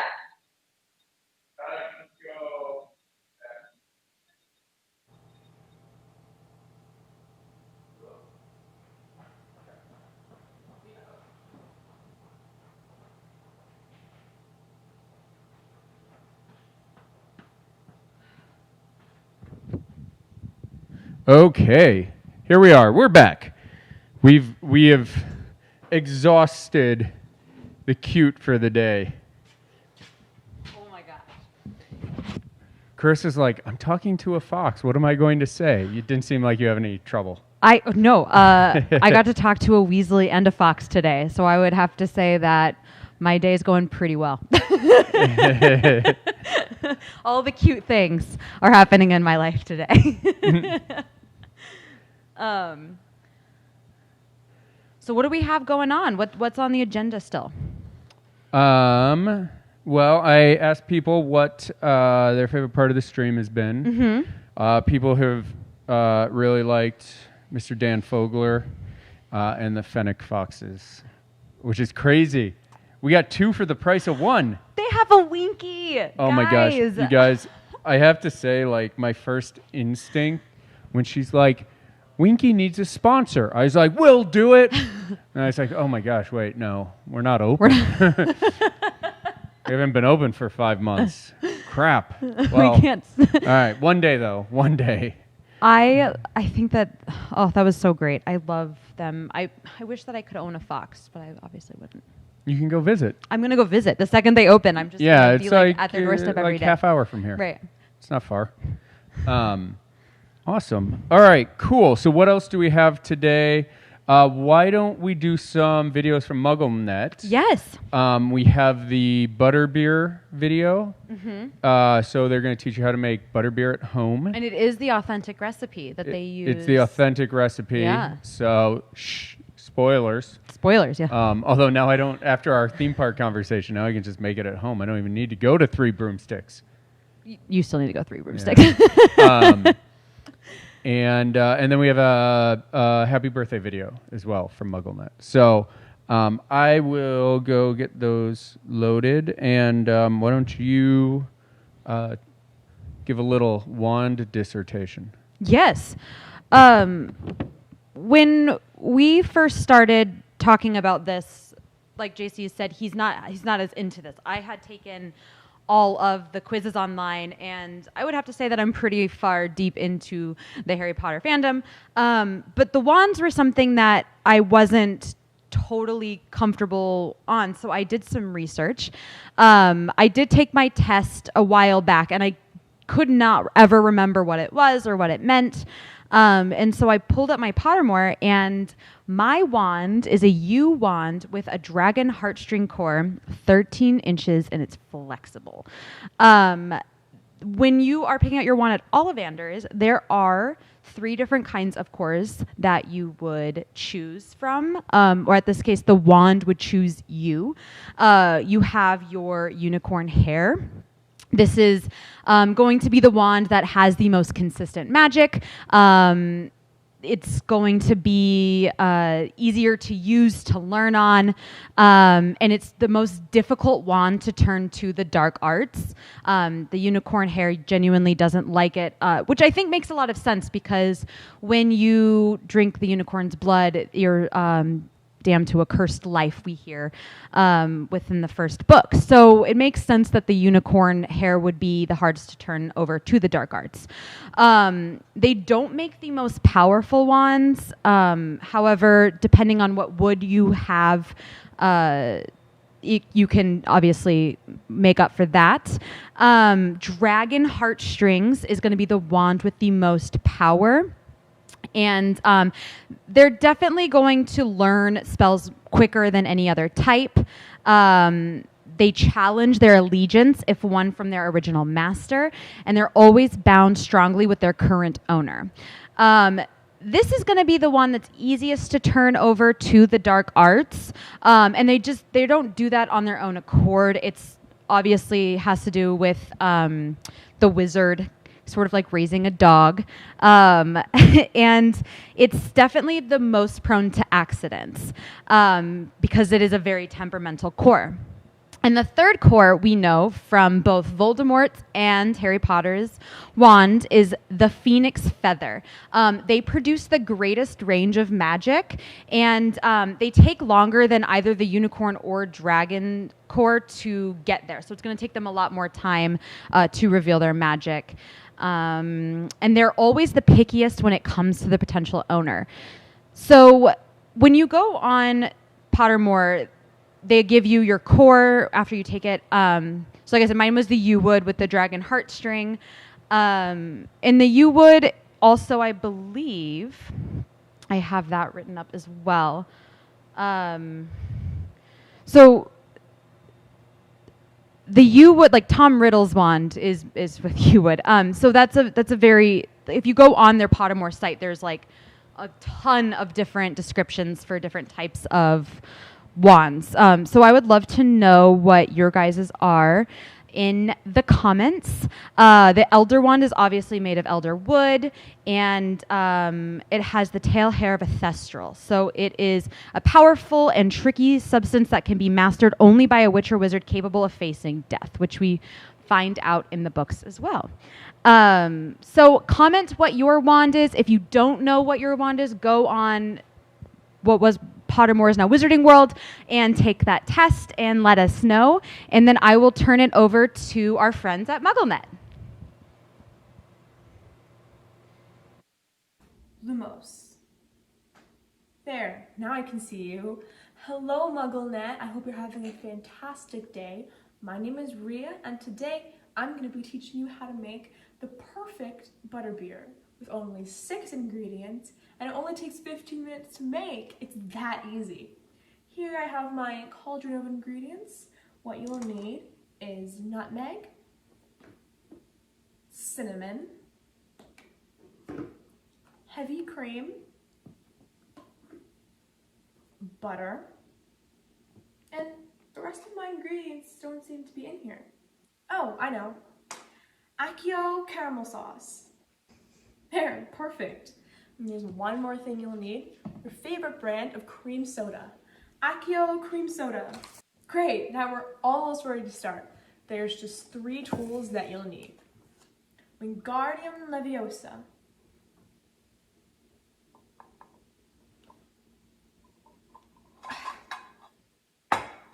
You'll need a whisk, a bowl, and your favorite butterbeer cup.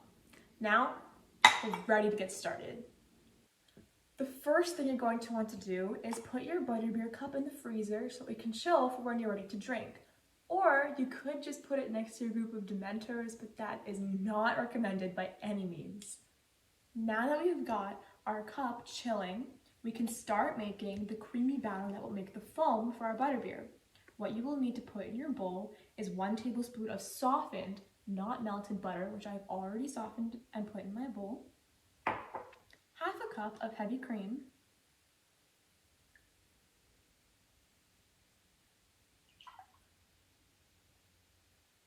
half a teaspoon of cinnamon, 1/4 of a teaspoon of nutmeg, and 2 tablespoons of caramel sauce.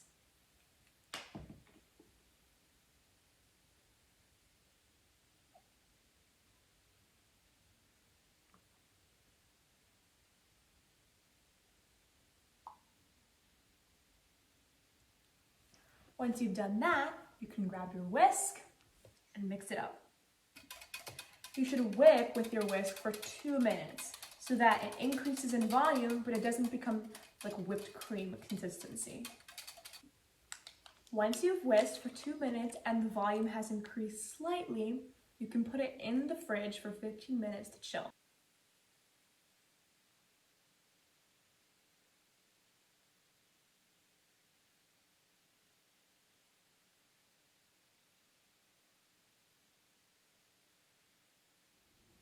Now that our mixture has had some time to chill, grab a spoon and give it a quick little mix just in case some of the spices settle at the bottom.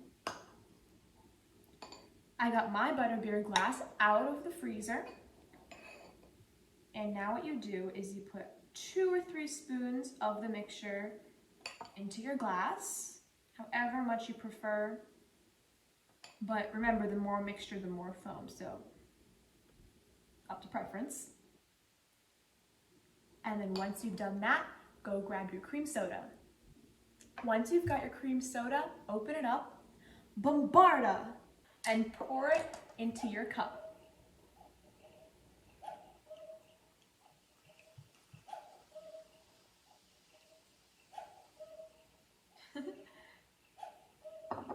Once you've done that, grab your caramel sauce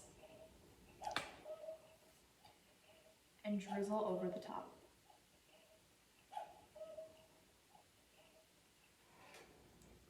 Finally, if you would like, grab a straw, stick it in, and enjoy. Venite incantardum.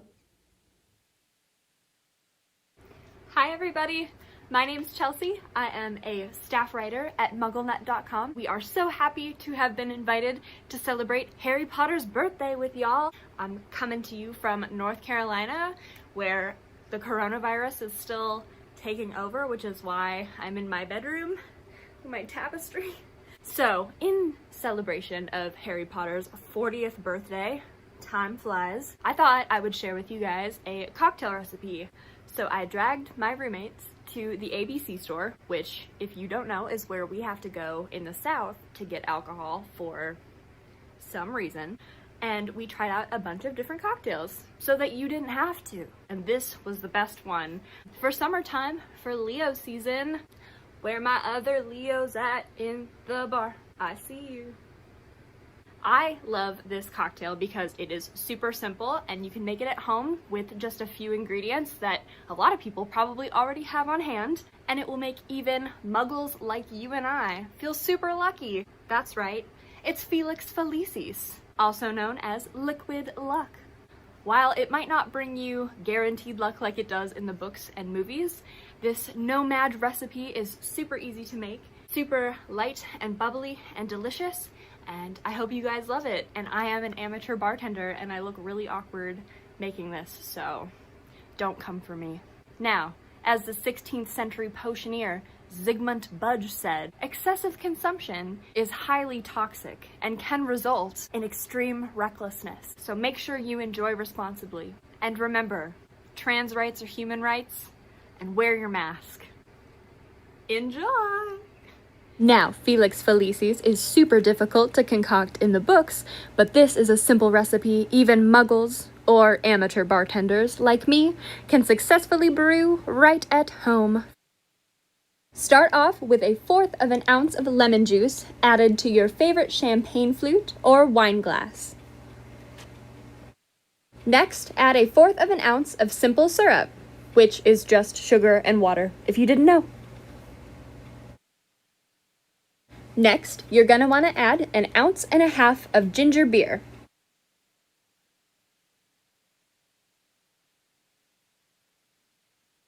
And to top it all off, add your favorite champagne, as much or as little as you like.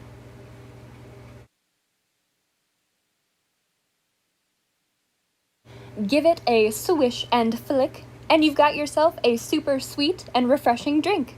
And that's my version of Felix Felicis.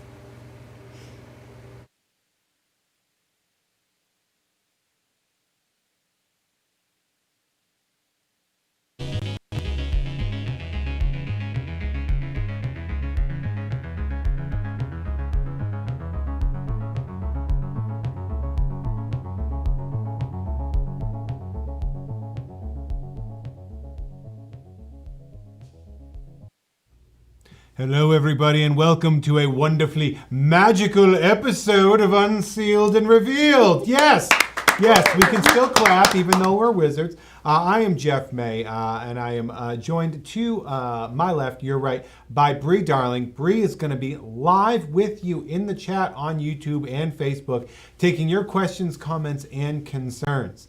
Now, you might notice we are dressed very specifically. We are in a sporty outfits. I feel like I'm good here. We are so excited to be able to bring to you this really, really wonderful piece. And we're going to cut over to my man, Guy Klender, 6th scale expert and all-around good nerd to know. Really, you're much more formal than we are today. Well, I feel like I'm more of teaching a lesson today. Okay, yeah. It's very established. I feel like I am You're sporty. I'm feeling sporty today. It's I love it. A bit rocky, a bit.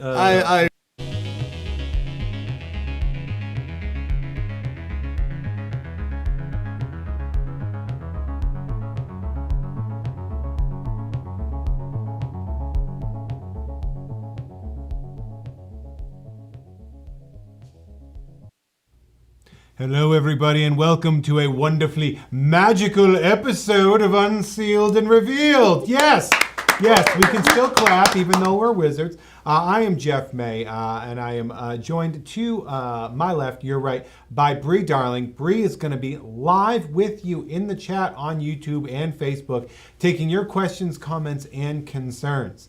Now, you might notice we are dressed very specifically. We are in a sporty outfits. I feel like I'm good here. We are so excited to be able to bring to you this really, really wonderful piece. And we're going to cut over to my man, Guy Klender, 6th scale expert and all-around good nerd to know. Really, you're much more formal than we are today. Well, I feel like I'm more of teaching a lesson today. Okay, yeah.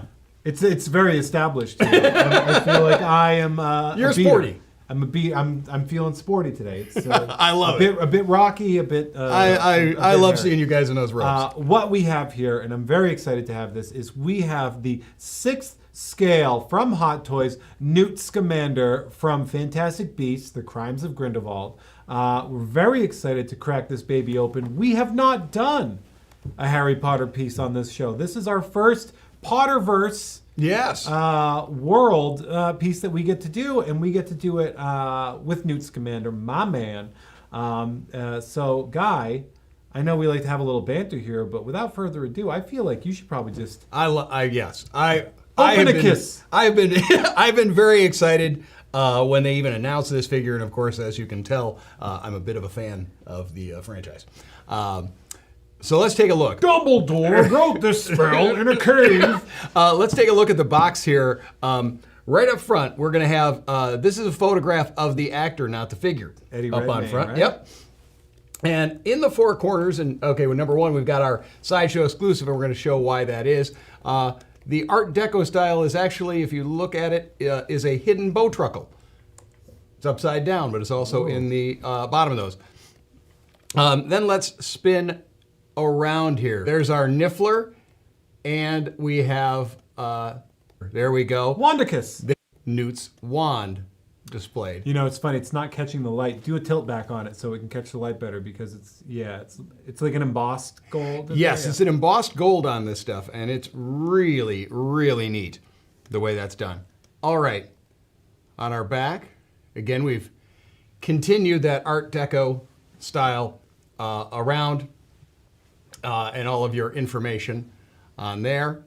Again, on the other side, this side here, we have a bow truckle and his wand as well. So now let's crack it open. Let's get in there. Let's get into it. Guy, before I have a question for you, because I know you're about to get into.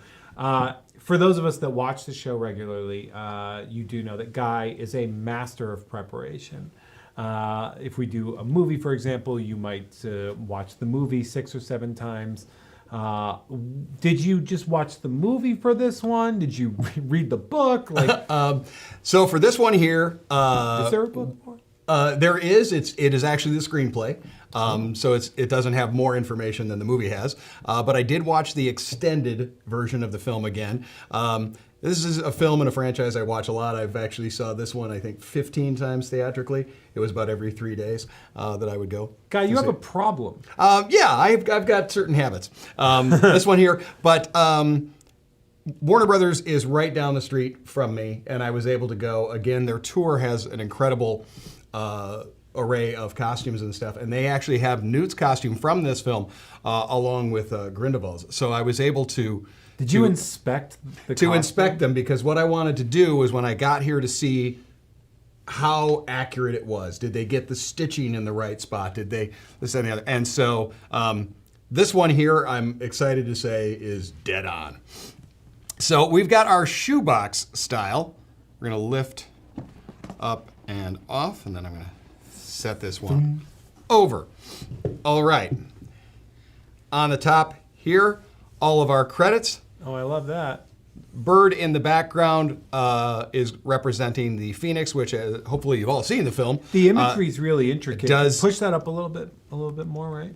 There it is. Yeah, over to the side. There we go. That's something that I'm noticing here is the artwork is very intricate and very detailed, and Hot Toys really did knock it out of the park in doing that. Yeah, it really does pay respects to sort of the Potterverse's sort of hidden intricacies and exactly, and that's the neat part. So once we've got that off, we've got our inner tray. We're going to lift out here. All right, and get right to it. There it is. Get in there. That's Newt Scamander. That's Newt Scamander, and these are Newt's instructions. Oh, Guy's favorite part. Well, the instructions are not a ton in here, but it does come with something else inside that instruction bag, so you're not going to want to discard it immediately. Is it magic? No. Inside your instructions are the package of stickers. Oh. That are the interior of the top of the briefcase. If you've seen this in the promotional photos of it, it's already been done for you. These come on here like so. If you choose to put them on, or if you don't. it's one of those options. It's a display option. If you said, I don't really want XYZ. I'm a fan of this.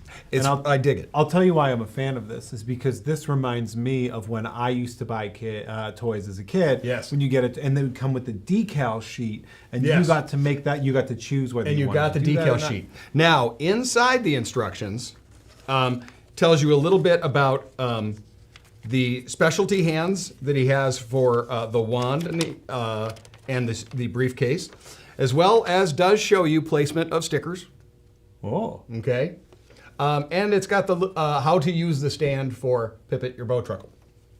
I mean, of course. So that's in there. You don't want to screw up your bow truckle. Yeah. I only am using 2 tools today with this one here, and that's what you talked about with the fun of putting those stickers on, is I'm just using a little pair of tweezers for it. Yeah, and I've talked about when I use these little coffee sticks, it's just so I can press on there and I don't have to worry about scratching stuff. That's also, I'm going to show when we open up the pockets of his coat. So let's go to our overhead camera and take a look at what we have in the figure himself. Up here on the top, okay, we are going to have our 4 baby nifflers, bow truckle and stand, as well as his book, Fantastic Beasts, and the card given to him by Dumbledore to go to the safe house in Paris. So that's in there as well. This is our exclusive, so I'm going to pull this one out right here, and that is our full-grown adult Niffler. Look at that guy. With his cute little coin. Oh, he's got his little coin. Little coin there. This isn't just molded in a single color. This is actually given a paint job to it and a nice wash, so it kind of has that gray-blue fur quality. Yeah, the paint is really solid on that thing. It actually looks, I'm looking at it in real life, and then I'm looking up at the camera. Cute little gold coin that's in there as well. Okay, so this is the adult Niffler. That's the exclusive that comes with this version. Next up, I'm going to pull out the very important piece, and that is Newt's case. The briefcasicus. Yes, the briefcasicus. Obviously plays a huge part in it. As you can see from there, it's got that textured It's got a leathery vibe to it, yeah. Beaten vibe to it.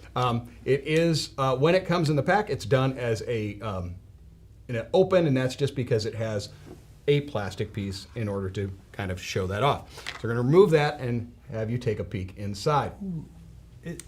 That fabric is kind of a puffy. I was going to ask about that. Is that a real? Yep, this is real fabric. That's like what you would find in an actual. In the actual case, yes. And it is identical to what you have in the case. You do have your locks down here and handle. All right. Now, the clasps do not bend open. All right. They are there for you, and I'm going to show you how to close the case if you want.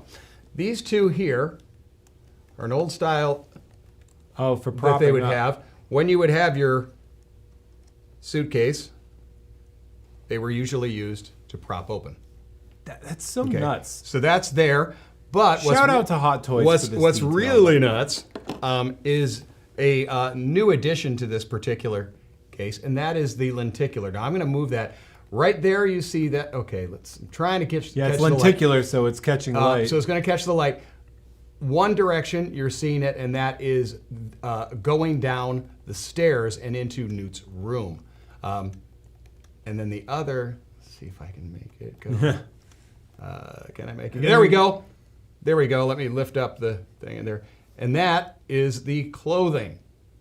Okay, his scarf, magnifying glass, slippers. Oh, that's so pajamas, cool. and such. All right. Now, I said I wanted to show you how to close it. Right here in the front, because it's not really soft, but it's a little more malleable. When I go to close it, I want to push down a little bit. Boom. That's it. Yep, and that's going to allow those things. So I'm not worried about scratching the paint on it there. So there's, take a peek there. It looks great. Yes, and I want to.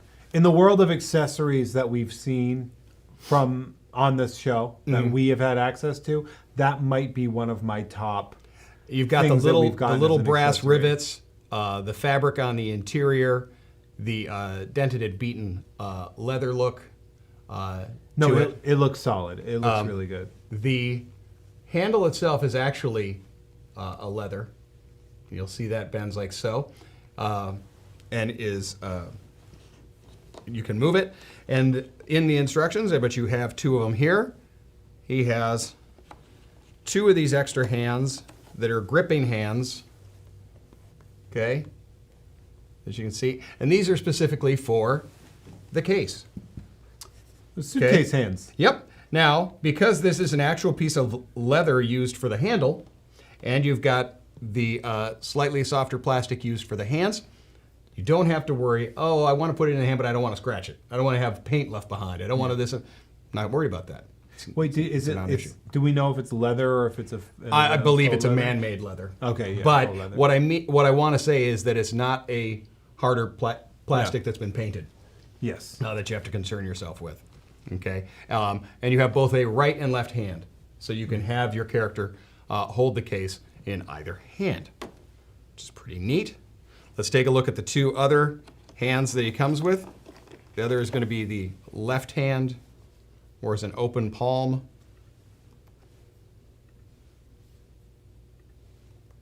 That's so he can hold his basketball. Exactly.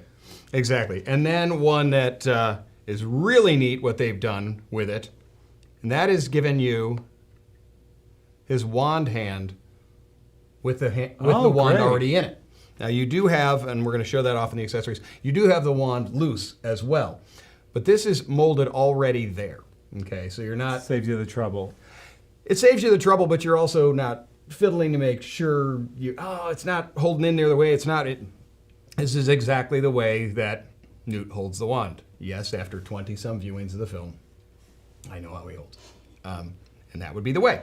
And it is really neat to have it already done for you. Okay? Now, let's take a look at Newt himself. All right? Pull that out. This is a solid sculpt that I can see. Solid sculpt. All right? I am going to just get the other pieces out here, the stand and other, and then we're going to go into it. So let's first take a look I'm going to tilt up Mr. Redmond's head here, and then we're going to spin around.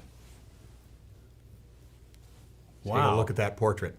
I mean, the portrait is amazing. Yes. And it's hard for me not to, but like I'm really pushed by the clothing. Yes. It's so impressive. As you can see, that's just, again, this is where we're doing multiple colors in that hair to get that look. It's not incredibly shiny, but it has a lifelike quality vibe to it. His character, the hair, I'm going to spin around the other way. His character in the film, the hair does hold really far forward and over his face and quite a bit. It's because he's shy. Of the film, yes. In fact, to show off that sculpt, we're going to remove the head because it's also going to allow us to talk a little bit about the outfit. But it is a ball joint. Instead of having a cut around the neck area, okay, we've done it as more of a ball jointed, tapered down, that is in a pin underneath, okay? But again, I just want you to see, there we go. Now I can kind of tip it up and, really get a look at how Redmond looks in that. These are the... Do you say Redmond or Redmayne? How do you, what's the correct Redmayne? pronunciation? I think it's Redmayne, but I don't know. Maybe I call him Newt. So, but I might just be a dumb American. But I'm like, I sure do like that Redmayne guy. Redmayne guy. But let's take a look at, can we zoom in there and you can see, there's going to be your... It's morbid. The joint there to move. All right. I wanted to show you that so we could get the portrait. But while we've got it in the back here, up until Newt figures out where everybody's at and they decide to go to Paris, he actually has this in a down position. And yes, it will go downward. Wow. Once, I have a feeling most of us are going to probably display it in an Collar up, yeah. kind of, here we go, we're going into the stuff. Once he says we're going to Paris, it's up. Once he actually leaves his place. All right, so let's take a look and work our way down. You're seeing that leather up on the back there, which is a reinforcement that was used, of course, in the fabric and as in the actual figure, or in the actual costume. We're going to spin around here and take a look really at the front large lapels. That pattern is so rad. Yeah. I'm wondering how it shows up like on camera versus how it looks, because it's such a unique and fine pattern. It is. Now, when you talk about unique and fine patterns, I want to draw attention to the little tie.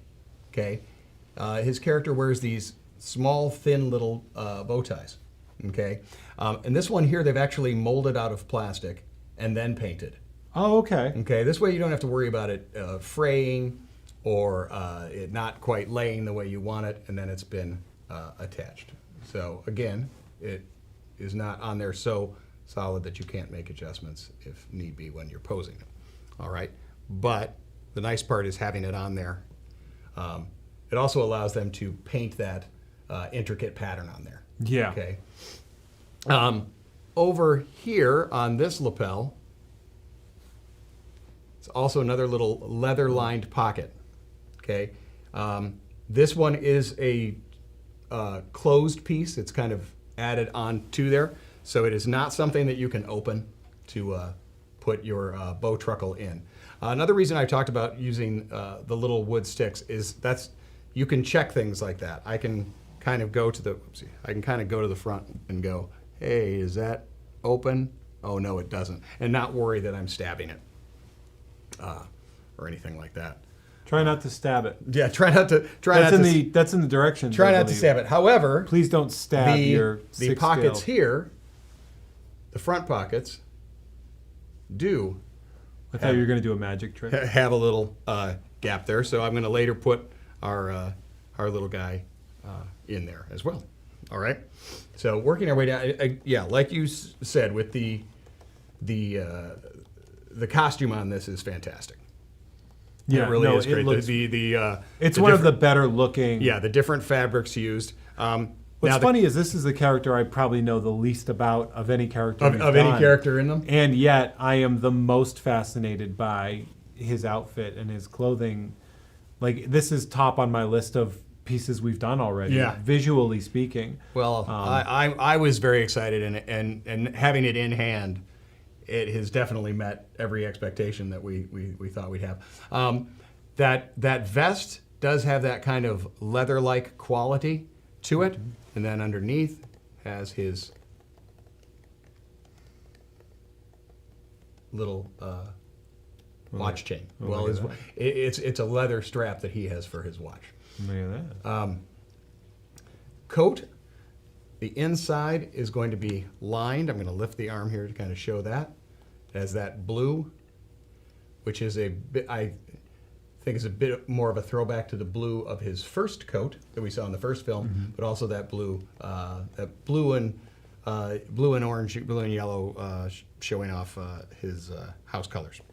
He's a Hufflepuff, right? He is indeed. He is a Hufflepuff. You're a Gryffindor? I am. You are a Gryffindor. Well, I've been sorted into Slytherin a number of times and sorted into Gryffindor now a few times. So, Slytherin-dor. Slytherin-dor, yes. Bree, what are you? I'm a Slytherin as well. So. That's why she answered it without even looking up. without looking up. I'm a Gryffindor. Now it does have doesn't matter. That's why I dressed you in the sporty one. The outer coat can be removed. You'll see that in some of the promotional photos. I myself will not be removing it because to get that over a full coat underneath, you're risking bunching it up and such. I think if it is something you want to take off, that's probably what you're going to keep it as. Will his hands fit into his pockets? Yes, you wanted to see the hands in the pockets. Now we're talking a suit pocket, or the pant pocket, or are we talking the jacket pocket? I believe the jacket pocket. The jacket pocket? I mean, just most likely. A pocket, I guess. Yep. All right. Well, we're going to move What's your favorite Harry Potter character? Or who, I should say. My favorite Harry Potter character. You know, that's an interesting question. I'd have to pick. I liked. Oh, geez, why am I blanking out on his name? You can go storyline as well if you like. If that's easier. No, it's Cedric Diggory. I liked him. Oh yes, he seemed like a good dude that was flawed. He was very flawed as like a character because he kind of had that bro-y vibe to it. But when it came down to it, like he was still. He was a good dude. He was a good dude, and also but also I like characters that you get only short snippets of. Yeah. Like following the whole line. I'm like, that's an easy one. Yeah. In the books, they really kind of built out Cedric a little more than they did in the movies. I like Dumbledore too. Yes. Yeah, like I really liked him, but he's such a main thread that it feels like cheating. Yeah, it does. Well, I'm liking that in our Fantastic Beasts movies now and moving forward, we're getting the younger Dumbledore and going to get to learn a little bit more about that. I'm hoping that we get the figure of that as well, because that would be really neat. I think it'd be great if we got to really dive deeper into. So there, whoops. The Dumbledore Grindelwald. It worked. I can do it. It's kind of an awkward thing to do. I'm kind of hiking the arm up and back. I can get the thumb kind of in the pocket, like so, but not like really. A cool guy. However, perhaps when they were talking about pockets, can it do it into the pant pockets? Whoops! Didn't mean to pop the hand off there. I think that hand might be the hardest one to cram into a pocket. Well, the others were bent, so this is more of a. I think we're guessing that probably this isn't made to have his hands in the pockets. I perhaps the person has seen some of the. I think some of the promo photos had been done with it like that. So what we're going to do is we're going to show it in the pant pocket version. As I said with the when I was testing the different pockets, if they're open like that, that's one of the reasons I keep those little coffee sticks around. I'm not gonna rip open anything with it by doing that. In case you need to stir your figure. In case I need to stir the figure, yes, stir them around. But Bree, do we have any questions yet other than the pocket question? Is the outer coat wired or frozen? It is wired. Let's get to some of that there. We're gonna put a hand back on Newt. Yeah, it's one of the problems with all the clothing that he has is when you're trying to put the hands back on. Yes, it's going to give you you're going to want a little more. Give that a little tweak. But let's do that. Yes. So along the bottom edge of the coat, you have wire. And this is going to allow us to get some movement and breeze through it. Yeah, it seems like if he's casting some magic spells that you would have a little bit of a... So you do have the wire in there, and the wire does go down the front. The wire up here is really more to just kind of keep the lapel nice and tight. This seems like a dream for Terry Smith. Oh, yes. To be able to play with the... If Terry, if you're watching, I'm curious what your thoughts on the wire on the coat will be. So Terry is watching. Terry is watching. He always watches. Or at least he was when we started, and he was saying that he felt like you were a Hufflepuff guy. Oh, well, you know, I'm just happy to be in a house. I'm happy to be accepted to the school. We'll leave it at that. We have one other question. Yes. If you take the hands off the figure and try to put just the ball socket into his pocket, yes, would that work? That you could probably do. Okay. That I could do. I think it's the having the hand. If that's something we really need to see, let's tackle that a little further on down in the show. You're like, sure, if we get to it. If we get to it. Well, I want to get a little more to the outfit, to everything else. So I'm going to open up the coat so you can see his inner coat. A little bit more. See that lining? Again, that nice tight English style double button. For some reason, it's reminding me of Michael Jackson, where he gets blasted with the air. Blasted with the air. I kind of thought about that for a moment. But nice tight crease in the pants. Now you'll notice the pants look a little short, and that is the character actually had the shorter pant, and his boots were really, really neat. Having a chance to see the real ones what I want to do is I'm actually going to remove one of the boots. Okay? So we can take a look at it all around and talk about how it's going to work with your articulation and such. Okay, this is one solid piece. All right? Okay. But it has, look at the little brass buckles. Yes. Up They around look really cool. The ankle, the little clasps up around the laces there. It does have part of that shine, that kind of dark brown, light brown look and stitching that we get with those. And since we've got a whole shoe removed, I Let's guess do it, it's bro. time for Tread Watch. Tread Watch. Doing Tread Watch. Now, this is a 1920s shoe. 1920s shoe. Notice it's not it's not incredibly fully smooth. It's not flat. Yeah. Yep. It's not super smooth like those, like so- some of the dress boots we've seen in the Imperial characters of Star yeah, Wars. It's distressed. It's almost like a like a chukka or something. Is that Yeah, what it's been called? beaten a little on the roads, on the cobblestone streets.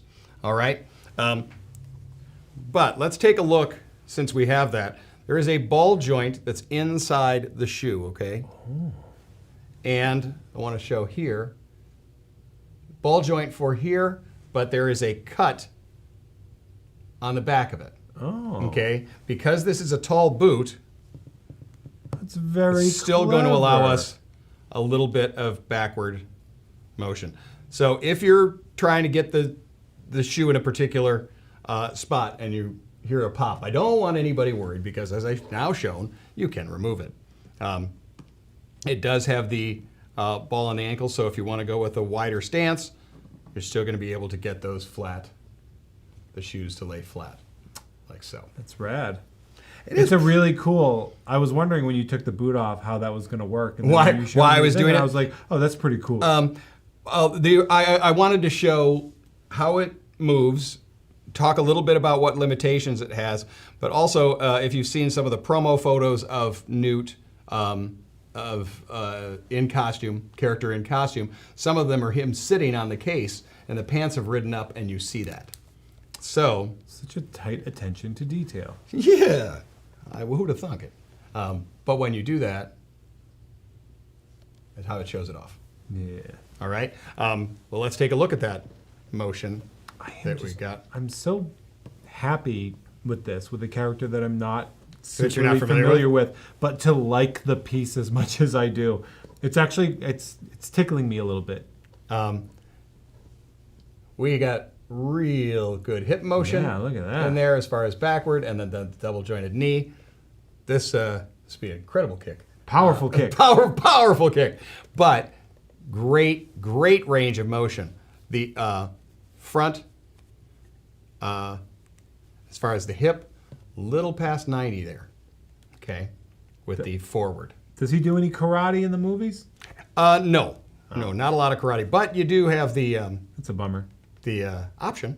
Yeah. You could, there are deleted scenes, and there may have been a karate scene that just didn't make the final cut. So I have a suggestion if they're watching Mhm. that maybe for the next one, more karate. More karate. No, is that? They haven't begun filming yet. Imagine a martial arts movie. There we go, martial art Newt. A martial art, yeah. Like Jackie Chan meets Harry Potter. Yeah, we'll call it the Nutrix. Okay, so just if like you- the character. if you want, I would love if you got this and you posed him in like some John Wick style pose. However, since we've got him like that and a wide stance, turn the head like that. Let's turn the chest. Why don't we wand him up? Wand him up. I really like, as I said, having the two, having a loose wand and having one pre-done. Let's give him a little less than that.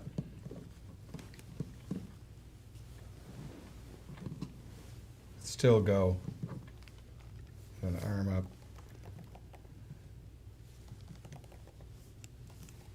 This is all on the fly posing there, but see a little of what we're doing with it.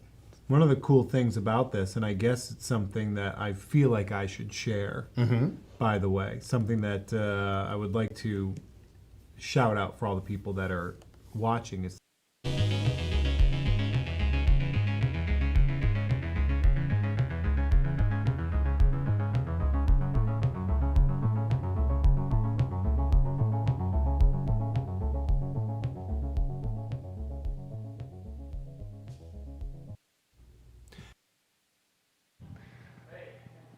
Looked like we could have had some technical difficulties. Okay. Sorry about that. We are... Did it just stop? Are we going back to it? Yeah, our computer there, who's been encoding for us all day, is huffing and puffing. So, so I touched something and I blew it up. But that's okay. We have a really interesting panel coming up in 10 minutes, which is Jackson Bird and Cliff Broadway talking about LGBTQ Harry Potter fandom. Everything's going on with that. Which is really important right now with the things that a specific author may have said on Twitter. Yeah. So I think one of our pals, Jordan, said it best, where he was like, isn't it amazing that an 11-year-old boy named Harry Potter wrote these books all by himself? Without an unproblematic author? Yeah, with nobody else. So we've got that coming up right now. For the next 4 hours or so, we have potion kits for sale. If you guys are thirsty, you're looking for a yummy Harry Potter themed cocktail tonight to celebrate his birthday from afar. It does seem like the Hufflepuffs are selling the best. Hufflepuffs are selling the best? Hufflepuffs are selling the best. Which is banana flavored, and people were griping about it. I know, that's what I said too. I couldn't believe it. If you want to know the flavors, we have melon for Slytherin. It's going to be the green one. We have a watermelon for Gryffindor. The yellow is going to be the banana for Hufflepuff, and then blue curacao, which is like a citrus kind of flavor for Ravenclaw. So yeah, come by, pick one of those up. They're $25. We'll be selling them as long as the stream is going. So we've probably got an hour and a half of trivia tonight, starting at 8:30. We're going to be giving away these awesome collectibles for the trivia contest. And you guys got to see some of those awesome action figures from Sideshow, which look so cool. So that's what we're giving away. Right. The video you were just watching, that's what we're giving away. That's what this guy is right here, which is insane when I look at the figures I had when I was a kid versus what they're doing with these, and trying to figure out how they mass produce these versus not hand painting and airbrushing. I have no idea. It's so good. They look so great. Look at the little niffler on there too. I like Katrina saying Hufflepuffs are selling the best. Take that, Sarah. I know. We should have made this into some kind of competition, like a contest, because we couldn't have the Triwizard Tournament this year. Oh, I know. Maybe we should have done something. Such a bummer. Last year we did a bar games contest between the different houses. We had hung candles from the ceiling that looked like they were floating, and turned them on magically, and had Quidditch cornhole and puzzles, a puzzle game and trivia.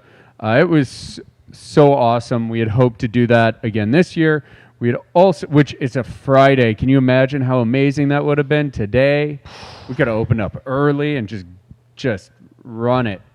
That's what we were going to do for Star Wars also. We were going to do the Kessel Run, 12 hours of bar games, and that's not happening either. What a weird year this is. What a strange year. Thank goodness, though, we all have the internet and can connect with. Can you imagine being streams in and quarantine podcasts. during dial-up? No. Oh my gosh. What would that have looked like? Everybody, like, right now, everybody should have bought stock in Zoom and Skype and Spectrum I know. Internet. During dial-up, it would have been like Milton Bradley and Parker Brothers. Families Like- would have parted at that time. Like board games. Yeah. Board games. Like, whoever's making board games, it would have been there. I mean, I'm sure board games are probably doing well now. When quarantine first happened, I actually went to Target and I was like, I'll just get any kind of puzzle that I can possibly find. You couldn't, and then they were all sold out on Amazon because everyone was just like, I think I'll do puzzles too. So then I just read like 20 books. I read, man, it's hard to think back. I read the entire Lord of the Rings trilogy. You read the entire months Lord of ago. the Rings trilogy. I forgot about Yeah, that. that seems like a different How was that time. experience for you? It was like running a marathon that wasn't that satisfying at the end. I mean, it was awesome, but it was also like finishing it was enjoyable, but reading it was not, if that makes sense. Yeah, the days of Tiger King. Remember when Tiger King and like everybody's like, let's all just do Pictionary on Zoom 4 nights a week. Now everybody's like, And now I turned everyone's my phone off for 3 days. Yeah, everyone's exhausted. We went from baking banana bread to protesting in the streets. All right, did you get to finish your wand talk? I did, and I actually I was looking through some of the comments. It's really cool to see. So some sound of you off, because I'm going to guys. go get our panel ready. Okay, we are going to bring Jackson Bird and Cliff from the OneRing.net onto the stream. I think you could just move my jacket right there, JC. So if you have any questions for them, let us know. We'll go ahead and write them in the chat as well so they know and can answer your questions. Please be respectful. Don't use any kind of terminology that could offend anybody. If maybe you agree with what Joe said, this might be the time to, just take a listen to another perspective and just everyone be respectful. It's like all I can ask for. Let's have this day bring people together versus tearing them apart more. Let me know when you're ready in there, JC.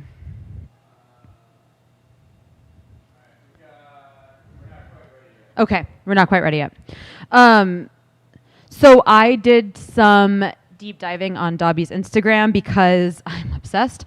And he, in his story right now, literally has on a Gryffindor sweater, and it is precious. So Dobby is a free fox.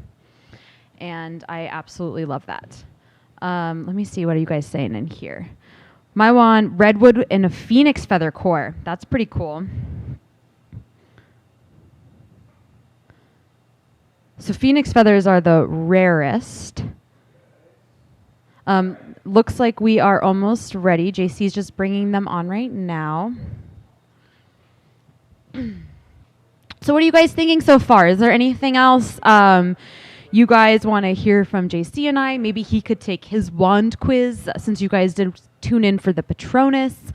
If you have any questions for us or about the bar, let us know about that. Anything you want us to chat about. I'm really excited to see who wins this Monster Book of Monsters because you are going to have to send me so many photos and let me come stroke the spine when COVID is over. I need to get my hands on that thing. How are we doing? Not ready. Not ready yet. Make sure also, guys, to support Scum Villainy and Cantina. Go on our website. The hoodie that JC is wearing today is on there. We have our awesome Best Card gift cards back in stock. We have some cool pint glasses, patches, pins, some fun merchandise on there. So give us some love. Give our friends at MuggleNet some love. We had Chris Rankin on. He's selling merchandise that will donate 50% of proceeds to charity. So get your Harry Potter merch in. We're ready. Yes. Okay. I'm going to turn this over to Jackson Bird and Cliff. Thanks for tuning in. And like I said, please keep things in this discussion as kind and as unifying as possible. Into this conversation. Oh, JC says that we're live now. Oh wow! Yes, here we are. We're being thrown into this conversation absolutely brilliantly as passing strangers. Welcome everybody to. I know it's funny. We're going to take a deep dive into some really, really good and hopefully will be generous and helpful conversation for the Harry Potter crowd who wants to understand. And get some further layers of thought and understanding into what this conversation has been going on in the fandom and why a major quadrant of the fandom has been upset, and rightly so. And we're going to talk about things in real terms, and hopefully we'll get to the bottom of it. Hello, my name is Clifford Broadway, and I'm joined usually with people talking about Middle-earth and hobbits and wizards. And may the hair on your toes never fall out. It's a Hobbit thing. It sounds a little bit slightly like something else sometimes if you include the furry community in that. But wait, now what's really happening here is we're going to talk Harry Potter on the Harry Potter birthday. We're going to talk about turf wars. We're going to talk about J.K. Rowling. We're going to talk about death of the author. Perhaps we're going to get some concepts out there. Please, I'm so energized and really thrilled to be meeting with Jackson Bird, author of this wonderful book called Sorted, right? And yes, indeed. It's getting so many layers of meaning in there. It's like an onion donkey. There's layers. It's so true. Yeah. I mean, it's like an ogre. In any conversation about the transgender community, there's going to be layers, and layers. So let's begin. Let's begin at the top. Jackson Bird, tell the folks at home something about yourself and where we begin to understand this whole thing that happened just less than a month ago, I think.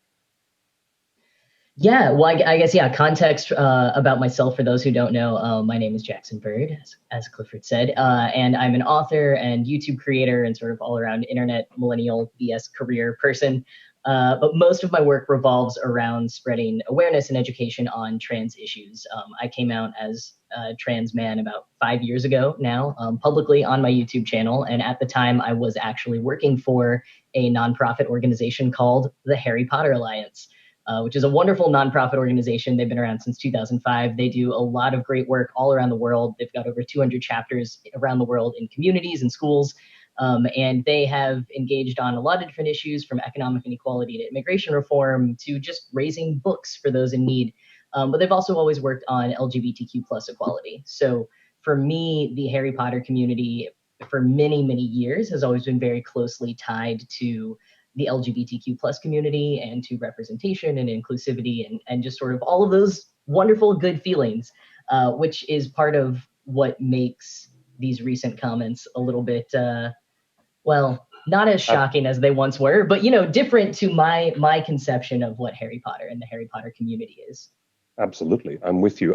As a cisgendered gay bisexual man myself, I have also had my strong relationships with these characters in this secondary world, and have applauded what I previously thought of before this moment was I've always applauded the voice of J.K. Rowling as an ally to our LGBTQ community and so forth. But what has happened now is we have found ourselves as a fandom face to face with, okay, it's like a Lord of the Rings fan, as we've often discussed on the OneRing.net. It's how Tolkien and his deep Catholicism and his deep spirituality informed so much of his thematic material, but he's no longer here to speak for himself. The body of work speaks for itself. And, there has been so much said and written about that, but some people who are not particularly religious and don't even particularly find any alignment with Catholicism still come to the table as a fandom, and they can appreciate and engage with Tolkien's works and his storytelling, and it works. Somehow it works out. And I'm sure maybe somewhere deep inside the Harry Potter fandom is hoping that they can get to that point of reconciliation too. But what happened was just mind-blowing, because we suddenly realized that our beloved author was making clear statements where she was just really making statements about gender and confusing misstatements, and then about gender and sexuality, and then she camped herself in and put her feet down. Not one foot, I mean both of them. She put her hairy hobbit feet down, both of them, when she published this thing, and didn't allow comments on it. Okay, it was also turf didn't wars. cite any of her sources. Most importantly, let's please tell me, she didn't cite her sources, and started to make even more spurious claims that led us to believe, as other people have properly criticized her, she's just been caught in this echo chamber where she's tone deaf to the conversation that these real people who are living these lives are trying to have with her now. Mm-hmm. What do you think? I mean, many things. Yes. I know there's so much to unpack here, really. Yeah, I mean, I think, I definitely do want to get into a little bit of talk about sort of death of the author and how Harry Potter fans can maybe get to that point you were saying that Lord of the Rings fans have. Some have had to sort of reconcile some of his ideologies. I'd love to talk about that. But I think first, maybe we should talk a little bit more about what she wrote and why a lot of people see problems with it. Mm-hmm. Yes. And I think one thing that stands out to me is like, there's sort of two levels to it. The first level is if you, as a cis person, someone who is not transgender, doesn't quite understand the trans experience, I feel like you can still respect what trans people are saying is their reality and is their experience. And I feel like most people are kind of on board with that for anyone who is different from them, of sort of believing what they say and respecting them and thinking of them compassionately and as complex humans, and not necessarily needing to understand the whys and the hows of everything, just believing them because you know that you can never have that experience. And I would say that's a great life lesson that I learned in part from Harry Potter. Like when Ron first finds out that Professor Lupin is a werewolf, he immediately goes onto all the biases that he was raised about werewolves. He tells Lupin to get away from him. He doesn't want to be near him. But over the years, he gets to know Professor Lupin as a person, and he fights for him. He loves him. He cares for him. And that kind of defending people who are different from you, even when you might have been raised to believe something a little bit discriminatory, that idea is something that I learned from J.K. Rowling. And so to see her not adhere to that anymore is tough. Very much so. I mean, it's written all over her legendarium, the concept of half-bloods and, and those who are non-magical entirely, not just muggles, but, squibs. So right. There's a world of judgment going on in the wizarding world, and she has very carefully feathered her stories in a way that we, as the audience that is sympathetic to humanism and to compassion as a base note scale of how to deal with people day to day in our lives, that's what has fueled her stories, and that is one of the reasons why we have been quite surprised to hear her make these statements. Let's share with people, can we dilute or crystallize for the audience what exactly she said, starting with the headline of being, what was it, a headline about people who menstruate, and then she took some kind of opposition to that.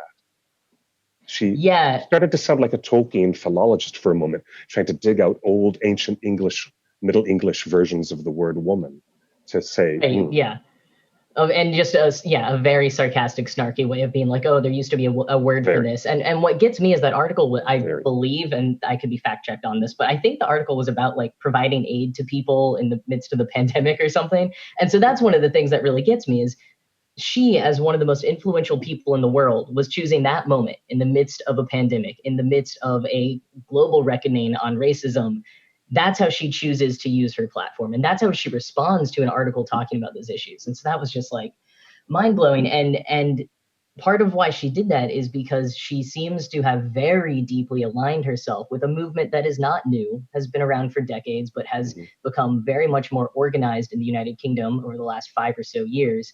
And it's this organization of people predominantly, well, all cisgender women, predominantly straight women, some gay women as well, who do not believe in the realities of trans women, who do not believe that trans women are women. They don't believe that trans men are men. They completely deny the realities of trans people, but they purport to be feminists. They say that they're doing it because they care about women and children. And haven't we heard that line before in other issues? It automatically conflates a predatory aspect that doesn't exist and doesn't have to exist. And it is so intellectually dishonest, but it's the pivot point of so many arguments about legislation and having protected spaces and dressing rooms at the department store and on and on. Yeah, and the fact of the matter is with those specific types of cases is any jurisdictions that have actually put regulations down that allow trans people to use the locker rooms or the bathrooms of their choice that aligns with their gender, none of those places have ever seen an uptick in any type of crime like that. And, if you're talking about we're not worried about the trans people, we're worried about, like men who are going to go into women's bathrooms claiming that they're women so that they can take advantage. Well, then we're not talking about trans people. And you're talking about having to take away the rights and protections of the most vulnerable population in order to protect predators who are already doing that and are going to find other ways to do it. And so that's one of those key things that really gets me is just not seeing how that is making it even more dangerous for the vulnerable populations. And she sort of has revealed herself in a few ways in her subsequent tweets and in her 3,600 word essay, where she can say as many times as she wants that, oh, I support trans people, I know some trans people, I stand with you. But when she is making all these conflating arguments that are revealing herself to genuinely be prejudiced against trans people, to have some type of fear of trans women, to believe that most trans women are actually just men in costume. I mean, because she is tying instances of predatory behavior to her argument about trans women, if she were just talking about trans women and what gender means, like that is a confusing discussion. But the minute you start talking about the predatory behaviors of men, you're making it obvious what you actually think about trans women. Because that connection doesn't need to be made. If we were just talking about how gender is complex and sex is complex, and these are complex issues that are kind of wibbly wobbly, Yes. If that was all you were talking about, there would be no reason for you to be bringing in this other issue because they're not actually related. If that was the conversation we were having all the time, we would have Bill Nye perhaps in another window talking with us, which I think he has actually made some videos about that. He did. He made an episode on Netflix, but he received some criticism for getting some of his facts wrong because undeniably it is complex. And the complexities are undeniably not on the burden of the cisgendered privileged or even like such as myself. As you explained so beautifully in your TED Talk, and for those folks who are tuning in right now, okay, bookmark that and go and look up that wonderful video for that TED Talk Mr. Jackson Bird did. I'm telling you, this is the conversation where people are required to be allies in a truer sense, that they can stand up and do a lot of the explaining and lay the groundwork of context and make some egalitarian effort, that there's an opening here on behalf of the person who actually has to live it and say it 25,000 times a day. And as you said, had to have the attachments of videos and references on every email you sent to friends. Right. Because it's like, here you go, resources, please, resources. Now, it's the burden is, it becomes a community effort then. And as part of protecting my brothers and sisters in the LGBTQ community, that's how I approach it. That's how I feel about that. I'm intrigued by J.K. Rowling wanting to be sympathetic to vulnerable women and women's from that perspective, and abuse survivors. And as has been said before, she's just made the most unfortunate confusions and overlapped her Venn diagram with unnecessary slop. It is not helpful at all to the way the trans community is trying to improve the dialogue around itself. Is that really it in a nutshell? For people who don't get it at all.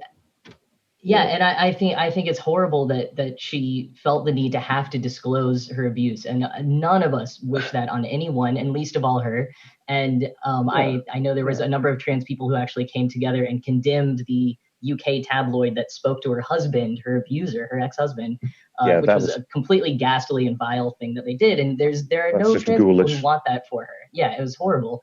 But what I would also say is trans women are also vulnerable women. Trans women get abused and murdered in huge numbers, in Yes. huge percentages. And so if we are talking about needing to, protect the rights of women, trans women are a part of that. She should know that. She should have been, like her characters would have, had some better sense of including them in that.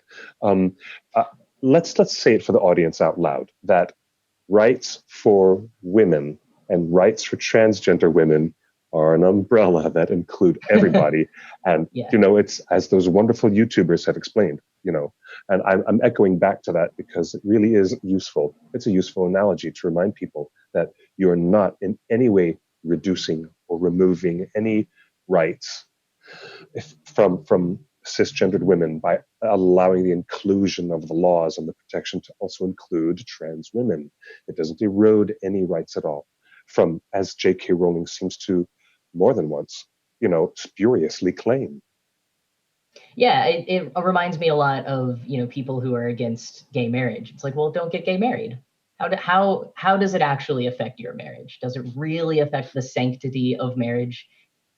It's one of those things. But I would bring it back. I think it's great that you were talking about how to be an active ally and understanding all of these issues. And I think for the people who want to, because they want to support the trans community, please, I welcome that. There's so many resources to learn. Or for people who read J.K. Rowling's essay and thought, I don't see anything wrong with this, because as we all know, she's an amazing writer and she practiced some really incredible rhetoric to make it sound reasonable. At first, I have to admit, I almost fell prey to what was that, well, I guess she was speaking Parseltongue to me. I almost fell into it. It really seemed like it was so reasonable. And then I did further research. I really decided to look further into it and engage with other trans people to talk about what they were upset about. And all these online forums have allowed and amplified legitimate voices to come forward. And that's why I'm so grateful for your time to be here today with us to talk more about this, really. Oh, yeah. Well, I'm glad to be here, in part because I still, I love the Harry Potter fan community. And so I'm glad that an event like this can still go on, but that we can also acknowledge this. Casper ter Kuile, one of the co-hosts of Harry Potter and the Sacred Text, said a fantastic thing on a recent episode of, this can be the end of Harry Potter for you, and that's totally okay. And we understand that. Or this can be a opportunity for you to kind of think about what this means and reevaluate your relationship to Harry Potter and address your own biases, perhaps, that you might be learning in this moment as you see the things that J.K. Rowling is saying. But the one thing that we shouldn't do is just ignore it and just pretend that it didn't happen and go about being Harry Potter fans like we were the day before, because it is different. This is not her first offense. The original texts in and of themselves, have racist themes, anti-Semitic themes, fat phobia, femphobia. There's a whole bunch of things that we could say even just about the original text before we even get into some of the stuff that happened with Pottermore Revelations or the Fantastic Beasts series. So it's not her first offense. It is one of the times that she, as the author, as her person, has been a bit more overt. She's not putting out racist tweets, but she is putting out tweets that are fairly transphobic. And so that's where I think parsing out the author versus the text can get a little bit more complicated. Because I've also, I've heard from a lot of my friends who are Black Harry Potter fans and other fans of color saying like, yeah, we've had to figure out this balance in the past. We've had to evaluate within ourselves how we feel about the problematic aspects of this text and still being a fan of it. And what that means for them. So it's something that a lot of fans have been reconciling with for years, and not just with Harry Potter, right? I think, so many of you were talking about Lord of the Rings and like almost any type of content world we want to engage with has problematic creators somewhere, especially once they become franchised and you go up the line of corporations. There's problematic stuff everywhere. And I think the thing is to not ignore that, to acknowledge it, to use it as a learning opportunity, to think about what ways can you still celebrate this world and engage with it, and maybe engage with fan creations, or still find that healing and that hope and that joy from it that you might, but not ignoring what some of, like, who that source material might have come from and what some of their biases might have been. I felt the same way that Lindsay Ellis felt when she explained in her videos about Orson Scott Card. You know, he's just one of a writer that I had admired so much when I was just a kid. And then I figured out years later, Orson Scott Card is not to be admired at all. But then again, you know, it's like even yes, the Tolkien audience is now coming to a new reckoning in these conversations that we're all having as a culture and as a nation, at least here in North America, with racism in Tolkien, which I wrote about, you know, for 20 years now. I've been writing these articles for the OneRing.net, and but I have to say that stuff that I wrote 20 years ago looks terribly naive. It still. I feel that about 5 years ago. So it's like, but really, we have to look at how certain groups have claimed or tried to claim Tolkien's Legendarium as representative of some Aryan nation or some Nordic white power BS. And I've written about that. But what's happening now is a new TV show that Amazon is throwing down $1 billion for a new Lord of the Rings experience. And they're going to have a multiracial cast where we're going to look at the Lord of the Rings. It's going to be far more colorful, far less homogenized Northern European and white as we have been used to seeing it for such a long time in the decades and decades of our relationship with this Legendarium. And so now we're going to be faced with a whole new version of Middle Earth where we're exploring other realms, meeting other people. And now diversity in Tolkien is at the tip of the tongue in a lot of our conversations as well. So I'm finding it all fascinating that now our listening is much more open. It was the first time ever that a person of color, any kind, was shown in a Peter Jackson film, that specifically in The Hobbit, The Desolation of Smaug. And everyone was like, oh, good Lord, look, really? there's Asian and Black people in the crowd. Oh, wow, it was mind-blowing. It should not be considered such a big step, but it is significant steps being taken bit by bit. And it's one of those things of we absolutely need to celebrate it and have more, but it's also like, really, why did it take this long? Exactly.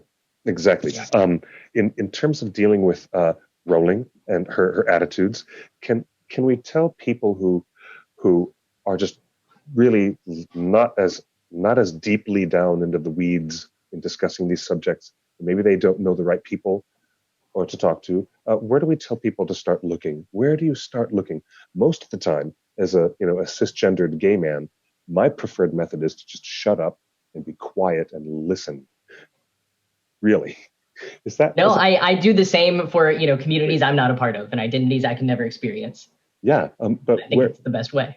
Where does one go to learn more about the trans community?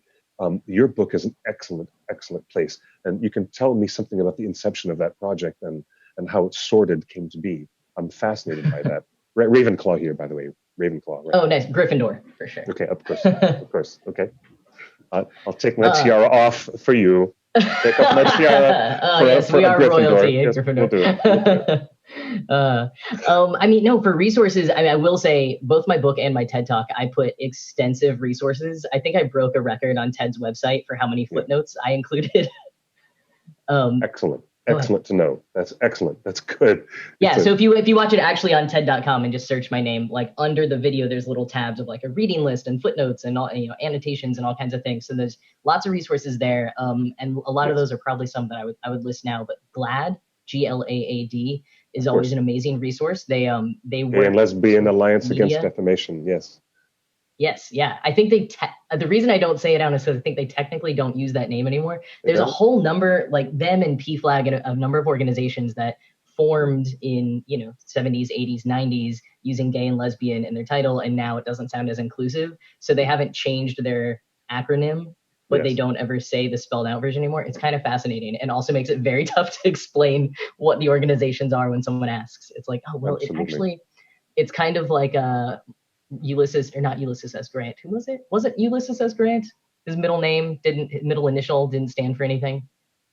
Oh, I've never heard of that. I believe it was him. If that's true. Him and Michael J. Fox, the same thing. Different ways of it happening. With Ulysses S. Grant, it was when he went to military academy, there was just a typo. Oh, it wasn't him. No, it was someone. Was it? No, it was him. Yeah, because then his initials were US, and it was very patriotic.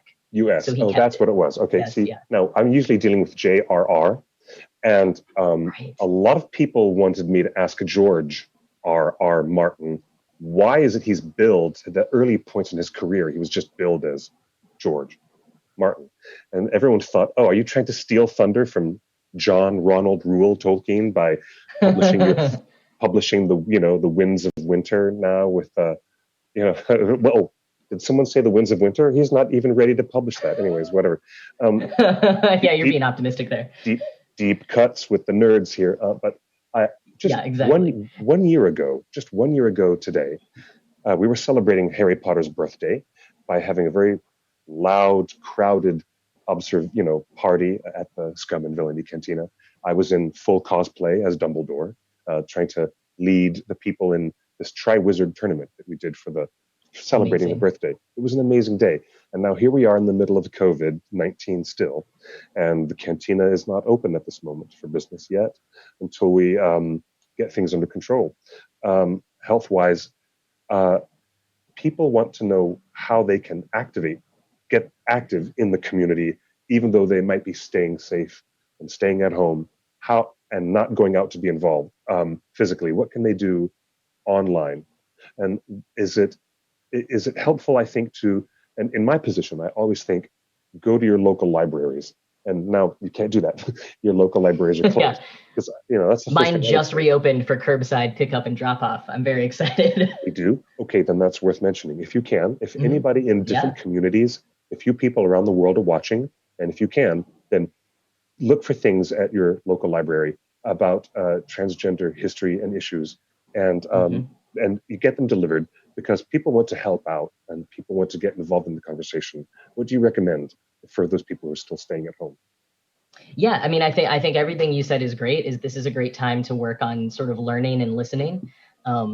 Specifically to the J.K. Rowling essay, we were saying it is a confusing essay. If you're new to the issue, it's informed by decades of rhetoric that was very cleverly designed.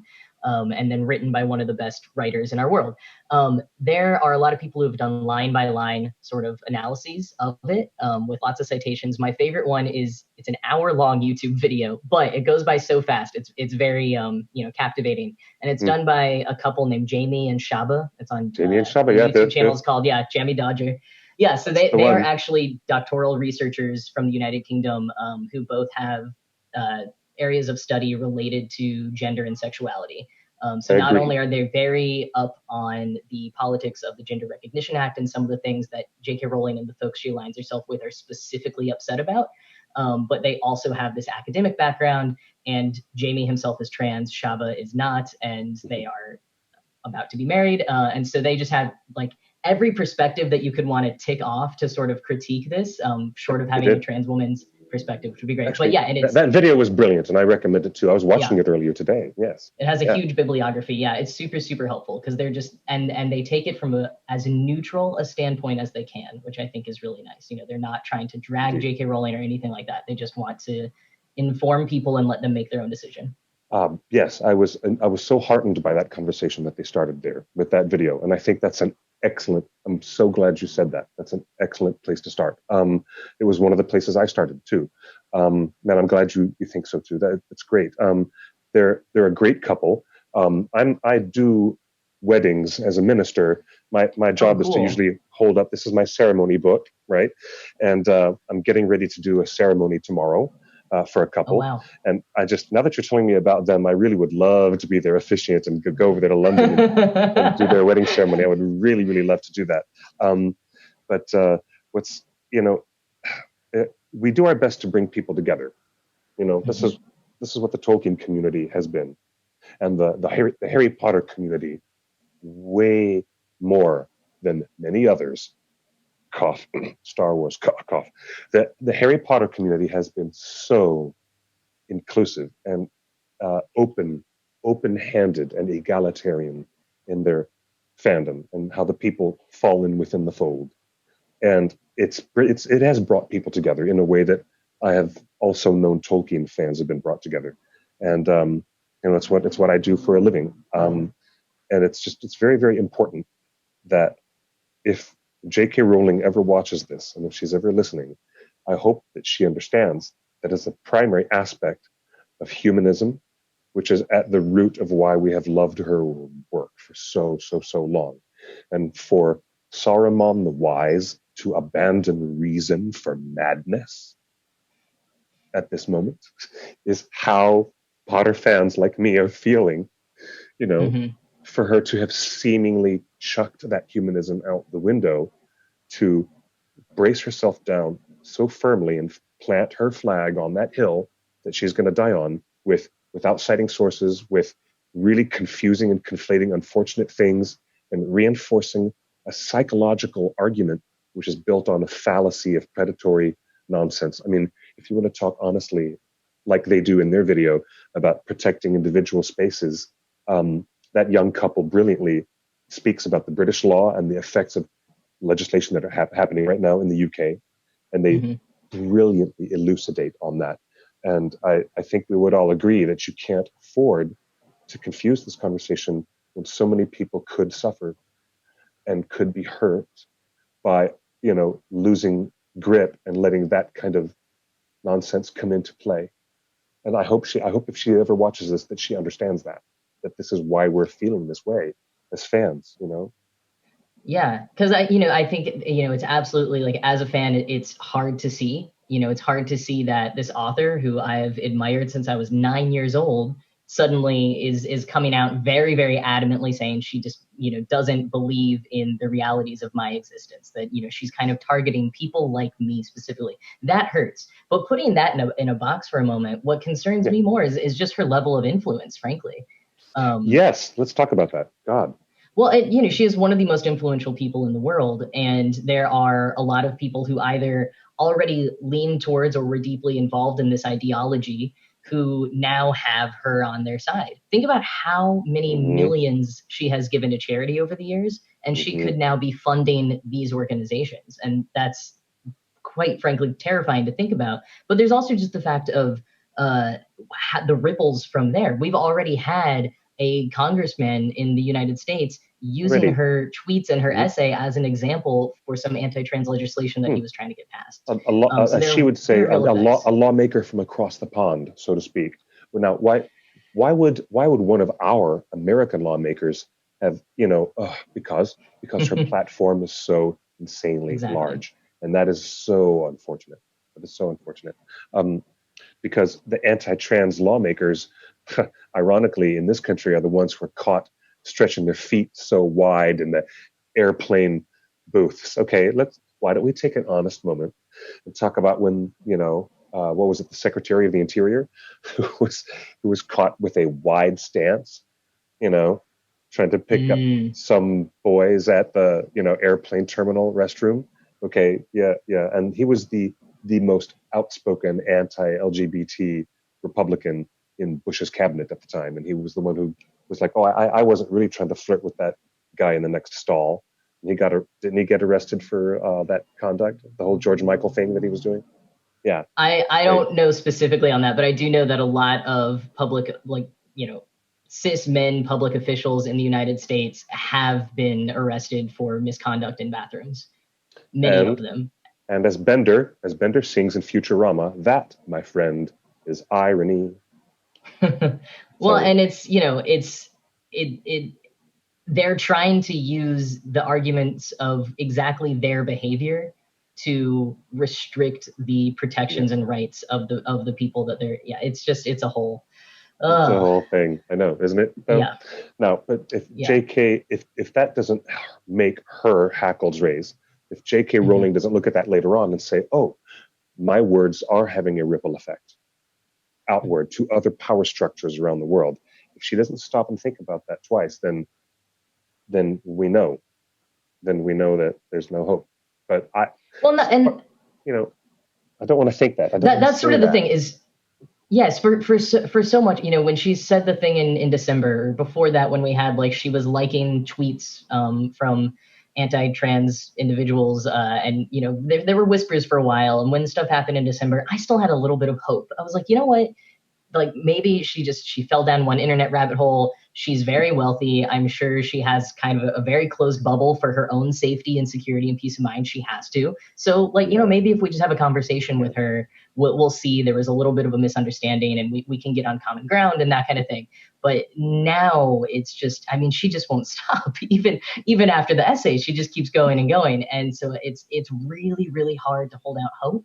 Like, I really don't like being a person who is, you know, vilifying someone. I don't want to do that to her, to anyone, but I really, really wish she understood the impacts of what she was doing and would just listen to people who are not the ones that are just surrounding her with thumbs up and saying, oh yes, you know, because there are a lot of people who are supporting her, but it's like, I don't know, look a little bit deeper into the rest of their ideologies, because often you'll find they're a stone's throw away from racism and all sorts of other bigotry. And it's just, I don't know. It's very tough.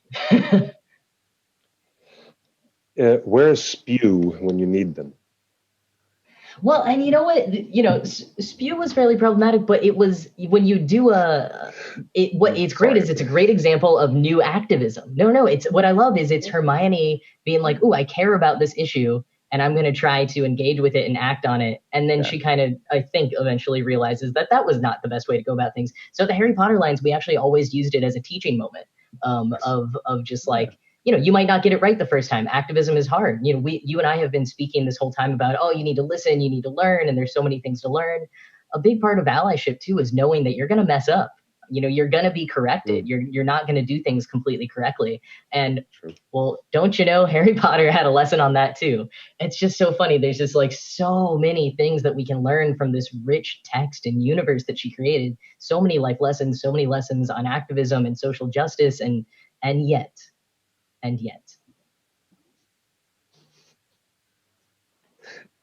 yet, I know. My goodness. Well, okay. Part of me is kind of glad, in a sense, that Tolkien is not with us to be, you know, retconning his work, you know, and saying Dumbledore's gay retroactively and stuff like that. Yeah, I do have. I know. I love it. Is actually my. I love that. I mean. Then this was made by fans as a sort of, you should have put it in the book kind of. You should have, yeah. But to me, it's the same thing as. Please go ahead. It's like when, you know, when Sean Hayes became like a national treasure with Will and Grace, and he didn't come out of the closet for years and years and years, and the show was off the air, and he was taken to task by the gay community for not using his voice, his amplified voice, when he could have in the late 90s. In the early aughts, when it was a time when his voice would have been significant. And it's like, you know, there is something to that, and he's had to own up for that. And he's, you know, all of us have, I myself, you know, have been mostly just on the sidelines, you know, operating with all of my white privilege that I've had in the Tolkien community for so long, and never really been bothered by anything. But when I started to, one of the first things that I wanted to take on 20 years ago was the conversation of Frodo and Sam and the homoerotic context that a lot of people find and have sought to find written between the lines of that relationship. So, you know, I wrote a piece about that, and I called it "And in the Closet Bind Them," which was a terrible, terrible play on words. I realized. But the idea of homoeroticism is not unusual to Professor Tolkien because it reflects back to a militaristic and a rather Greek Hellenistic concept of male-on-male bonding in the battlefield type of thing.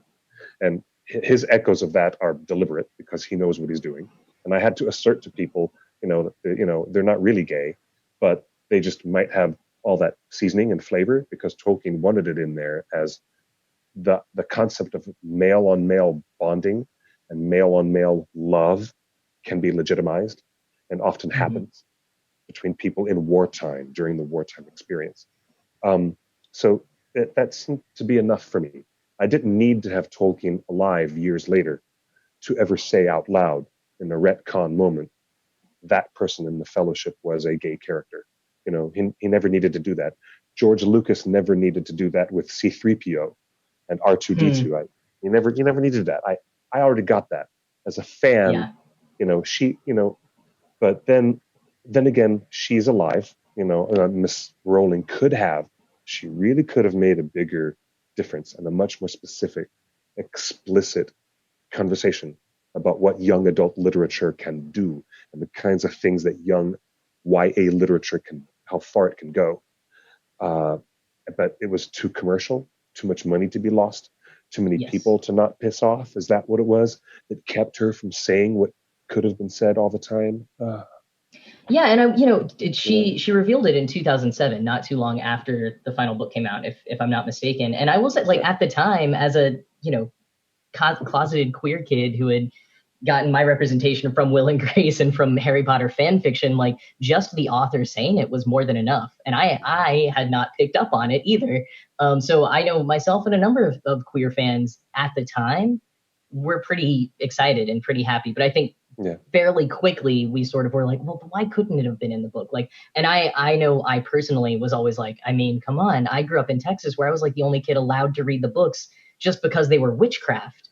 If there had actually been an explicitly gay figure, the most powerful wizard in the land and the mentor and father figure to Harry being gay, I mean, she would have, like, the books would have been burned in even more higher capacities than they already were. So I kind of get it. But I do. That's still hilarious. Say that no, they teach they teach Herman Melville's Billy Budd on required reading list. So please, and that is the gayest thing ever. And it's what you said about also maybe could have taken a stand. Like, we see how diverse YA literature is now, and she could have been a part of spearheading that. I think it's just, for me, like, when the Fantastic Beasts movies were coming out and other extra Pottermore information came out, to not see some of that be as representative, and the fact that she's retconning so much more. I mean, I think that's really the core of the conversation here, is like that Tolkien can't retcon things and J.K. Rowling can. And I don't think I was ever annoyed as much as some fans were about her adding extra information. I was usually excited, or if it didn't fit with my personal headcanon, I'd be like, okay, well, I'm going to pretend she didn't say that. Because to me, Remus and Sirius will always have been in love. Remus and Tonks, I think, are both bisexual, and they can still be in love, and he loved Sirius too, and I think it's wonderful. And whatever Pottermore says is not going to change that for me. But seeing her opinions on things is tough. I do almost wish that we were reading Harry Potter generations removed, and she had died after a lovely long life of natural causes, but we're just living in a different era now, and we can't talk to her, and she can't bring some of her ideologies into it. I in most respects like to separate the artists from the art when I can. I mean, I like to think of it both ways. I like to kind of compartmentalize and like analyze different things from both perspectives, like fully within universe or with, the author in the current climate or the contemporary climate of writing and all those sorts of things. But it is harder with Harry Potter to try to separate it. There's all those like naysayers out there who are like, Harry Potter fans just need to read another book, et cetera, et cetera. For so many of us in the fan community, it's not just a book. Like I have been deeply involved in the fan community for 2/3 of my life. It was my job. It set my career to where it is. I have friends who got married in the fan community and had children. Like it runs so deep for so many of us. And I know a lot of other fan communities are the same way. So it's not just that this was some book that we read as kids or in college or something. It's a huge part of our lives. And that's what makes it so much more tough to try to separate those out. Like, as much as I want to go back and try to like listen to the audiobooks or reread the books, not that I am actually someone who usually does, but we're in pandemic times and I want some comfort food. That would be nice. Maybe go back there. I just can't. Like, I hear her in my head, and maybe one day I will be able to do that again. But right now it's just too raw. It's too painful. I just find the irony of it cuts deeply, to know that so much is made about the Death Eaters, which is her equivalent of Morgoth and Sauron and the enemies of the shadow in our analogy to Middle Earth. And her take on it was not that they just want to raise armies of dark wizards to destroy everyone like orcs. Her approach to evil was more intriguing because it involved a challenge to a person's essential humanity. It was a race war against the muggles. It was about a superiority race complex of the worst quality of an ego, Voldemort's ego, wanting to crush other living beings and subjugate them for race, in terms of destroying and ignoring the essential humanity of other beings just because they were non-magical beings. And for J.K. Rowling to build her focus on that story and that theme, and how important that is what makes it so ironic that now she's not seeming to be aware yet. God bless her, but now she's taken a position where the actual humanity of trans people who are struggling every day to explain themselves to people just in their very existence, to explain the space they occupy and the way they breathe every damn day, and the fact that she's not. Well, I was just going to say, if this were a private personal opinion of hers, she has fallen in line with some more extreme sides of this. But if she just, privately, personally kind of doubted some of the things that trans people say, or had some doubts about various trans realities and trans issues and stuff like that, that's one thing. It's the fact that she is using her platform to, at this point, continually espouse and stand firm in these beliefs. That's different. I'm sure there are tons of people out there that I think I respect, but if I had a more real conversation with them, I might find out that they hold some beliefs, whether against my own humanity or on other issues, that I don't completely see eye to eye with, and that's just normal, and that's natural. And of course, I would love to have conversations with those people and maybe educate them a little bit and help them see my perspective and also hear from theirs. But yeah, it's the fact that she's just continually publicly making it a thing is where it becomes more of an issue for me. Indeed. Well, the audience will speak with their dollars, in terms of sales of her future books and in terms of audience's response to future Wizarding World movies. We're not even going to get into the whole Amber Heard, Johnny Depp thing. No, we definitely don't need to. No, we don't need to get that. Oh, it's always tempting, but we're not going to get into that.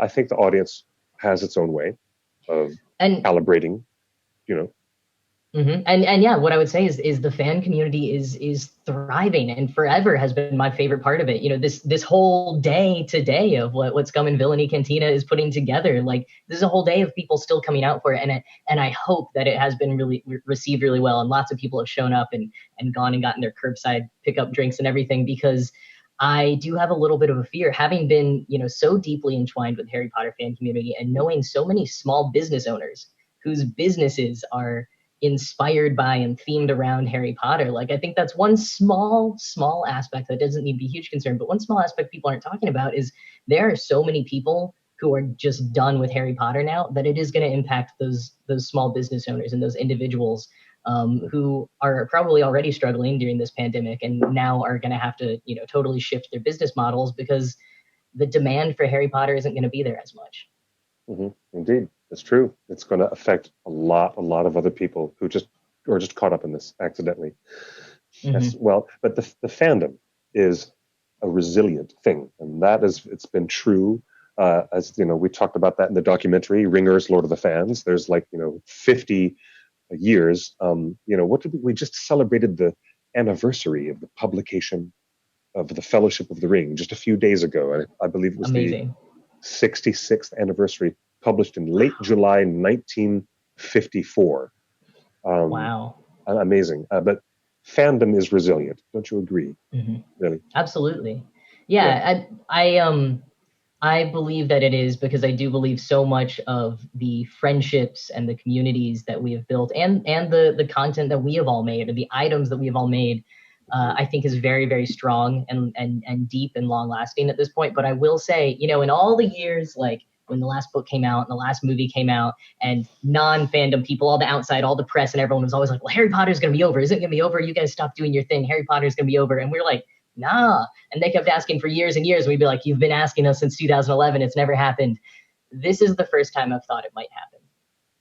And what an irony that for the fans community to maybe, not the community necessarily, but Harry Potter as a cultural touchstone to finally be over. And for that to happen because of the creator himself. I mean, I hope it doesn't, but it's the first time that I have ever actually thought maybe. Maybe so.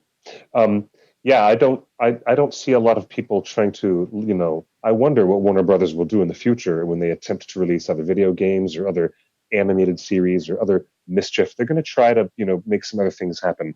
But yeah, I believe that the consumers will speak with their dollars. But maybe there is some, there's something into the resilience of fandom and to the energy that brings people together. And I think that it's not a groundbreaking concept, but it's against all different backgrounds and different types of people that we are. We all would love to come together at a Comic-Con or in the future. Especially right now, wouldn't we all love to do that? I miss going to fan conferences. There will be no lack of Harry Potter cosplay. There will be plenty of cosplay, and we'll have I know the fandom will continue to be quite lively, but I also expect maybe they might just kind of quadrant themselves to little certain times of the year, like only on July 30th, doing a once a year thing. They might tie themselves. Do you know what we do? Once a year, we do the Bilbo birthday Baggins picnic in Griffith Park, where we have hundreds of fans come around September 22nd, and it's our once a year thing. Of course, we can't do it this year, but yeah, it's like maybe the fandom will continue to keep its energy going, but keep it on a low burn, or just keep it in its own, stay in their own lane, sort of. But I wonder what is going to happen in the future when. I wonder if there will ever be a reckoning, like when. Here's an example. Forgive me for overstating this, but Anne Rice, the vampire Lestat, she did a hard turn into deep fundamental Christianity, right? And then she did a hard left turn right back out of it again and said, "No, I went through a phase." But at that time, she lost a lot of her readership. She lost so much of her readership because she came out with some wildly strong homophobic statements with her newfound spiritual system that she had embraced. But she let it go later in her career. But at that point in time, the damage had been done to her book sales. Really. Right. Yeah, I mean, I hold out hope for something like that happening. I really genuinely do. I would love to see that sort of turnaround happen. And, I would too. Is there going to be a subset of people who will never return to Harry Potter and would definitely not return to her side and supporting any of her other works or the franchise works, even if that happened? Absolutely. But, as much as I do believe that the fan community itself and the various communities within the Harry Potter fandom will continue in some capacity, I don't think that we're enough of a drop in the pond for Warner Brothers' bottom line to be hugely affected. There's a few articles going around that her books aren't selling as well this quarter. They'll probably be back up next quarter, So I don't know, but I think it is still there's going to be a lot of people, even if that turnaround would happen. What she's done is too painful and too damaging, and tell you the truth. I'll tell you the truth. I was that Harry Potter fan who was interested in getting a copy of The Casual Vacancy because I'm like, oh, cool, she's doing another different thing. She's going to poke fun of people in the Midlands, the Middle English Midlands. That's where Tolkien grew up. That's where he came from. So she's going to start poking these people in the eye. I'm like, okay, let's do it. And now it doesn't matter. I'm not interested in buying her next non-Potter book. I'm not. That energy is no longer there. Yeah, I actually got a copy of Casual Vacancy at an event she did at Carnegie Hall, and I met her and she signed my copy. So, oh wow, yeah, okay. I got really into her true crime series, the Robert Galbraith ones. But I've had forever. I had like the third or fourth one sitting on my shelf. This is my to be read shelf back here. Those are all books I haven't read yet, but I own. So it's my reminder that I must read them eventually. And that was sitting there forever. And after this happened, I had to take it off the shelf. I was like, I had a brief moment where I was like, can I burn this? I'm just so angry right now. And I didn't. But I loved that series, and no more. I will not. I'm not going to read the newer ones or anything like that. Respect. I understand that. I really do. I do. I was just thinking of something about non-problematic fandoms, and I think I've got a pretty short list, okay? Anything Jim Henson or Dark Crystal related or Labyrinth related, that's probably your least problematic, okay? Right? Also, maybe if Steven Universe. I think that's one of your least problematic fandoms. That's a right? pretty good example. Yeah. I mean, I get just as many requests to do Star Wars weddings and Dumbledore, Gandalf weddings and Steven Universe weddings. I do get all those That's requests awesome. all the time, and all the time, believe me. But then, maybe Star Trek might be somewhere in there, and maybe Lord of the Rings and Middle Earth. But I think those are your least problematic fandoms. I don't know. What do you think? Yeah, I mean, I honestly wouldn't want to. I wouldn't want to say that any fandom is non-problematic in the same way that I wouldn't want to put any individual on a pedestal, because I think like as soon as you do that, you're opening yourself up for disappointment eventually. But also you might be ignoring some problems that do exist in there. Like I think the Harry Potter fan community for so long was like, oh, well, we have so many queer people and trans people and women, and like that means that we're so diverse and accepting. And then you had people of color over here being like, no, I don't actually feel welcome at your events, or like there's this issue and this issue. And so I think it is good to maybe try to probe each one and make sure that they are being inclusive and welcoming in all the ways that they can be. That said, I am not as deeply involved with any of the fandoms you listed, and maybe they are all perfectly unproblematic and wonderful, and I should get more involved. Come to Thra. Come to the Dark Crystal. Feel the power of Actually, it's a cautionary tale of evil overlords taking over a clueless populace. It is unbelievably applicable. The Netflix series. I think you'll enjoy it. And it's really gorgeous, like Game of Thrones with puppets. Yes. That sounds amazing. I mean, I'm probably going to go watch Muppets now later tonight. I am too. I actually have a friend of mine who said on a text message, I just got tested negative for COVID. Can I come over and watch Muppets now? Okay, I like the currency of today of get a COVID test to access Disney Plus. That is 2020. I'm like, can I share my login with you? That's what I said. That's the social distancing way, yeah. This is so fantastic to spend a really good hour with you, Jackson Thank you Bird. for this. This has been a great conversation. It's been wonderful, really wonderful to meet you. Even though we didn't know one another, I feel like I do know you from having paid very close attention to what you say and the power of how you, the way you elucidate your points, and the clarity of your honesty is so appreciated. And I can't wait to grab a copy of Sordid. Thank you. I really it can't. Does come out in paperback next week, so that's going to be awesome. That's so good. Yeah. Super good. I know that JC is in the background, probably listening or watching. But as we near our closing the end of our time, I guess again, let's remind people once again, if they've just joined the stream, we've been talking about trans community and the way that all of us, a lot of us human beings, just denizens of this little blue marble, how we live and breathe with J.K. Rowling and how we're trying to grapple and come to terms with her recent statements. And an excellent place to look is check out the resources on your TED Talk video. You do introduce yourself as Jack, but if you look on the search bar, it's Jackson Bird, please, B-I-R-D, no Y. Okay, look it up, and then you folks can look it up and look at those resources on his TED Talk video. And the other couple that you mentioned before, let's refresh. Jamie and Shaba, yeah. So Jamie and Shaba. Jammy Dodger, like the cookie or the biscuit over in the UK. Jammy Dodger is the name of the YouTube channel, but their couple name is Jamie and Shaba, S-H-A-A-B-A. Excellent. Yeah, Jamie and Shaba. That was a really, really good one. I watched that one It's too. so well done, and they're wonderful Excellent. people. It really, and it covers some of the granular details in a much more useful and academic way than we did, as we spent a lot of our time talking about fandom and our more gut response to these things. Yes. We have an awareness of who we are as people, as much as we have an awareness of where we're spending our money in our fandoms, and that's one of the bottom lines for me. I have such an incredible love and respect and appreciation for you continuing to breathe and speak your power, your truth to power. I really very much do. I have to say thank you.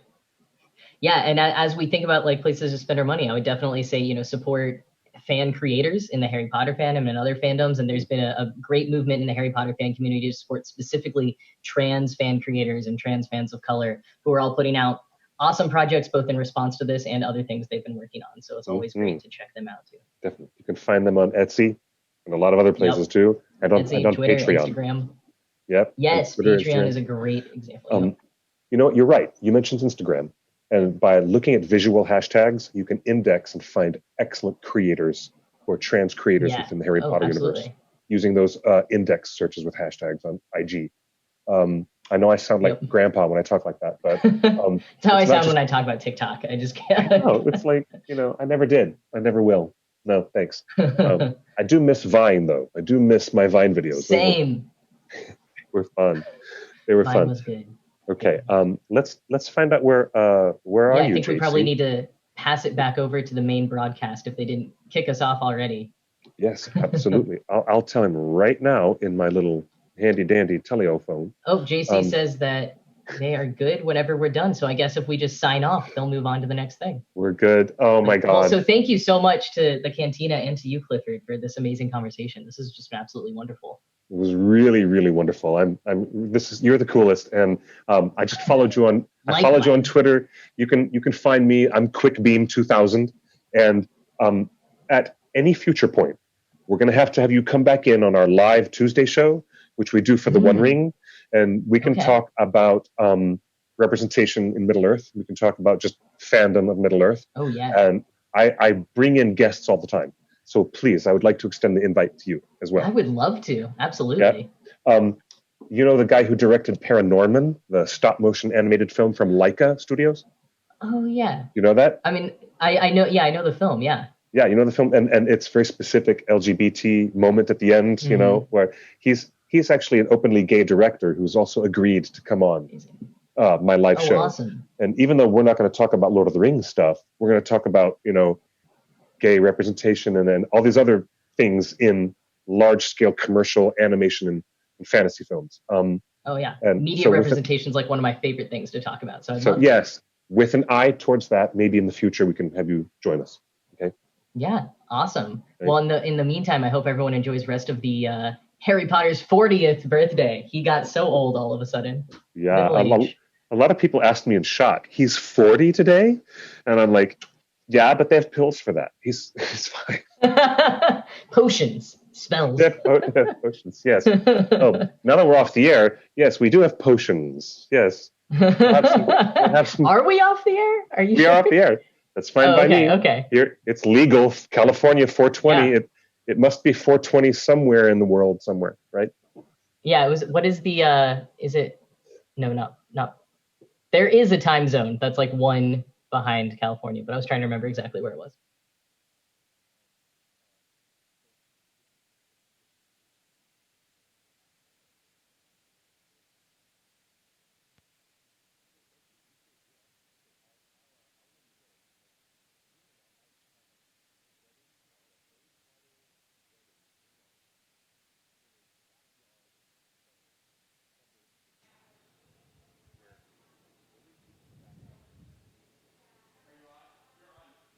Oh, hi.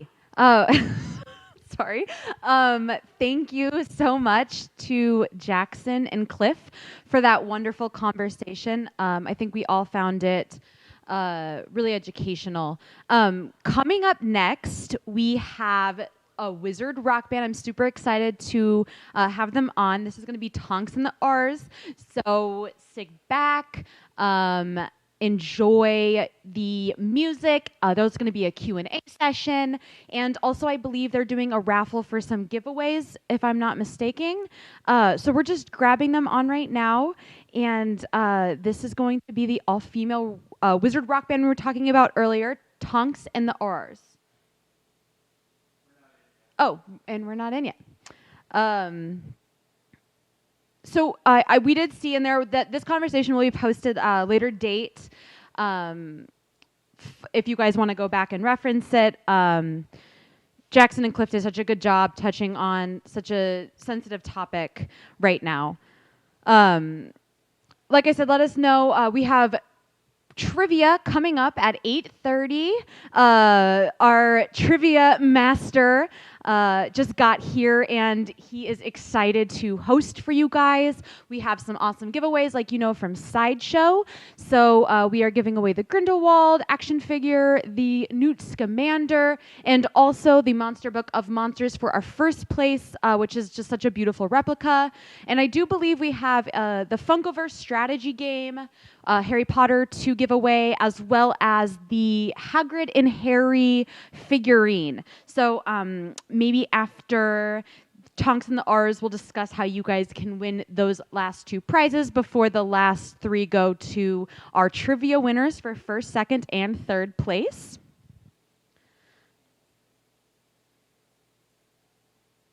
Okay.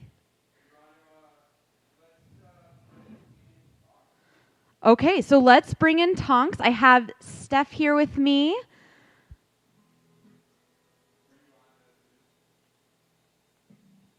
Hello. Hey there. How are you? I'm good. How are you? Good. So good to see you. Yeah, I'm glad, we're rocking out for Harry Potter's birthday. It's been a busy day for me, so Good. I'm so glad. I can't wait for you to rock out to our fans out there. They're so excited to see you. So I'll let you take it away. Okay. All right. Sounds good. Okay. Thank you so much. All right.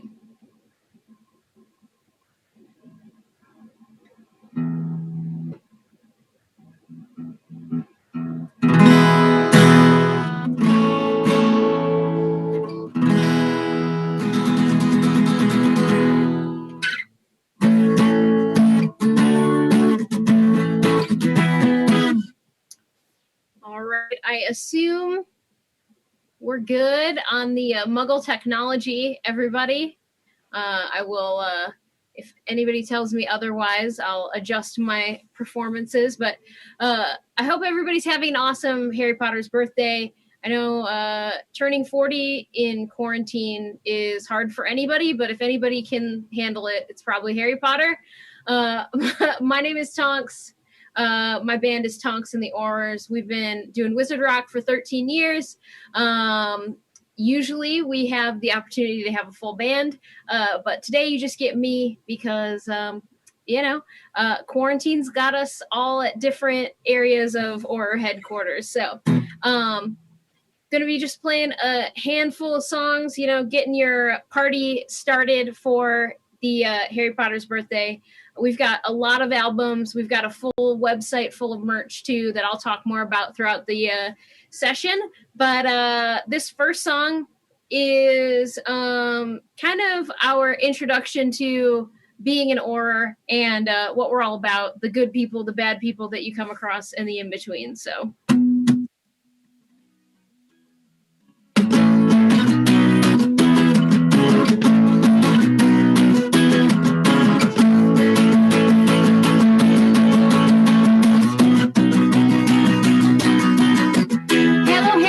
My name is Tonks. I'm in the order and I love to talk.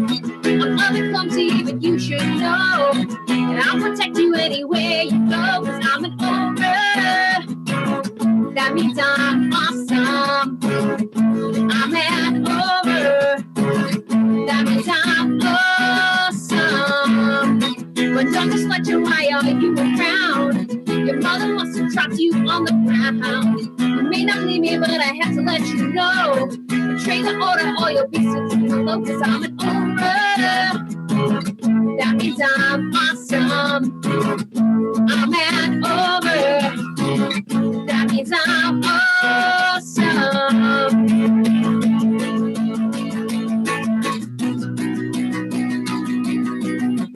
You should smile for look me in the eye. I'm not afraid to make your son cry. Your family's worthless and you ain't worth much more. Let your friends know I'm comfortable bold and bold, cause I'm an Auror. That means I'm awesome. I'm an Auror. That means I'm awesome.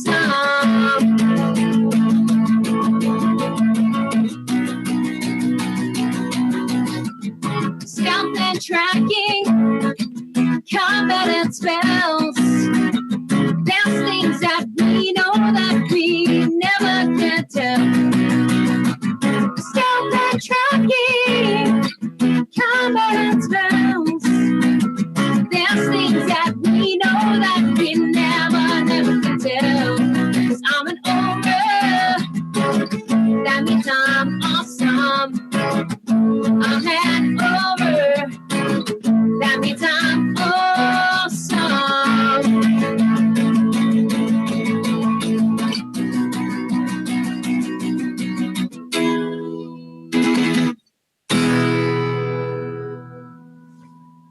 All right. So I'm gonna be honest, it's been an interesting summer for us. Usually we play, 30 to 50 shows a year. And most of those are during the summer, anywhere from libraries to conferences to nerd bars, etc. And every single one of those shows past February got canceled. So we've been making it work, on the Wizard Rock crew. Just trying to keep everything alive with live streams like this. So I was super excited when the Scum and Villainy Cantina reached out as somebody who has stopped in while on tour, etc.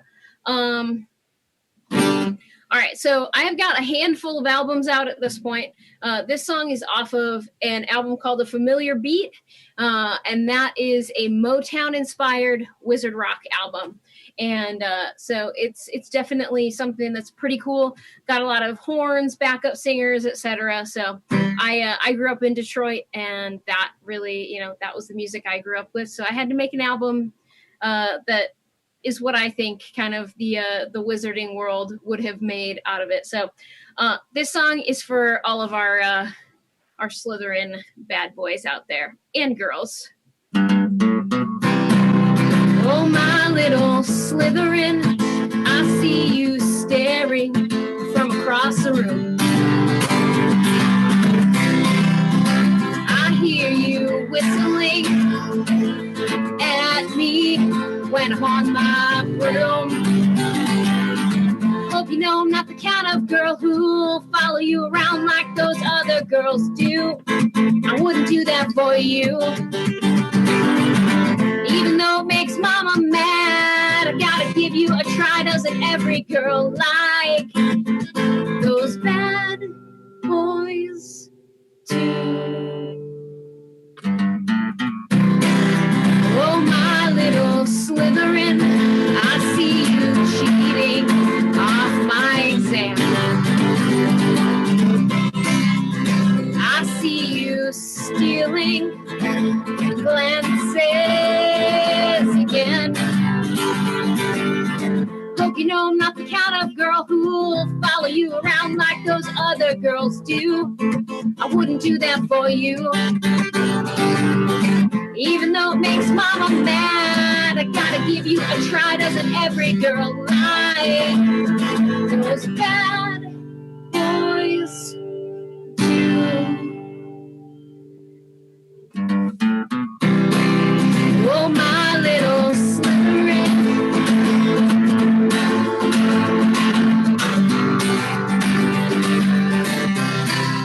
Whoa, oh, oh, oh, oh. My little Slytherin.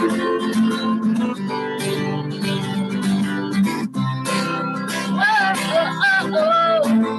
Whoa, oh, oh, oh. My little Slytherin.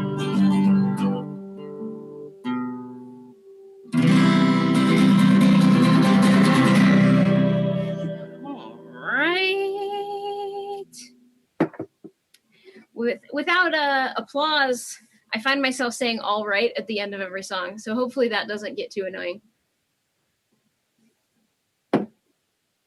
Okay. So our latest album is called Huffle Riot. I don't know if you can tell. I am a proud Hufflepuff. Put the background up today too. Just trying to make it as Hufflepuff festive as possible after just playing a song about Slytherins. Probably the only time I ever dabbled with Slytherins, etc. So like I said, our latest album is called Huffle Riot. It's on all streaming services. All of our music is. But we also have CDs and this like beautiful vinyl record. There were only 100 of them pressed right in the USA in Louisville, Kentucky. So if you want to grab one of those, there's still some left on our merch table. And for Harry Potter's birthday, we are running a raffle to celebrate Harry Potter's birthday and our 13th bandiversary. Tickets are $1. You can win up to $200 in merch. It's a ton of stuff. So definitely stop by our website, tonkstheoars.com, and click the merch table link to take a look at that. And use the code LIVE25, LIVE25, to get 25% off of your order. Except for the raffle tickets. They're $1, so, but everything else is 25% off. So this song is off of Huffle Riot. Huffle Riot is an album full of what we call salty resistance jams. Basically, started writing this album. The first song was in like 2013, 2014. So it was a journey, came out 2 years ago. And basically it's pretty clear that Voldemort sucks and Death Eaters need to stop being terrible people. So this song is kind of about that, basically. So it's also about when you find out that your aunt is a Death Eater, and it's really awkward, and she ends up closing her Facebook account because you called her out on her BS. So here we go.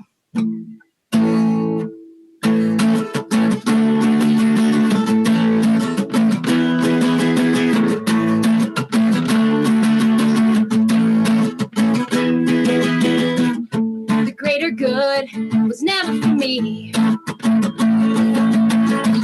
Got a problematic pure blood extended family. Now I'm out here patrolling the streets. And when I unmask a Death Eater, I don't know who I'll see. When you take off your masks, we can get pretty scared. As a matter of fact, we're already there.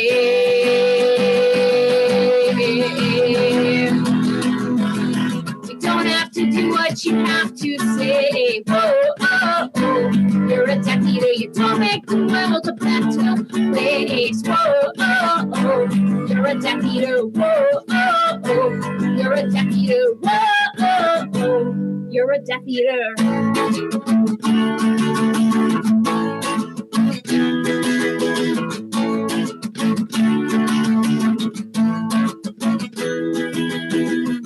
Now the ministry has been taken over, infiltrated by a leader who's unlike any other. Luckily, we still got the order. No matter what happens, we'll protect one another. When you take off your masks, we can get pretty scared.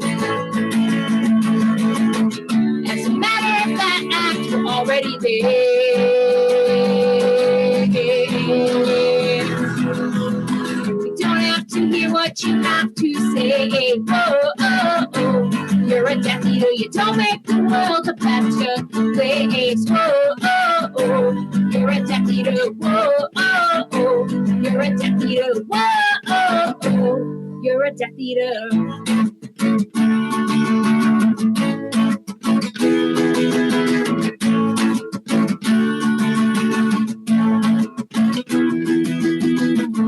I don't know what's worse,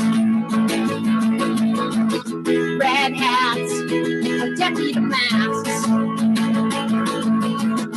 Red hats, Death Eater masks. Red hats, Death Eater masks.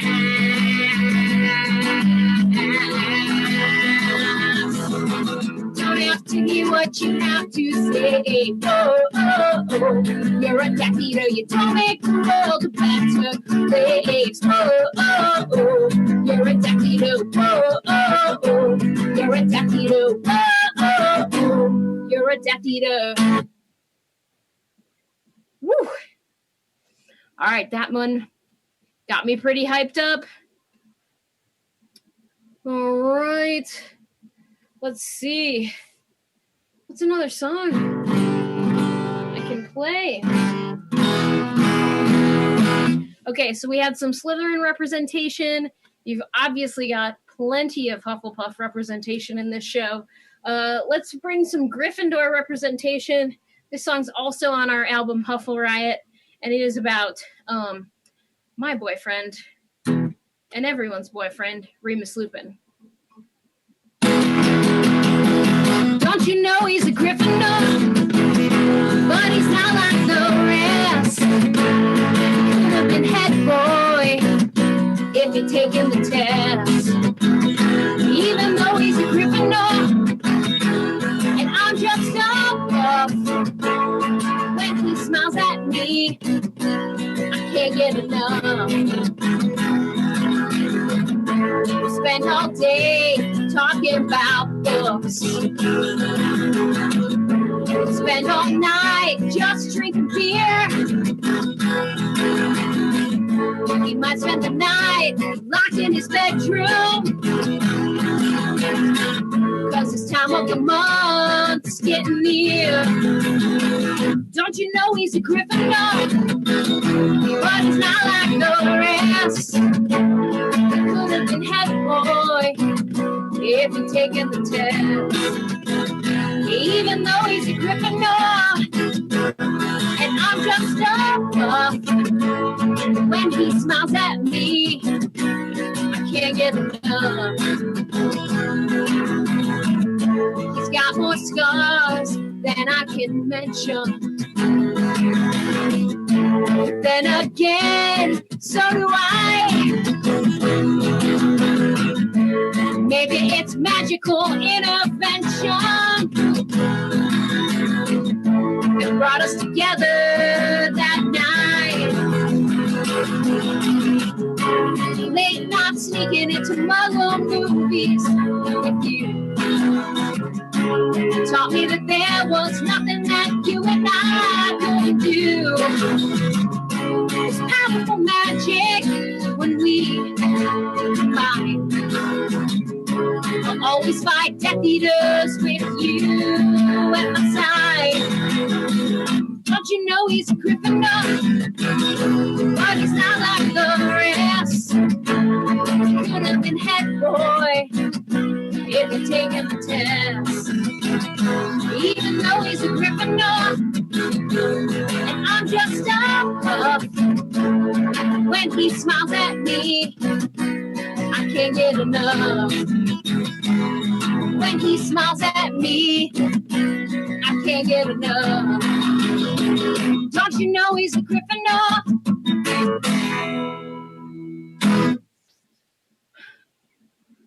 Okay. Trying to think of what I should play next.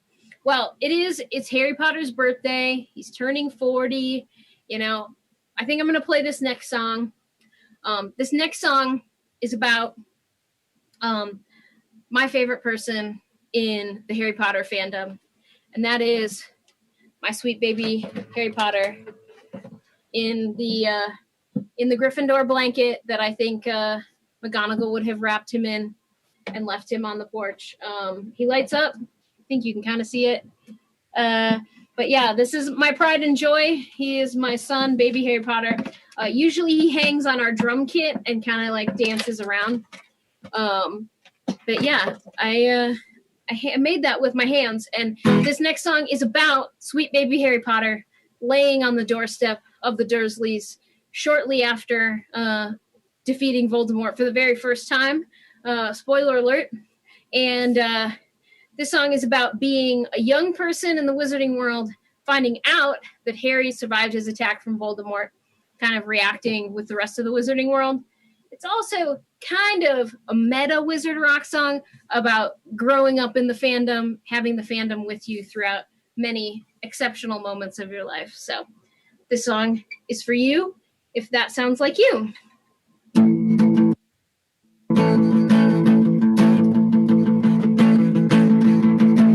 I was just a kid when I first heard the name. Wasn't even born.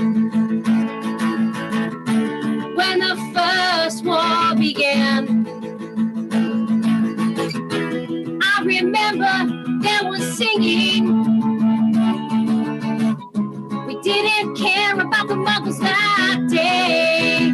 Harry Potter's alive, alive, alive. Harry Potter's alive, alive, alive. Harry Potter's alive, alive, alive. Harry Potter's alive. Harry Potter's alive, alive, alive. Harry Potter's alive, alive, alive. Harry Potter's alive, alive, alive. Harry Potter's alive. Now I'm all grown up. The Order of the Phoenix is my game. I've got friends here to fight with. We won't let Voldemort get away.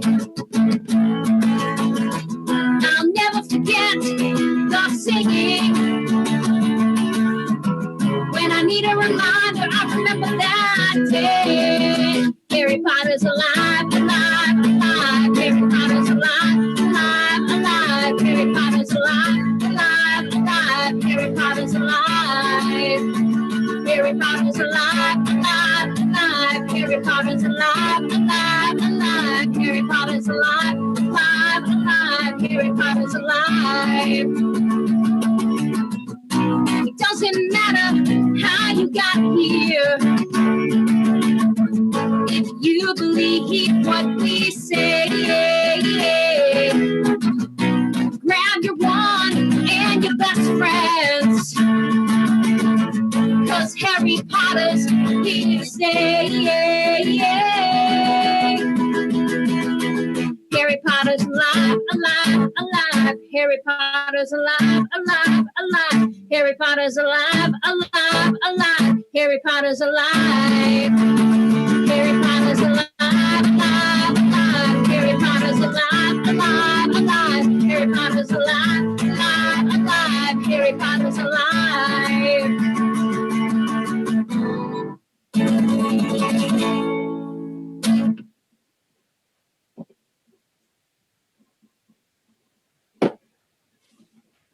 Oh, thank you. I also have Harry Potter's Alive t-shirts on the merch table of baby Harry Potter there in the manger. I mean, in the Gryffindor blanket. It's hard to keep them straight, you know? It is a Christ analogy. That's what I told all my friends when I was in Catholic school that told me that they weren't allowed to read Harry Potter. Okay, so I have this new song that I want to play for you. I've been trying to play it a little bit. I was so confident that this song would be great that I made stickers for it first. They say tax the Malfoys and are glitter. I literally committed to like 1,000 stickers before I had even written this song because I really felt good about the concept of Tax the Malfoys. So this is a new song. It'll be on our next album. We are trying to use quarantine to be fairly productive, but you know, don't break your own heart. Don't bust it too much to try to be too productive, especially if you are creative. It can just add to the stress, but we're working on it. We're working on it. So here's Tax the Malfoys.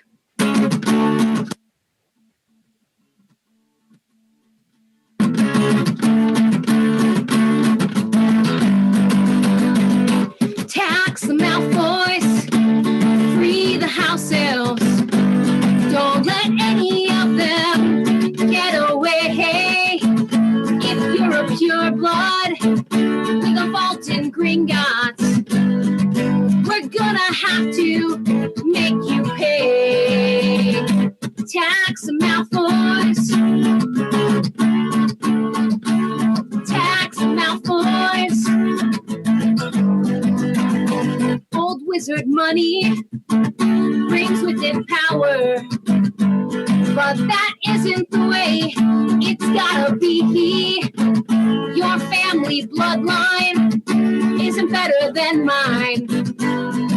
Redistribute this oligarchy. Tax the Malfoys. Tax the Malfoys.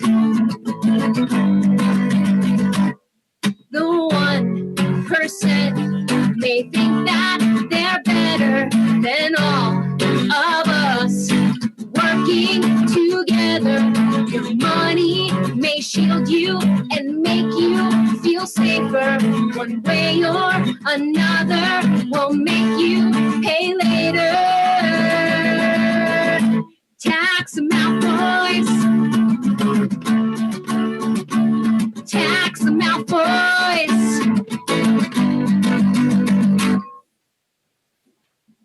Pretty clear messaging there. Hopefully you could follow along. I honestly don't remember how much time I have to play, so I'm just going to keep playing songs,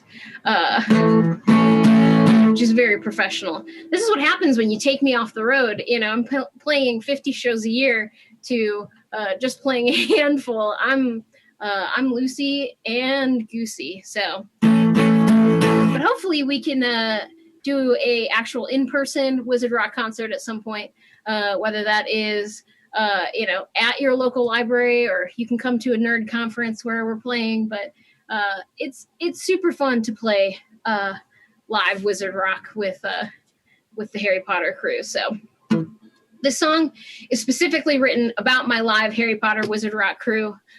There is a group of amazing witches, wizards, non-binary magical folks that always rush to the front, especially at Harry Potter conferences.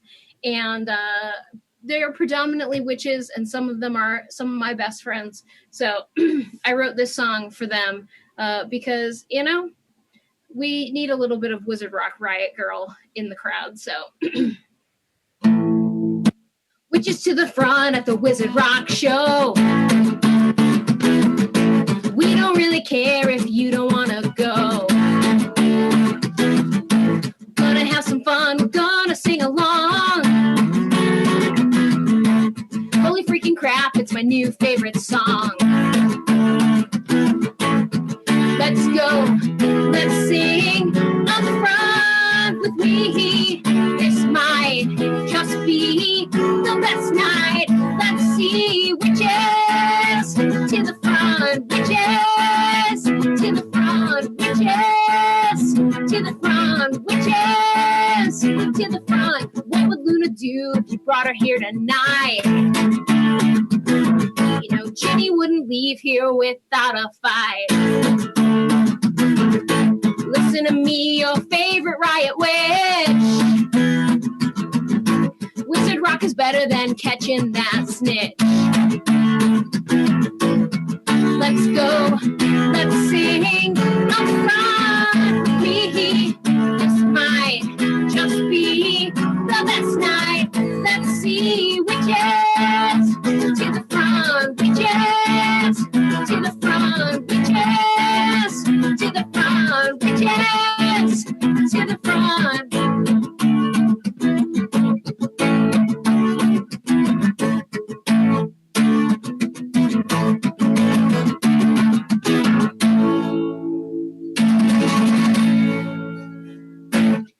All right. Oh, awesome. In the back end, they're telling me how much time I have left. Sounds great. I think I can fit a few more songs in there. All right, so I have a theory that everyone has a favorite member of the Weasley family. There's so many to choose from that you really can't go wrong. Usually at live shows, this is where I ask everybody to scream it. So if you want to put it in the chat or wherever you're watching, comment your favorite member of the Weasley family. I'm going to be honest, though. There's only one wrong answer to this question, and that is Percy Weasley. Percy Weasley cannot physically be your favorite member of the Weasley family, or even considered the best member of the Weasley family. And I have been cornered at the merch table and been told something along the lines that because he has a redemption arc, he is the best Weasley. But, you know, you could also just like not have to be redeemed. And I think that makes you a better member of the Weasley family if we're going to rank them all. I'm just saying. And this isn't saying that the guy that plays Percy is the worst member of the Weasley family. He's very nice. He's a sweetheart. I have seen him at other conferences. So I do just want to say, if it gets out, I do not hate Chris Rankin. I just hate the character he had to play. So this song is about my favorite member of the Weasley family. That's Molly Weasley. She's a cool lady. She can do a lot of good things. She's like good at everything. She raised a ton of kids, and really only one kind of came out messed up. And as we said, he had a redemption arc. Okay. But that's a great track record. And, you know, she's super sweet. She becomes your best friend. But this song is about how when you have that friend like Molly Weasley, who has a giant family, they turn out to be really terrible matchmakers because they just try to connect you with all of their family members. And it just gets old. So this song's about that. Molly Weasley, I need to tell you this. Though I love your family, I don't want to marry into it. Oh, won't you stop trying to match me up with Bill and Charlie? Work out the first time around. Fred and George are a little too young for my taste. Percy is a brat, so don't try to give me any of that. Though I love your family, I don't want to marry into it. Thank you, Molly, for being so nice to me. I've been a little lost the last few months since Remus went away. Been a little down, I've been a little down in the dumps. Oh, won't you stop trying to match me up with Bill and Charlie? Work out the first time around. Fred and George are a little too young for my taste. Percy is a brat, so don't try to give me any of that. Though I love your family, I don't want to marry into it. Oh, I love your family, but I don't want to marry into it. And that includes Ginny. Oh, I love your family, but I don't want to marry into it.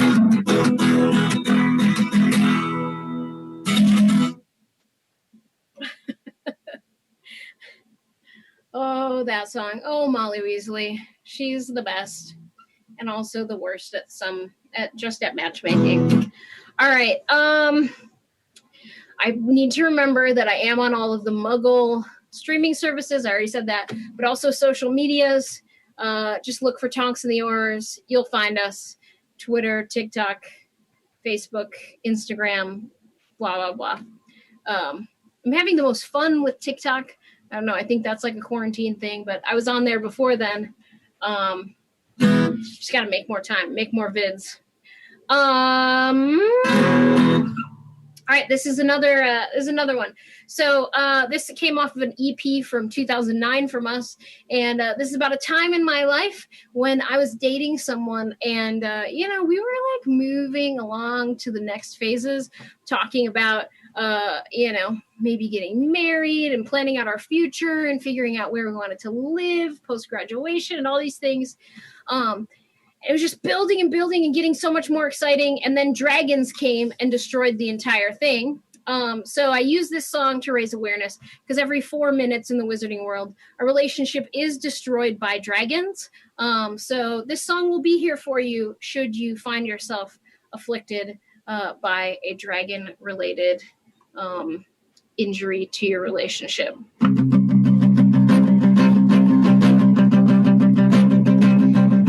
Charlie Weasley, you're so dreamy. After 2 years together, this might be love. But now you're leaving for Romania, and I may never see you again. Because it's becoming clear Charlie Weasley doesn't really love me. He only loves his dragons. And I know he's never gonna change.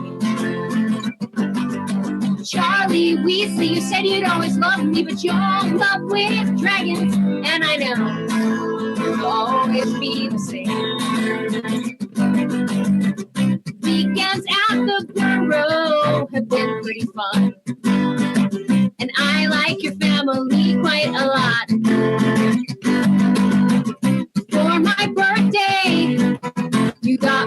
dragon skull. And for our anniversary, you just forgot. So I think it's time to talk this out. Charlie Weasley doesn't really love me, he only loves his dragons. And I know it's never gonna change. Charlie Weasley, you said you'd always love me, but you're in love with dragons. And I know you'll always be the same. So Charlie, baby, don't you cry. Third-degree burns don't hurt after a while. Charlie, sweetheart, give us a try. 'Cause if you can't commit, I'll have to say goodbye. Charlie Weasley doesn't really love me, he only loves his dragons. And I know it's never gonna change. Charlie Weasley, you said you'd always love me, but you're in love with dragons. And I know you'll always be the same.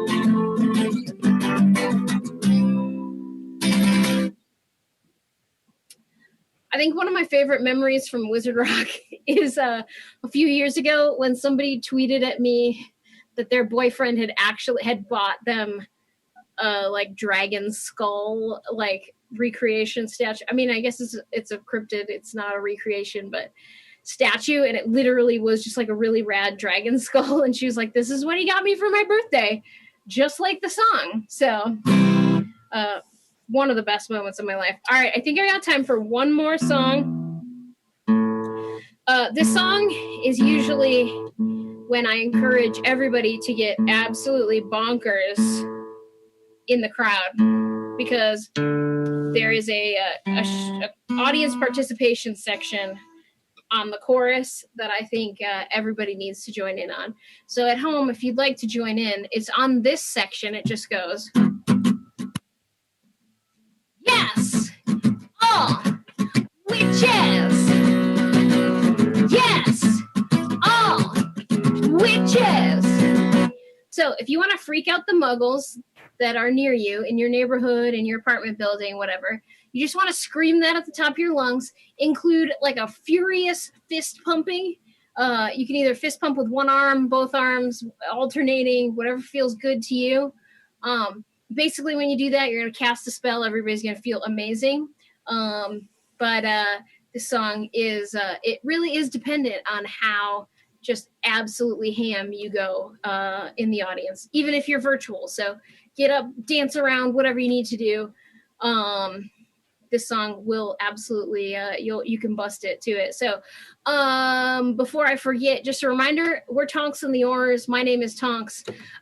We have a website, tonksandtheoars.com, on all the socials. Would love to interact with you on the socials. I absolutely love doing that. And our merch table has that live 25 code you can use for 25% off, because I get a lot out of my merch table conversations with people. And since we can't do that virtually, this is my way of going, sorry that I can't argue with you about Percy Weasley or whatever it is that we'll get into. So make sure to head over there after this. But this song's called Yes, All Witches. And I hope you have a great rest of your Harry Potter's birthday, and take this energy into the rest of the back half of the year here. So here we go. Yes, witches. Yes, all witches. Yes, all witches. Yes, all witches. If the patriarchy is holding you down, stand strong together with us. If you're a wizard standing in the crowd, questioning if you're good enough, let me hear you say yes, all witches. Yes, all witches. Yes, all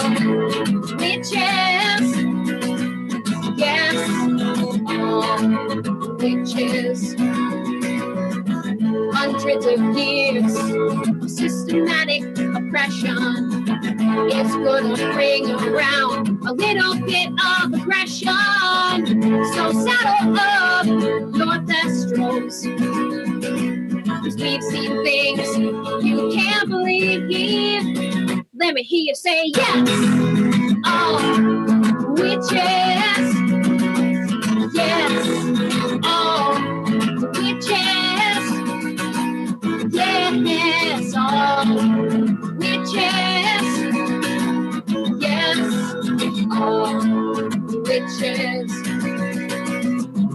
It's not about world domination, just equal representation. We are the voice of a generation. Let me hear you, Hogwarts Nation. If you wanna be a badass witch, become a feminist. Let me hear you say yes. Oh, witches. Yes. Oh, witches. Yes. Oh, witches. Yes. Oh, witches. Yes. Oh, witches. Yes. Oh, witches.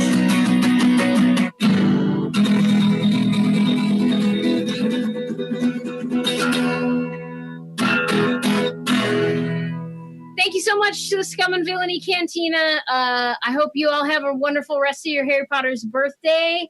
Just remember, when I say yes, all witches, I mean all witches. And come find us on the internet. Let's hang out sometime. Have a great rest of your summer, everybody.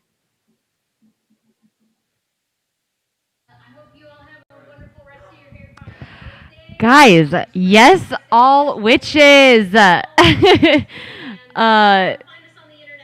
was amazing. I'm feeling pretty pumped up now. I definitely emotionally related to the Charlie Weasley song because I think, yes, he is so dreamy. Thank you to Steph and Tonks and the Oars for coming on and entertaining us. That was freaking awesome. That was so much fun. I was saying, like, I've never... I mean, look, I don't have a lot of experience with Wizard Rock. You do have some, though. Now, I did have a little bit a long time ago when I was way more muggle than I am now. But I was like, man, when this place gets back open, we got to have them out here to actually play.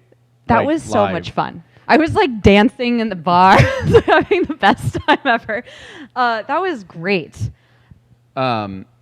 It's also, like, what's crazy that I didn't even think about is how much fun was it, like, and how much energy did she bring?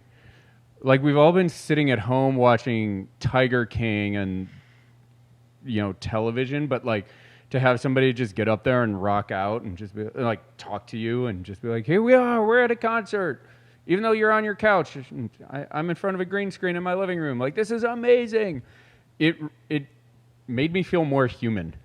and like, we've been here for 2 days straight, and I think both of us started to drag there a little bit. And then now I feel like I have a second wind. That was so awesome. I can't wait till we get to have more Wizard Rock bands in the future and hopefully live. I didn't even realize it was such a thing. But now it's going to be now I'm going to heavily make it a thing. Guys, if you don't know about Wizard Rock, get to know it. Now you're like introduced a little bit. There's some really cool Wizard Rock bands out there. But Tonks and the Oars is always my favorite. So good. Okay, do you want to give some stuff away? We'll give some stuff away. Let's give some stuff away. Then we'll do Aloha Mora, and then we'll do trivia, and then we'll say goodnight.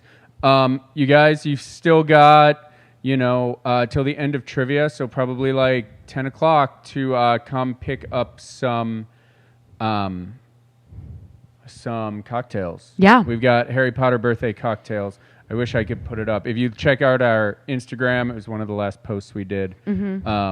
or our Facebook. It's on there. And then, like we keep saying, make sure you tag us, and we want to see how you're celebrating Harry Potter's birthday, repping your house, making your potion kit.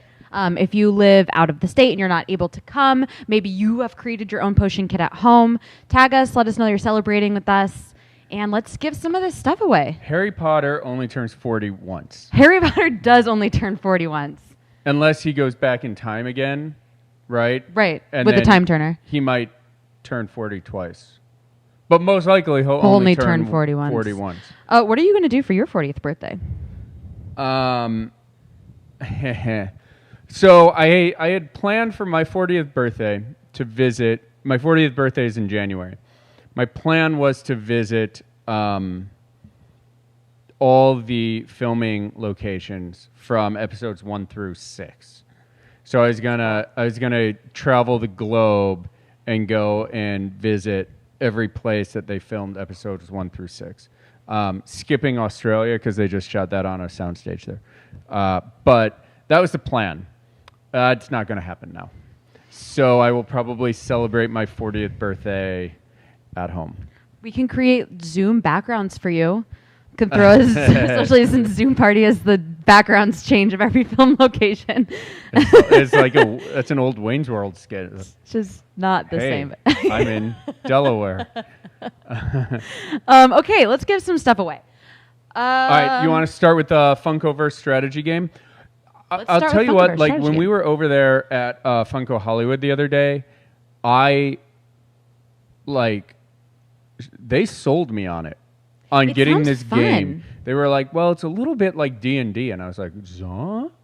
And then they were like, you can have the shark from Jaws fight the Jeff Goldblum from Jurassic Park versus Ginny Weasley. And I was like, this sounds like when I was a kid and my Voltron would fight my Transformers, would fight my G.I. Joe toys. Like, this sounds amazing. So I mean, it is a little crossover, like we were discussing earlier. And I haven't ever played. So for those that have, I know that I've seen a few of our regulars in the bar playing this during game nights. It comes with different boards for each, but then each character does something different. So it seems like it's a little bit of a role-playing game. Honestly, does that not look like the dice from the Star Wars game we play? Yeah, a little bit. Right? And look, it also, looks like you can cross it over with Breaking Bad because there's the blue crystal meth on it. I'm just kidding. Those are wizard tokens. Answer a trivia question, right? And you get blue crystal meth. We're kidding. It's a joke. This is a family-friendly establishment. Oh, Stephen Wong has the game, but not the expansion. We gave the expansion away earlier. We did. So we are going to give away the Funkoverse. Both of these should be in our Facebook. What do you think? Want to do one in Twitch, one in Facebook? Yeah, let's do Twitch. Let's do give this away in the Twitch. Funko Pop. Okay. All right, Twitchers. All right, Facebook friends. Pop over to Twitch right now if you want a chance to win the Funkoverse Harry Potter game from Funko. So I kind of don't want to give it away. I kind of want to take it home, but I have to give it away. You're a man of your word. Like I said, this one will be a little bit easier. This is just speed typing. How quickly can you give the answer? The first person to do it. Can I tell you what else is awesome about this? Yes, please. Everybody has hundreds of pop toys, right? Mm-hmm. And they're cool, but they're like they sit on a shelf. They're decoration. They're like artwork. What's so neat about this is like they devised a way for you to get you to play with your toys. You know what I mean? Right. Like as an adult collector, you're not like, well, I have to leave this signed Kevin Smith Fat Man Beyond Funko Comic-Con exclusive Funko Pop in the box because it's selling for $200 on eBay. This is literally like you have to open this up and play with these things, which I love. They're all exclusive to the games, so you can't buy these Funko Pops unless you do buy the Funkoverse, and I think that is across the board for all of the Funkoverse games and expansion packs. That's my first yawn. It's not bad. I got it. You got here at 5 o'clock. Everyone just saw me aggressively crushing caffeine a little bit ago. Okay, so on Twitch, I am going to be giving this away. First person to answer, what is Draco Malfoy's mother and father's name? Ooh, we're watching. Let's see what you got, Twitch. Jen calls my little dog Peaches Twitch because her tail wags like this. We have a winner. Ooh. All right. Who is it? Peacock? Yep. All right. That is Peacock correct. 803. Nice work. I am going to take a picture. Peacock, if you can go on our Facebook and send us a message, that is going to be the best way. If you don't have the Facebook, you can message me, whisper me, or whatever they call it on Twitch. Like I said, I'm 40. This whole thing's passed me by.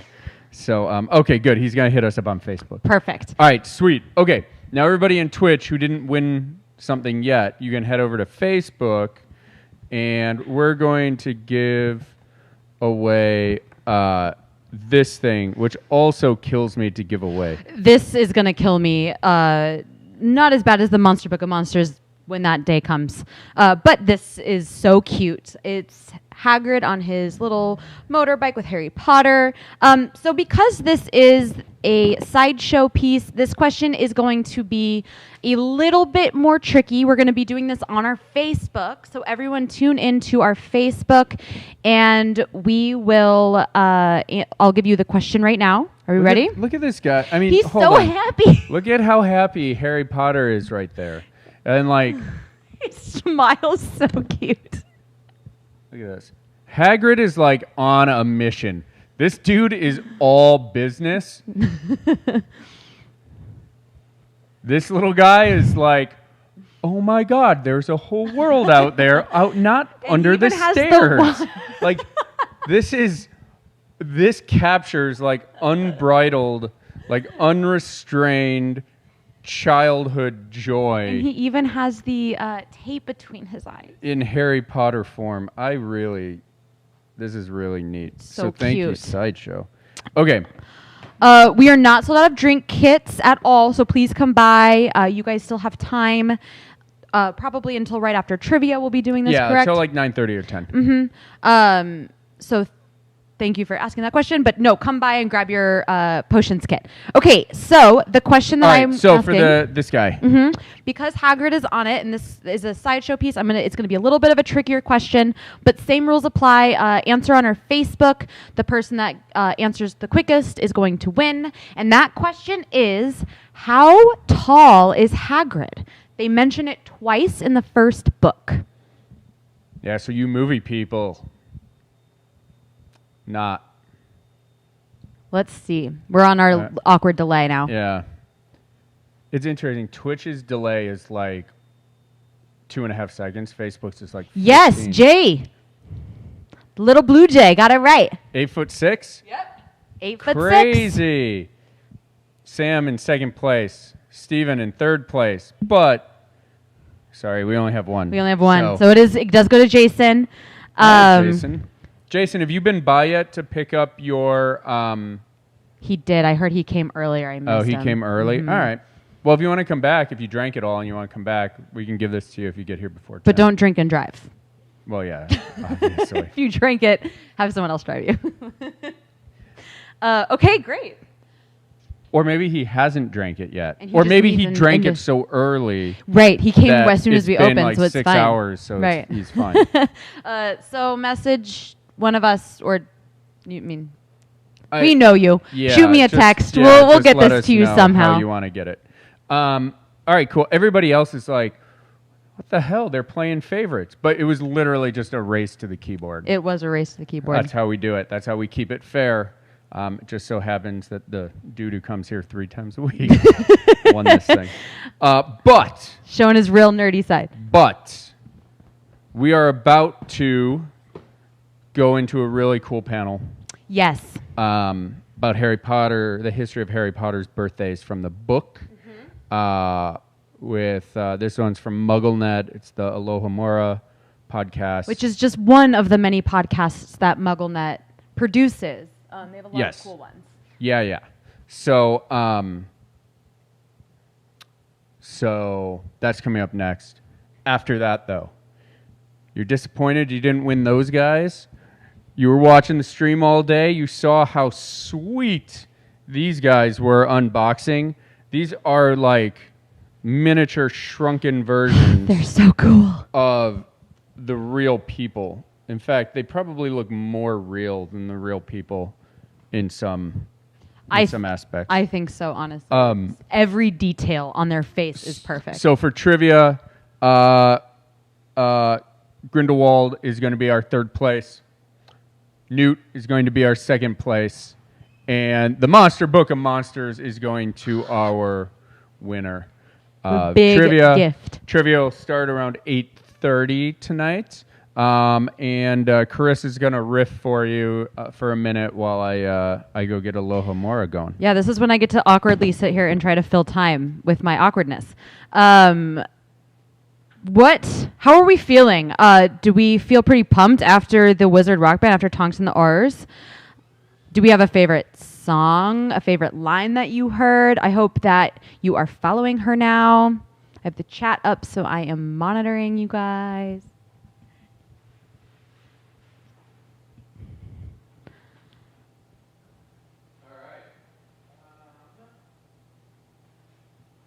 Okay.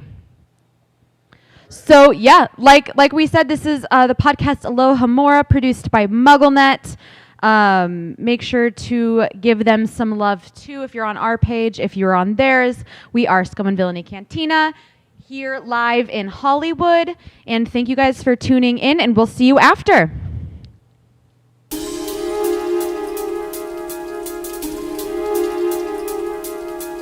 Yo! Yay. Okay. Hi.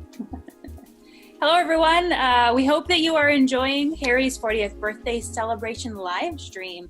My name is Kat, and all of these lovely people here are my co-hosts on Aloha Mora, MuggleNet.com's in-depth exploration of the Harry Potter series. I'm Allison. Hi. I'm Katie. I'm Irvin. I'm Grace. Very nice to meet you. Aloha Mora, if you don't know who we are, what we are a podcast. And Aloha Mora was founded in 2012 and started as the very first dedicated global reread of the Harry Potter series. We read one chapter each week and talked about it at length on each episode. And we just celebrated our 8-year anniversary very recently, and also recently released our 300th episode. So big year for us. The journey. And when we talk about at length, we mean like at length. That's so much length. Oh my gosh. We talk about the strangest, smallest details you could possibly imagine. But it's fun though, I promise. I promise it's so much fun. It's so fun. Yeah, it's a good time. If you're into discussing the minutia, we're the show for you. Like, what are some of the craziest conversations we've had? We've talked about whether you could eat the desk that was turned into a pig for like 5 episodes. Yes, yeah. It's actually and also like a running for like joke. 8 years. Yeah. Mm-hmm. What else have we talked about at length? If owls could use the Flu Network. That's true. Yeah. We had that whole discussion. Yeah. Also, Gamp's Law about what you can transfigure or not, like episode after episode, we're like, no, but actually, what is food? We had a whole discussion about like antidotes and like how that works. Galpalat's Law, which like I thought was obvious, but apparently needed explaining. Yeah. So even everything if you needs explaining to me. Yeah. I'm pretty sure at the base level. There was a lot of talk about Hermione's age for a while. Yes, we've done that calculation. How old is Hermione? I don't math, anyone. I don't math. I don't either. This is the reason why I went into the arts. So too, though. That's the great part. We have this great community.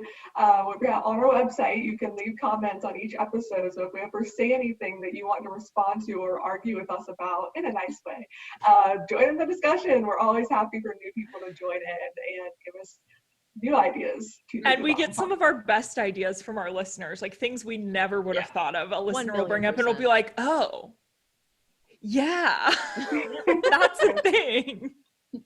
It is so awesome. But today, in celebration of Harry's 40th birthday, we're going to kind of do our thing, specifically talking about Harry's birthday, breaking down the good, the bad, and some of the very ugly of Harry James Potter's birthday celebrations in the 7 novels.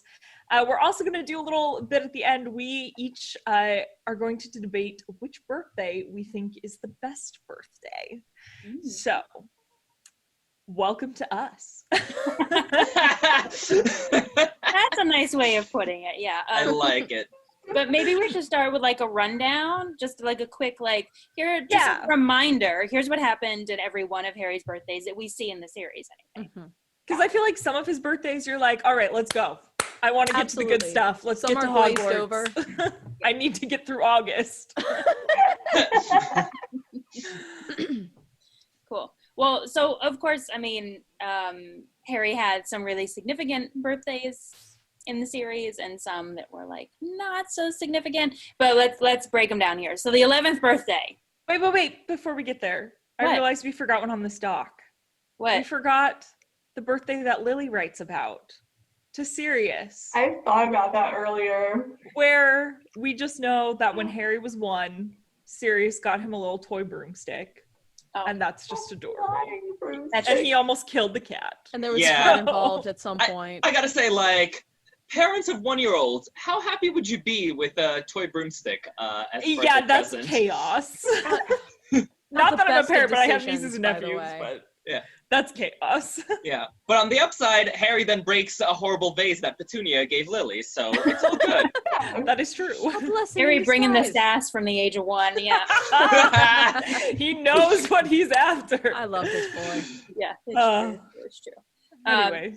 Yeah, so first birthday, the one that we see, the first one, his 11th birthday. Of course, he's been living this terrible, awful life with the Dursleys, and he sort of gets rescued for the first time, right? Hagrid comes and he's like, yo, Harry, you're a wizard. Harry's like, you're a wizard. I'm a what? Kicking down the door. I'm a what? Yeah. I'm a what? That's one of my favorite memes. Obviously, he finds out the truth about his parents and his past, finds out that he's a wizard. Kind of the truth. Yep. He goes to Diagon Alley with Hagrid to get his school supplies, although that happens like way before his birthday, right? No, that is his birthday. Right. You're right. It is on the birthday, and then he leaves like a month later. That's right. Yeah. He got his actual first like real birthday gift since he was a baby, and had the best. Of course, yes. Wait, you're not gonna count the coat hangers? Yeah, you can count the coat hangers. Old socks. And there's actually a quote in the chapter where it says, quote, he just had the best birthday of his life. My boy. Yep. My boy. Yeah, it's absolutely beautiful.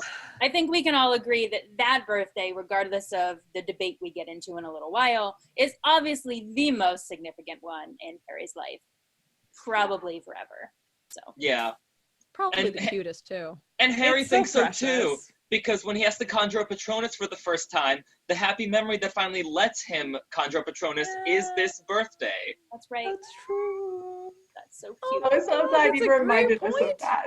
I mean, this is the moment, you know, like. Yeah. This is the moment his life changes, and that's. And there's this great line, because I'm rereading Sorcerer's Stone, where like. He doesn't know where he was going, but it had to be better than what he was leaving behind. That's true. I forget about that line. That line is so good. The first step of a great adventure. Yeah. And then we go from one of the best to one of the worst. Also, this is my daily wear, everyone. I dress like a witch every day. It definitely isn't for this podcast that we're doing, this video cast. Can confirm. Facts. Either way, moving on to his 12th birthday, which was a great deal worse. It's literally titled The Worst Birthday, so you know exactly what you're getting here.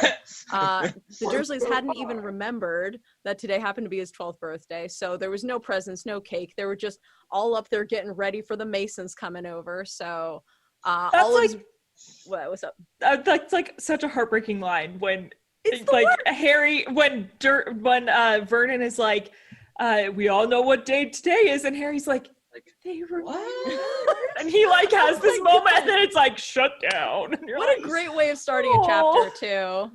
It's such a Dursley thing to do. It's such a good intro. Poor baby. I just love that Harry like still cares about his birthdays, because even for his 11th, he's like, maybe I should wake Dudley up, because I mean you weren't 11 every day, and just I love his resilience. He's so cute. Really good boy. I think I would have given up by now. Second favorite for a reason. I love this boy. And he sings happy birthday to himself.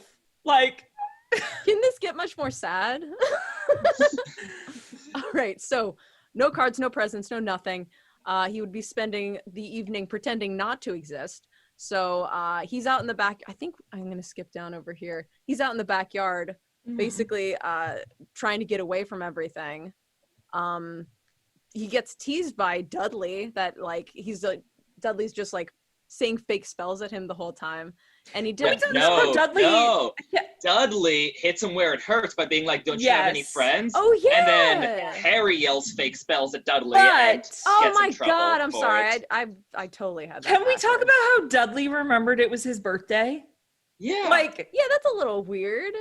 I think that's a kind of an interesting hint to what's going to happen by the time we get to Deathly Hallows, right? That like it's a little hint that like Dudley's been paying attention to Harry, like he knows him, you know. And the only one of the Dursleys that I mean, I think he knows him in the way a bully would know him, where like he knows how to hit him where it hurts. But like he remembers that it's his birthday. I don't even remember to tease him about it.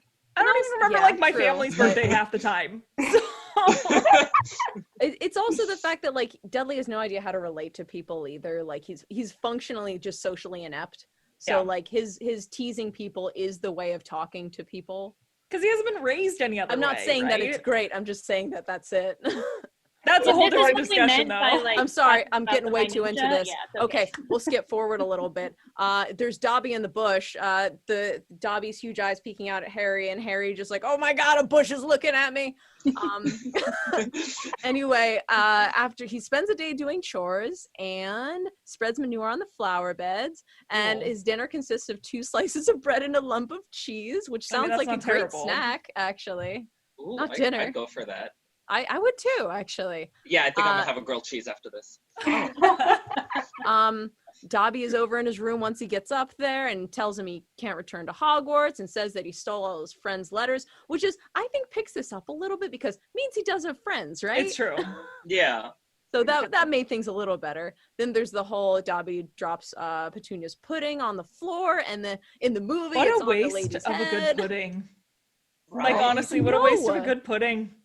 Yeah. That's the disappointment. It's real sad. Come on, Dobby. And then there's the whole thing where the owl drops a letter on Mrs. Mason's head, and there's a lot of scram happening. And then Vernon tells Harry that he's never going back to Hogwarts. Oh no! It's like the exact opposite of his 11th birthday. Vernon tried to stop him from going to Hogwarts after his first birthday, but Hagrid was having none of it. Yeah, and like that's the point where Harry doesn't really have a sense of how important he is to the Wizarding World yet, because he's like, well, if they lock me in and I can't match myself out, I guess I'll just never get to Hogwarts, and no one will know whatever became of me. And like when you're reading it, it's like so believable when you're a kid. You're right. Like, he's never going back. Oh no. Yeah. Whereas like it literally only a year later in Prisoner of Azkaban, the Minister of Magic himself is out looking for him when he runs away. I know. And he's like, oh yeah, the Minister of Magic is here. Yeah, as you do.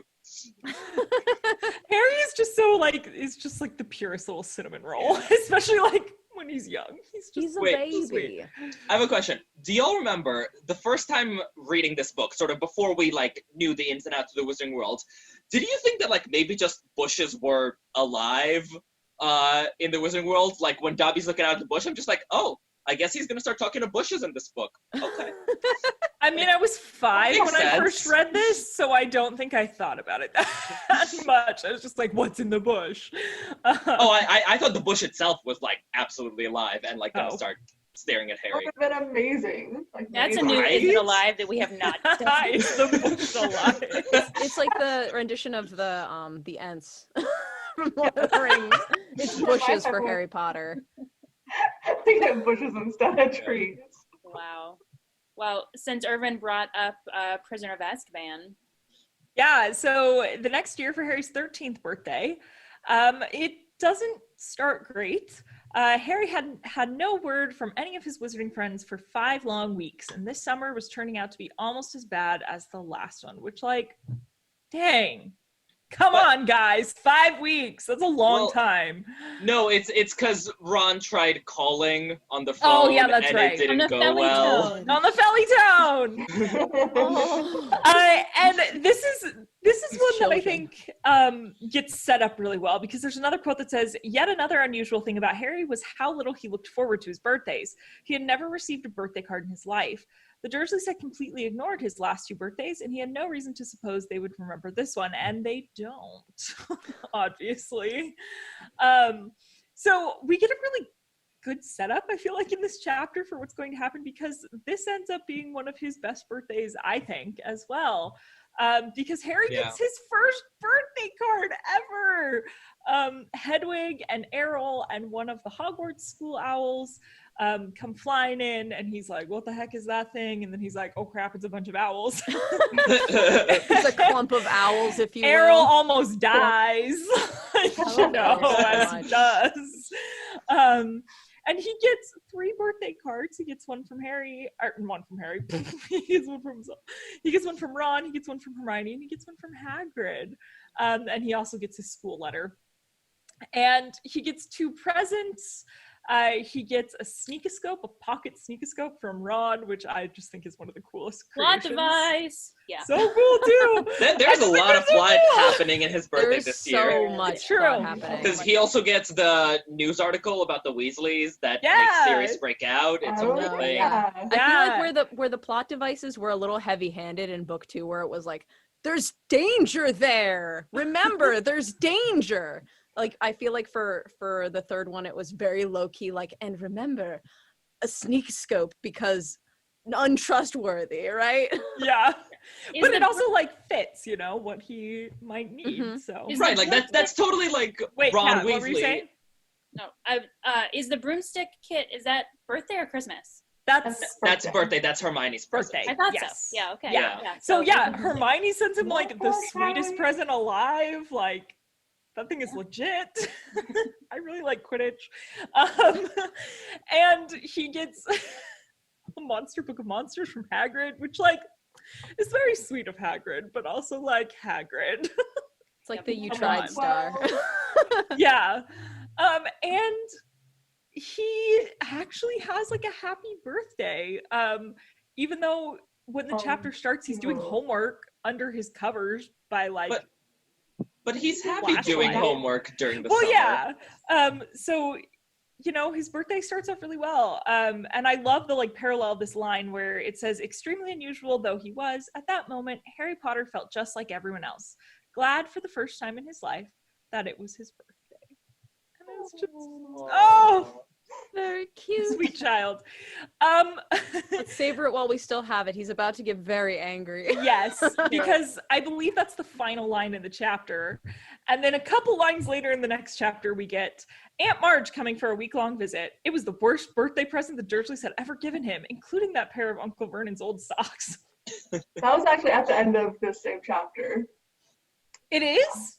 Yeah. I'm pretty sure Outpost ends, though.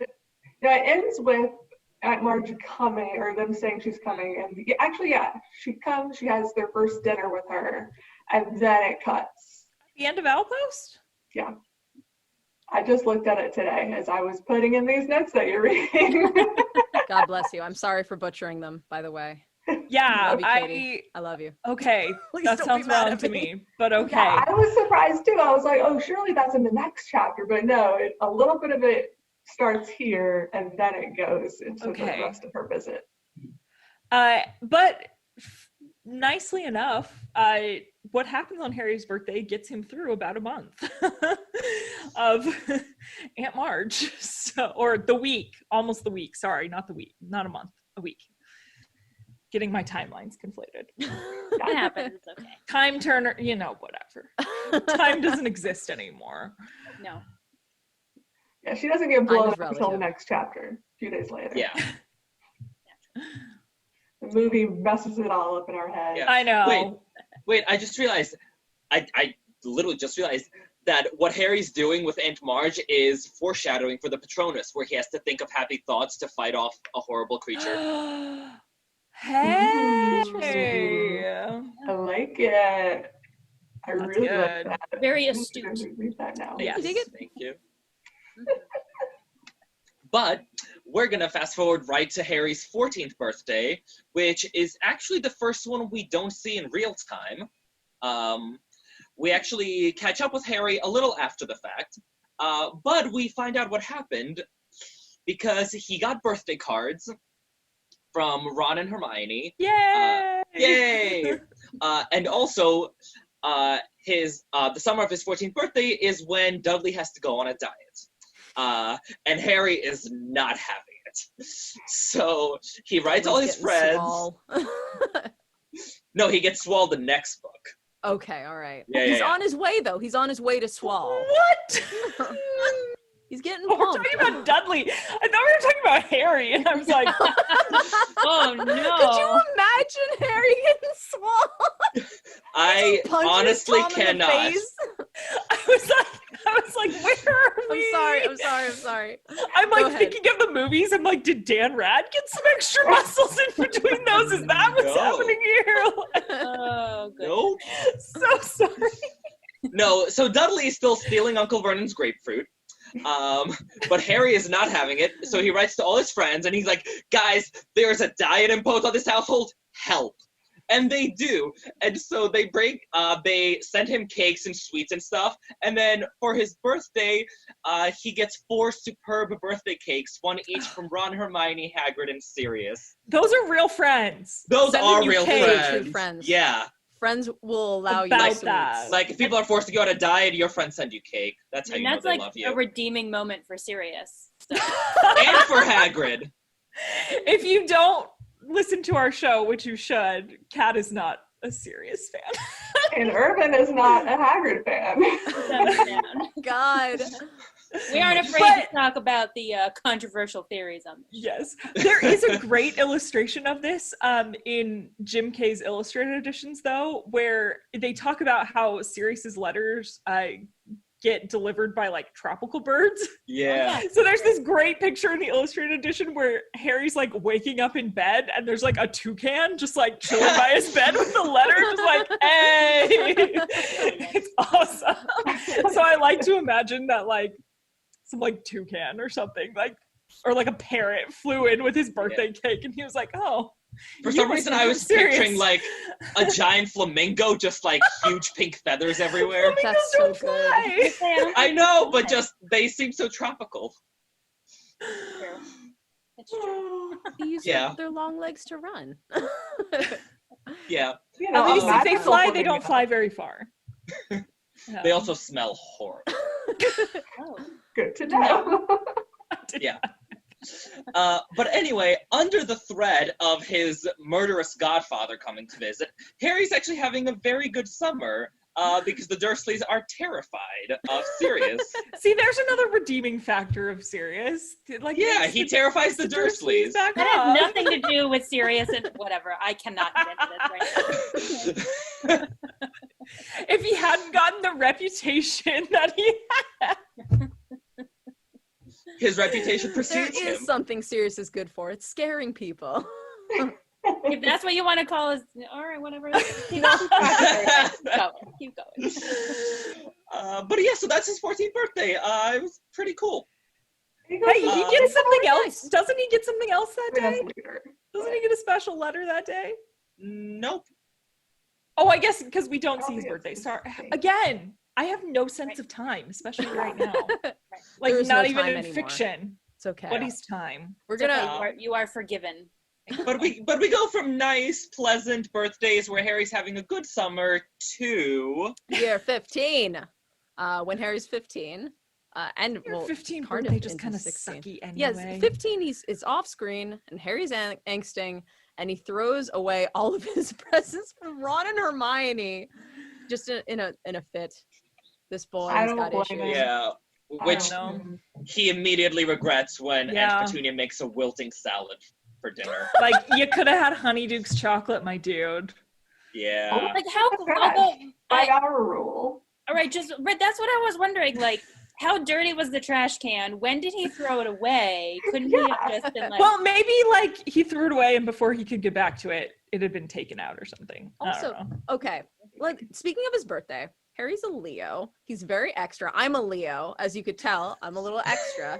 Of course, he's gonna throw away the gifts. Like, is that even a question? Yes. He's pissed off. Well, you have a lot of feelings. You eat chocolate. You don't throw it away. You eat your feelings. You don't throw it away.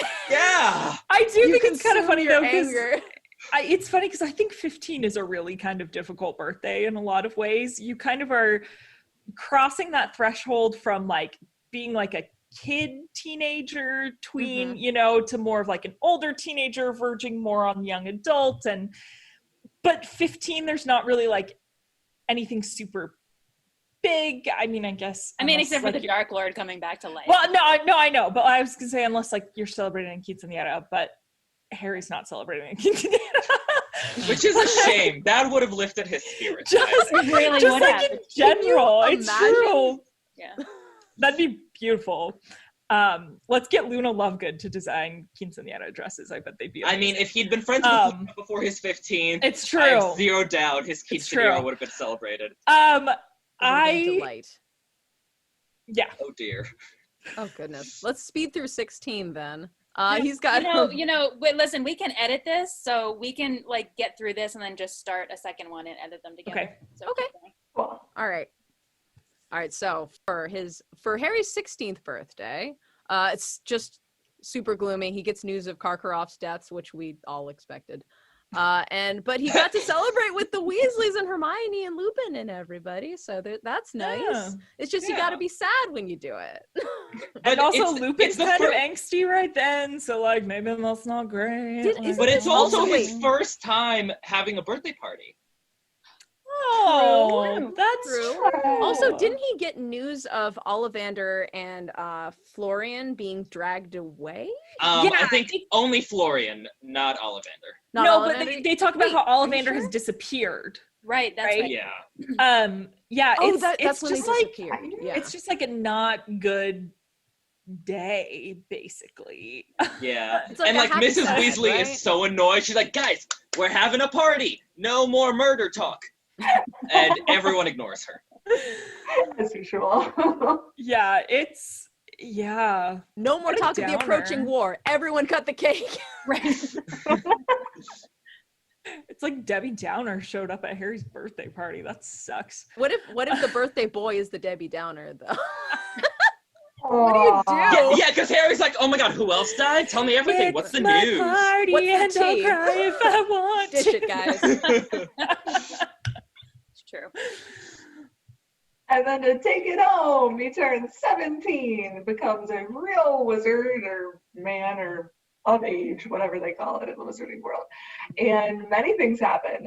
He gets to make out with Jenny, but getting walked in on during the makeout session by Ron.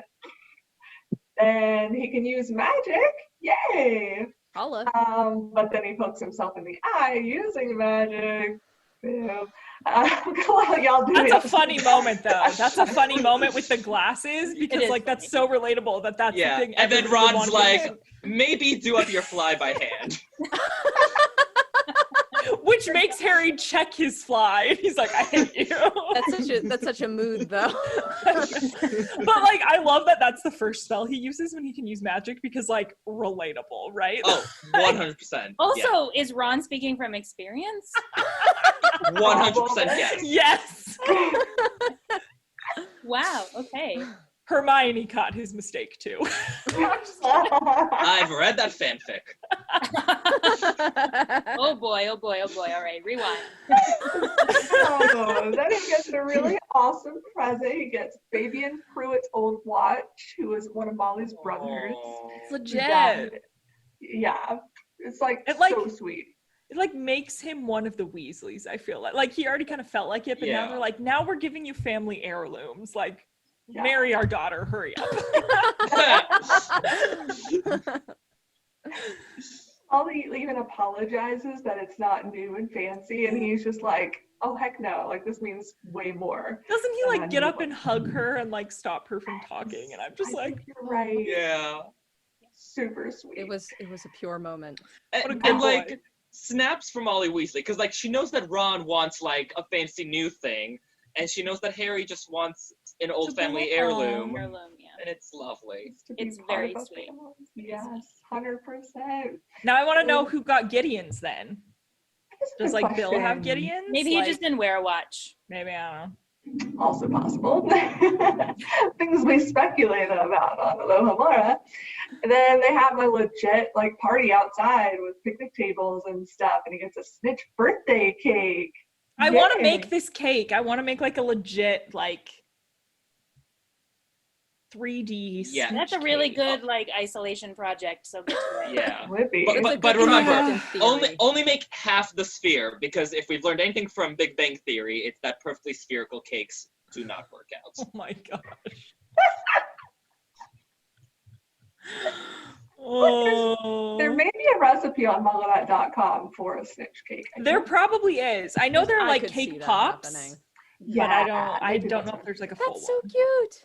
Well, if it's not there, then someone should. Oh my god, and someone can take it and run away and you gotta catch it. You just have to tackle whoever took your throwing it at cake pop. Oh boy. You can actually almost swallow it. Oh my god! Yes! And can you bake a ring into it? Oh my gosh, This this is a sounds bad so idea. dangerous. Oh no. All right, if you're celebrating Harry's birthday, which obviously you are if you're watching this, that's your goal for today, is to make that and send us pictures. There you go. That's also the thing we do on Alohomora a lot. We ask you to like We give to you send us really, stuff. really hard homework. Yes. We give you very hard homework and then we don't do that homework. It's true. It's true. There's no grading. The points don't matter whatsoever. This is just like whose line. Yeah, the most you can earn is a shout out maxima on our podcast. It's true. Which are and our highly undying coveted. love, because It's we true. will love you. It's true. You don't get to choose whether or not we love you, because we will. Yes. And he gets a legit party. Like It is. Like Party so party. legit. I think though that Lupin and Tonks have to split quick because Yeah. Scrimgeour crashes it. Boo. Party crashers are the worst. I have mixed feelings about this boy. Especially 'cause, There's like, not enough time for me to discuss Scrimgeour. Yeah. I'm not gonna go off about how upset I am that like Remus Lupin had to leave Harry Potter's 17th birthday party, but whatever. Well, Mhm. It's no good. he could have just like hidden behind the shed until Scrimgeour left. Right? Right, Yeah, like he grab definitely Harry's could have invisibility cloak. I think he would have Especially been when okay. we've got like a baby announcement that needs to be had. Like, Yeah. I know, it's kind of. I mean, maybe he Lupin's didn't wanna just in steal a Harry's weird thunder. headspace I don't about know. it. I mean, I know, but like, Tonks would have told them. Anyway. Yeah.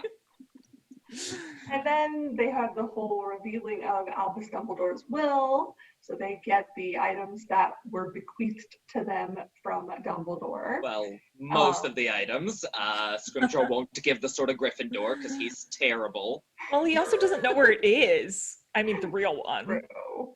So. True. I don't like disagree with his reasoning for not giving it to Harry, but at the same time, it would have been a lot easier if he had just given it to Harry. I mean, yeah. Mhm.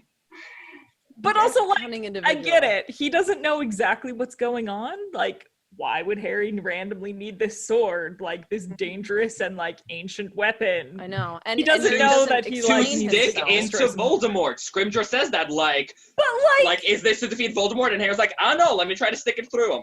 but like, Scrimgeour doesn't know about the Horcruxes and stuff, so like, he doesn't know why that's gonna work. You know, But Scrimgeour like, should know about the prophecy if he's the Minister of Magic. Like, shouldn't there be like a confidential file about that? I doubt it. You would think. I mean, 'Cause I'm that's- sure. it's the Department of Mysteries. And they should brief the Minister of Magic. I mean, if anything, he probably should have known at least a little bit. But I feel like Harry. Oh, sorry. What's going on?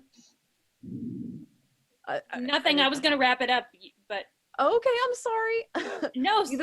Either way, I Finish your just like. thought. Oh, okay. I mean, I felt like Scrimgeour probably should have known what was going on, but he probably would have cooperated a bit more if Harry would have been a little bit more forthcoming about what was going on in his That's life. probably true. You know. For sure. But well, that's my opinion. if Scrimgeour wasn't terrible, Harry would have been forthcoming. And if Fudge hadn't been terrible before him to set up the precedent for the Ministry being terrible and Umbridge and, you know. It's Umbridge's fault. It's this all is Umbridge's fault. Yeah, because as soon as Scrimgeour's like, oh, I talked to Umbridge, and Harry's like, oh, you talked to Umbridge? Like, it's not having it. Now that we've broken down the birthdays, let's debate and decide which one is our favorite. Obviously, we all kind of agree that Harry's 11th birthday is like the tippy top. Primo quality birthday. Yeah. I mean, he gets Hedwig. What more do you want in That is life? the gold standard of birthdays. He gets a magical world. I think that's. He finds out he's rich. He finds out he's a wizard. He finds out he's going to wizard school. He leaves the Dursleys. He gets the greatest owl known to mankind. He gets and a like the only freaking smart owl in wand. the world, right? Yeah. His cousin gets a pigtail. I mean, True. great That's day. six He gets amazing cake. things. Is there one more to make it an even magical 7? He gets cake. Hagrid gives him cake. Yeah, and it's Yeah. a good cake too. He Yeah. has some of it. Yeah. It was like Cake cake makes it breakfast or magical. something, Breakfast, right? as we've discussed. Yeah. Wait, Cake so he for gets breakfast. So he gets a cake and he eats it? Oh, Yeah. True enough. Harry Potter, the only one who gets his cake and eats it too. It's true. Wow. But I Yeah. say his second best birthday, though, is his 13th. He even says, it's like the one time he's like, it's my birthday, and I'm happy it's my birthday. And he says he's never had a birthday like that before, and that's after his 11th birthday. So 13 goes number 2. That's true up until like 9 a.m. when he goes to breakfast. But, like, it's still a great birthday. He I gets think in his the cake. moment. It is I like think I a agree. third of a great birthday. Life gets is still great simple at this point. presents. He gets... Aunt Marge is the worst present, including Uncle Vernon's old socks. That's true. But, You like... gotta have the low lows if you're gonna have those high highs. Look, that's. I mean, then it's I'm not gonna go like with the that. 17th, because the 17th has all the lows and all the highs, just all of it. He does get to make out with his girlfriend, so That's like. true. Exactly. He gets Hardcore. some, which Like is like hot a as good fire time. whiskey. And you And want to also talk good there's- presents, he gets 12 fail-safe ways to charm witches. That's true. 'Cause he needs They them. probably don't even work. But yeah, that's he doesn't great. even need it though, because like y'all know what Ginny was gonna give Harry for his birthday. What? Tell us, elaborate, please, in great Yeah. detail. This is Please me explain. talking, Tell so us. I'm not gonna be the one to do that. Already. I mean, actually, I'll probably side with you on his 13th birthday. Because I think like like 17 is pretty dang good. Also, he gets that awesome 17 cake. is great. Also, 17 has a party. And like that cake, man. But life is so much simpler when he's 13. I just really miss birthday parties, okay? That's true. I'm not getting one this year. I'm pretty Irvin sure. is not so. doing well in quarantine. No one has. No, I'm not cut out for quarantine. He hasn't been doing well in quarantine since like week 1. So. Yep. True. It's true. So, Kat, what do you think? What's your choice 2? My choice 2, I think 17 as well. I am by myself. Okay, go ahead and tell me why. No, just he's finally a man. And, I'm over you. I don't know, they come of age when they're 17, right? Like I said, we get that. He gets Greatest thing I've ever heard. Really? What an honor. He gets the watch and he has the cake and he has like a party. You become swift as a coursing river. Right. He has to the dark side of the moon. he swaps spit with Ginny. Like, it's a good day. It's a good day for Harry. And there's snitch cake. Snitch cake. That is pretty good. It is. I mean, see your granted, point. like, he's gonna go off and, have a really awful journey. But this is like a good start to it. It is. It's a pretty decent day. It's also the last good day before Voldemort's reign of terror. That begins the next day at the wedding. That's true. Dang, that sucks. Man, that sucks for Bill and Fleur's wedding anniversary. I know. It really Oh my does. God. That's That I is never bad thought of that, timing. but dang, that sucks. Yeah. Mm. Dang. Ouch. Very much sucks. I mean, at least they got through like most of the wedding. Like, you know, they did the vows, they like ate, they drank, they danced. Things They got were real legally bad real married, quick it's fine. though. Things took a turn south. What about you, Katie? Well, I'm gonna be the weirdo apparently and go with 14th. Weirdo! Because he has just come off of a high. He saved Sirius and Buckbeak at the end of his last school year.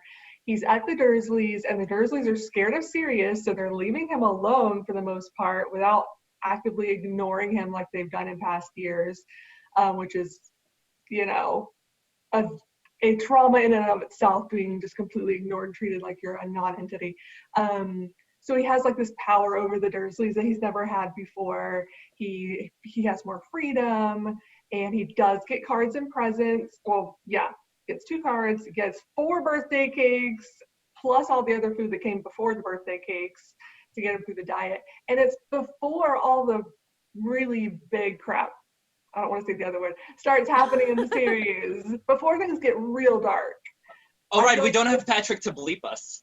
I know, right? Oh, I've been very careful. Now I'm gonna end up messing up. Thanks. I mean, I'm gonna stop that's a good talking. point.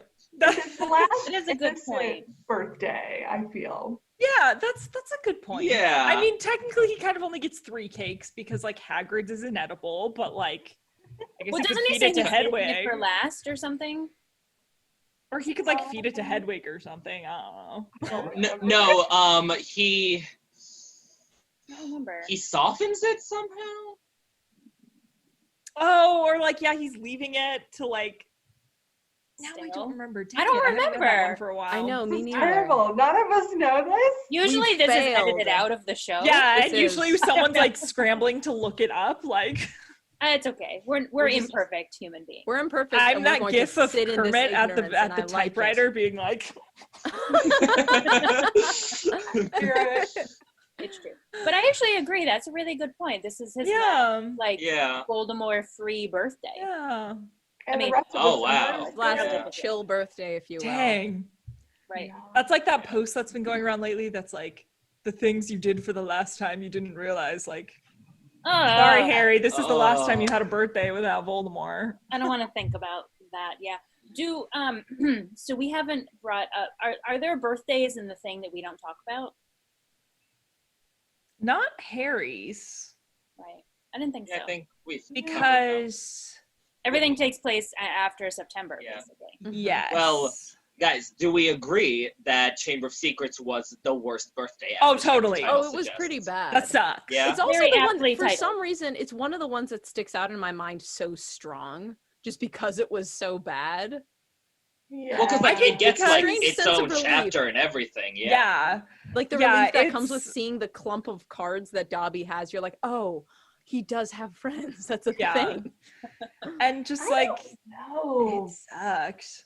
I think 15 kills me because that's the one, if I'm remembering right, where he's had no contact with anyone for weeks. Yeah, that's I mean, true. Or something. he's had contact, but they're all like, keep your nose clean, don't get into trouble. I know it's We can't frustrating. tell you anything. Yeah. We Yeah. wish Yeah. we could, Anything, but yeah. Dumbledore made us swear. Right. Which, like, yeah, if I were Harry, I wouldn't take kindly to that either. Mm-mm. Yeah. By the way, I love that he throws that line back in their face. Yeah.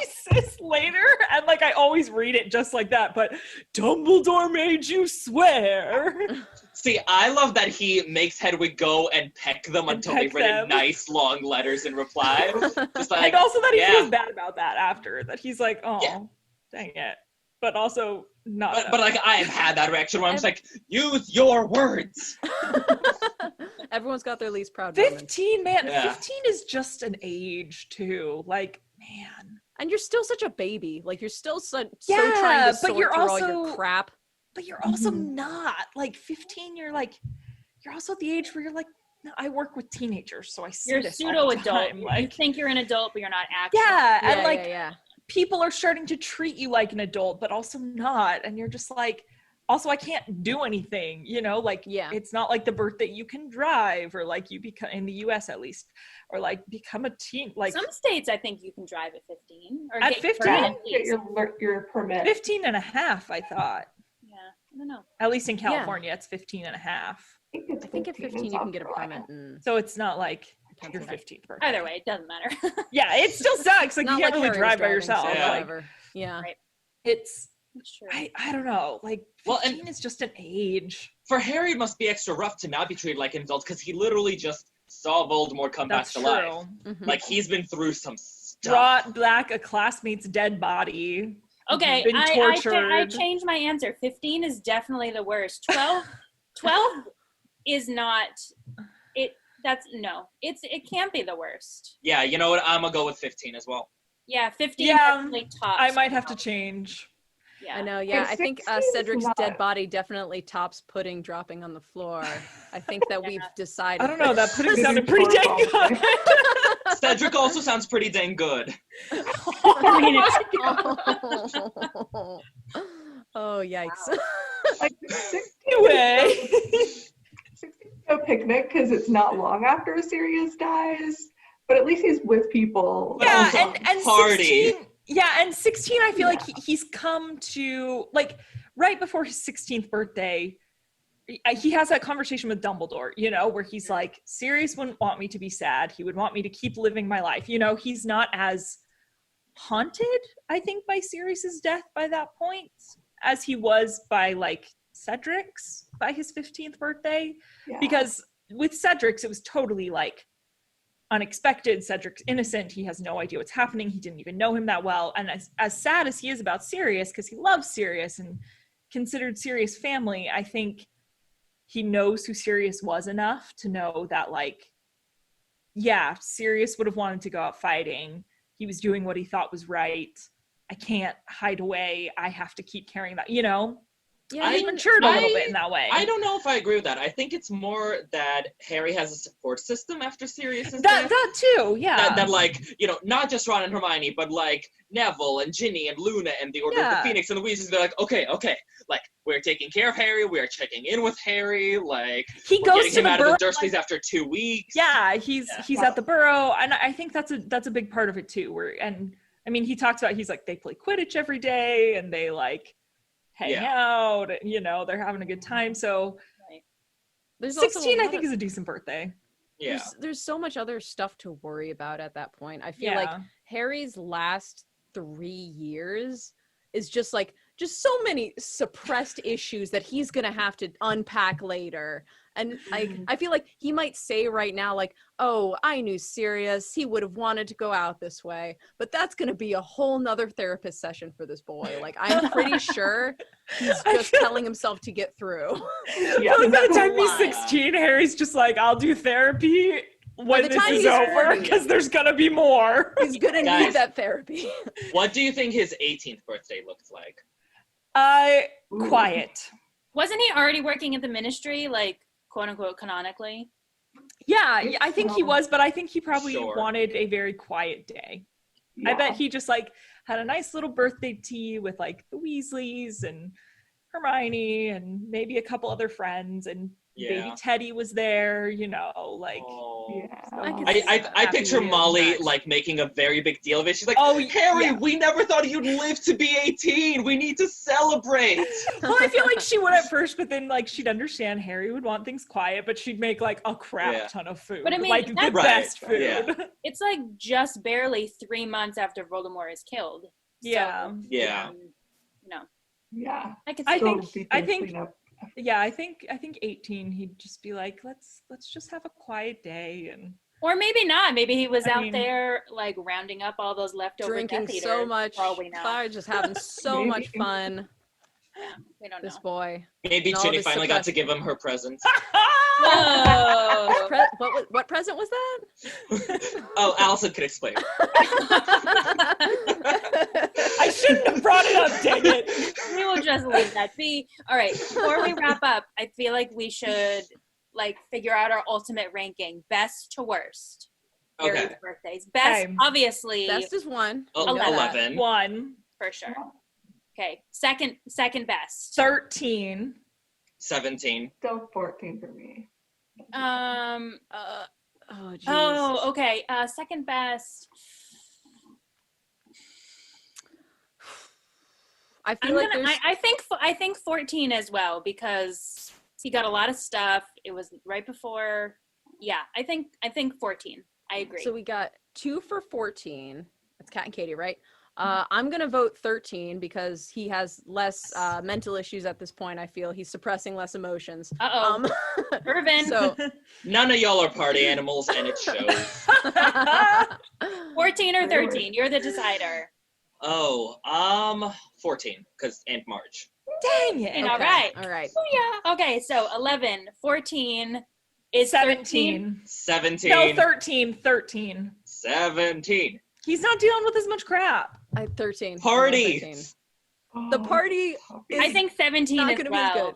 Oh, wow. Okay. Oh, Katie. Katie's Tiebreaker. the deciding We're factor. not even going to trust Harry himself. Aunt Marge comes. I mean, she's the worst. Like his actual great. birthday moment where he's like, "It's my birthday." A birthday is 24 hours, and like at least like 17 of them suck. I mean, if She we're doesn't talking show up astrology, that your day, birthday does is she? technically the Yes, minute she that does. happens. I thought she showed up the day after. No. She shows up that day. I need to reread Prisoner, apparently. Me too. I guess I'll go with 17 then. All right. No, All right. I've lost 11 twice now. 11, 14, 17. 13! I feel like 13 is probably this is the right place, right in the middle for it. I mean, I'd argue for 16, but clearly I got outvoted. You're outvoted, Urban, okay? Okay, Grace fine. and Katie haven't fine. voted. What do you People think? died. I mean, this one's. I'll go for Not- 13 there. No one he cared that much about. Florian Fortescue used to give him ice cream all the time for I wanted free. to learn more. I know But he that didn't you die on the birthday. That was a couple days ago. They just got the news. They dished the tea about their Yeah. deaths. Yeah, at the birthday tea. So, Katie, what do you think? 13 in the middle there for number 4? I think 13. Yeah. Heck yeah. Okay. So 11, 14, 17, 17, 13, 13, 16, 16, 12, 12, 15. 15. Yep. Wow. Okay. That's a Now lot let's of repeat. numbers. So That's wait. okay. I'm not going to remember this. 11. Okay. 11, 11, 14, 14, 17, 13, 13, 16, 16, 12, 15. Okay. Cool. Was I Okay. Well, supposed I'm to be sure writing everybody that? watching All that, at Grace? home is like, y'all are so wrong. But like, you should reach out Tell to us how us. wrong we are. Tell us Yes. how wrong we are. Like, Please. you We welcome discussion always. Yes, We really do. Yeah. Before we go. Weird. Oh, never mind. That was too good of a. Never mind. Yeah, Grace, sexy transition into. Okay. Sexy transition. It was too good of a transition. It's true. For You me to should've bring done something it. else up. No, bring it up. But Oh, I was gonna before say, we- what would you get Harry for his birthday? What would I get Harry? Yeah. Oh. Okay, I would probably bake him something because he always loves something homemade. That's a good point. And I would hug him because he does not have enough people who hug him in his life. A new And- owl. Ooh, that's good. That's a good one. That's a good. one. Oh, It like hurt my heart a little bit, but a new owl. And cold at the same time. poor dead I mean, owls are expensive. So it could be a birthday. Yeah. I'll go in with you on that, and I'll make him a nice cake or something. I don't know. Okay. Cookies, you make the cake. I trust you with cake. I'll do the Okay. cake. I don't know. I feel like I'd get him something. Well, it depends on which birthday we're talking about. Like if we're talking about like his 40th Modern birthday, day Harry. So his 40th birthday. Oh, for his 40th? Oh, So geez. for his 40th, I think I'd get Gotta him spend money and on this Ginny, like I'd get him like tickets and like a getaway or something for him and Ginny because, the ministry and the kids. And, So just pretending there's no pandemic. I like it. yeah, like I'm sure the wizards have done wizards something